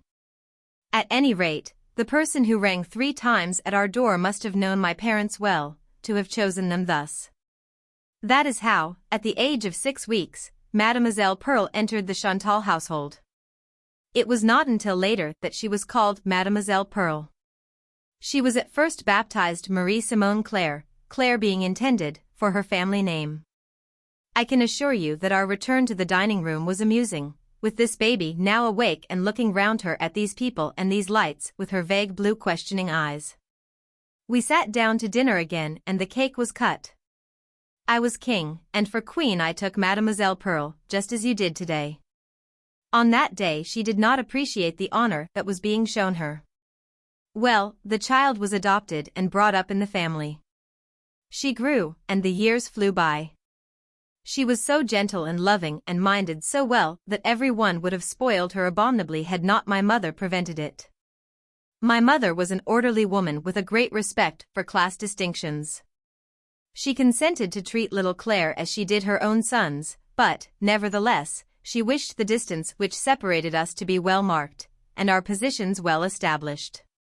Therefore, as soon as the child could understand, she acquainted her with her story and gently, even tenderly, impressed on the little one's mind that, for the Chantals, she was an adopted daughter, taken in, but, nevertheless, a stranger. Claire understood the situation with peculiar intelligence and with surprising instinct. She knew how to take the place which was allotted her, and to keep it with so much tact, gracefulness and gentleness that she often brought tears to my father's eyes. My mother herself was often moved by the passionate gratitude and timid devotion of this dainty and loving little creature that she began calling her, my daughter. At times, when the little one had done something kind and good, my mother would raise her spectacles on her forehead, a thing which always indicated emotion with her, and she would repeat, "This child is a pearl, a perfect pearl." This name stuck to the little Claire, who became and remained for us Mademoiselle Pearl. 2. Chantal stopped. He was sitting on the edge of the billiard table, his feet hanging, and was playing with a ball with his left hand, while with his right he crumpled a rag which served to rub the chalk marks from the slate. A little red in the face, his voice thick, he was talking away to himself now, lost in his memories, gently drifting through the old scenes and events which awoke in his mind. Just as we walk through old family gardens where we were brought up and where each tree, each walk, each hedge reminds us of some occurrence. I stood opposite him leaning against the wall, my hands resting on my idle cue. After a slight pause he continued. By Jove! She was pretty at 18, and graceful, and perfect. Ah! She was so sweet, and good and true, and charming. She had such eyes of blue transparent, clear, such eyes as I have never seen since. He was once more silent. I asked, why did she never marry? He answered, not to me, but to the word marry which had caught his ear. Why? Why? She never would, she never would. She had a dowry of 30,000 francs, and she received several offers, but she never would. She seemed sad at that time. That was when I married my cousin, little Charlotte, my wife, to whom I had been engaged for 6 years. I looked at M. Chantal, and it seemed to me that I was looking into his very soul, and I was suddenly witnessing one of those humble and cruel tragedies of honest, straightforward, blameless hearts, one of those secret tragedies known to no one. Not even the silent and resigned victims. A rash curiosity suddenly impelled me to exclaim. You should have married her, Monsieur Chantal. He started, looked at me, and said. I? Marry whom? Mademoiselle Pearl. Why? Because you loved her more than your cousin. He stared at me with strange, round, bewildered eyes and stammered. I loved her, I. How? Who told you that? Why, anyone can see that, and it's even on account of her that you delayed for so long your marriage to your cousin who had been waiting for you for 6 years. He dropped the ball which he was holding in his left hand, and, seizing the chalk rag in both hands, he buried his face in it and began to sob. He was weeping with his eyes, nose and mouth in a heartbreaking yet ridiculous manner, like a sponge which one squeezes. He was coughing, spitting and blowing his nose in the chalk rag, wiping his eyes and sneezing. Then the tears would again begin to flow down the wrinkles on his face and he would make a strange gurgling noise in his throat. I felt bewildered, ashamed, I wanted to run away, and I no longer knew what to say, do, or attempt. Suddenly, Madame Chantal's voice sounded on the stairs. Haven't you men almost finished smoking your cigars? I opened the door and cried, yes, madam, we are coming right down. Then I rushed to her husband, and, seizing him by the shoulders, I cried, Monsieur Chantal, my friend Chantal, listen to me, your wife is calling, pull yourself together, we must go downstairs. He stammered, yes, yes, I am coming, poor girl. I am coming, tell her that I am coming. He began conscientiously to wipe his face on the cloth which, for the last 2 or 3 years, had been used for marking off the chalk from the slate. Then he appeared, half white and half red, his forehead, nose, cheeks and chin covered with chalk, and his eyes swollen, still full of tears. I caught him by the hands and dragged him into his bedroom, muttering, I beg your pardon, Monsieur Chantal, for having caused you such sorrow, but I did not know you understand. He squeezed my hand, saying, yes, yes, there are difficult moments. Then he plunged his face into a bowl of water. When he emerged from it he did not yet seem to me to be presentable, but I thought of a little stratagem. As he was growing worried, looking at himself in the mirror, I said to him, all you have to do is to say that a little dust flew into your eye and you can cry before everybody to your heart's content. He went downstairs rubbing his eyes with his handkerchief. All were worried, each one wished to look for the speck, which could not be found, and stories were told of similar cases where it had been necessary to call in a physician. I went over to Mademoiselle Pearl and watched her, tormented by an ardent curiosity, which was turning to positive suffering. She must indeed have been pretty, with her gentle, calm eyes, so large that it looked as though she never closed them like other mortals. Her gown was a little ridiculous, a real old maid's gown, which was unbecoming without appearing clumsy. It seemed to me as though I were looking into her soul, just as I had into Monsieur Chantal's, that I was looking right from one end to the other of this humble life, so simple and devoted. I felt an irresistible longing to question her, to find out whether she, too, had loved him. Whether she also had suffered, as he had, from this long, secret, poignant grief, which one cannot see, know, or guess, but which breaks forth at night in the loneliness of the dark room. I was watching her, and I could observe her heart beating under her waist, and I wondered whether this sweet, candid face had wept on the soft pillow and she had sobbed, her whole body shaken by the violence of her anguish.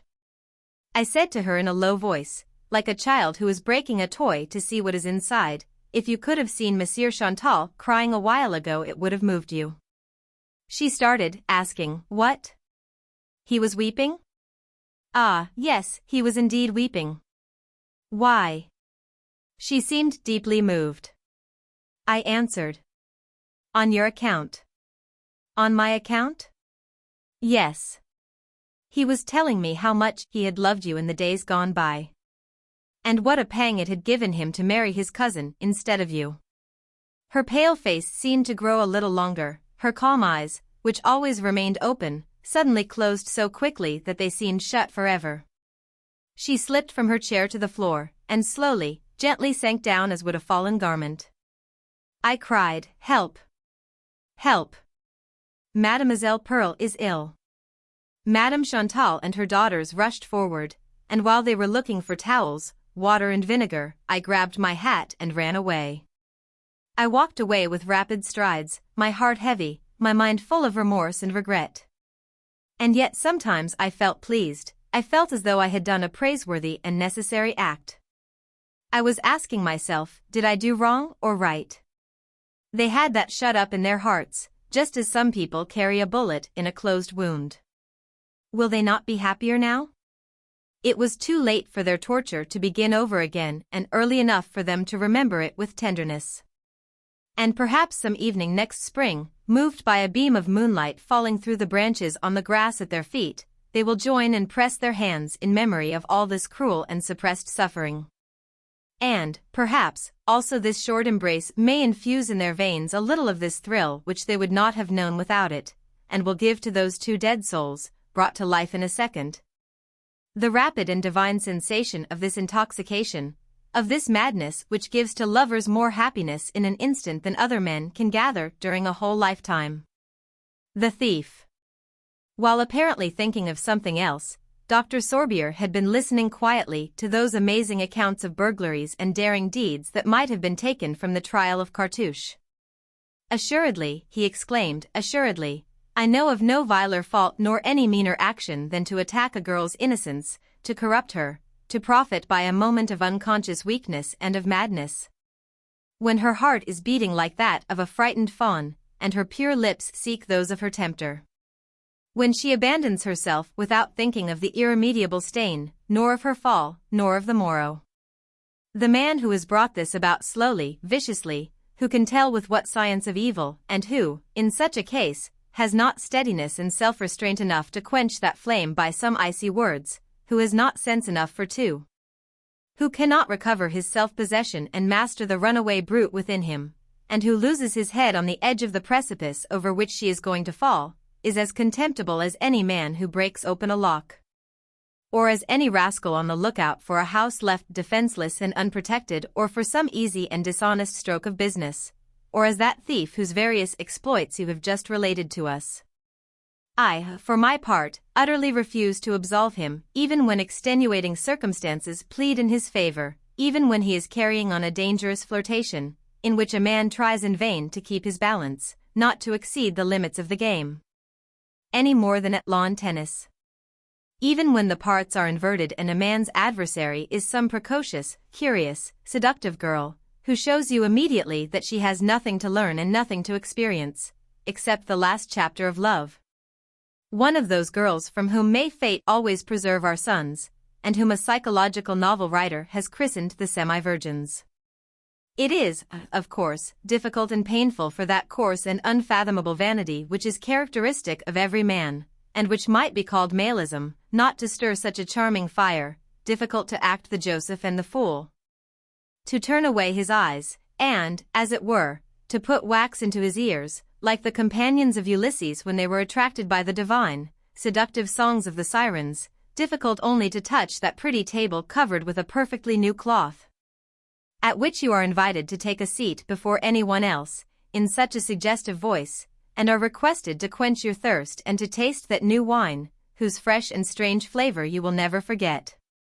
But who would hesitate to exercise such self-restraint if, when he rapidly examines his conscience, in one of those instinctive returns to his sober self in which a man thinks clearly and recovers his head, he were to measure the gravity of his fault, consider it, think of its consequences, of the reprisals, of the uneasiness which he would always feel in the future, and which would destroy the repose and happiness of his life?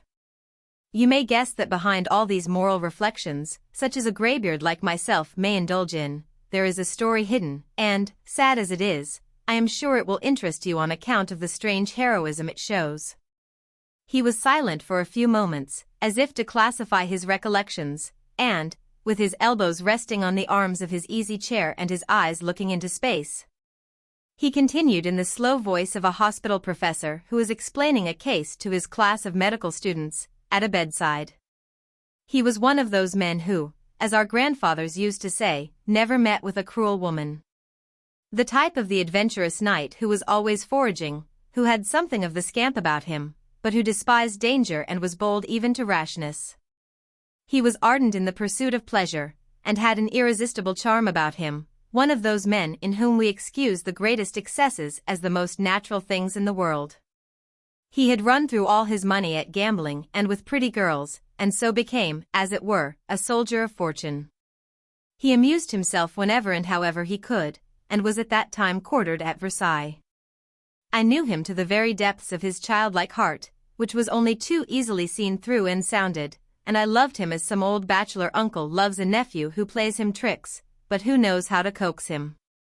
He had made me his confidant rather than his adviser, kept me informed of his slightest pranks, though he always pretended to be speaking about one of his friends, and not about himself. And I must confess that his youthful impetuosity, his careless gaiety, and his amorous ardor sometimes distracted my thoughts and made me envy the handsome, vigorous young fellow who was so happy at being alive. That I had not the courage to check him, to show him the right road, and to call out to him, "Take care," as children do at blind man's buff. And one day, after one of those interminable cotilins, where the couples do not leave each other for hours, and can disappear together without anybody thinking of noticing them, the poor fellow at last discovered what love was. That real love which takes up its abode in the very center of the heart and in the brain, and is proud of being there, and which rules like a sovereign and a tyrannous master, and he became desperately enamored of a pretty but badly brought-up girl, who was as disquieting and wayward as she was pretty. She loved him, however, or rather she idolized him despotically, madly, with all her enraptured soul and all her being.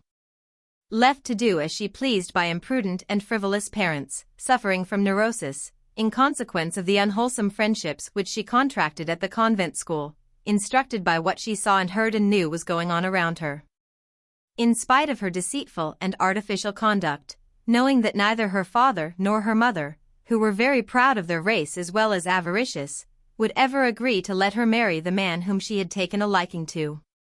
That handsome fellow who had little besides vision, ideas and debts, and who belonged to the middle class, she laid aside all scruples, thought of nothing but of becoming his, no matter what might be the cost. By degrees, the unfortunate man's strength gave way, his heart softened, and he allowed himself to be carried away by that current which buffeted him, surrounded him, and left him on the shore like a waif and a stray. They wrote letters full of madness to each other, and not a day passed without their meeting, either accidentally, as it seemed, or at parties and balls. She had yielded her lips to him in long, ardent caresses, which had sealed their compact of mutual passion. The doctor stopped, and his eyes suddenly filled with tears, as these former troubles came back to his mind. And then, in a hoarse voice, he went on, full of the horror of what he was going to relate. For months he scaled the garden wall, and, holding his breath and listening for the slightest noise, like a burglar who is going to break into a house, he went in by the servants' entrance, which she had left open, slunk barefoot down a long passage and up the broad staircase, which creaked occasionally, to the second story, where his sweetheart's room was, and stayed there for hours. One night, when it was darker than usual, and he was hurrying lest he should be later than the time agreed on, he knocked up against a piece of furniture in the anteroom and upset it. It so happened that the girl's mother had not gone to sleep either because she had a sick headache, or else because she had sat up late over some novel, and, frightened at that unusual noise which disturbed the silence of the house, she jumped out of bed, opened the door, saw someone indistinctly running away and keeping close to the wall, and, immediately thinking that there were burglars in the house, she aroused her husband and the servants by her frantic screams. The unfortunate man understood the situation. And, seeing what a terrible fix he was in, and preferring to be taken for a common thief to dishonoring his adored one's name, he ran into the drawing room, felt on the tables and whatnots, filled his pockets at random with valuable bric-a-brac, and then cowered down behind the grand piano, which barred the corner of a large room. The servants, who had run in with lighted candles, found him and, overwhelming him with abuse, seized him by the collar and dragged him, panting and apparently half dead with shame and terror, to the nearest police station. He defended himself with intentional awkwardness when he was brought up for trial, kept up his part with the most perfect self-possession and without any signs of the despair and anguish that he felt in his heart, and, condemned and degraded and made to suffer martyrdom in his honor as a man and a soldier, he was an officer, he did not protest, but went to prison as one of those criminals whom society gets rid of like noxious vermin. He died there of misery and of bitterness of spirit, with the name of the fair-haired idol, for whom he had sacrificed himself, on his lips, as if it had been an ecstatic prayer. And he entrusted his will to the priest who administered extreme unction to him, and requested him to give it to me. In it, without mentioning anybody, and without in the least lifting the veil, he at last explained the enigma, and cleared himself of those accusations, the terrible burden of which he had borne until his last breath. I have always thought myself, though I do not know why, that the girl married and had several charming children, whom she brought up with the austere strictness and in the serious piety of former days. Claire de Lune. Abbé Marignan's martial name suited him well. He was a tall, thin priest, fanatic, excitable, yet upright. All his beliefs were fixed, never varying. He believed sincerely that he knew his God, understood his plans, desires and intentions. When he walked with long strides along the garden walk of his little country parsonage, he would sometimes ask himself the question, why has God done this? And he would dwell on this continually, putting himself in the place of God, and he almost invariably found an answer.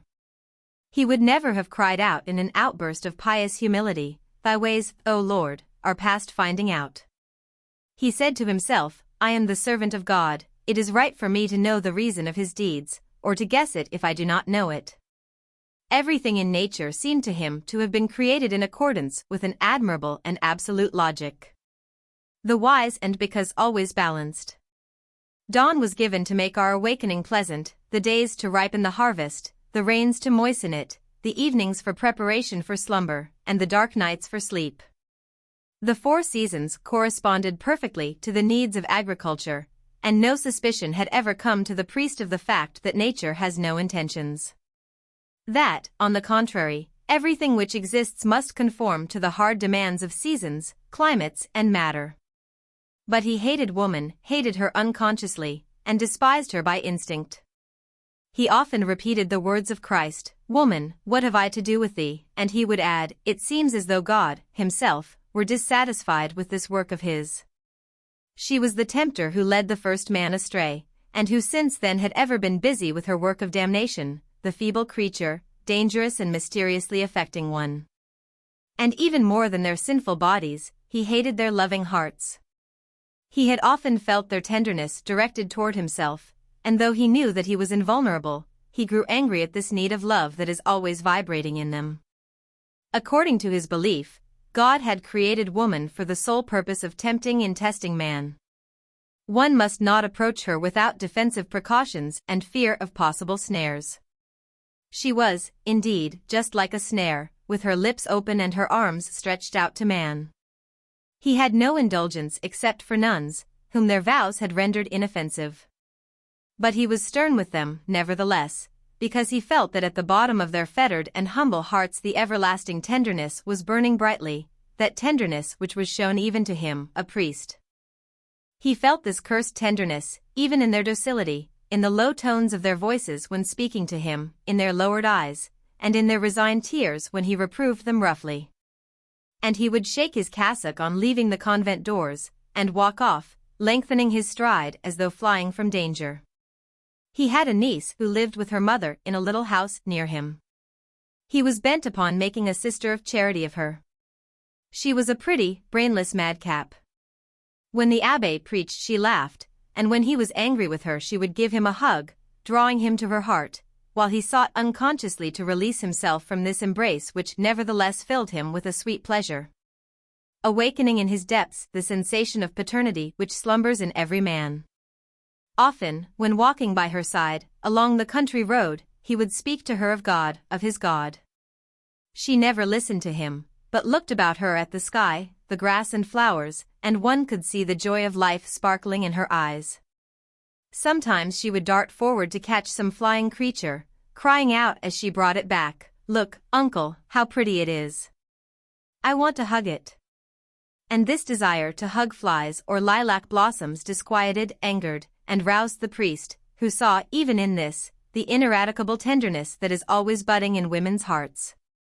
Then there came a day when the sexton's wife, who kept house for Abbé Marignan, told him, with caution, that his niece had a lover.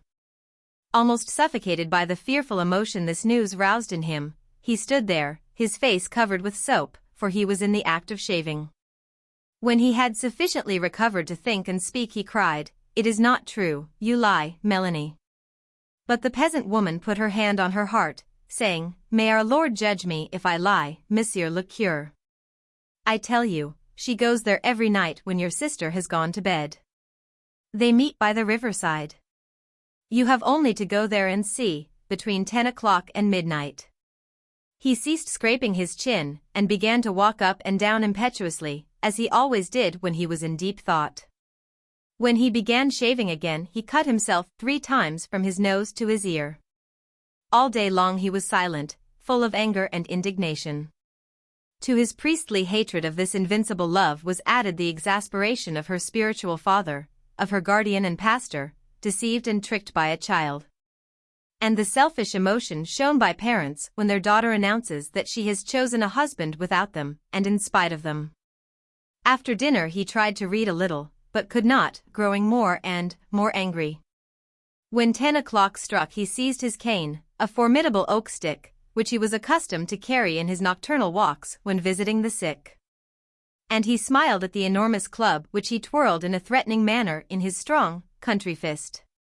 Then he raised it suddenly and, gritting his teeth, brought it down on a chair, the broken back of which fell over on the floor. He opened the door to go out, but stopped on the sill, surprised by the splendid moonlight, of such brilliance as is seldom seen. And, as he was gifted with an emotional nature, one such as had all those poetic dreamers, the fathers of the church, he felt suddenly distracted and moved by all the grand and serene beauty of this pale night. In his little garden, all bathed in soft light, his fruit trees in a row cast on the ground the shadow of their slender branches, scarcely in full leaf, while the giant honeysuckle, clinging to the wall of his house, exhaled a delicious sweetness, filling the warm moonlit atmosphere with a kind of perfumed soul. He began to take long breaths, drinking in the air as drunkards drink wine, and he walked along slowly, delighted, marveling, almost forgetting his niece. As soon as he was outside of the garden, he stopped to gaze upon the plain all flooded with the caressing light, bathed in that tender, languishing charm of serene nights. At each moment was heard the short, metallic note of the cricket, and distant nightingales shook out their scattered notes, their light, vibrant music that sets one dreaming, without thinking, a music made for kisses, for the seduction of moonlight. The abbé walked on again, his heart failing, though he knew not why. He seemed weakened, suddenly exhausted. He wanted to sit down, to rest there, to think, to admire God in his works. Down yonder, following the undulations of the little river, a great line of poplars wound in and out.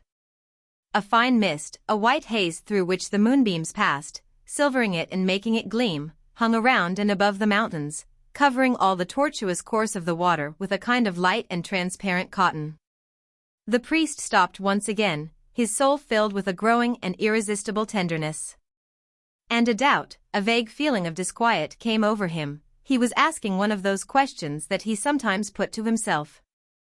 Why did God make this? Since the night is destined for sleep, unconsciousness, repose, forgetfulness of everything, why make it more charming than day, softer than dawn or evening?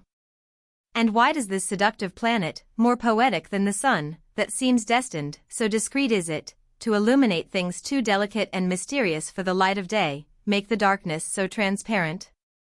Why does not the greatest of feathered songsters sleep like the others? Why does it pour forth its voice in the mysterious night? Why this half-veil cast over the world? Why these tremblings of the heart, this emotion of the spirit, this enervation of the body? Why this display of enchantments that human beings do not see, since they are lying in their beds? For whom is destined this sublime spectacle, this abundance of poetry cast from heaven to earth? And the abbé could not understand. But see, out there, on the edge of the meadow, under the arch of trees bathed in a shining mist, two figures are walking side by side. The man was the taller, and held his arm about his sweetheart's neck and kissed her brow every little while. They imparted life, all at once, to the placid landscape in which they were framed as by a heavenly hand. The two seemed but a single being, the being for whom was destined this calm and silent night, and they came toward the priest as a living answer, the response his master sent to his questionings. He stood still, his heart beating, all upset. And it seemed to him that he saw before him some biblical scene, like the loves of Ruth and Boaz, the accomplishment of the will of the Lord, in some of those glorious stories of which the sacred books tell. The verses of the Song of Songs began to ring in his ears, the appeal of passion, all the poetry of this poem replete with tenderness. And he said unto himself, perhaps God has made such nights as these to idealize the love of men. He shrank back from this couple that still advanced with arms intertwined. Yet it was his niece. But he asked himself now if he would not be disobeying God. And does not God permit love, since he surrounds it with such visible splendor? And he went back musing, almost ashamed, as if he had intruded into a temple where he had no right to enter. Waiter, a bock. Why did I go into that beer hall on that particular evening? I do not know. It was cold. A fine rain, a flying mist, veiled the gas lamps with a transparent fog, made the sidewalks reflect the light that streamed from the shop windows, lighting up the soft slush and the muddy feet of the passers-by. I was going nowhere in particular. Was simply having a short walk after dinner. I had passed the Credit Lyonnaise, the Rue Vivienne, and several other streets. I suddenly descried a large beer hall which was more than half full. I walked inside, with no object in view. I was not the least thirsty. I glanced round to find a place that was not too crowded, and went and sat down by the side of a man who seemed to me to be old, and who was smoking a two-sou clay pipe, which was as black as coal. From 6 to 8 glasses piled up on the table in front of him indicated the number of bocks he had already absorbed. At a glance I recognized a regular, one of those frequenters of beer houses who come in the morning when the place opens, and do not leave till evening when it is about to close. He was dirty, bald on top of his head, with a fringe of iron-gray hair falling on the collar of his frock coat. His clothes, much too large for him, appeared to have been made for him at a time when he was corpulent. One could guess that he did not wear suspenders, for he could not take 10 steps without having to stop to pull up his trousers. Did he wear a vest? The mere thought of his boots and of that which they covered filled me with horror. The frayed cuffs were perfectly black at the edges, as were his nails. As soon as I had seated myself beside him, this individual said to me in a quiet tone of voice, "How goes it?" I turned sharply round and closely scanned his features, whereupon he continued, "I see you do not recognize me." "No, I do not." "Des Barretts." I was stupefied. It was Count Jean de Barretts, my old college chum. I seized him by the hand, and was so dumbfounded that I could find nothing to say. At length I managed to stammer out, "And you, how goes it with you?" He responded placidly, "I get along as I can." "What are you doing now?" I asked. "You see what I am doing," he answered quite resignedly. I felt my face getting red. I insisted. "But every day?" "Every day it is the same thing," was his reply, accompanied with a thick puff of tobacco smoke. He then tapped with a sou on the top of the marble table, to attract the attention of the waiter, and called out, "Waiter, 2 bocks." A voice in the distance repeated, "2 bocks for the 4th table." Another voice, more distant still, shouted out. Here they are. Immediately a man with a white apron appeared, carrying 2 box, which he set down, foaming, on the table, spilling some of the yellow liquid on the sandy floor in his haste. Des Barretts emptied his glass at a single draught and replaced it on the table, while he sucked in the foam that had been left on his mustache. He next asked, "What is there new?" I really had nothing new to tell him. I stammered. "Nothing, old man. I am a businessman." In his monotonous tone of voice he said, "Indeed, does it amuse you?" "No, but what can I do? One must do something." "Why should one?" "So as to have occupation." "What's the use of an occupation?" "For my part, I do nothing at all, as you see, never anything. When one has not a sou, I can understand why one should work. But when one has enough to live on, what's the use? What is the good of working? Do you work for yourself, or for others? If you work for yourself, you do it for your own amusement, which is all right. If you work for others, you are a fool." Then, laying his pipe on the marble table, he called out anew, "Waiter, a bock." And continued, "It makes me thirsty to keep calling so. I am not accustomed to that sort of thing.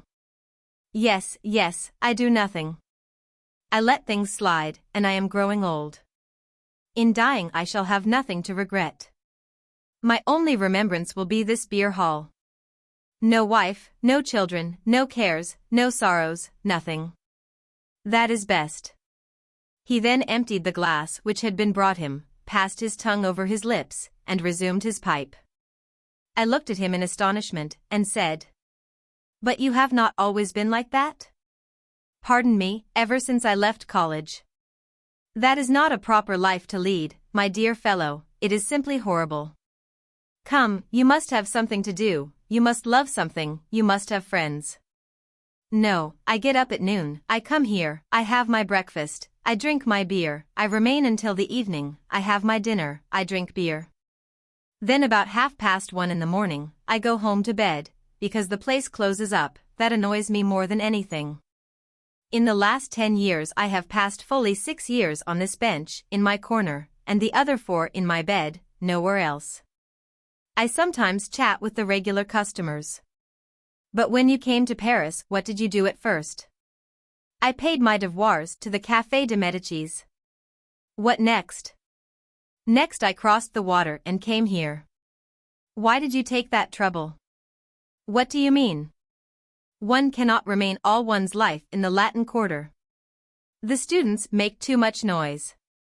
Now I shall not move again. Waiter, a bock." I began to think that he was making fun of me, and I continued. "Come now, be frank.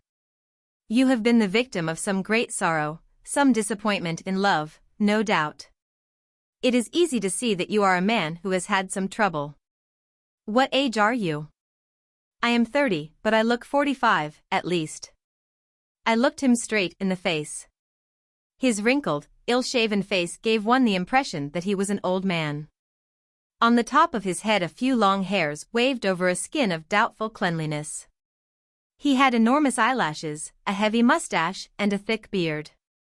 Suddenly I had a kind of vision, I know not why, of a basin filled with dirty water in which all that hair had been washed. I said to him, "You certainly look older than your age. You surely must have experienced some great sorrow." He replied, "I tell you that I have not. I am old because I never go out into the air. Nothing makes a man deteriorate more than the life of a café." I still could not believe him. "You must surely also have been married? One could not get as bald-headed as you are without having been in love." He shook his head, shaking dandruff down on his coat as he did so. "No, I have always been virtuous." And, raising his eyes toward the chandelier which heated our heads, he said, "If I am bald, it is the fault of the gas. It destroys the hair. Waiter, a bock. Are you not thirsty?" "No, thank you. But you really interest me. Since when have you been so morbid?" Your life is not normal, it is not natural. There is something beneath it all. Yes, and it dates from my infancy. I received a great shock when I was very young, and that turned my life into darkness which will last to the end. What was it? You wish to know about it? Well, then, listen. You recall, of course, the castle in which I was brought up, for you used to spend 5 or 6 months there during vacation. You remember that large grey building, in the middle of a great park, and the long avenues of oaks which open to the 4 points of the compass. You remember my father and mother, both of whom were ceremonious, solemn, and severe. I worshipped my mother, I was afraid of my father, but I respected both, accustomed always as I was to see every one bow before them. They were Monsieur le Comte and Madame la Comtesse to all the country round, and our neighbors, the Tannemers, the Ravelets, the Brennevilles, showed them the utmost consideration. I was then 13 years old. I was happy, pleased with everything, as one is at that age, full of the joy of life. Well, toward the end of September, a few days before returning to college, as I was playing about in the shrubbery of the park, among the branches and leaves, as I was crossing a path, I saw my father and mother, who were walking along. I recall it as though it were yesterday. It was a very windy day. The whole line of trees swayed beneath the gusts of wind, groaning, and seeming to utter cries, those dull, deep cries that forests give out during a tempest. The falling leaves, turning yellow, flew away like birds, circling and falling, and then running along the path like swift animals. Evening came on. It was dark in the thickets. The motion of the wind and of the branches excited me, made me tear about as if I were crazy, and howl in imitation of the wolves. As soon as I perceived my parents, I crept furtively toward them, under the branches, in order to surprise them, as though I had been a veritable prowler. But I stopped in fear a few paces from them. My father, who was in a terrible passion, cried, "Your mother is a fool, moreover, it is not a question of your mother. It is you. I tell you that I need this money, and I want you to sign this." My mother replied in a firm voice, "I will not sign it. It is Jean's fortune. I shall guard it for him, and I will not allow you to squander it with strange women, as you have your own heritage." Then my father, trembling with rage, wheeled round and, seizing his wife by the throat, began to slap her with all his might full in the face with his disengaged hand. My mother's hat fell off, her hair became loosened and fell over her shoulders. She tried to parry the blows, but she could not do so. And my father, like a madman, kept on striking her. My mother rolled over on the ground, covering her face with her hands. Then he turned her over on her back in order to slap her still more, pulling away her hands, which were covering her face.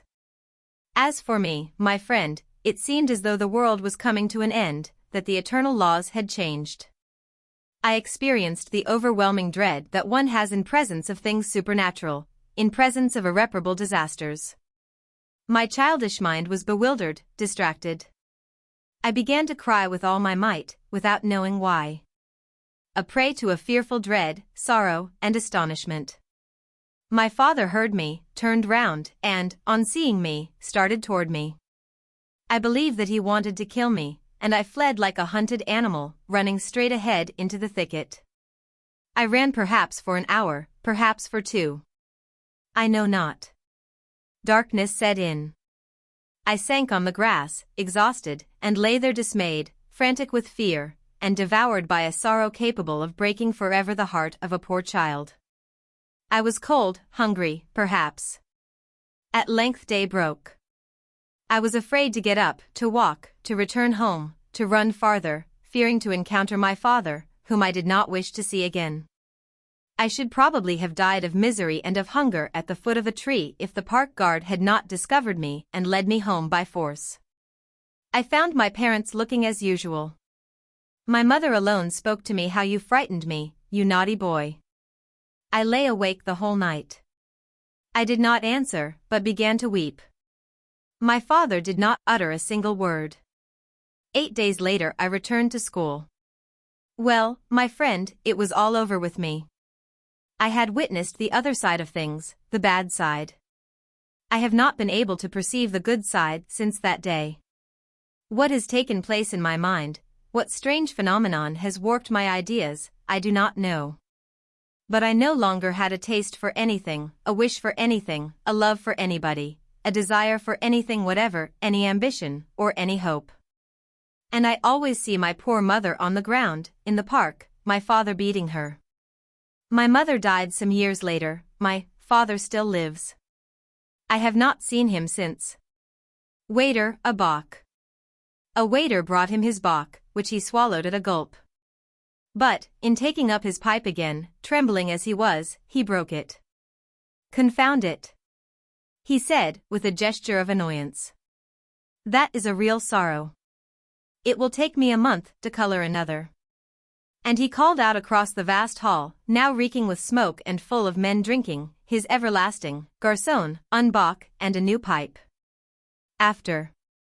"My darlings," said the Comtesse, "you might go to bed." The 3 children, 2 girls and a boy, rose and kissed their grandmother. Then they said good night to M. le Curé, who had dined at the chateau, as was his custom every Thursday. The Abbé Maudat lifted 2 of the children on his knees, passing his long arms clad in black round their necks, and kissing them tenderly on the forehead as he drew their heads toward him as a father might. Then he set them down on the ground, and the little beings went off, the boy ahead, and the girls following. "You are fond of children, M. le Curé," said the Comtesse. "Very fond, madam." The old woman raised her bright eyes toward the priest. "And, has your solitude never weighed too heavily on you?" "Yes, sometimes." He became silent, hesitated, and then added, "But I was never made for ordinary life." "What do you know about it?" "Oh, I know very well. I was made to be a priest. I followed my vocation." The Comtesse kept staring at him. "Come now, M. le Curé, tell me this, tell me how it was you resolved to renounce forever all that makes the rest of us love life, all that consoles and sustains us? What is it that drove you, impelled you, to separate yourself from the great natural path of marriage and the family? You are neither an enthusiast nor a fanatic, neither a gloomy person nor a sad person. Was it some incident, some sorrow, that led you to take life vows?" The Abbé Maudat rose and approached the fire, then, holding toward the flame his big shoes, such as country priests generally wear, he seemed still hesitating as to what reply he should make. He was a tall old man with white hair, and for the last 20 years had been pastor of the parish of Saint-Antoine-du-Rocher. The peasants said of him, "There's a good man for you." And indeed he was a good man, benevolent, friendly to all, gentle, and, to crown all, generous. Like Saint Martin, he would have cut his cloak in 2. He laughed readily, and wept also, on slight provocation, just like a woman, which prejudiced him more or less in the hard minds of the countryfolk. The old Comtesse de Seville, living in retirement in her chateau of Rocher, in order to bring up her grandchildren, after the successive deaths of her son and her daughter-in-law, was very much attached to Recure. And used to say of him, "What a heart he has." He came every Thursday to spend the evening with the Comtesse, and they were close friends, with the frank and honest friendship of old people. She persisted. "Look here, M. le Curé. It is your turn now to make a confession." He repeated, "I was not made for ordinary life. I saw it fortunately in time, and I have had many proofs since that I made no mistake on the point. My parents, who were mercers in Verdiers, and were quite well-to-do, had great ambitions for me. They sent me to a boarding school while I was very young. No one knows what a boy may suffer at school through the mere fact of separation, of isolation. This monotonous life without affection is good for some, and detestable for others. Young people are often more sensitive than one supposes, and by shutting them up thus too soon, far from those they love, we may develop to an exaggerated extent a sensitiveness which is overwrought and may become sickly and dangerous. I scarcely ever played, I had no companions, I passed my hours in homesickness, I spent the whole night weeping in my bed. I sought to bring before my mind recollections of home, trifling memories of little things, little events. I thought incessantly of all I had left behind there. I became almost imperceptibly an oversensitive youth to whom the slightest annoyances were terrible griefs. In this way I remained taciturn, self-absorbed, without expansion, without confidence. This mental excitement was going on secretly and surely. The nerves of children are quickly affected, and one should see to it that they live a tranquil life until they are almost fully developed. But whoever reflects that, for certain boys, an unjust imposition may be as great a pang as the death of a friend in later years? Who can explain why certain young temperaments are liable to terrible emotions for the slightest cause, and may eventually become morbid and incurable? This was my case. This faculty of regret developed in me to such an extent that my existence became a martyrdom. I did not speak about it, I said nothing about it, but gradually I became so sensitive that my soul resembled an open wound. Everything that affected me gave me painful twitchings, frightful shocks, and consequently impaired my health. Happy are the men whom nature has buttressed with indifference and armed with stoicism. I reached my 16th year. An excessive timidity had arisen from this abnormal sensitiveness. Feeling myself unprotected from all the attacks of chance or fate, I feared every contact, every approach, every current. I lived as though I were threatened by an unknown and always expected misfortune. I did not venture either to speak or do anything in public. I had, indeed, the feeling that life is a battle, a dreadful conflict in which one receives terrible blows, grievous, mortal wounds. In place of cherishing, like all men, a cheerful anticipation of the morrow, I had only a confused fear of it, and felt in my own mind a desire to conceal myself to avoid that combat in which I would be vanquished and slain. As soon as my studies were finished, they gave me 6 months' time to choose a career.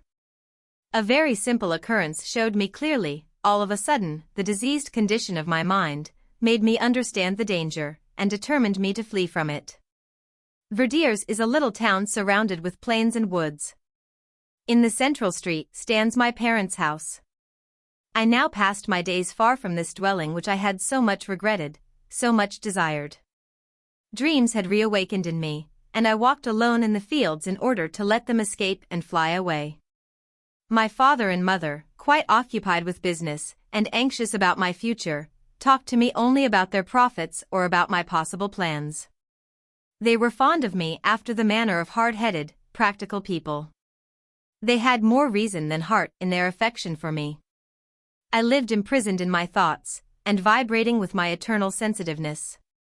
Now, one evening, after a long walk, as I was making my way home with great strides so as not to be late, I saw a dog trotting toward me. He was a species of red spaniel, very lean, with long curly ears. When he was 10 paces away from me, he stopped. I did the same.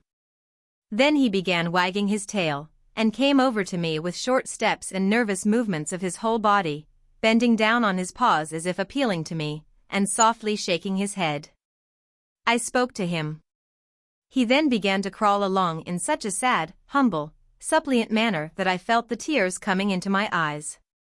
I approached him, he ran away, then he came back again, and I bent down on one knee trying to coax him to approach me, with soft words. At last, he was within reach of my hands, and I gently and very carefully stroked him. He gained courage, gradually rose and, placing his paws on my shoulders, began to lick my face. He followed me to the house. This was really the first being I had passionately loved, because he returned my affection.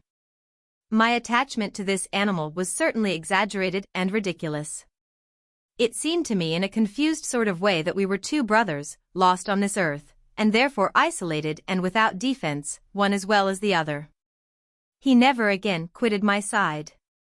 He slept at the foot of my bed, ate at the table in spite of the objections of my parents, and followed me in my solitary walks. I often stopped at the side of a ditch and sat down in the grass. Sam immediately rushed up, lay down at my feet, and lifted up my hand with his muzzle that I might caress him. One day toward the end of June, as we were on the road from Saint-Pierre de Chavrel, I saw the diligence from Pavreau coming along. Its 4 horses were going at a gallop, with its yellow body, and its imperial with the black leather hood. The coachman cracked his whip, a cloud of dust rose up under the wheels of the heavy vehicle, then floated behind, just as a cloud would do. Suddenly, as the vehicle came close to me, Sam, perhaps frightened by the noise and wishing to join me, jumped in front of it. A horse's hoof knocked him down. I saw him roll over, turn round, fall back again beneath the horse's feet, then the coach gave 2 jolts, and behind it I saw something quivering in the dust on the road. He was nearly cut in two. All his intestines were hanging out and blood was spurting from the wound. He tried to get up, to walk, but he could only move his 2 front paws, and scratch the ground with them as if to make a hole. The 2 others were already dead. And he howled dreadfully, mad with pain. He died in a few minutes. I cannot describe how much I felt and suffered. I was confined to my room for a month. One night, my father, enraged at seeing me so affected by such a trifling occurrence, exclaimed, "How will it be when you have real griefs, if you lose your wife or children?" His words haunted me, and I began to see my condition clearly. I understood why all the small miseries of each day assumed in my eyes the importance of a catastrophe. I saw that I was organized in such a way that I suffered dreadfully from everything, that every painful impression was multiplied by my diseased sensibility, and an atrocious fear of life took possession of me. I was without passions, without ambitions. I resolved to sacrifice possible joys in order to avoid sure sorrows. Existence is short, but I made up my mind to spend it in the service of others, in relieving their troubles and enjoying their happiness. Having no direct experience of either one or the other, I should only experience a milder form of emotion. And if you only knew how, in spite of this, misery tortures me, ravages me.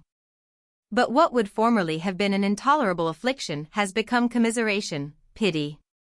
These sorrows which cross my path at every moment, I could not endure if they affected me directly.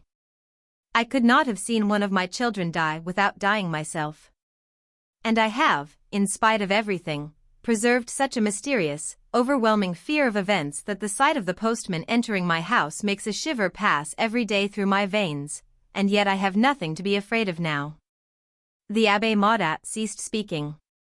He stared into the fire in the huge grate, as if he saw there mysterious things, all the unknown of the existence he might have passed had he been more fearless in the face of suffering. He added, then, in a subdued tone, "I was right. I was not made for this world." The Comtesse said nothing at first. But at length, after a long silence, she remarked, "For my part, if I had not my grandchildren, I believe I would not have the courage to live." And the cure rose up without saying another word. As the servants were asleep in the kitchen, she accompanied him herself to the door, which looked out on the garden, and she saw his tall shadow, lit up by the reflection of the lamp, disappearing through the gloom of night. Then she came back and sat down before the fire, and pondered over many things we never think of when we are young. Forgiveness. She had been brought up in one of those families who live entirely to themselves, apart from all the rest of the world. Such families know nothing of political events, although they are discussed at table. For changes in the government take place at such a distance from them that they are spoken of as one speaks of a historical event, such as the death of Louis XVI or the landing of Napoleon.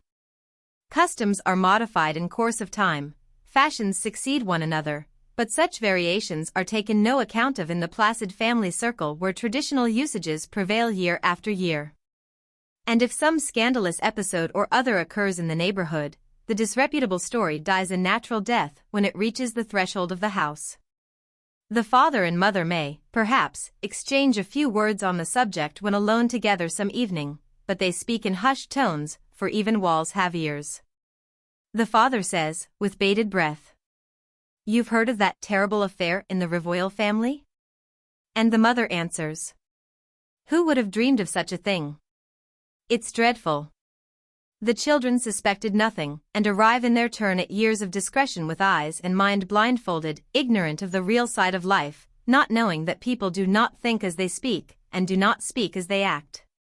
Or aware that they should live at war, or at all events, in a state of armed peace, with the rest of mankind, not suspecting the fact that the simple are always deceived, the sincere made sport of, the good maltreated. Some go on till the day of their death in this blind probity and loyalty and honor, so pure-minded that nothing can open their eyes. Others, undeceived, but without fully understanding, make mistakes, are dismayed, and become desperate, believing themselves the playthings of a cruel fate, the wretched victims of adverse circumstances, and exceptionally wicked men. The Savignals married their daughter Bertha at the age of 18. She wedded a young Parisian, George Baron by name, who had dealings on the stock exchange. He was handsome, well-mannered, and apparently all that could be desired. But in the depths of his heart he somewhat despised his old-fashioned parents-in-law, whom he spoke of among his intimates as my dear old fossils. He belonged to a good family, and the girl was rich. They settled down in Paris. She became one of those provincial Parisians whose name is Legion. She remained in complete ignorance of the great city, of its social side, its pleasures and its customs, just as she remained ignorant also of life, its perfidy and its mysteries. Devoted to her house, she knew scarcely anything beyond her own street, and when she ventured into another part of Paris it seemed to her that she had accomplished a long and arduous journey into some unknown, unexplored city. She would then say to her husband in the evening, "I have been through the boulevards today." 2 or 3 times a year her husband took her to the theater. These were events the remembrance of which never grew dim. They provided subjects of conversation for long afterward. Sometimes 3 months afterward she would suddenly burst into laughter and exclaim, "Do you remember that actor dressed up as a general, who crowed like a cock?" Her friends were limited to 2 families related to her own. She spoke of them as the Martinets and the Michelins. Her husband lived as he pleased, coming home when it suited him, sometimes not until dawn, alleging business, but not putting himself out overmuch to account for his movements, while aware that no suspicion would ever enter his wife's guileless soul. But one morning she received an anonymous letter. She was thunderstruck, too simple-minded to understand the infamy of unsigned information and to despise the letter, the writer of which declared himself inspired by interest in her happiness, hatred of evil, and love of truth. This missive told her that her husband had had for 2 years past a sweetheart, a young widow named Madame Rosset, with whom he spent all his evenings. Bertha knew neither how to dissemble her grief nor how to spy on her husband. When he came in for lunch she threw the letter down before him, burst into tears, and fled to her room. He had time to take in the situation and to prepare his reply. He knocked at his wife's door. She opened it at once, but dared not look at him. He smiled, sat down, drew her to his knee, and in a tone of light raillery began. "My dear child, as a matter of fact, I have a friend named Madame Rosset, whom I have known for the last 10 years, and of whom I have a very high opinion. I may add that I know scores of other people whose names I have never mentioned to you, seeing that you do not care for society, or fresh acquaintances, or functions of any sort.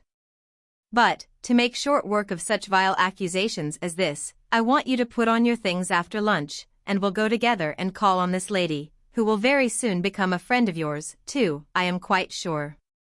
She embraced her husband warmly, and, moved by that feminine spirit of curiosity which will not be lulled once it is aroused, consented to go and see this unknown widow, of whom she was, in spite of everything, just the least bit jealous. She felt instinctively that to know a danger is to be already armed against it. She entered a small, tastefully furnished flat on the 4th floor of an attractive house. After waiting 5 minutes in a drawing-room rendered somewhat dark by its many curtains and hangings, a door opened, and a very dark, short, rather plump young woman appeared, surprised and smiling. George introduced them. "My wife, Madame Julie Rosset." The young widow uttered a half-suppressed cry of astonishment and joy, and ran forward with hands outstretched. She had not hoped, she said, to have this pleasure, knowing that Madame Baron never saw anyone, but she was delighted to make her acquaintance. She was so fond of George, she said George in a familiar, sisterly sort of way, that she had been most anxious to know his young wife and to make friends with her, too. By the end of a month, the 2 new friends were inseparable. They saw each other every day, sometimes twice a day, and dined together every evening, sometimes at one house, sometimes at the other. George no longer deserted his home, no longer talked of pressing business. He adored his own fireside, he said. When, after a time, a flat in the house where Madame Rossett lived became vacant, Madame Baron hastened to take it, in order to be near her friend and spend even more time with her than hitherto. And for 2 whole years their friendship was without a cloud, a friendship of heart and mind, absolute, tender, devoted. Bertha could hardly speak without bringing in Julie's name. To her, Madame Rossett represented perfection. She was utterly happy, calm and contented. But Madame Rossett fell ill. Bertha hardly left her side. She spent her nights with her, distracted with grief. Even her husband seemed inconsolable. One morning the doctor, after leaving the invalid's bedside, took George and his wife aside, and told them that he considered Julie's condition very grave. As soon as he had gone, the grief-stricken husband and wife sat down opposite each other and gave way to tears. That night they both sat up with the patient. Bertha tenderly kissed her friend from time to time, while George stood at the foot of the bed, his eyes gazing steadfastly on the invalid's face. The next day she was worse. But toward evening she declared she felt better, and insisted that her friends should go back to their own apartment to dinner. They were sitting sadly in the dining room, scarcely even attempting to eat, when the maid gave George a note.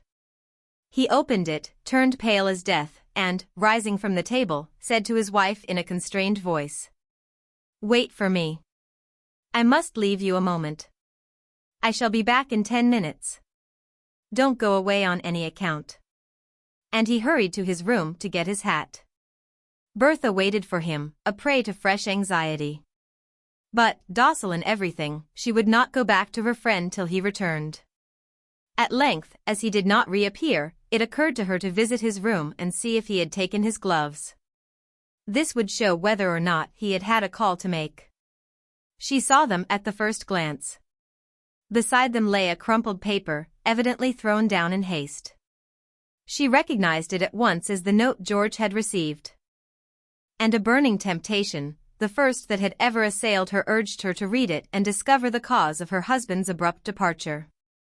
Her rebellious conscience protested, but a devouring and fearful curiosity prevailed. She seized the paper, smoothed it out, recognized the tremulous, penciled writing as Julie's, and read, "Come alone and kiss me, my poor dear. I am dying." At first she did not understand, the idea of Julie's death being her uppermost thought. But all at once the true meaning of what she read burst in a flash upon her. This penciled note threw a lurid light upon her whole existence, revealed the whole infamous truth, all the treachery and perfidy of which she had been the victim.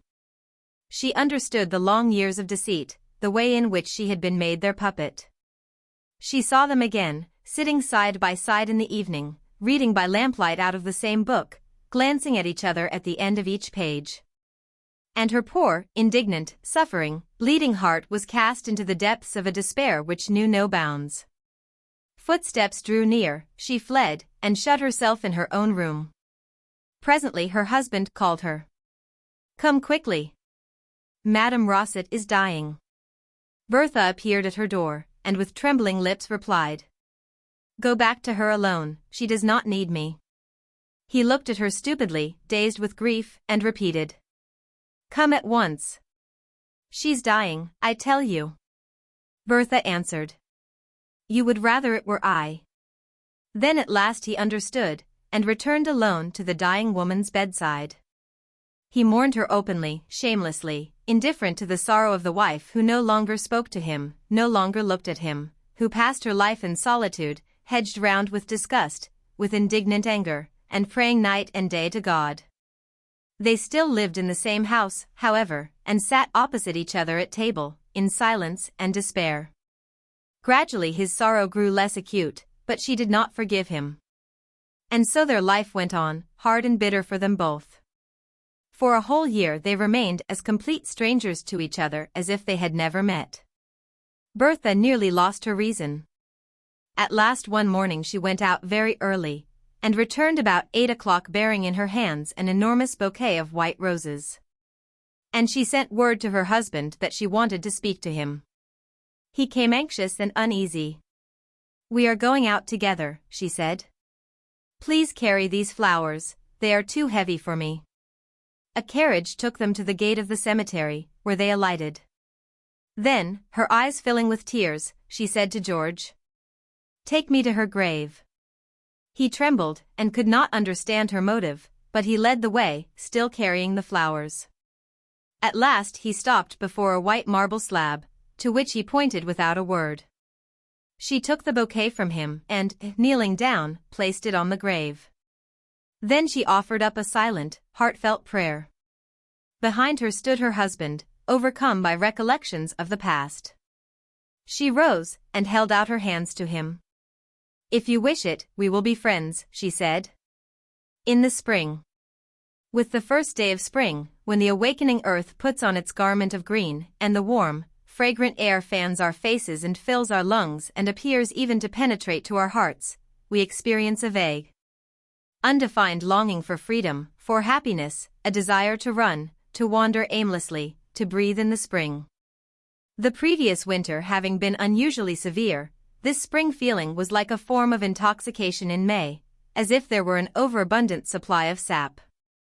One morning on waking I saw from my window the blue sky glowing in the sun above the neighboring houses. The canaries hanging in the windows were singing loudly, and so were the servants on every floor. A cheerful noise rose up from the streets, and I went out, my spirits as bright as the day, to go, I did not exactly know where. Everybody I met seemed to be smiling. An air of happiness appeared to pervade everything in the warm light of returning spring. One might almost have said that a breeze of love was blowing through the city, and the sight of the young women whom I saw in the streets in their morning toilets, in the depths of whose eyes there lurked a hidden tenderness, and who walked with languid grace, filled my heart with agitation. Without knowing how or why, I found myself on the banks of the Seine. Steamboats were starting for Chourisons, and suddenly I was seized by an unconquerable desire to take a walk through the woods. The deck of the Mouche was covered with passengers, for the sun in early spring draws one out of the house, in spite of themselves, and everybody moves about, goes and comes and talks to his neighbor. I had a girl neighbor. A little workgirl, no doubt, who possessed the true Parisian charm, a little head, with light curly hair, which looked like a shimmer of light as it danced in the wind, came down to her ears, and descended to the nape of her neck, where it became such fine, light-colored clown that one could scarcely see it, but felt an irresistible desire to shower kisses on it. Under my persistent gaze, she turned her head toward me, and then immediately looked down, while a slight crease at the side of her mouth, that was ready to break out into a smile, also showed a fine, silky, pale down which the sun was gilding a little.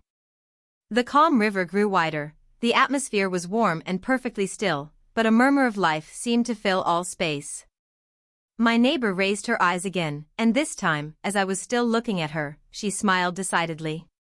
She was charming, and in her passing glance I saw 1,000 things, which I had hitherto been ignorant of, for I perceived unknown depths, all the charm of tenderness, all the poetry which we dream of, all the happiness which we are continually in search of.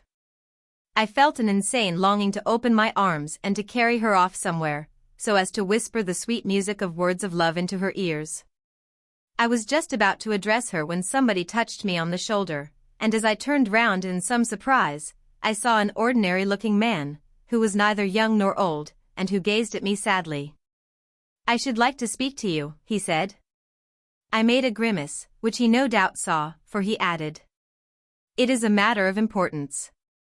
I got up, therefore, and followed him to the other end of the boat, and then he said, "Monsieur, when winter comes, with its cold, wet and snowy weather, your doctor says to you constantly, keep your feet warm, guard against chills, colds, bronchitis, rheumatism and pleurisy. Then you are very careful, you wear flannel, a heavy greatcoat and thick shoes, but all this does not prevent you from passing 2 months in bed. But when spring returns, with its leaves and flowers, its warm, soft breezes and its smell of the fields, all of which causes you vague disquiet and causeless emotion, nobody says to you, 'Monsieur, beware of love. It is lying in ambush everywhere. It is watching for you at every corner, all its snares are laid, all its weapons are sharpened, all its guiles are prepared. Beware of love. Beware of love. It is more dangerous than brandy, bronchitis, or pleurisy. It never forgives and makes everybody commit irreparable follies. Yes, monsieur, I say that the French government ought to put large public notices on the walls, with these words, Return of Spring. French citizens, beware of love. Just as they put, beware of paint. However, as the government will not do this, I must supply its place, and I say to you, beware of love. For it is just going to seize you, and it is my duty to inform you of it, just as in Russia they inform anyone that his nose is frozen. I was much astonished at this individual, and assuming a dignified manner, I said, Really, monsieur, you appear to me to be interfering in a matter which is no concern of yours. He made an abrupt movement and replied, Ah. Monsieur. If I see that a man is in danger of being drowned at a dangerous spot, ought I to let him perish?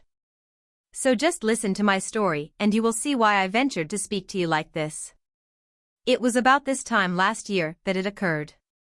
But, first of all, I must tell you that I am a clerk in the Admiralty, where our chiefs, the commissioners, take their gold lace as quill-driving officials seriously, and treat us like forecastle men on board a ship. Well, from my office I could see a small bit of blue sky and the swallows, and I felt inclined to dance among my portfolios. My yearning for freedom grew so intense that, in spite of my repugnance, I went to see my chief, a short, bad-tempered man, who was always in a rage. When I told him that I was not well, he looked at me and said, I do not believe it, monsieur, but be off with you. Do you think that any office can go on with clerks like you? I started at once and went down the Seine. It was a day like this, and I took the mouche to go as far as St. Cloud. Ah! What a good thing it would have been if my chief had refused me permission to leave the office that day. I seemed to myself to expand in the sun. I loved everything, the steamer, the river, the trees, the houses and my fellow passengers. I felt inclined to kiss something, no matter what, it was love, laying its snare. Presently, at the Trocadero, a girl, with a small parcel in her hand, came on board and sat down opposite me. She was decidedly pretty, but it is surprising, monsieur, how much prettier women seem to us when the day is fine at the beginning of the spring. Then they have an intoxicating charm, something quite peculiar about them. It is just like drinking wine after cheese. I looked at her and she also looked at me, but only occasionally, as that girl did at you, just now. But at last, by dint of looking at each other constantly, it seemed to me that we knew each other well enough to enter into conversation, and I spoke to her and she replied. She was decidedly pretty and nice and she intoxicated me, monsieur. She got out at St. Cloud, and I followed her. She went and delivered her parcel, and when she returned the boat had just started. I walked by her side, and the warmth of the air made us both sigh. It would be very nice in the woods, I said. Indeed, it would, she replied. Shall we go there for a walk, mademoiselle? She gave me a quick upward look, as if to see exactly what I was like, and then, after a little hesitation, she accepted my proposal, and soon we were there, walking side by side. Under the foliage, which was still rather scanty, the tall, thick, bright green grass was inundated by the sun, and the air was full of insects that were also making love to one another, and birds were singing in all directions. My companion began to jump and to run, intoxicated by the air and the smell of the country, and I ran and jumped, following her example. How silly we are at times, monsieur. Then she sang unrestrainedly 1,000 things, opera airs, and the Song of Musette. The Song of Musette. How poetical it seemed to me, then. I almost cried over it. Ah! Those silly songs make us lose our heads. And, believe me, never marry a woman who sings in the country, especially if she sings the Song of Musette. She soon grew tired, and sat down on a grassy slope, and I sat at her feet and took her hands, her little hands, that were so marked with the needle, and that filled me with emotion. I said to myself, these are the sacred marks of toil. Oh! Monsieur, do you know what those sacred marks of toil mean? They mean all the gossip of the workroom, the whispered scandal, the mind soiled by all the filth that is talked. They mean lost chastity, foolish chatter, all the wretchedness of their everyday life, all the narrowness of ideas which belongs to women of the lower orders, combined to their fullest extent in the girl whose fingers bear the sacred marks of toil. Then we looked into each other's eyes for a long while. Oh! What power a woman's eye has! How it agitates us, how it invades our very being, takes possession of us, and dominates us. How profound it seems, how full of infinite promises. People call that looking into each other's souls. Oh! Monsieur, what humbug! If we could see into each other's souls, we should be more careful of what we did. However, I was captivated and was crazy about her and tried to take her into my arms, but she said, "Pause off." Then I knelt down and opened my heart to her and poured out all the affection that was suffocating me. She seemed surprised at my change of manner and gave me a sidelong glance, as if to say, "Ah. So that is the way women make a fool of you, old fellow. Very well, we will see. In love, monsieur, we are always novices, and women artful dealers. No doubt I could have had her, and I saw my own stupidity later, but what I wanted was not a woman's person, it was love, it was the ideal. I was sentimental, when I ought to have been using my time to a better purpose. As soon as she had had enough of my declarations of affection, she got up, and we returned to St. Cloud, and I did not leave her until we got to Paris, but she had looked so sad as we were returning, that at last I asked her what was the matter. "I am thinking," she replied, "that this has been one of those days of which we have but few in life." My heart beat so that it felt as if it would break my ribs. I saw her on the following Sunday, and the next Sunday, and every Sunday. I took her to Bougival, Saint-Germain, Maisons-Laffitte, Poissy, to every suburban resort of lovers. The little jade, in turn, pretended to love me, until, at last, I altogether lost my head, and 3 months later I married her. What can you expect, monsieur, when a man is a clerk, living alone, without any relations, or anyone to advise him? One says to oneself, how sweet life would be with a wife. And so one gets married and she calls you names from morning till night, understands nothing, knows nothing, chatters continually, sings the song of Musette at the top of her voice. Oh! That song of Musette, how tired one gets of it. Quarrels with the charcoal dealer, tells the janitor all her domestic details, confides all the secrets of her bedroom to the neighbor's servant, discusses her husband with the tradespeople and has her head so stuffed with stupid stories, with idiotic superstitions, with extraordinary ideas and monstrous prejudices, that I, for what I have said applies more particularly to myself, shed tears of discouragement every time I talked to her. He stopped, as he was rather out of breath and very much moved, and I looked at him, for I felt pity for this poor, artless devil, and I was just going to give him some sort of answer, when the boat stopped. We were at St. Cloud. The little woman who had so taken my fancy rose from her seat in order to land. She passed close to me, and gave me a sidelong glance and a furtive smile, one of those smiles that drive you wild. Then she jumped on the landing stage. I sprang forward to follow her, but my neighbor laid hold of my arm. I shook myself loose, however, whereupon he seized the skirt of my coat and pulled me back, exclaiming, "You shall not go. You shall not go," in such a loud voice that everybody turned round and laughed, and I remained standing motionless and furious, but without venturing to face scandal and ridicule, and the steamboat started. The little woman on the landing stage looked at me as I went off with an air of disappointment, while my persecutor rubbed his hands and whispered to me, "You must acknowledge that I have done you a great service." A queer night in Paris. Maître Saval, notary at Vernon, was passionately fond of music.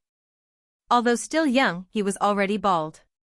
He was always carefully shaven, was somewhat corpulent as was suitable, and wore a gold pince-nez instead of spectacles. He was active, gallant and cheerful and was considered quite an artist in Vernon. He played the piano and the violin, and gave musicals where the new operas were interpreted. He had even what is called a bit of a voice, Nothing but a bit, very little bit of a voice, but he managed it with so much taste that cries of bravo. Exquisite. Surprising. Adorable, issued from every throat as soon as he had murmured the last note. He subscribed to a music publishing house in Paris, and they sent him the latest music, and from time to time he sent invitations after this fashion to the elite of the town. You are invited to be present on Monday evening at the house of M. Saval, notary, Vernon, at the first rendering of Sais. A few officers, gifted with good voices, formed the chorus. 2 or 3 lady amateurs also sang. The notary filled the part of leader of the orchestra with so much correctness that the bandmaster of the 190th Regiment of the Line said of him, one day, at the Café de l'Europe, "Oh, M. Saval is a master. It is a great pity that he did not adopt the career of an artist." When his name was mentioned in a drawing room, there was always somebody found to declare, he is not an amateur, he is an artist, a genuine artist. And 2 or 3 persons repeated, in a tone of profound conviction, "Oh, yes, a genuine artist," laying particular stress on the word genuine. Every time that a new work was interpreted at a big Parisian theatre, M. Saval paid a visit to the capital. Now, last year, according to his custom, he went to hear Henri VIII. He then took the express which arrives in Paris at 4:30 p.m., intending to return by the 12:35 a.m. train, so as not to have to sleep at a hotel. He had put on evening dress, a black coat and white tie, which he concealed under his overcoat with the collar turned up. As soon as he set foot on the Rue d'Amsterdam, he felt himself in quite jovial mood. He said to himself, "Decidedly, the air of Paris does not resemble any other air. It has in it something indescribably stimulating, exciting, intoxicating, which fills you with a strange longing to dance about and to do many other things. As soon as I arrive here, it seems to me, all of a sudden, that I have taken a bottle of champagne. What a life one can lead in this city in the midst of artists. Happy are the elect, the great men who make themselves a reputation in such a city. What an existence is theirs." And he made plans. He would have liked to know some of these celebrated men, to talk about them in Vernon, and to spend an evening with them from time to time in Paris. But suddenly an idea struck him. He had heard allusions to little cafés in the outer boulevards at which well-known painters, men of letters, and even musicians gathered, and he proceeded to go up to Montmartre at a slow pace. He had 2 hours before him. He wanted to look about him. He passed in front of taverns frequented by belated bohemians, gazing at the different faces, seeking to discover the artists. Finally, he came to the sign of the Dead Rat, and, allured by the name, he entered.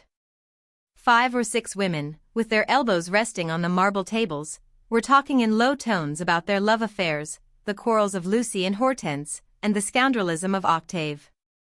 They were no longer young, were too fat or too thin, tired out, used up. You could see that they were almost bald, and they drank beer like men.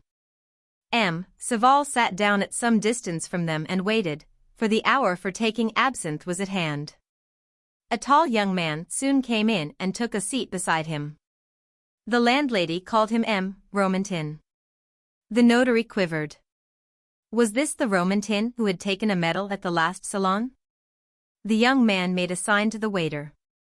"You will bring up my dinner at once, and then carry to my new studio, 15 Boulevard des Clichy, 30 bottles of beer, and the ham I ordered this morning.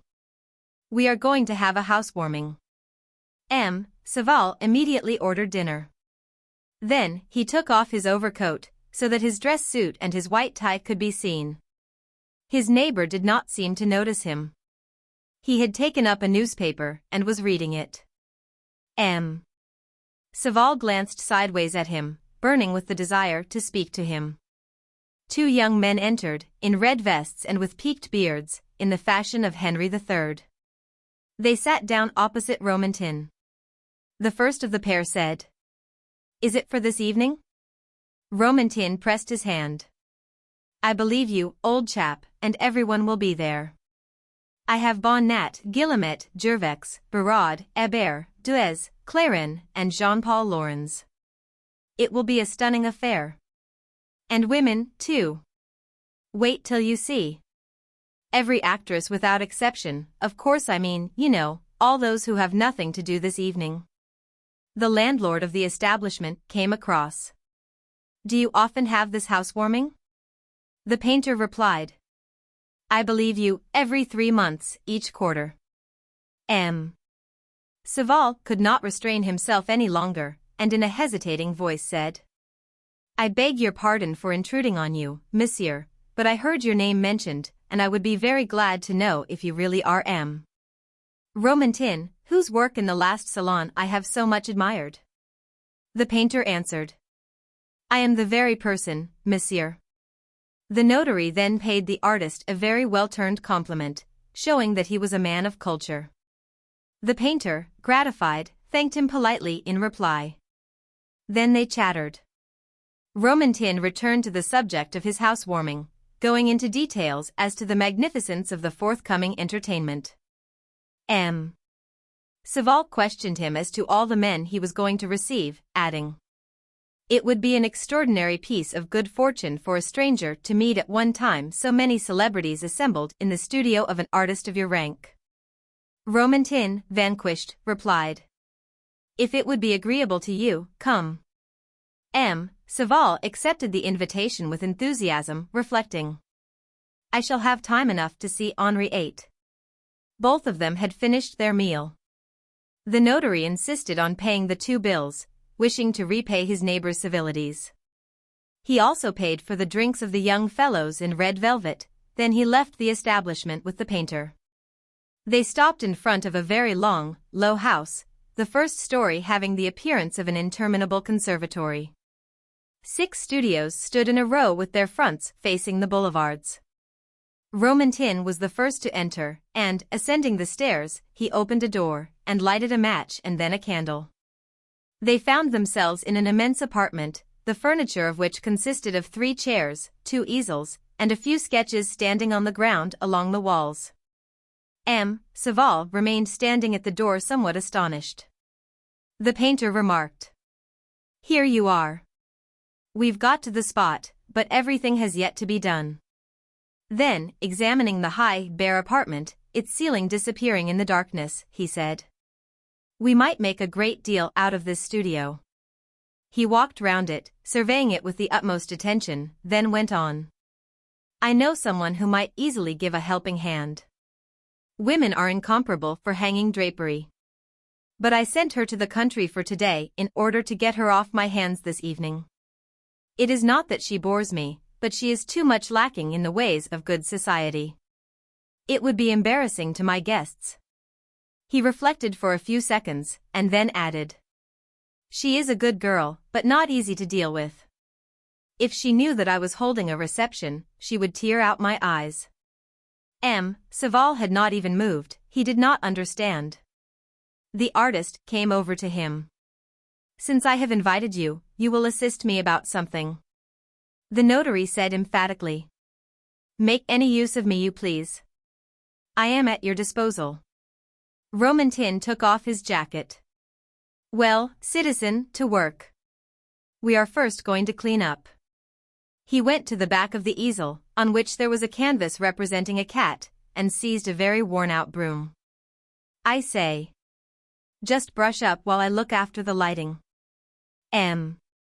Saval took the broom, inspected it, and then began to sweep the floor very awkwardly, raising a whirlwind of dust. Romantin, disgusted, stopped him. Deuce take it. You don't know how to sweep the floor. Look at me. And he began to roll before him a heap of grayish sweepings, as if he had done nothing else all his life.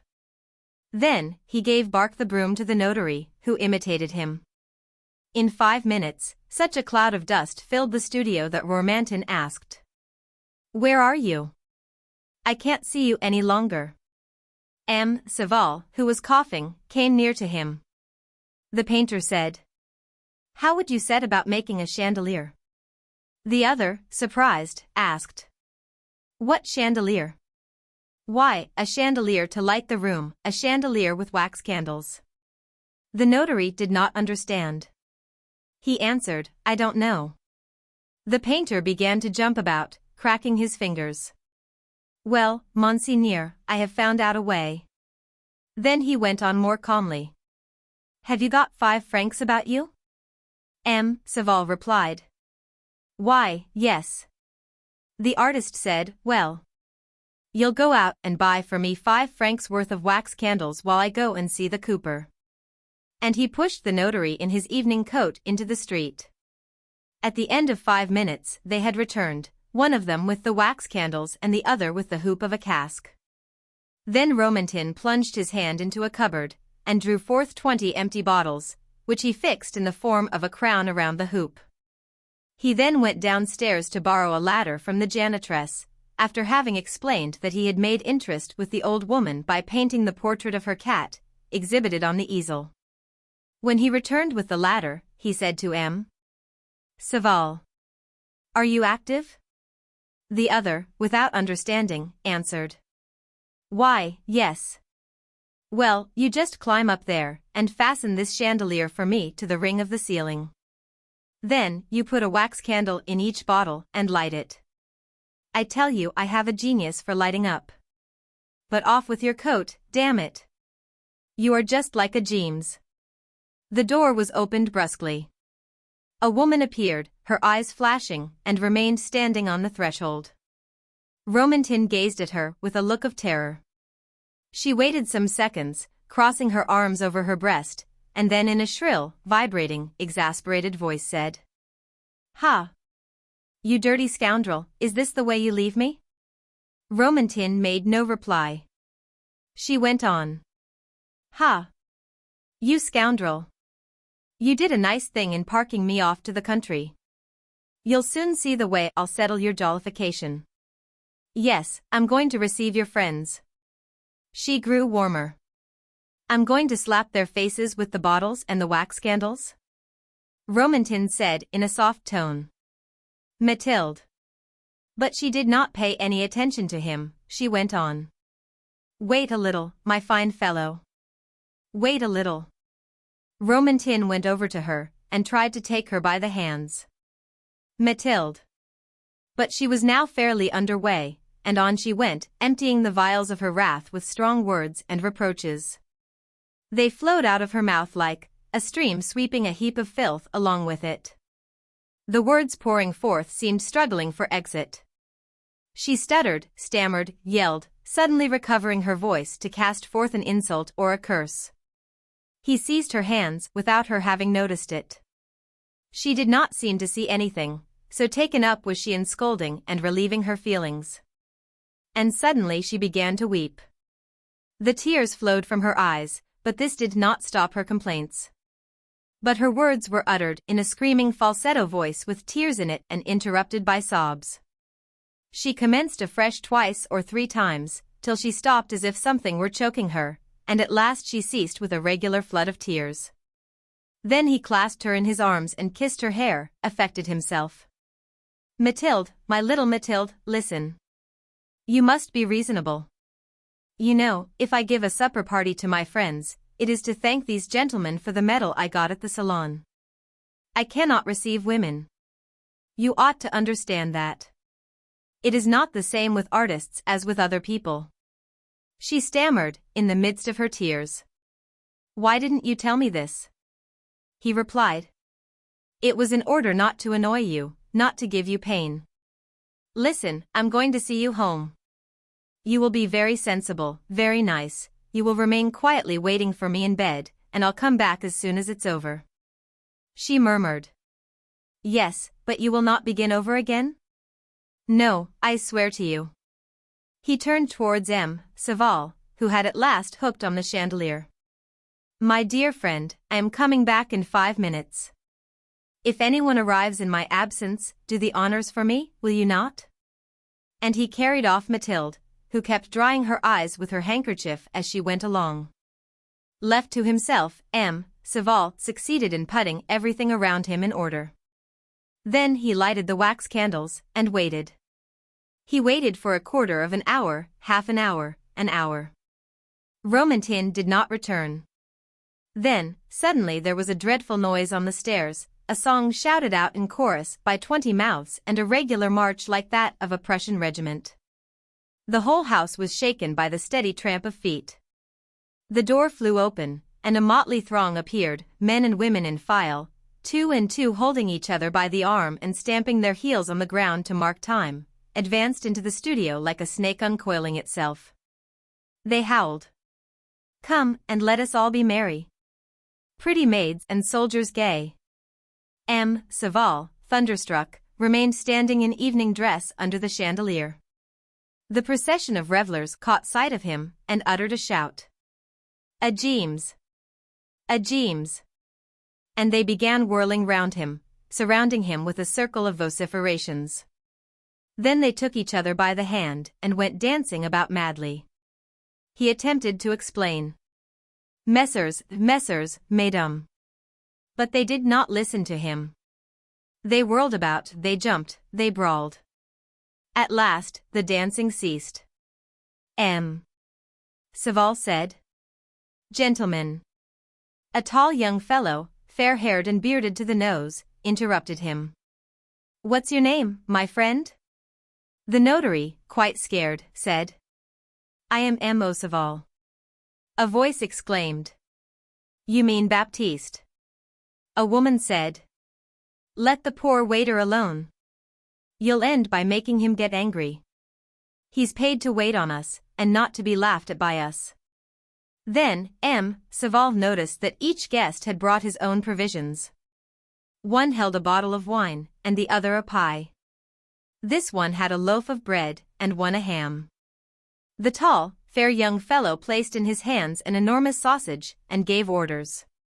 "Here, go and arrange the sideboard in the corner over there. Put the bottles at the left and the provisions at the right." Saval, getting quite distracted, exclaimed, "But, messrs, I am a notary." There was a moment's silence, and then a wild outburst of laughter. One suspicious gentleman asked, "How came you to be here?" He explained, telling about his project of going to the opera, his departure from Vernon, his arrival in Paris, and the way in which he had spent the evening. They sat around him to listen to him, they greeted him with words of applause, and called him Scheherazade. Romantin did not return. Other guests arrived. M. Saval was presented to them so that he might begin his story over again. He declined. They forced him to relate it.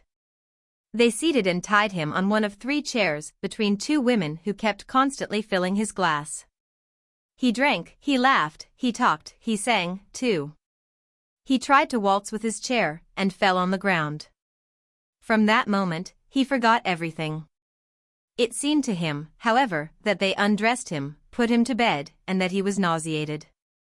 When he awoke, it was broad daylight, and he lay stretched with his feet against a cupboard, in a strange bed.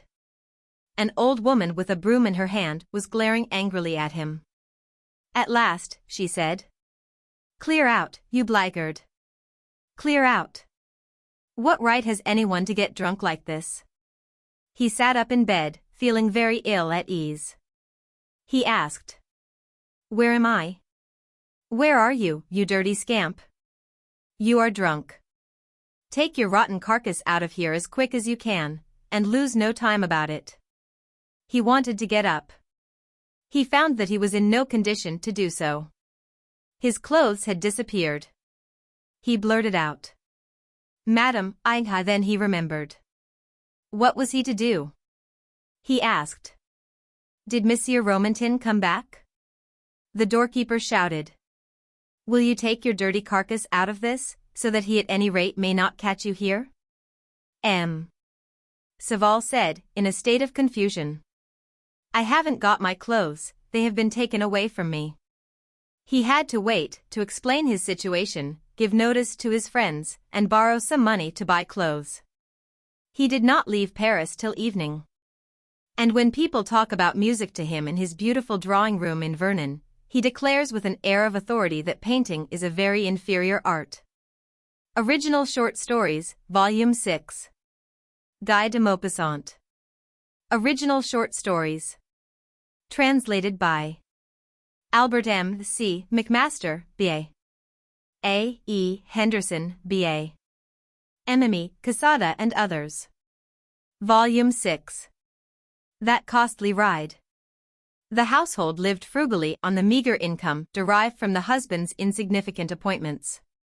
2 children had been born of the marriage, and the earlier condition of the strictest economy had become one of quiet, concealed, shamefaced misery, the poverty of a noble family, which in spite of misfortune never forgets its rank. Hector de Gribelin had been educated in the provinces, under the paternal roof, by an aged priest. His people were not rich, but they managed to live and to keep up appearances. At 20 years of age they tried to find him a position, and he entered the Ministry of Marine as a clerk at £60 a year. He foundered on the rock of life like all those who have not been early prepared for its rude struggles, who look at life through a mist, who do not know how to protect themselves, whose special aptitudes and faculties have not been developed from childhood, whose early training has not developed the rough energy needed for the battle of life or furnished them with tool or weapon.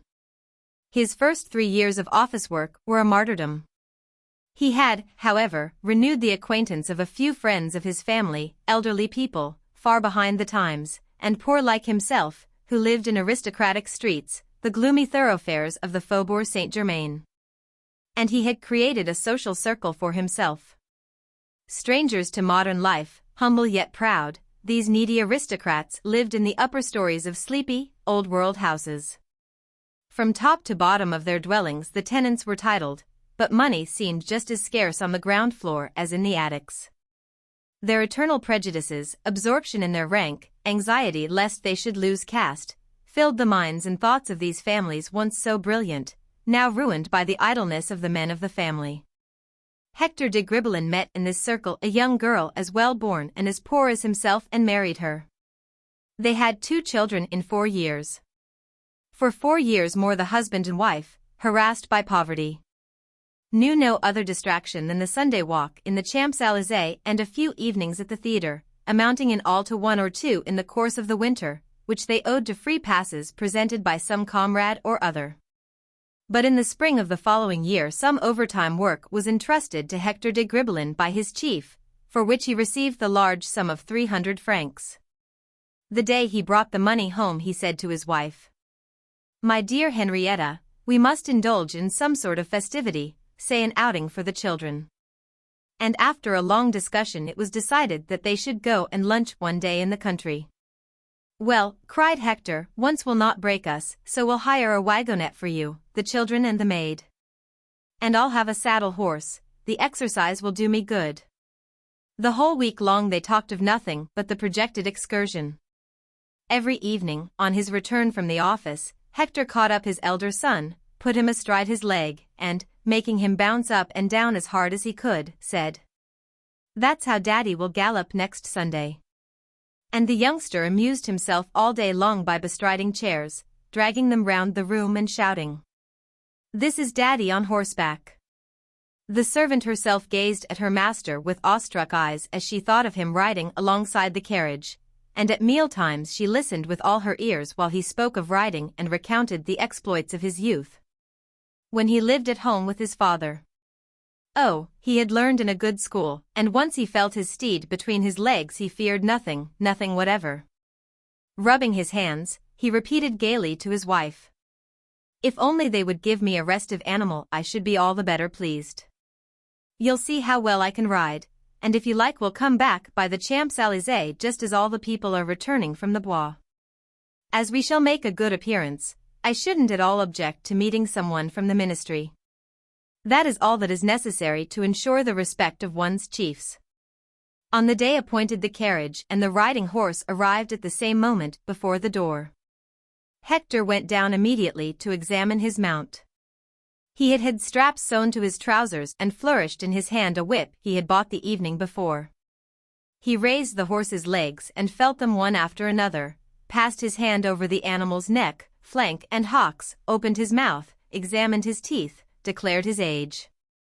And then, the whole household having collected round him, he delivered a discourse on the horse in general and the specimen before him in particular, pronouncing the latter excellent in every respect.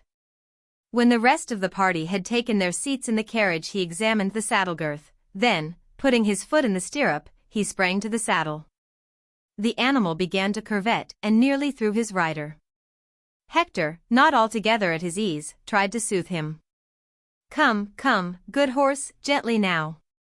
Then, when the horse had recovered his equanimity and the rider his nerve, the latter asked, "Are you ready?" The occupants of the carriage replied with one voice, "Yes." "Forward," he commanded. And the cavalcade set out. All looks were centered on him. He trotted in the English style, rising unnecessarily high in the saddle, looking at times as if he were mounting into space. Sometimes he seemed on the point of falling forward on the horse's mane. His eyes were fixed, his face drawn, his cheeks pale. His wife, holding one of the children on her knees, and the servant, who was carrying the other, continually cried out, "Look at Papa! Look at Papa!" And the two boys, intoxicated by the motion of the carriage, by their delight and by the keen air, uttered shrill cries. The horse, frightened by the noise they made, started off at a gallop, and while Hector was trying to control his steed, his hat fell off, and the driver had to get down and pick it up. When the equestrian had recovered it, he called to his wife from a distance, "Don't let the children shout like that. They'll make the horse bolt." They lunched on the grass in the Vezinet woods, having brought provisions with them in the carriage. Although the driver was looking after the 3 horses, Hector rose every minute to see if his own lacked anything. He patted him on the neck and fed him with bread, cakes and sugar. "He's an unequal trotter," he declared. "He certainly shook me up a little at first, but, as you saw, I soon got used to it. He knows his master now and won't give any more trouble." As had been decided, they returned by the Champs-Élysées. That spacious thoroughfare literally swarmed with vehicles of every kind. And on the sidewalks the pedestrians were so numerous that they looked like 2 indeterminate black ribbons unfurling their length from the Arc de Triomphe to the Place de la Concorde. A flood of sunlight played on this gay scene, making the varnish of the carriages, the steel of the harness and the handles of the carriage doors shine with dazzling brilliancy. An intoxication of life and motion seemed to have invaded this assemblage of human beings, carriages and horses. In the distance the outlines of the obelisk could be discerned in a cloud of golden vapor. As soon as Hector's horse had passed the Arc de Triomphe, he became suddenly imbued with fresh energy, and, realizing that his stable was not far off, began to trot rapidly through the maze of wheels, despite all his rider's efforts to restrain him. The carriage was now far behind. When the horse arrived opposite the Palais de l'Industrie, he saw a clear field before him, and, turning to the right, set off at a gallop. An old woman wearing an apron was crossing the road in leisurely fashion. She happened to be just in Hector's way as he arrived on the scene riding at full speed. Powerless to control his mount, he shouted at the top of his voice, "Hi! Look out there! Hi!" She must have been deaf, for she continued peacefully on her way until the awful moment when, struck by the horse's chest as by a locomotive under full steam, she rolled 10 paces off, turning 3 somersaults on the way. Voices yelled, "Stop him!" Hector, frantic with terror, clung to the horse's mane and shouted, "Help! Help!" A terrible jolt hurled him, as if shot from a gun, over his horse's ears and cast him into the arms of a policeman who was running up to stop him. In the space of a second a furious, gesticulating, vociferating group had gathered round him. An old gentleman with a white mustache, wearing a large round decoration, seemed particularly exasperated. He repeated, "Confound it! When a man is as awkward as all that, he should remain at home and not come killing people in the streets, if he doesn't know how to handle a horse." 4 men arrived on the scene, carrying the old woman. She appeared to be dead. Her skin was like parchment, her cap on one side, and she was covered with dust. "Take her to a druggist's," ordered the old gentleman, "and let us go to the commissary of police." Hector started on his way with a policeman on either side of him, a third was leading his horse. A crowd followed them, and suddenly the wagonette appeared in sight. His wife alighted in consternation, the servant lost her head, the children whimpered. He explained that he would soon be at home, that he had knocked a woman down and that there was not much the matter. And his family, distracted with anxiety, went on their way. When they arrived before the commissary, the explanation took place in few words. He gave his name, Hector de Gribbelin, employed at the Ministry of Marine. And then they awaited news of the injured woman. A policeman who had been sent to obtain information returned, saying that she had recovered consciousness, but was complaining of frightful internal pain. She was a charwoman, 65 years of age, named Madame Simon. When he heard that she was not dead, Hector regained hope and promised to defray her doctor's bill. Then he hastened to the druggist's. The doorway was thronged. The injured woman, huddled in an armchair, was groaning. Her arms hung at her sides, her face was drawn. 2 doctors were still engaged in examining her. No bones were broken, but they feared some internal lesion. Hector addressed her. "Do you suffer much?" "Oh, yes." "Where is the pain?" "I feel as if my stomach were on fire." A doctor approached. "Are you the gentleman who caused the accident?" "I am." "This woman ought to be sent to a home. I know one where they would take her at 6 francs a day. Would you like me to send her there?" Hector was delighted at the idea, thanked him and returned home much relieved. His wife, dissolved in tears, was awaiting him. He reassured her. "It's all right. This Madame Simon is better already and will be quite well in 2 or 3 days. I have sent her to a home. It's all right." When he left his office the next day, he went to inquire for Madame Simon.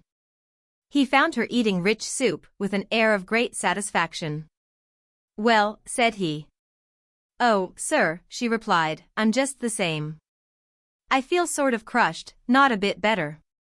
The doctor declared they must wait and see. Some complication or other might arise.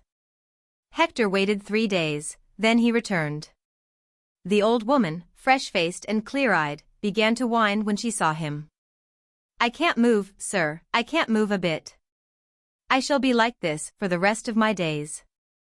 A shudder passed through Hector's frame. He asked for the doctor, who merely shrugged his shoulders and said, "What can I do? I can't tell what's wrong with her. She shrieks when they try to raise her. They can't even move her chair from one place to another without her uttering the most distressing cries. I am bound to believe what she tells me, I can't look into her inside. So long as I have no chance of seeing her walk, I am not justified in supposing her to be telling lies about herself." The old woman listened, motionless, a malicious gleam in her eyes. A week passed, then a fortnight, then a month. Madame Simon did not leave her armchair.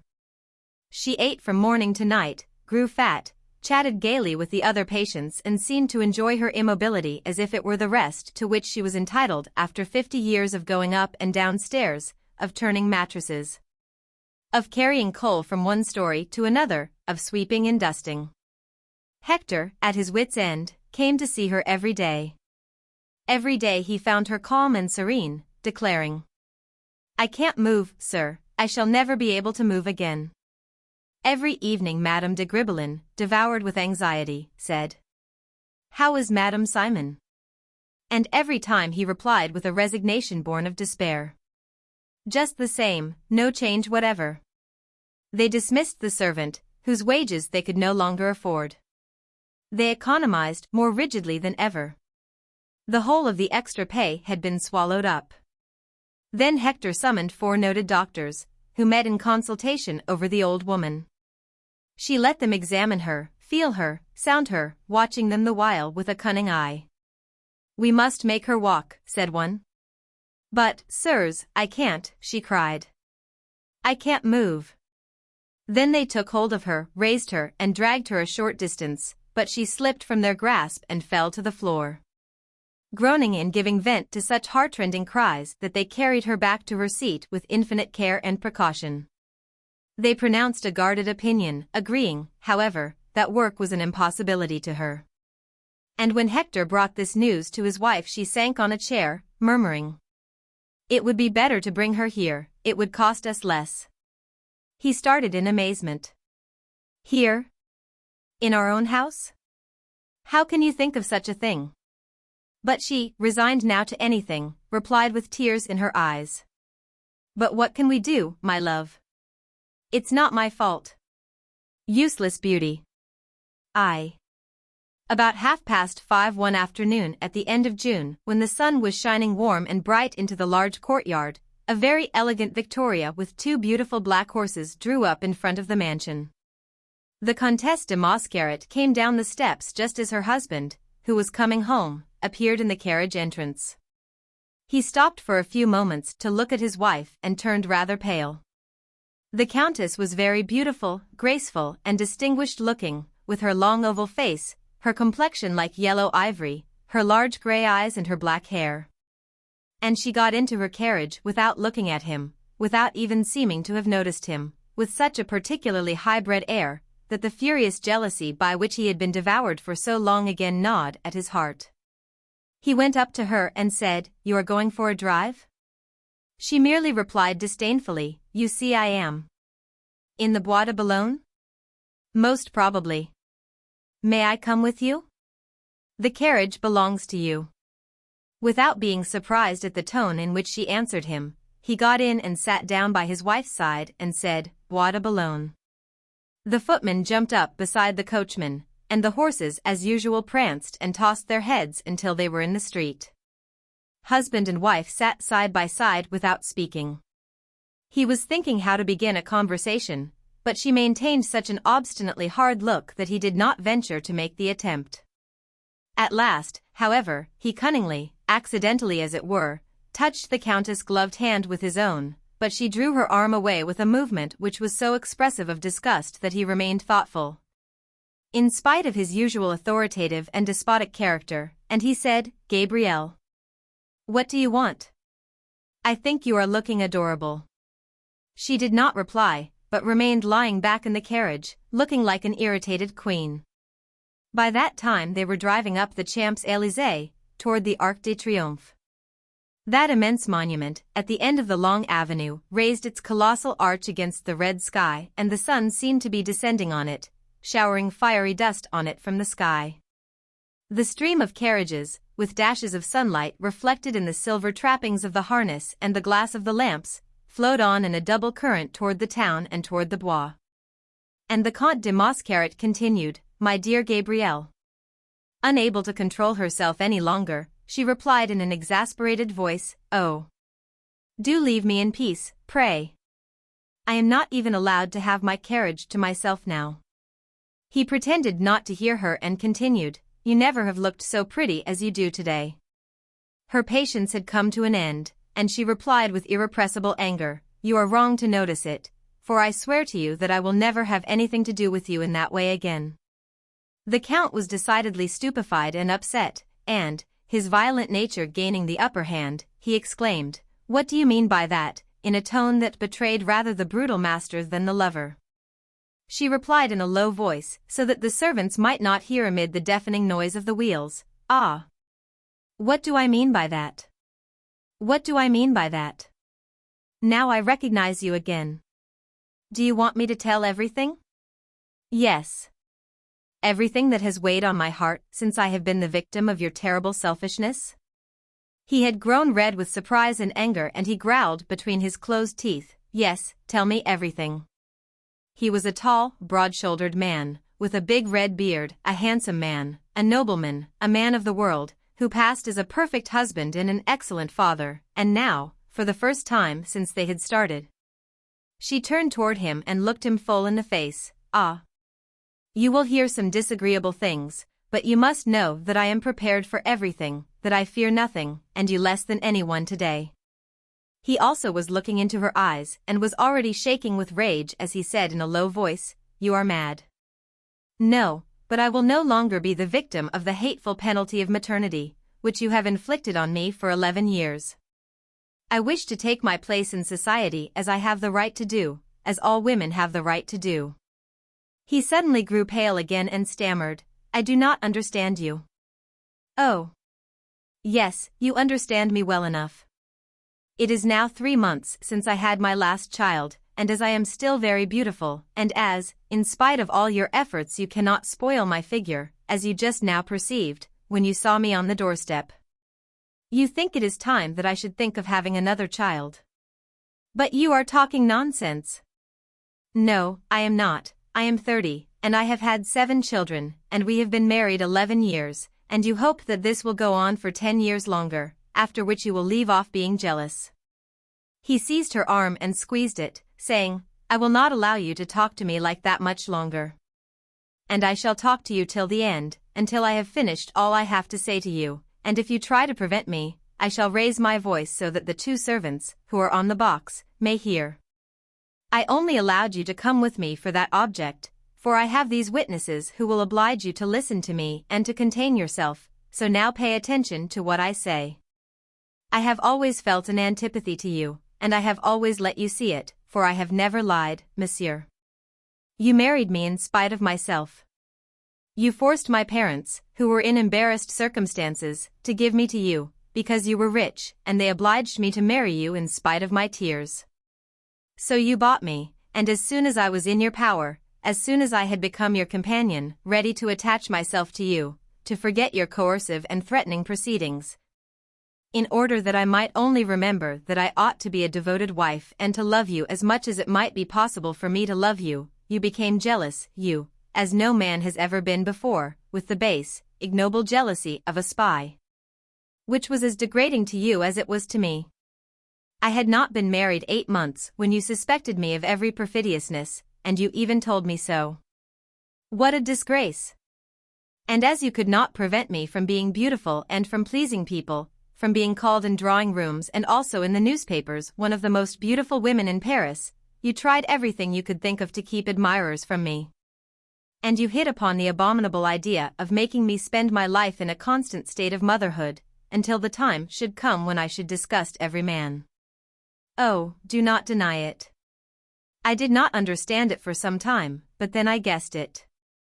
You even boasted about it to your sister, who told me of it, for she is fond of me and was disgusted at your boorish coarseness. Ah! Remember how you have behaved in the past. How for 11 years you have compelled me to give up all society and simply be a mother to your children. And then you would grow disgusted with me and I was sent into the country, the family chateau, among fields and meadows. And when I reappeared, fresh, pretty and unspoiled, still seductive and constantly surrounded by admirers, hoping that at last I should live a little more like a rich young society woman, you were seized with jealousy again. And you began once more to persecute me with that infamous and hateful desire from which you are suffering at this moment by my side. And it is not the desire of possessing me, for I should never have refused myself to you, but it is the wish to make me unsightly. And then that abominable and mysterious thing occurred which I was a long time in understanding, but I grew sharp by dint of watching your thoughts and actions. You attached yourself to your children with all the security which they gave you while I bore them. You felt affection for them, with all your aversion to me, and in spite of your ignoble fears, which were momentarily allayed by your pleasure in seeing me lose my symmetry. Oh! How often have I noticed that joy in you? I have seen it in your eyes and guessed it. You loved your children as victories, and not because they were of your own blood.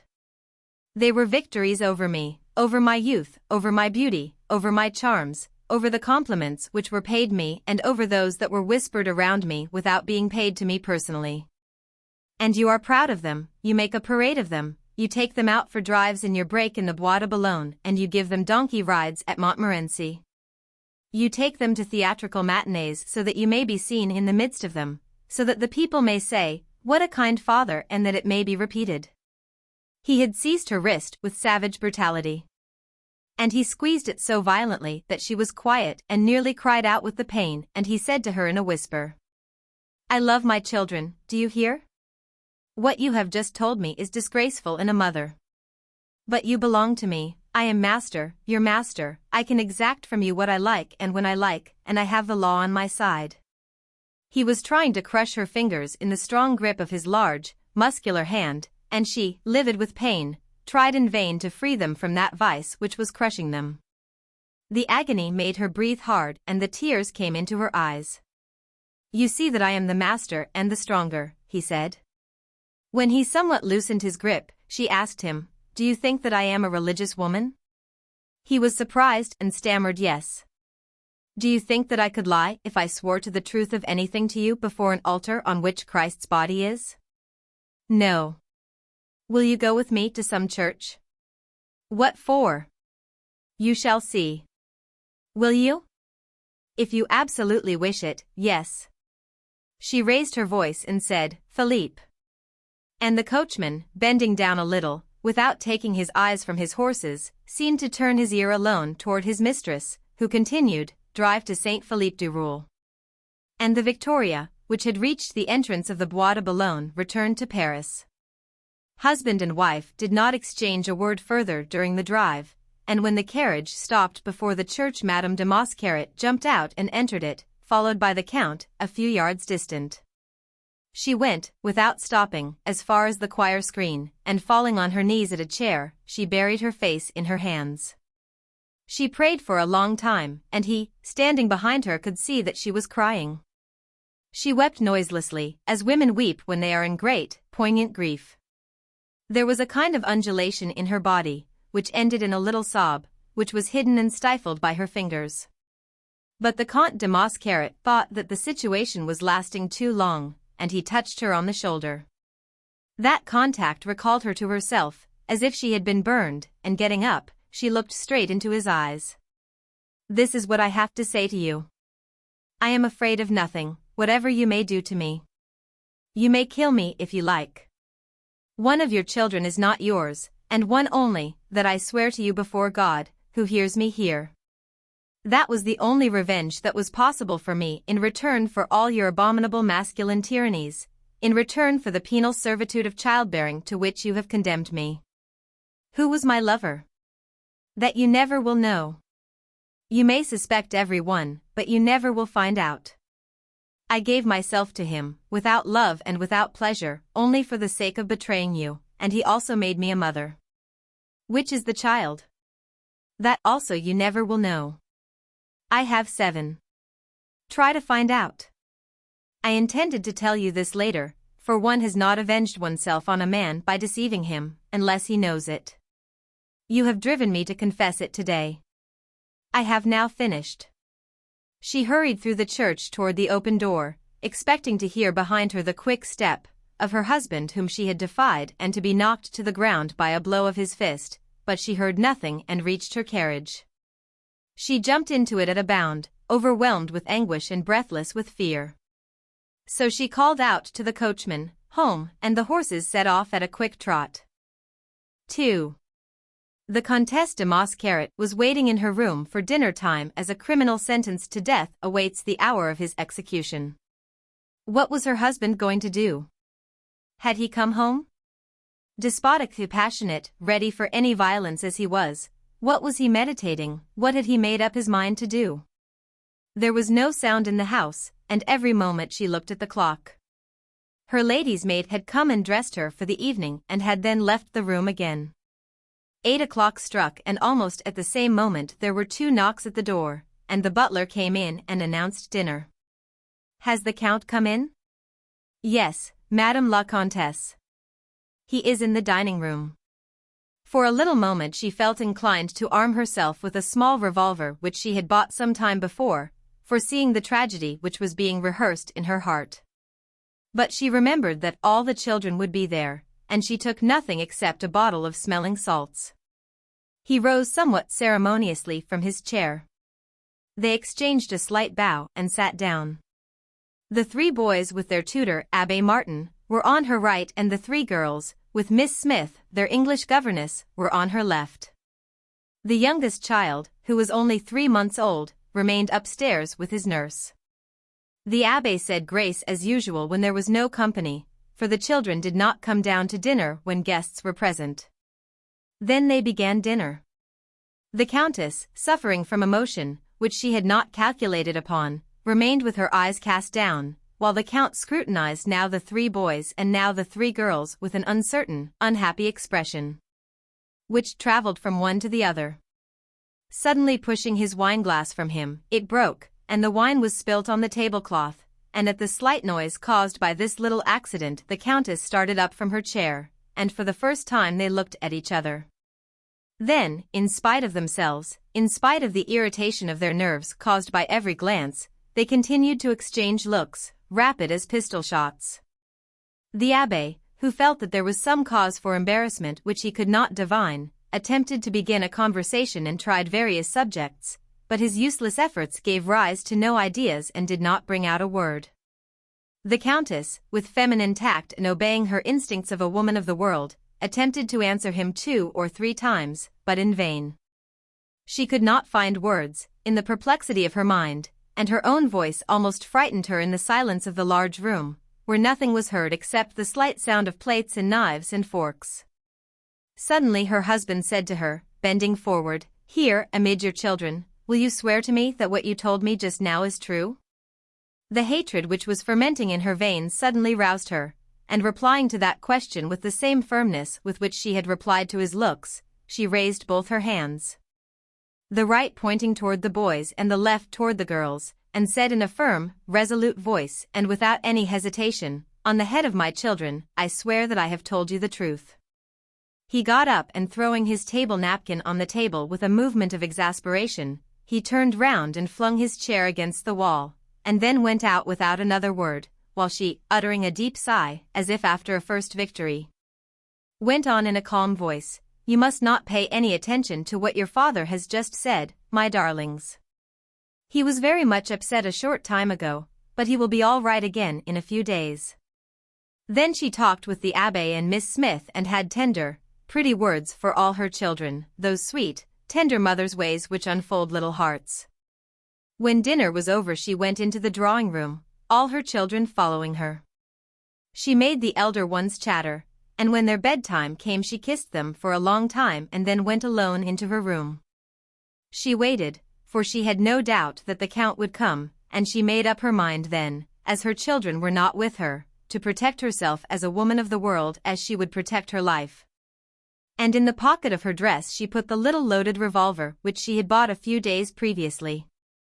The hours went by, the hours struck, and every sound was hushed in the house. Only the cabs continued to rumble through the streets, but their noise was only heard vaguely through the shuttered and curtained windows. She waited, full of nervous energy, without any fear of him now, ready for anything, and almost triumphant, for she had found means of torturing him continually during every moment of his life. But the first gleam of dawn came in through the fringe at the bottom of her curtain without his having come into her room, and then she awoke to the fact, with much amazement, that he was not coming. Having locked and bolted her door, for greater security, she went to bed at last and remained there, with her eyes open, thinking and barely understanding it all, without being able to guess what he was going to do. When her maid brought her tea she at the same time handed her a letter from her husband. He told her that he was going to undertake a longish journey and in a postscript added that his lawyer would provide her with any sums of money she might require for all her expenses. 3. It was at the opera, between 2 acts of Robert the Devil.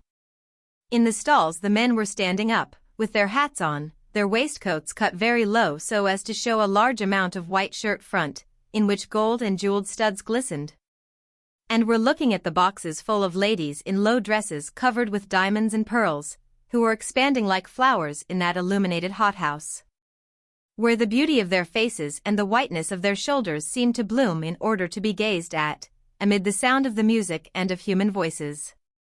2 friends, with their backs to the orchestra, were scanning those rows of elegance, that exhibition of real or false charms, of jewels, of luxury and of pretension which displayed itself in all parts of the grand theatre, and one of them, Roger de Salnus, said to his companion, Bernard Grandin, "Just look how beautiful the Comtesse de Mascaret still is." The older man in turn looked through his opera glasses at a tall lady in a box opposite. She appeared to be still very young, and her striking beauty seemed to attract all eyes in every corner of the house. Her pale complexion, of an ivory tint, gave her the appearance of a statue, while a small diamond coronet glistened on her black hair like a streak of light. When he had looked at her for some time, Bernard Grandin replied with a jocular accent of sincere conviction, "You may well call her beautiful. How old do you think she is?" "Wait a moment. I can tell you exactly, for I have known her since she was a child and I saw her make her debut into society when she was quite a girl. She is 36. Impossible. I am sure of it. She looks 25. She has had 7 children. It is incredible. And what is more, they are all 7 alive, as she is a very good mother. I occasionally go to the house, which is a very quiet and pleasant one, where one may see the phenomenon of the family in the midst of society. How very strange. And have there never been any reports about her?" "Never." "But what about her husband?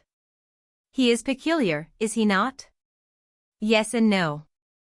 Very likely there has been a little drama between them, one of those little domestic dramas which one suspects, never finds out exactly, but guesses at pretty closely." "What is it?" "I do not know anything about it. Mosquerat leads a very fast life now, after being a model husband. As long as he remained a good spouse he had a shocking temper, was crabbed and easily took offense, but since he has been leading his present wild life he has become quite different, but one might surmise that he has some trouble. A worm gnawing somewhere, for he has aged very much." Thereupon the two friends talked philosophically for some minutes about the secret, unknowable troubles which differences of character or perhaps physical antipathies, which were not perceived at first, give rise to in families. And then Roger de Salnus, who was still looking at Madame de Mosquerat through his opera glasses, said, "It is almost incredible that that woman can have had 7 children. Yes, in 11 years, after which, when she was 30, she refused to have any more, in order to take her place in society, which she seems likely to do for many years. Poor women! Why do you pity them?" "Why? Ah! My dear fellow, just consider. 11 years in a condition of motherhood for such a woman. What a hell! All her youth, all her beauty, every hope of success, every poetical ideal of a brilliant life sacrificed to that abominable law of reproduction which turns the normal woman into a mere machine for bringing children into the world. What would you have? It is only nature. Yes, but I say that nature is our enemy, that we must always fight against nature, for she is continually bringing us back to an animal state. You may be sure that God has not put anything on this earth that is clean, pretty, elegant or accessory to our ideal. The human brain has done it. It is man who has introduced a little grace, beauty, unknown charm and mystery into creation by singing about it, interpreting it, by admiring it as a poet, idealizing it as an artist and by explaining it through science, doubtless making mistakes, but finding ingenious reasons, hidden grace and beauty, unknown charm and mystery in the various phenomena of nature. God created only coarse beings, full of the germs of disease, who, after a few years of bestial enjoyment, grow old and infirm, with all the ugliness and all the want of power of human decrepitude. He seems to have made them only in order that they may reproduce their species in an ignoble manner and then die like ephemeral insects. I said reproduce their species in an ignoble manner and I adhere to that expression. What is there as a matter of fact more ignoble and more repugnant than that act of reproduction of living beings, against which all delicate minds always have revolted and always will revolt? Since all the organs which have been invented by this economical and malicious creator serve 2 purposes, why did he not choose another method of performing that sacred mission, which is the noblest and the most exalted of all human functions? The mouth, which nourishes the body by means of material food, also diffuses abroad speech and thought. Our flesh renews itself of its own accord, while we are thinking about it.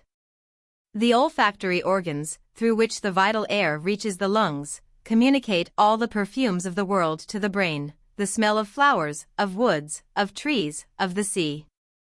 The ear, which enables us to communicate with our fellow men, has also allowed us to invent music, to create dreams, happiness, infinite and even physical pleasure by means of sound. But one might say that the cynical and cunning creator wished to prohibit man from ever ennobling and idealizing his intercourse with women. Nevertheless man has found love, which is not a bad reply to that sly deity, and he has adorned it with so much poetry that woman often forgets the sensual part of it. Those among us who are unable to deceive themselves have invented vice and refined debauchery, which is another way of laughing at God and paying homage, immodest homage, to beauty. But the normal man begets children just like an animal coupled with another by law. Look at that woman. Is it not abominable to think that such a jewel, such a pearl, born to be beautiful, admired, feted and adored, has spent 11 years of her life in providing heirs for the Comte de Maupassant? Bernard Grandin replied with a laugh, "There is a great deal of truth in all that, but very few people would understand you." Salnus became more and more animated. "Do you know how I picture God myself?" he said. "As an enormous, creative organ beyond our ken, who scatters millions of worlds into space, just as one single fish would deposit its spawn in the sea. He creates because it is his function as God to do so, but he does not know what he is doing and is stupidly prolific in his work and is ignorant of the combinations of all kinds which are produced by his scattered germs. The human mind is a lucky little local, passing accident which was totally unforeseen, and condemned to disappear with this earth and to recommence perhaps here or elsewhere the same or different with fresh combinations of eternally new beginnings. We owe it to this little lapse of intelligence on his part that we are very uncomfortable in this world which was not made for us, which had not been prepared to receive us, to lodge and feed us or to satisfy reflecting beings.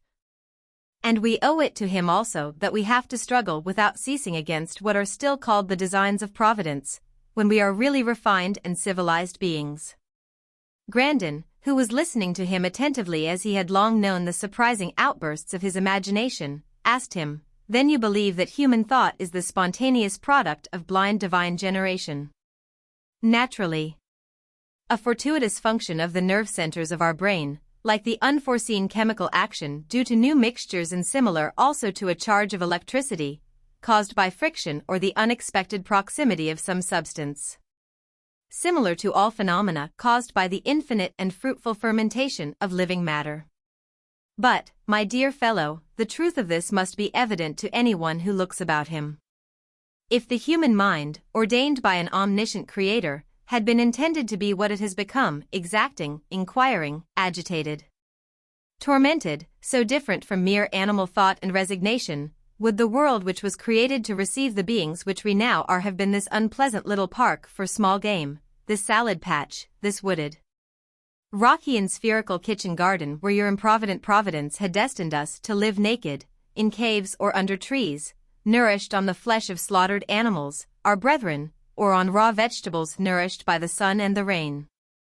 But it is sufficient to reflect for a moment, in order to understand that this world was not made for such creatures as we are.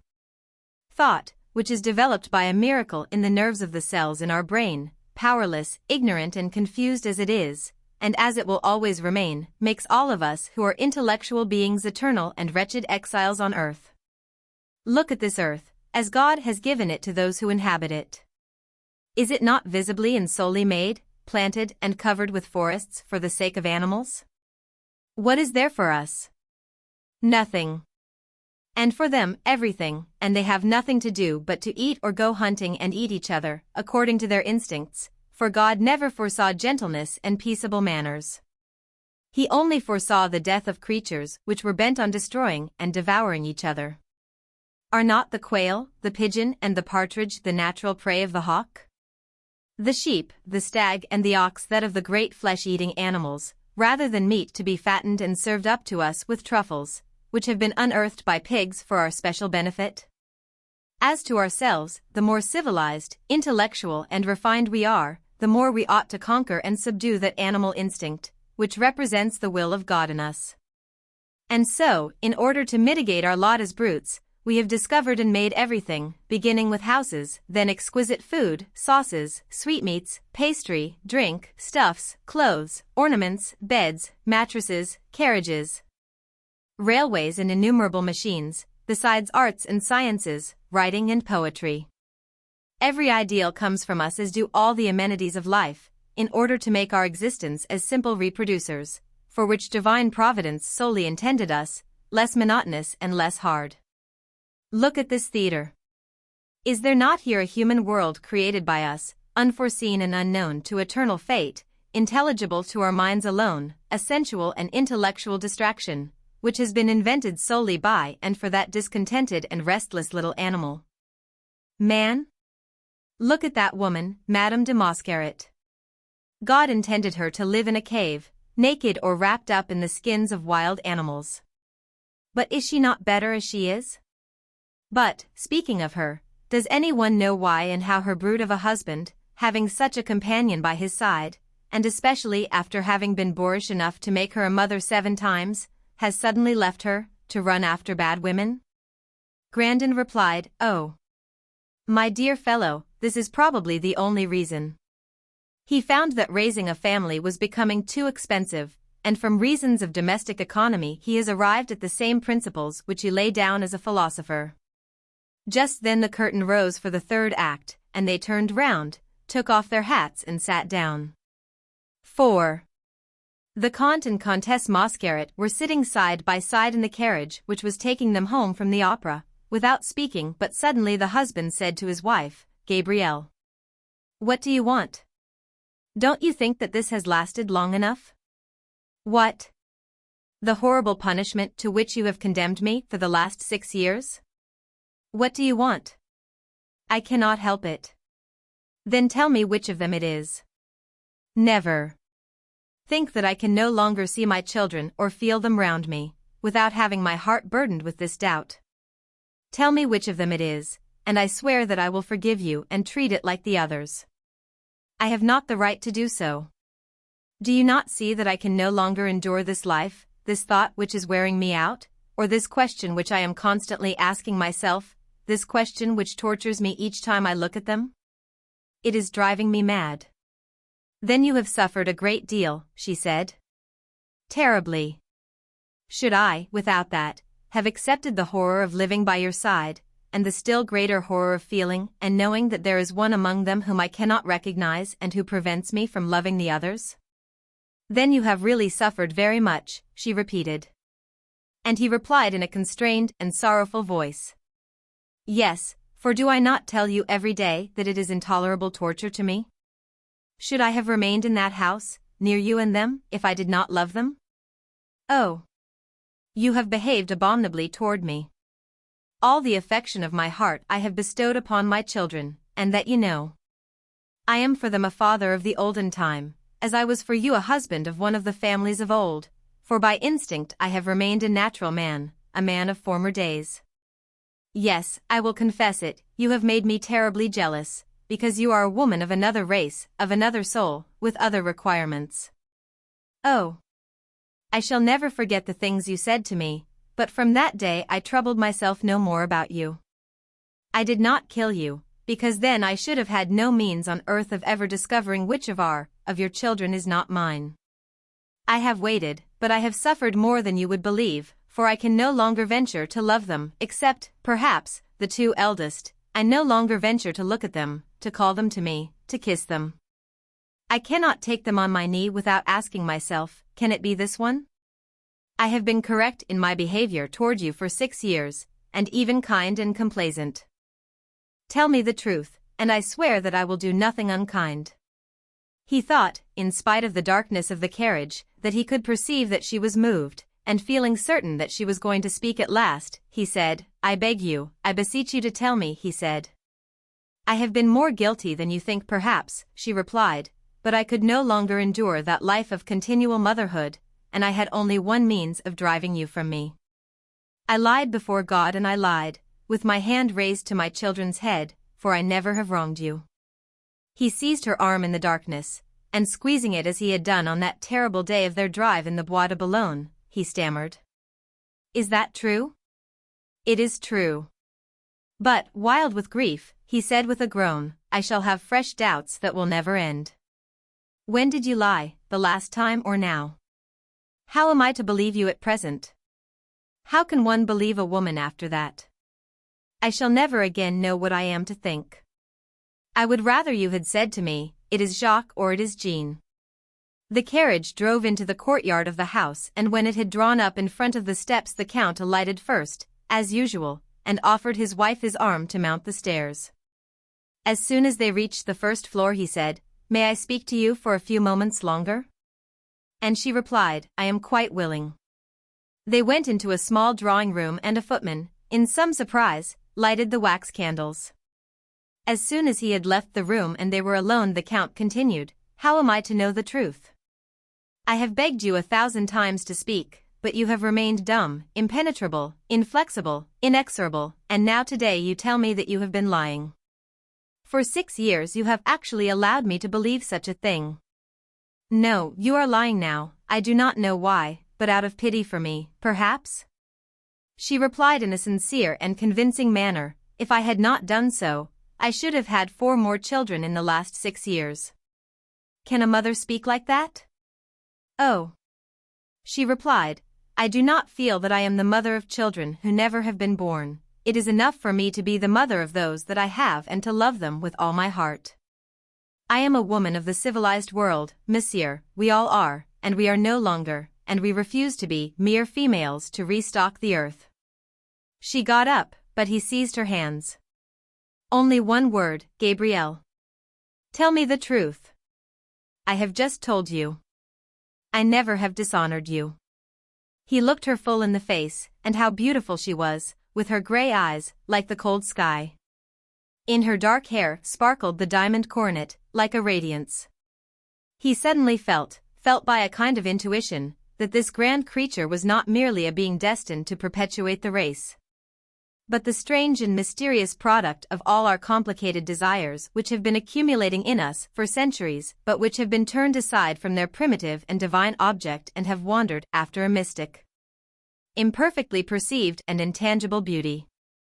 There are some women like that, who blossom only for our dreams, adorned with every poetical attribute of civilization, with that ideal luxury, coquetry and aesthetic charm which surround woman, a living statue that brightens our life.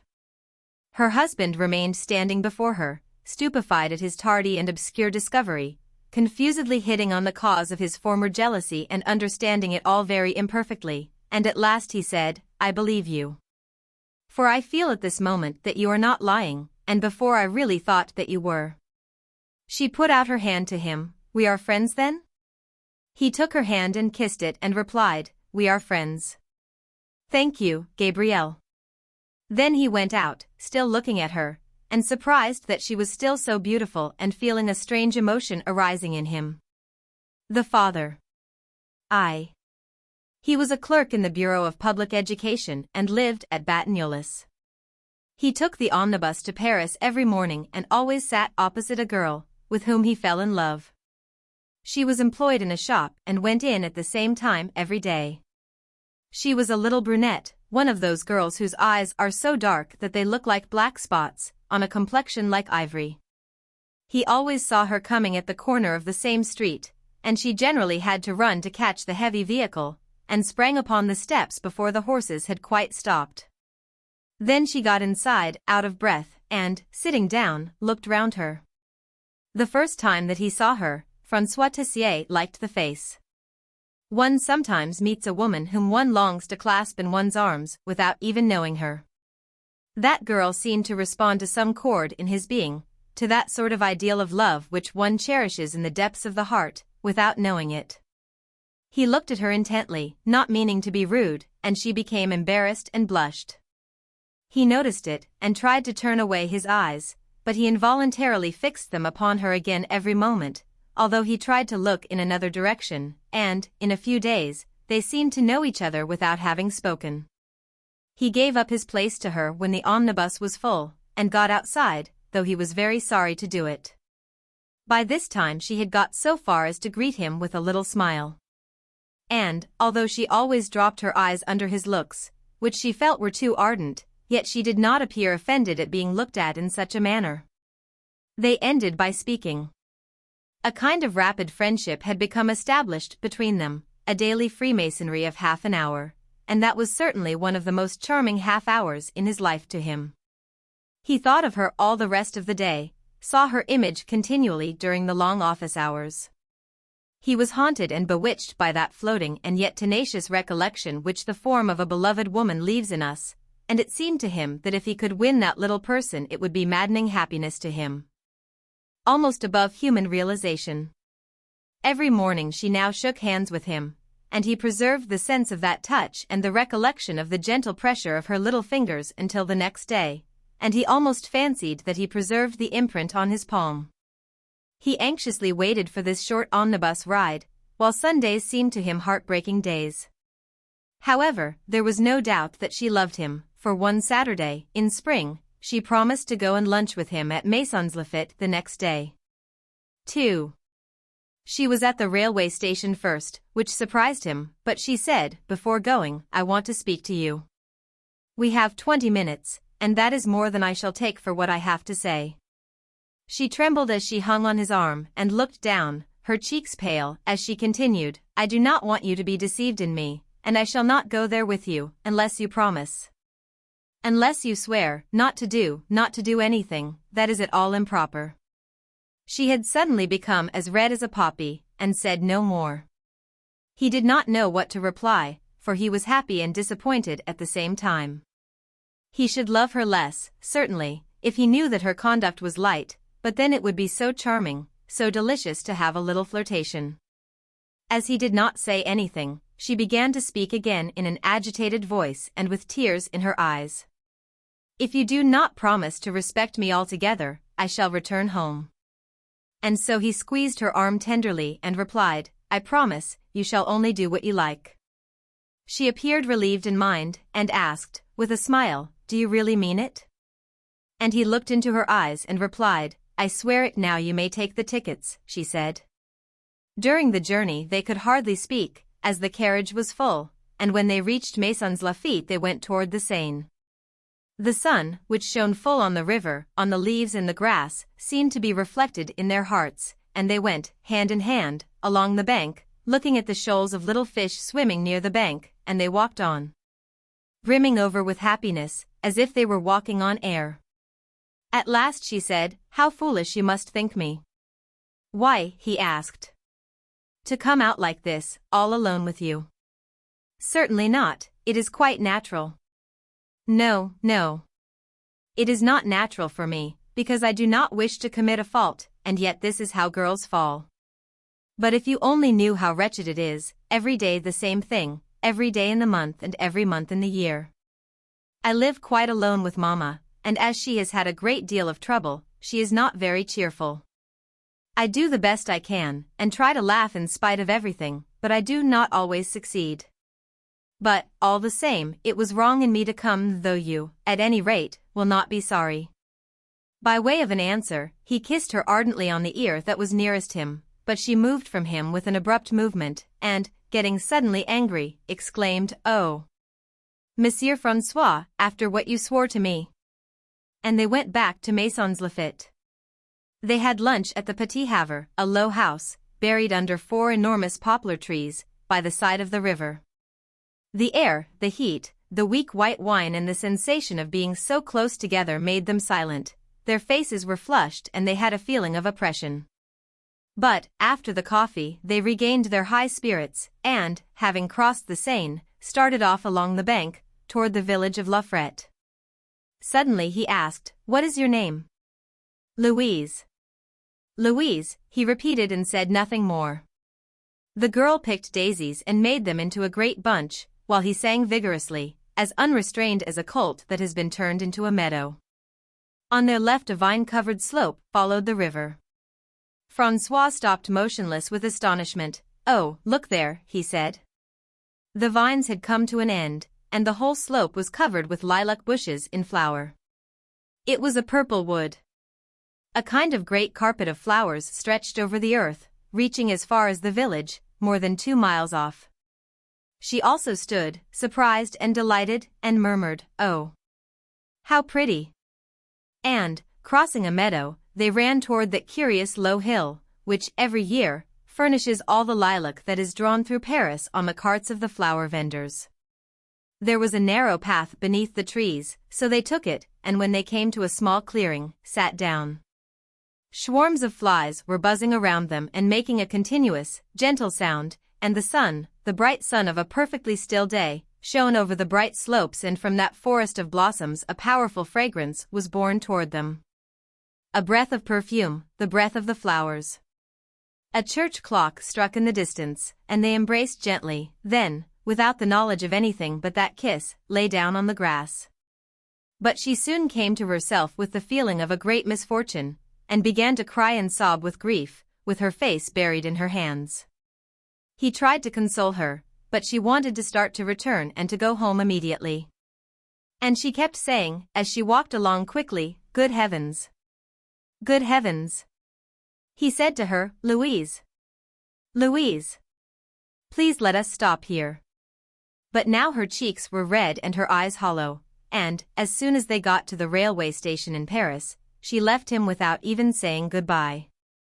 3. When he met her in the omnibus, next day, she appeared to him to be changed and thinner, and she said to him, "I want to speak to you, we will get down at the boulevard." As soon as they were on the pavement, she said, "We must bid each other goodbye, I cannot meet you again." "But why?" he asked. "Because I cannot, I have been culpable and I will not be so again." Then he implored her, tortured by his love, but she replied firmly, "No, I cannot, I cannot." He, however, only grew all the more excited and promised to marry her, but she said again, "No," and left him. For a week he did not see her. He could not manage to meet her, and, as he did not know her address, he thought that he had lost her altogether. On the 9th day, however, there was a ring at his bell, and when he opened the door, she was there. She threw herself into his arms and did not resist any longer, and for 3 months they were close friends.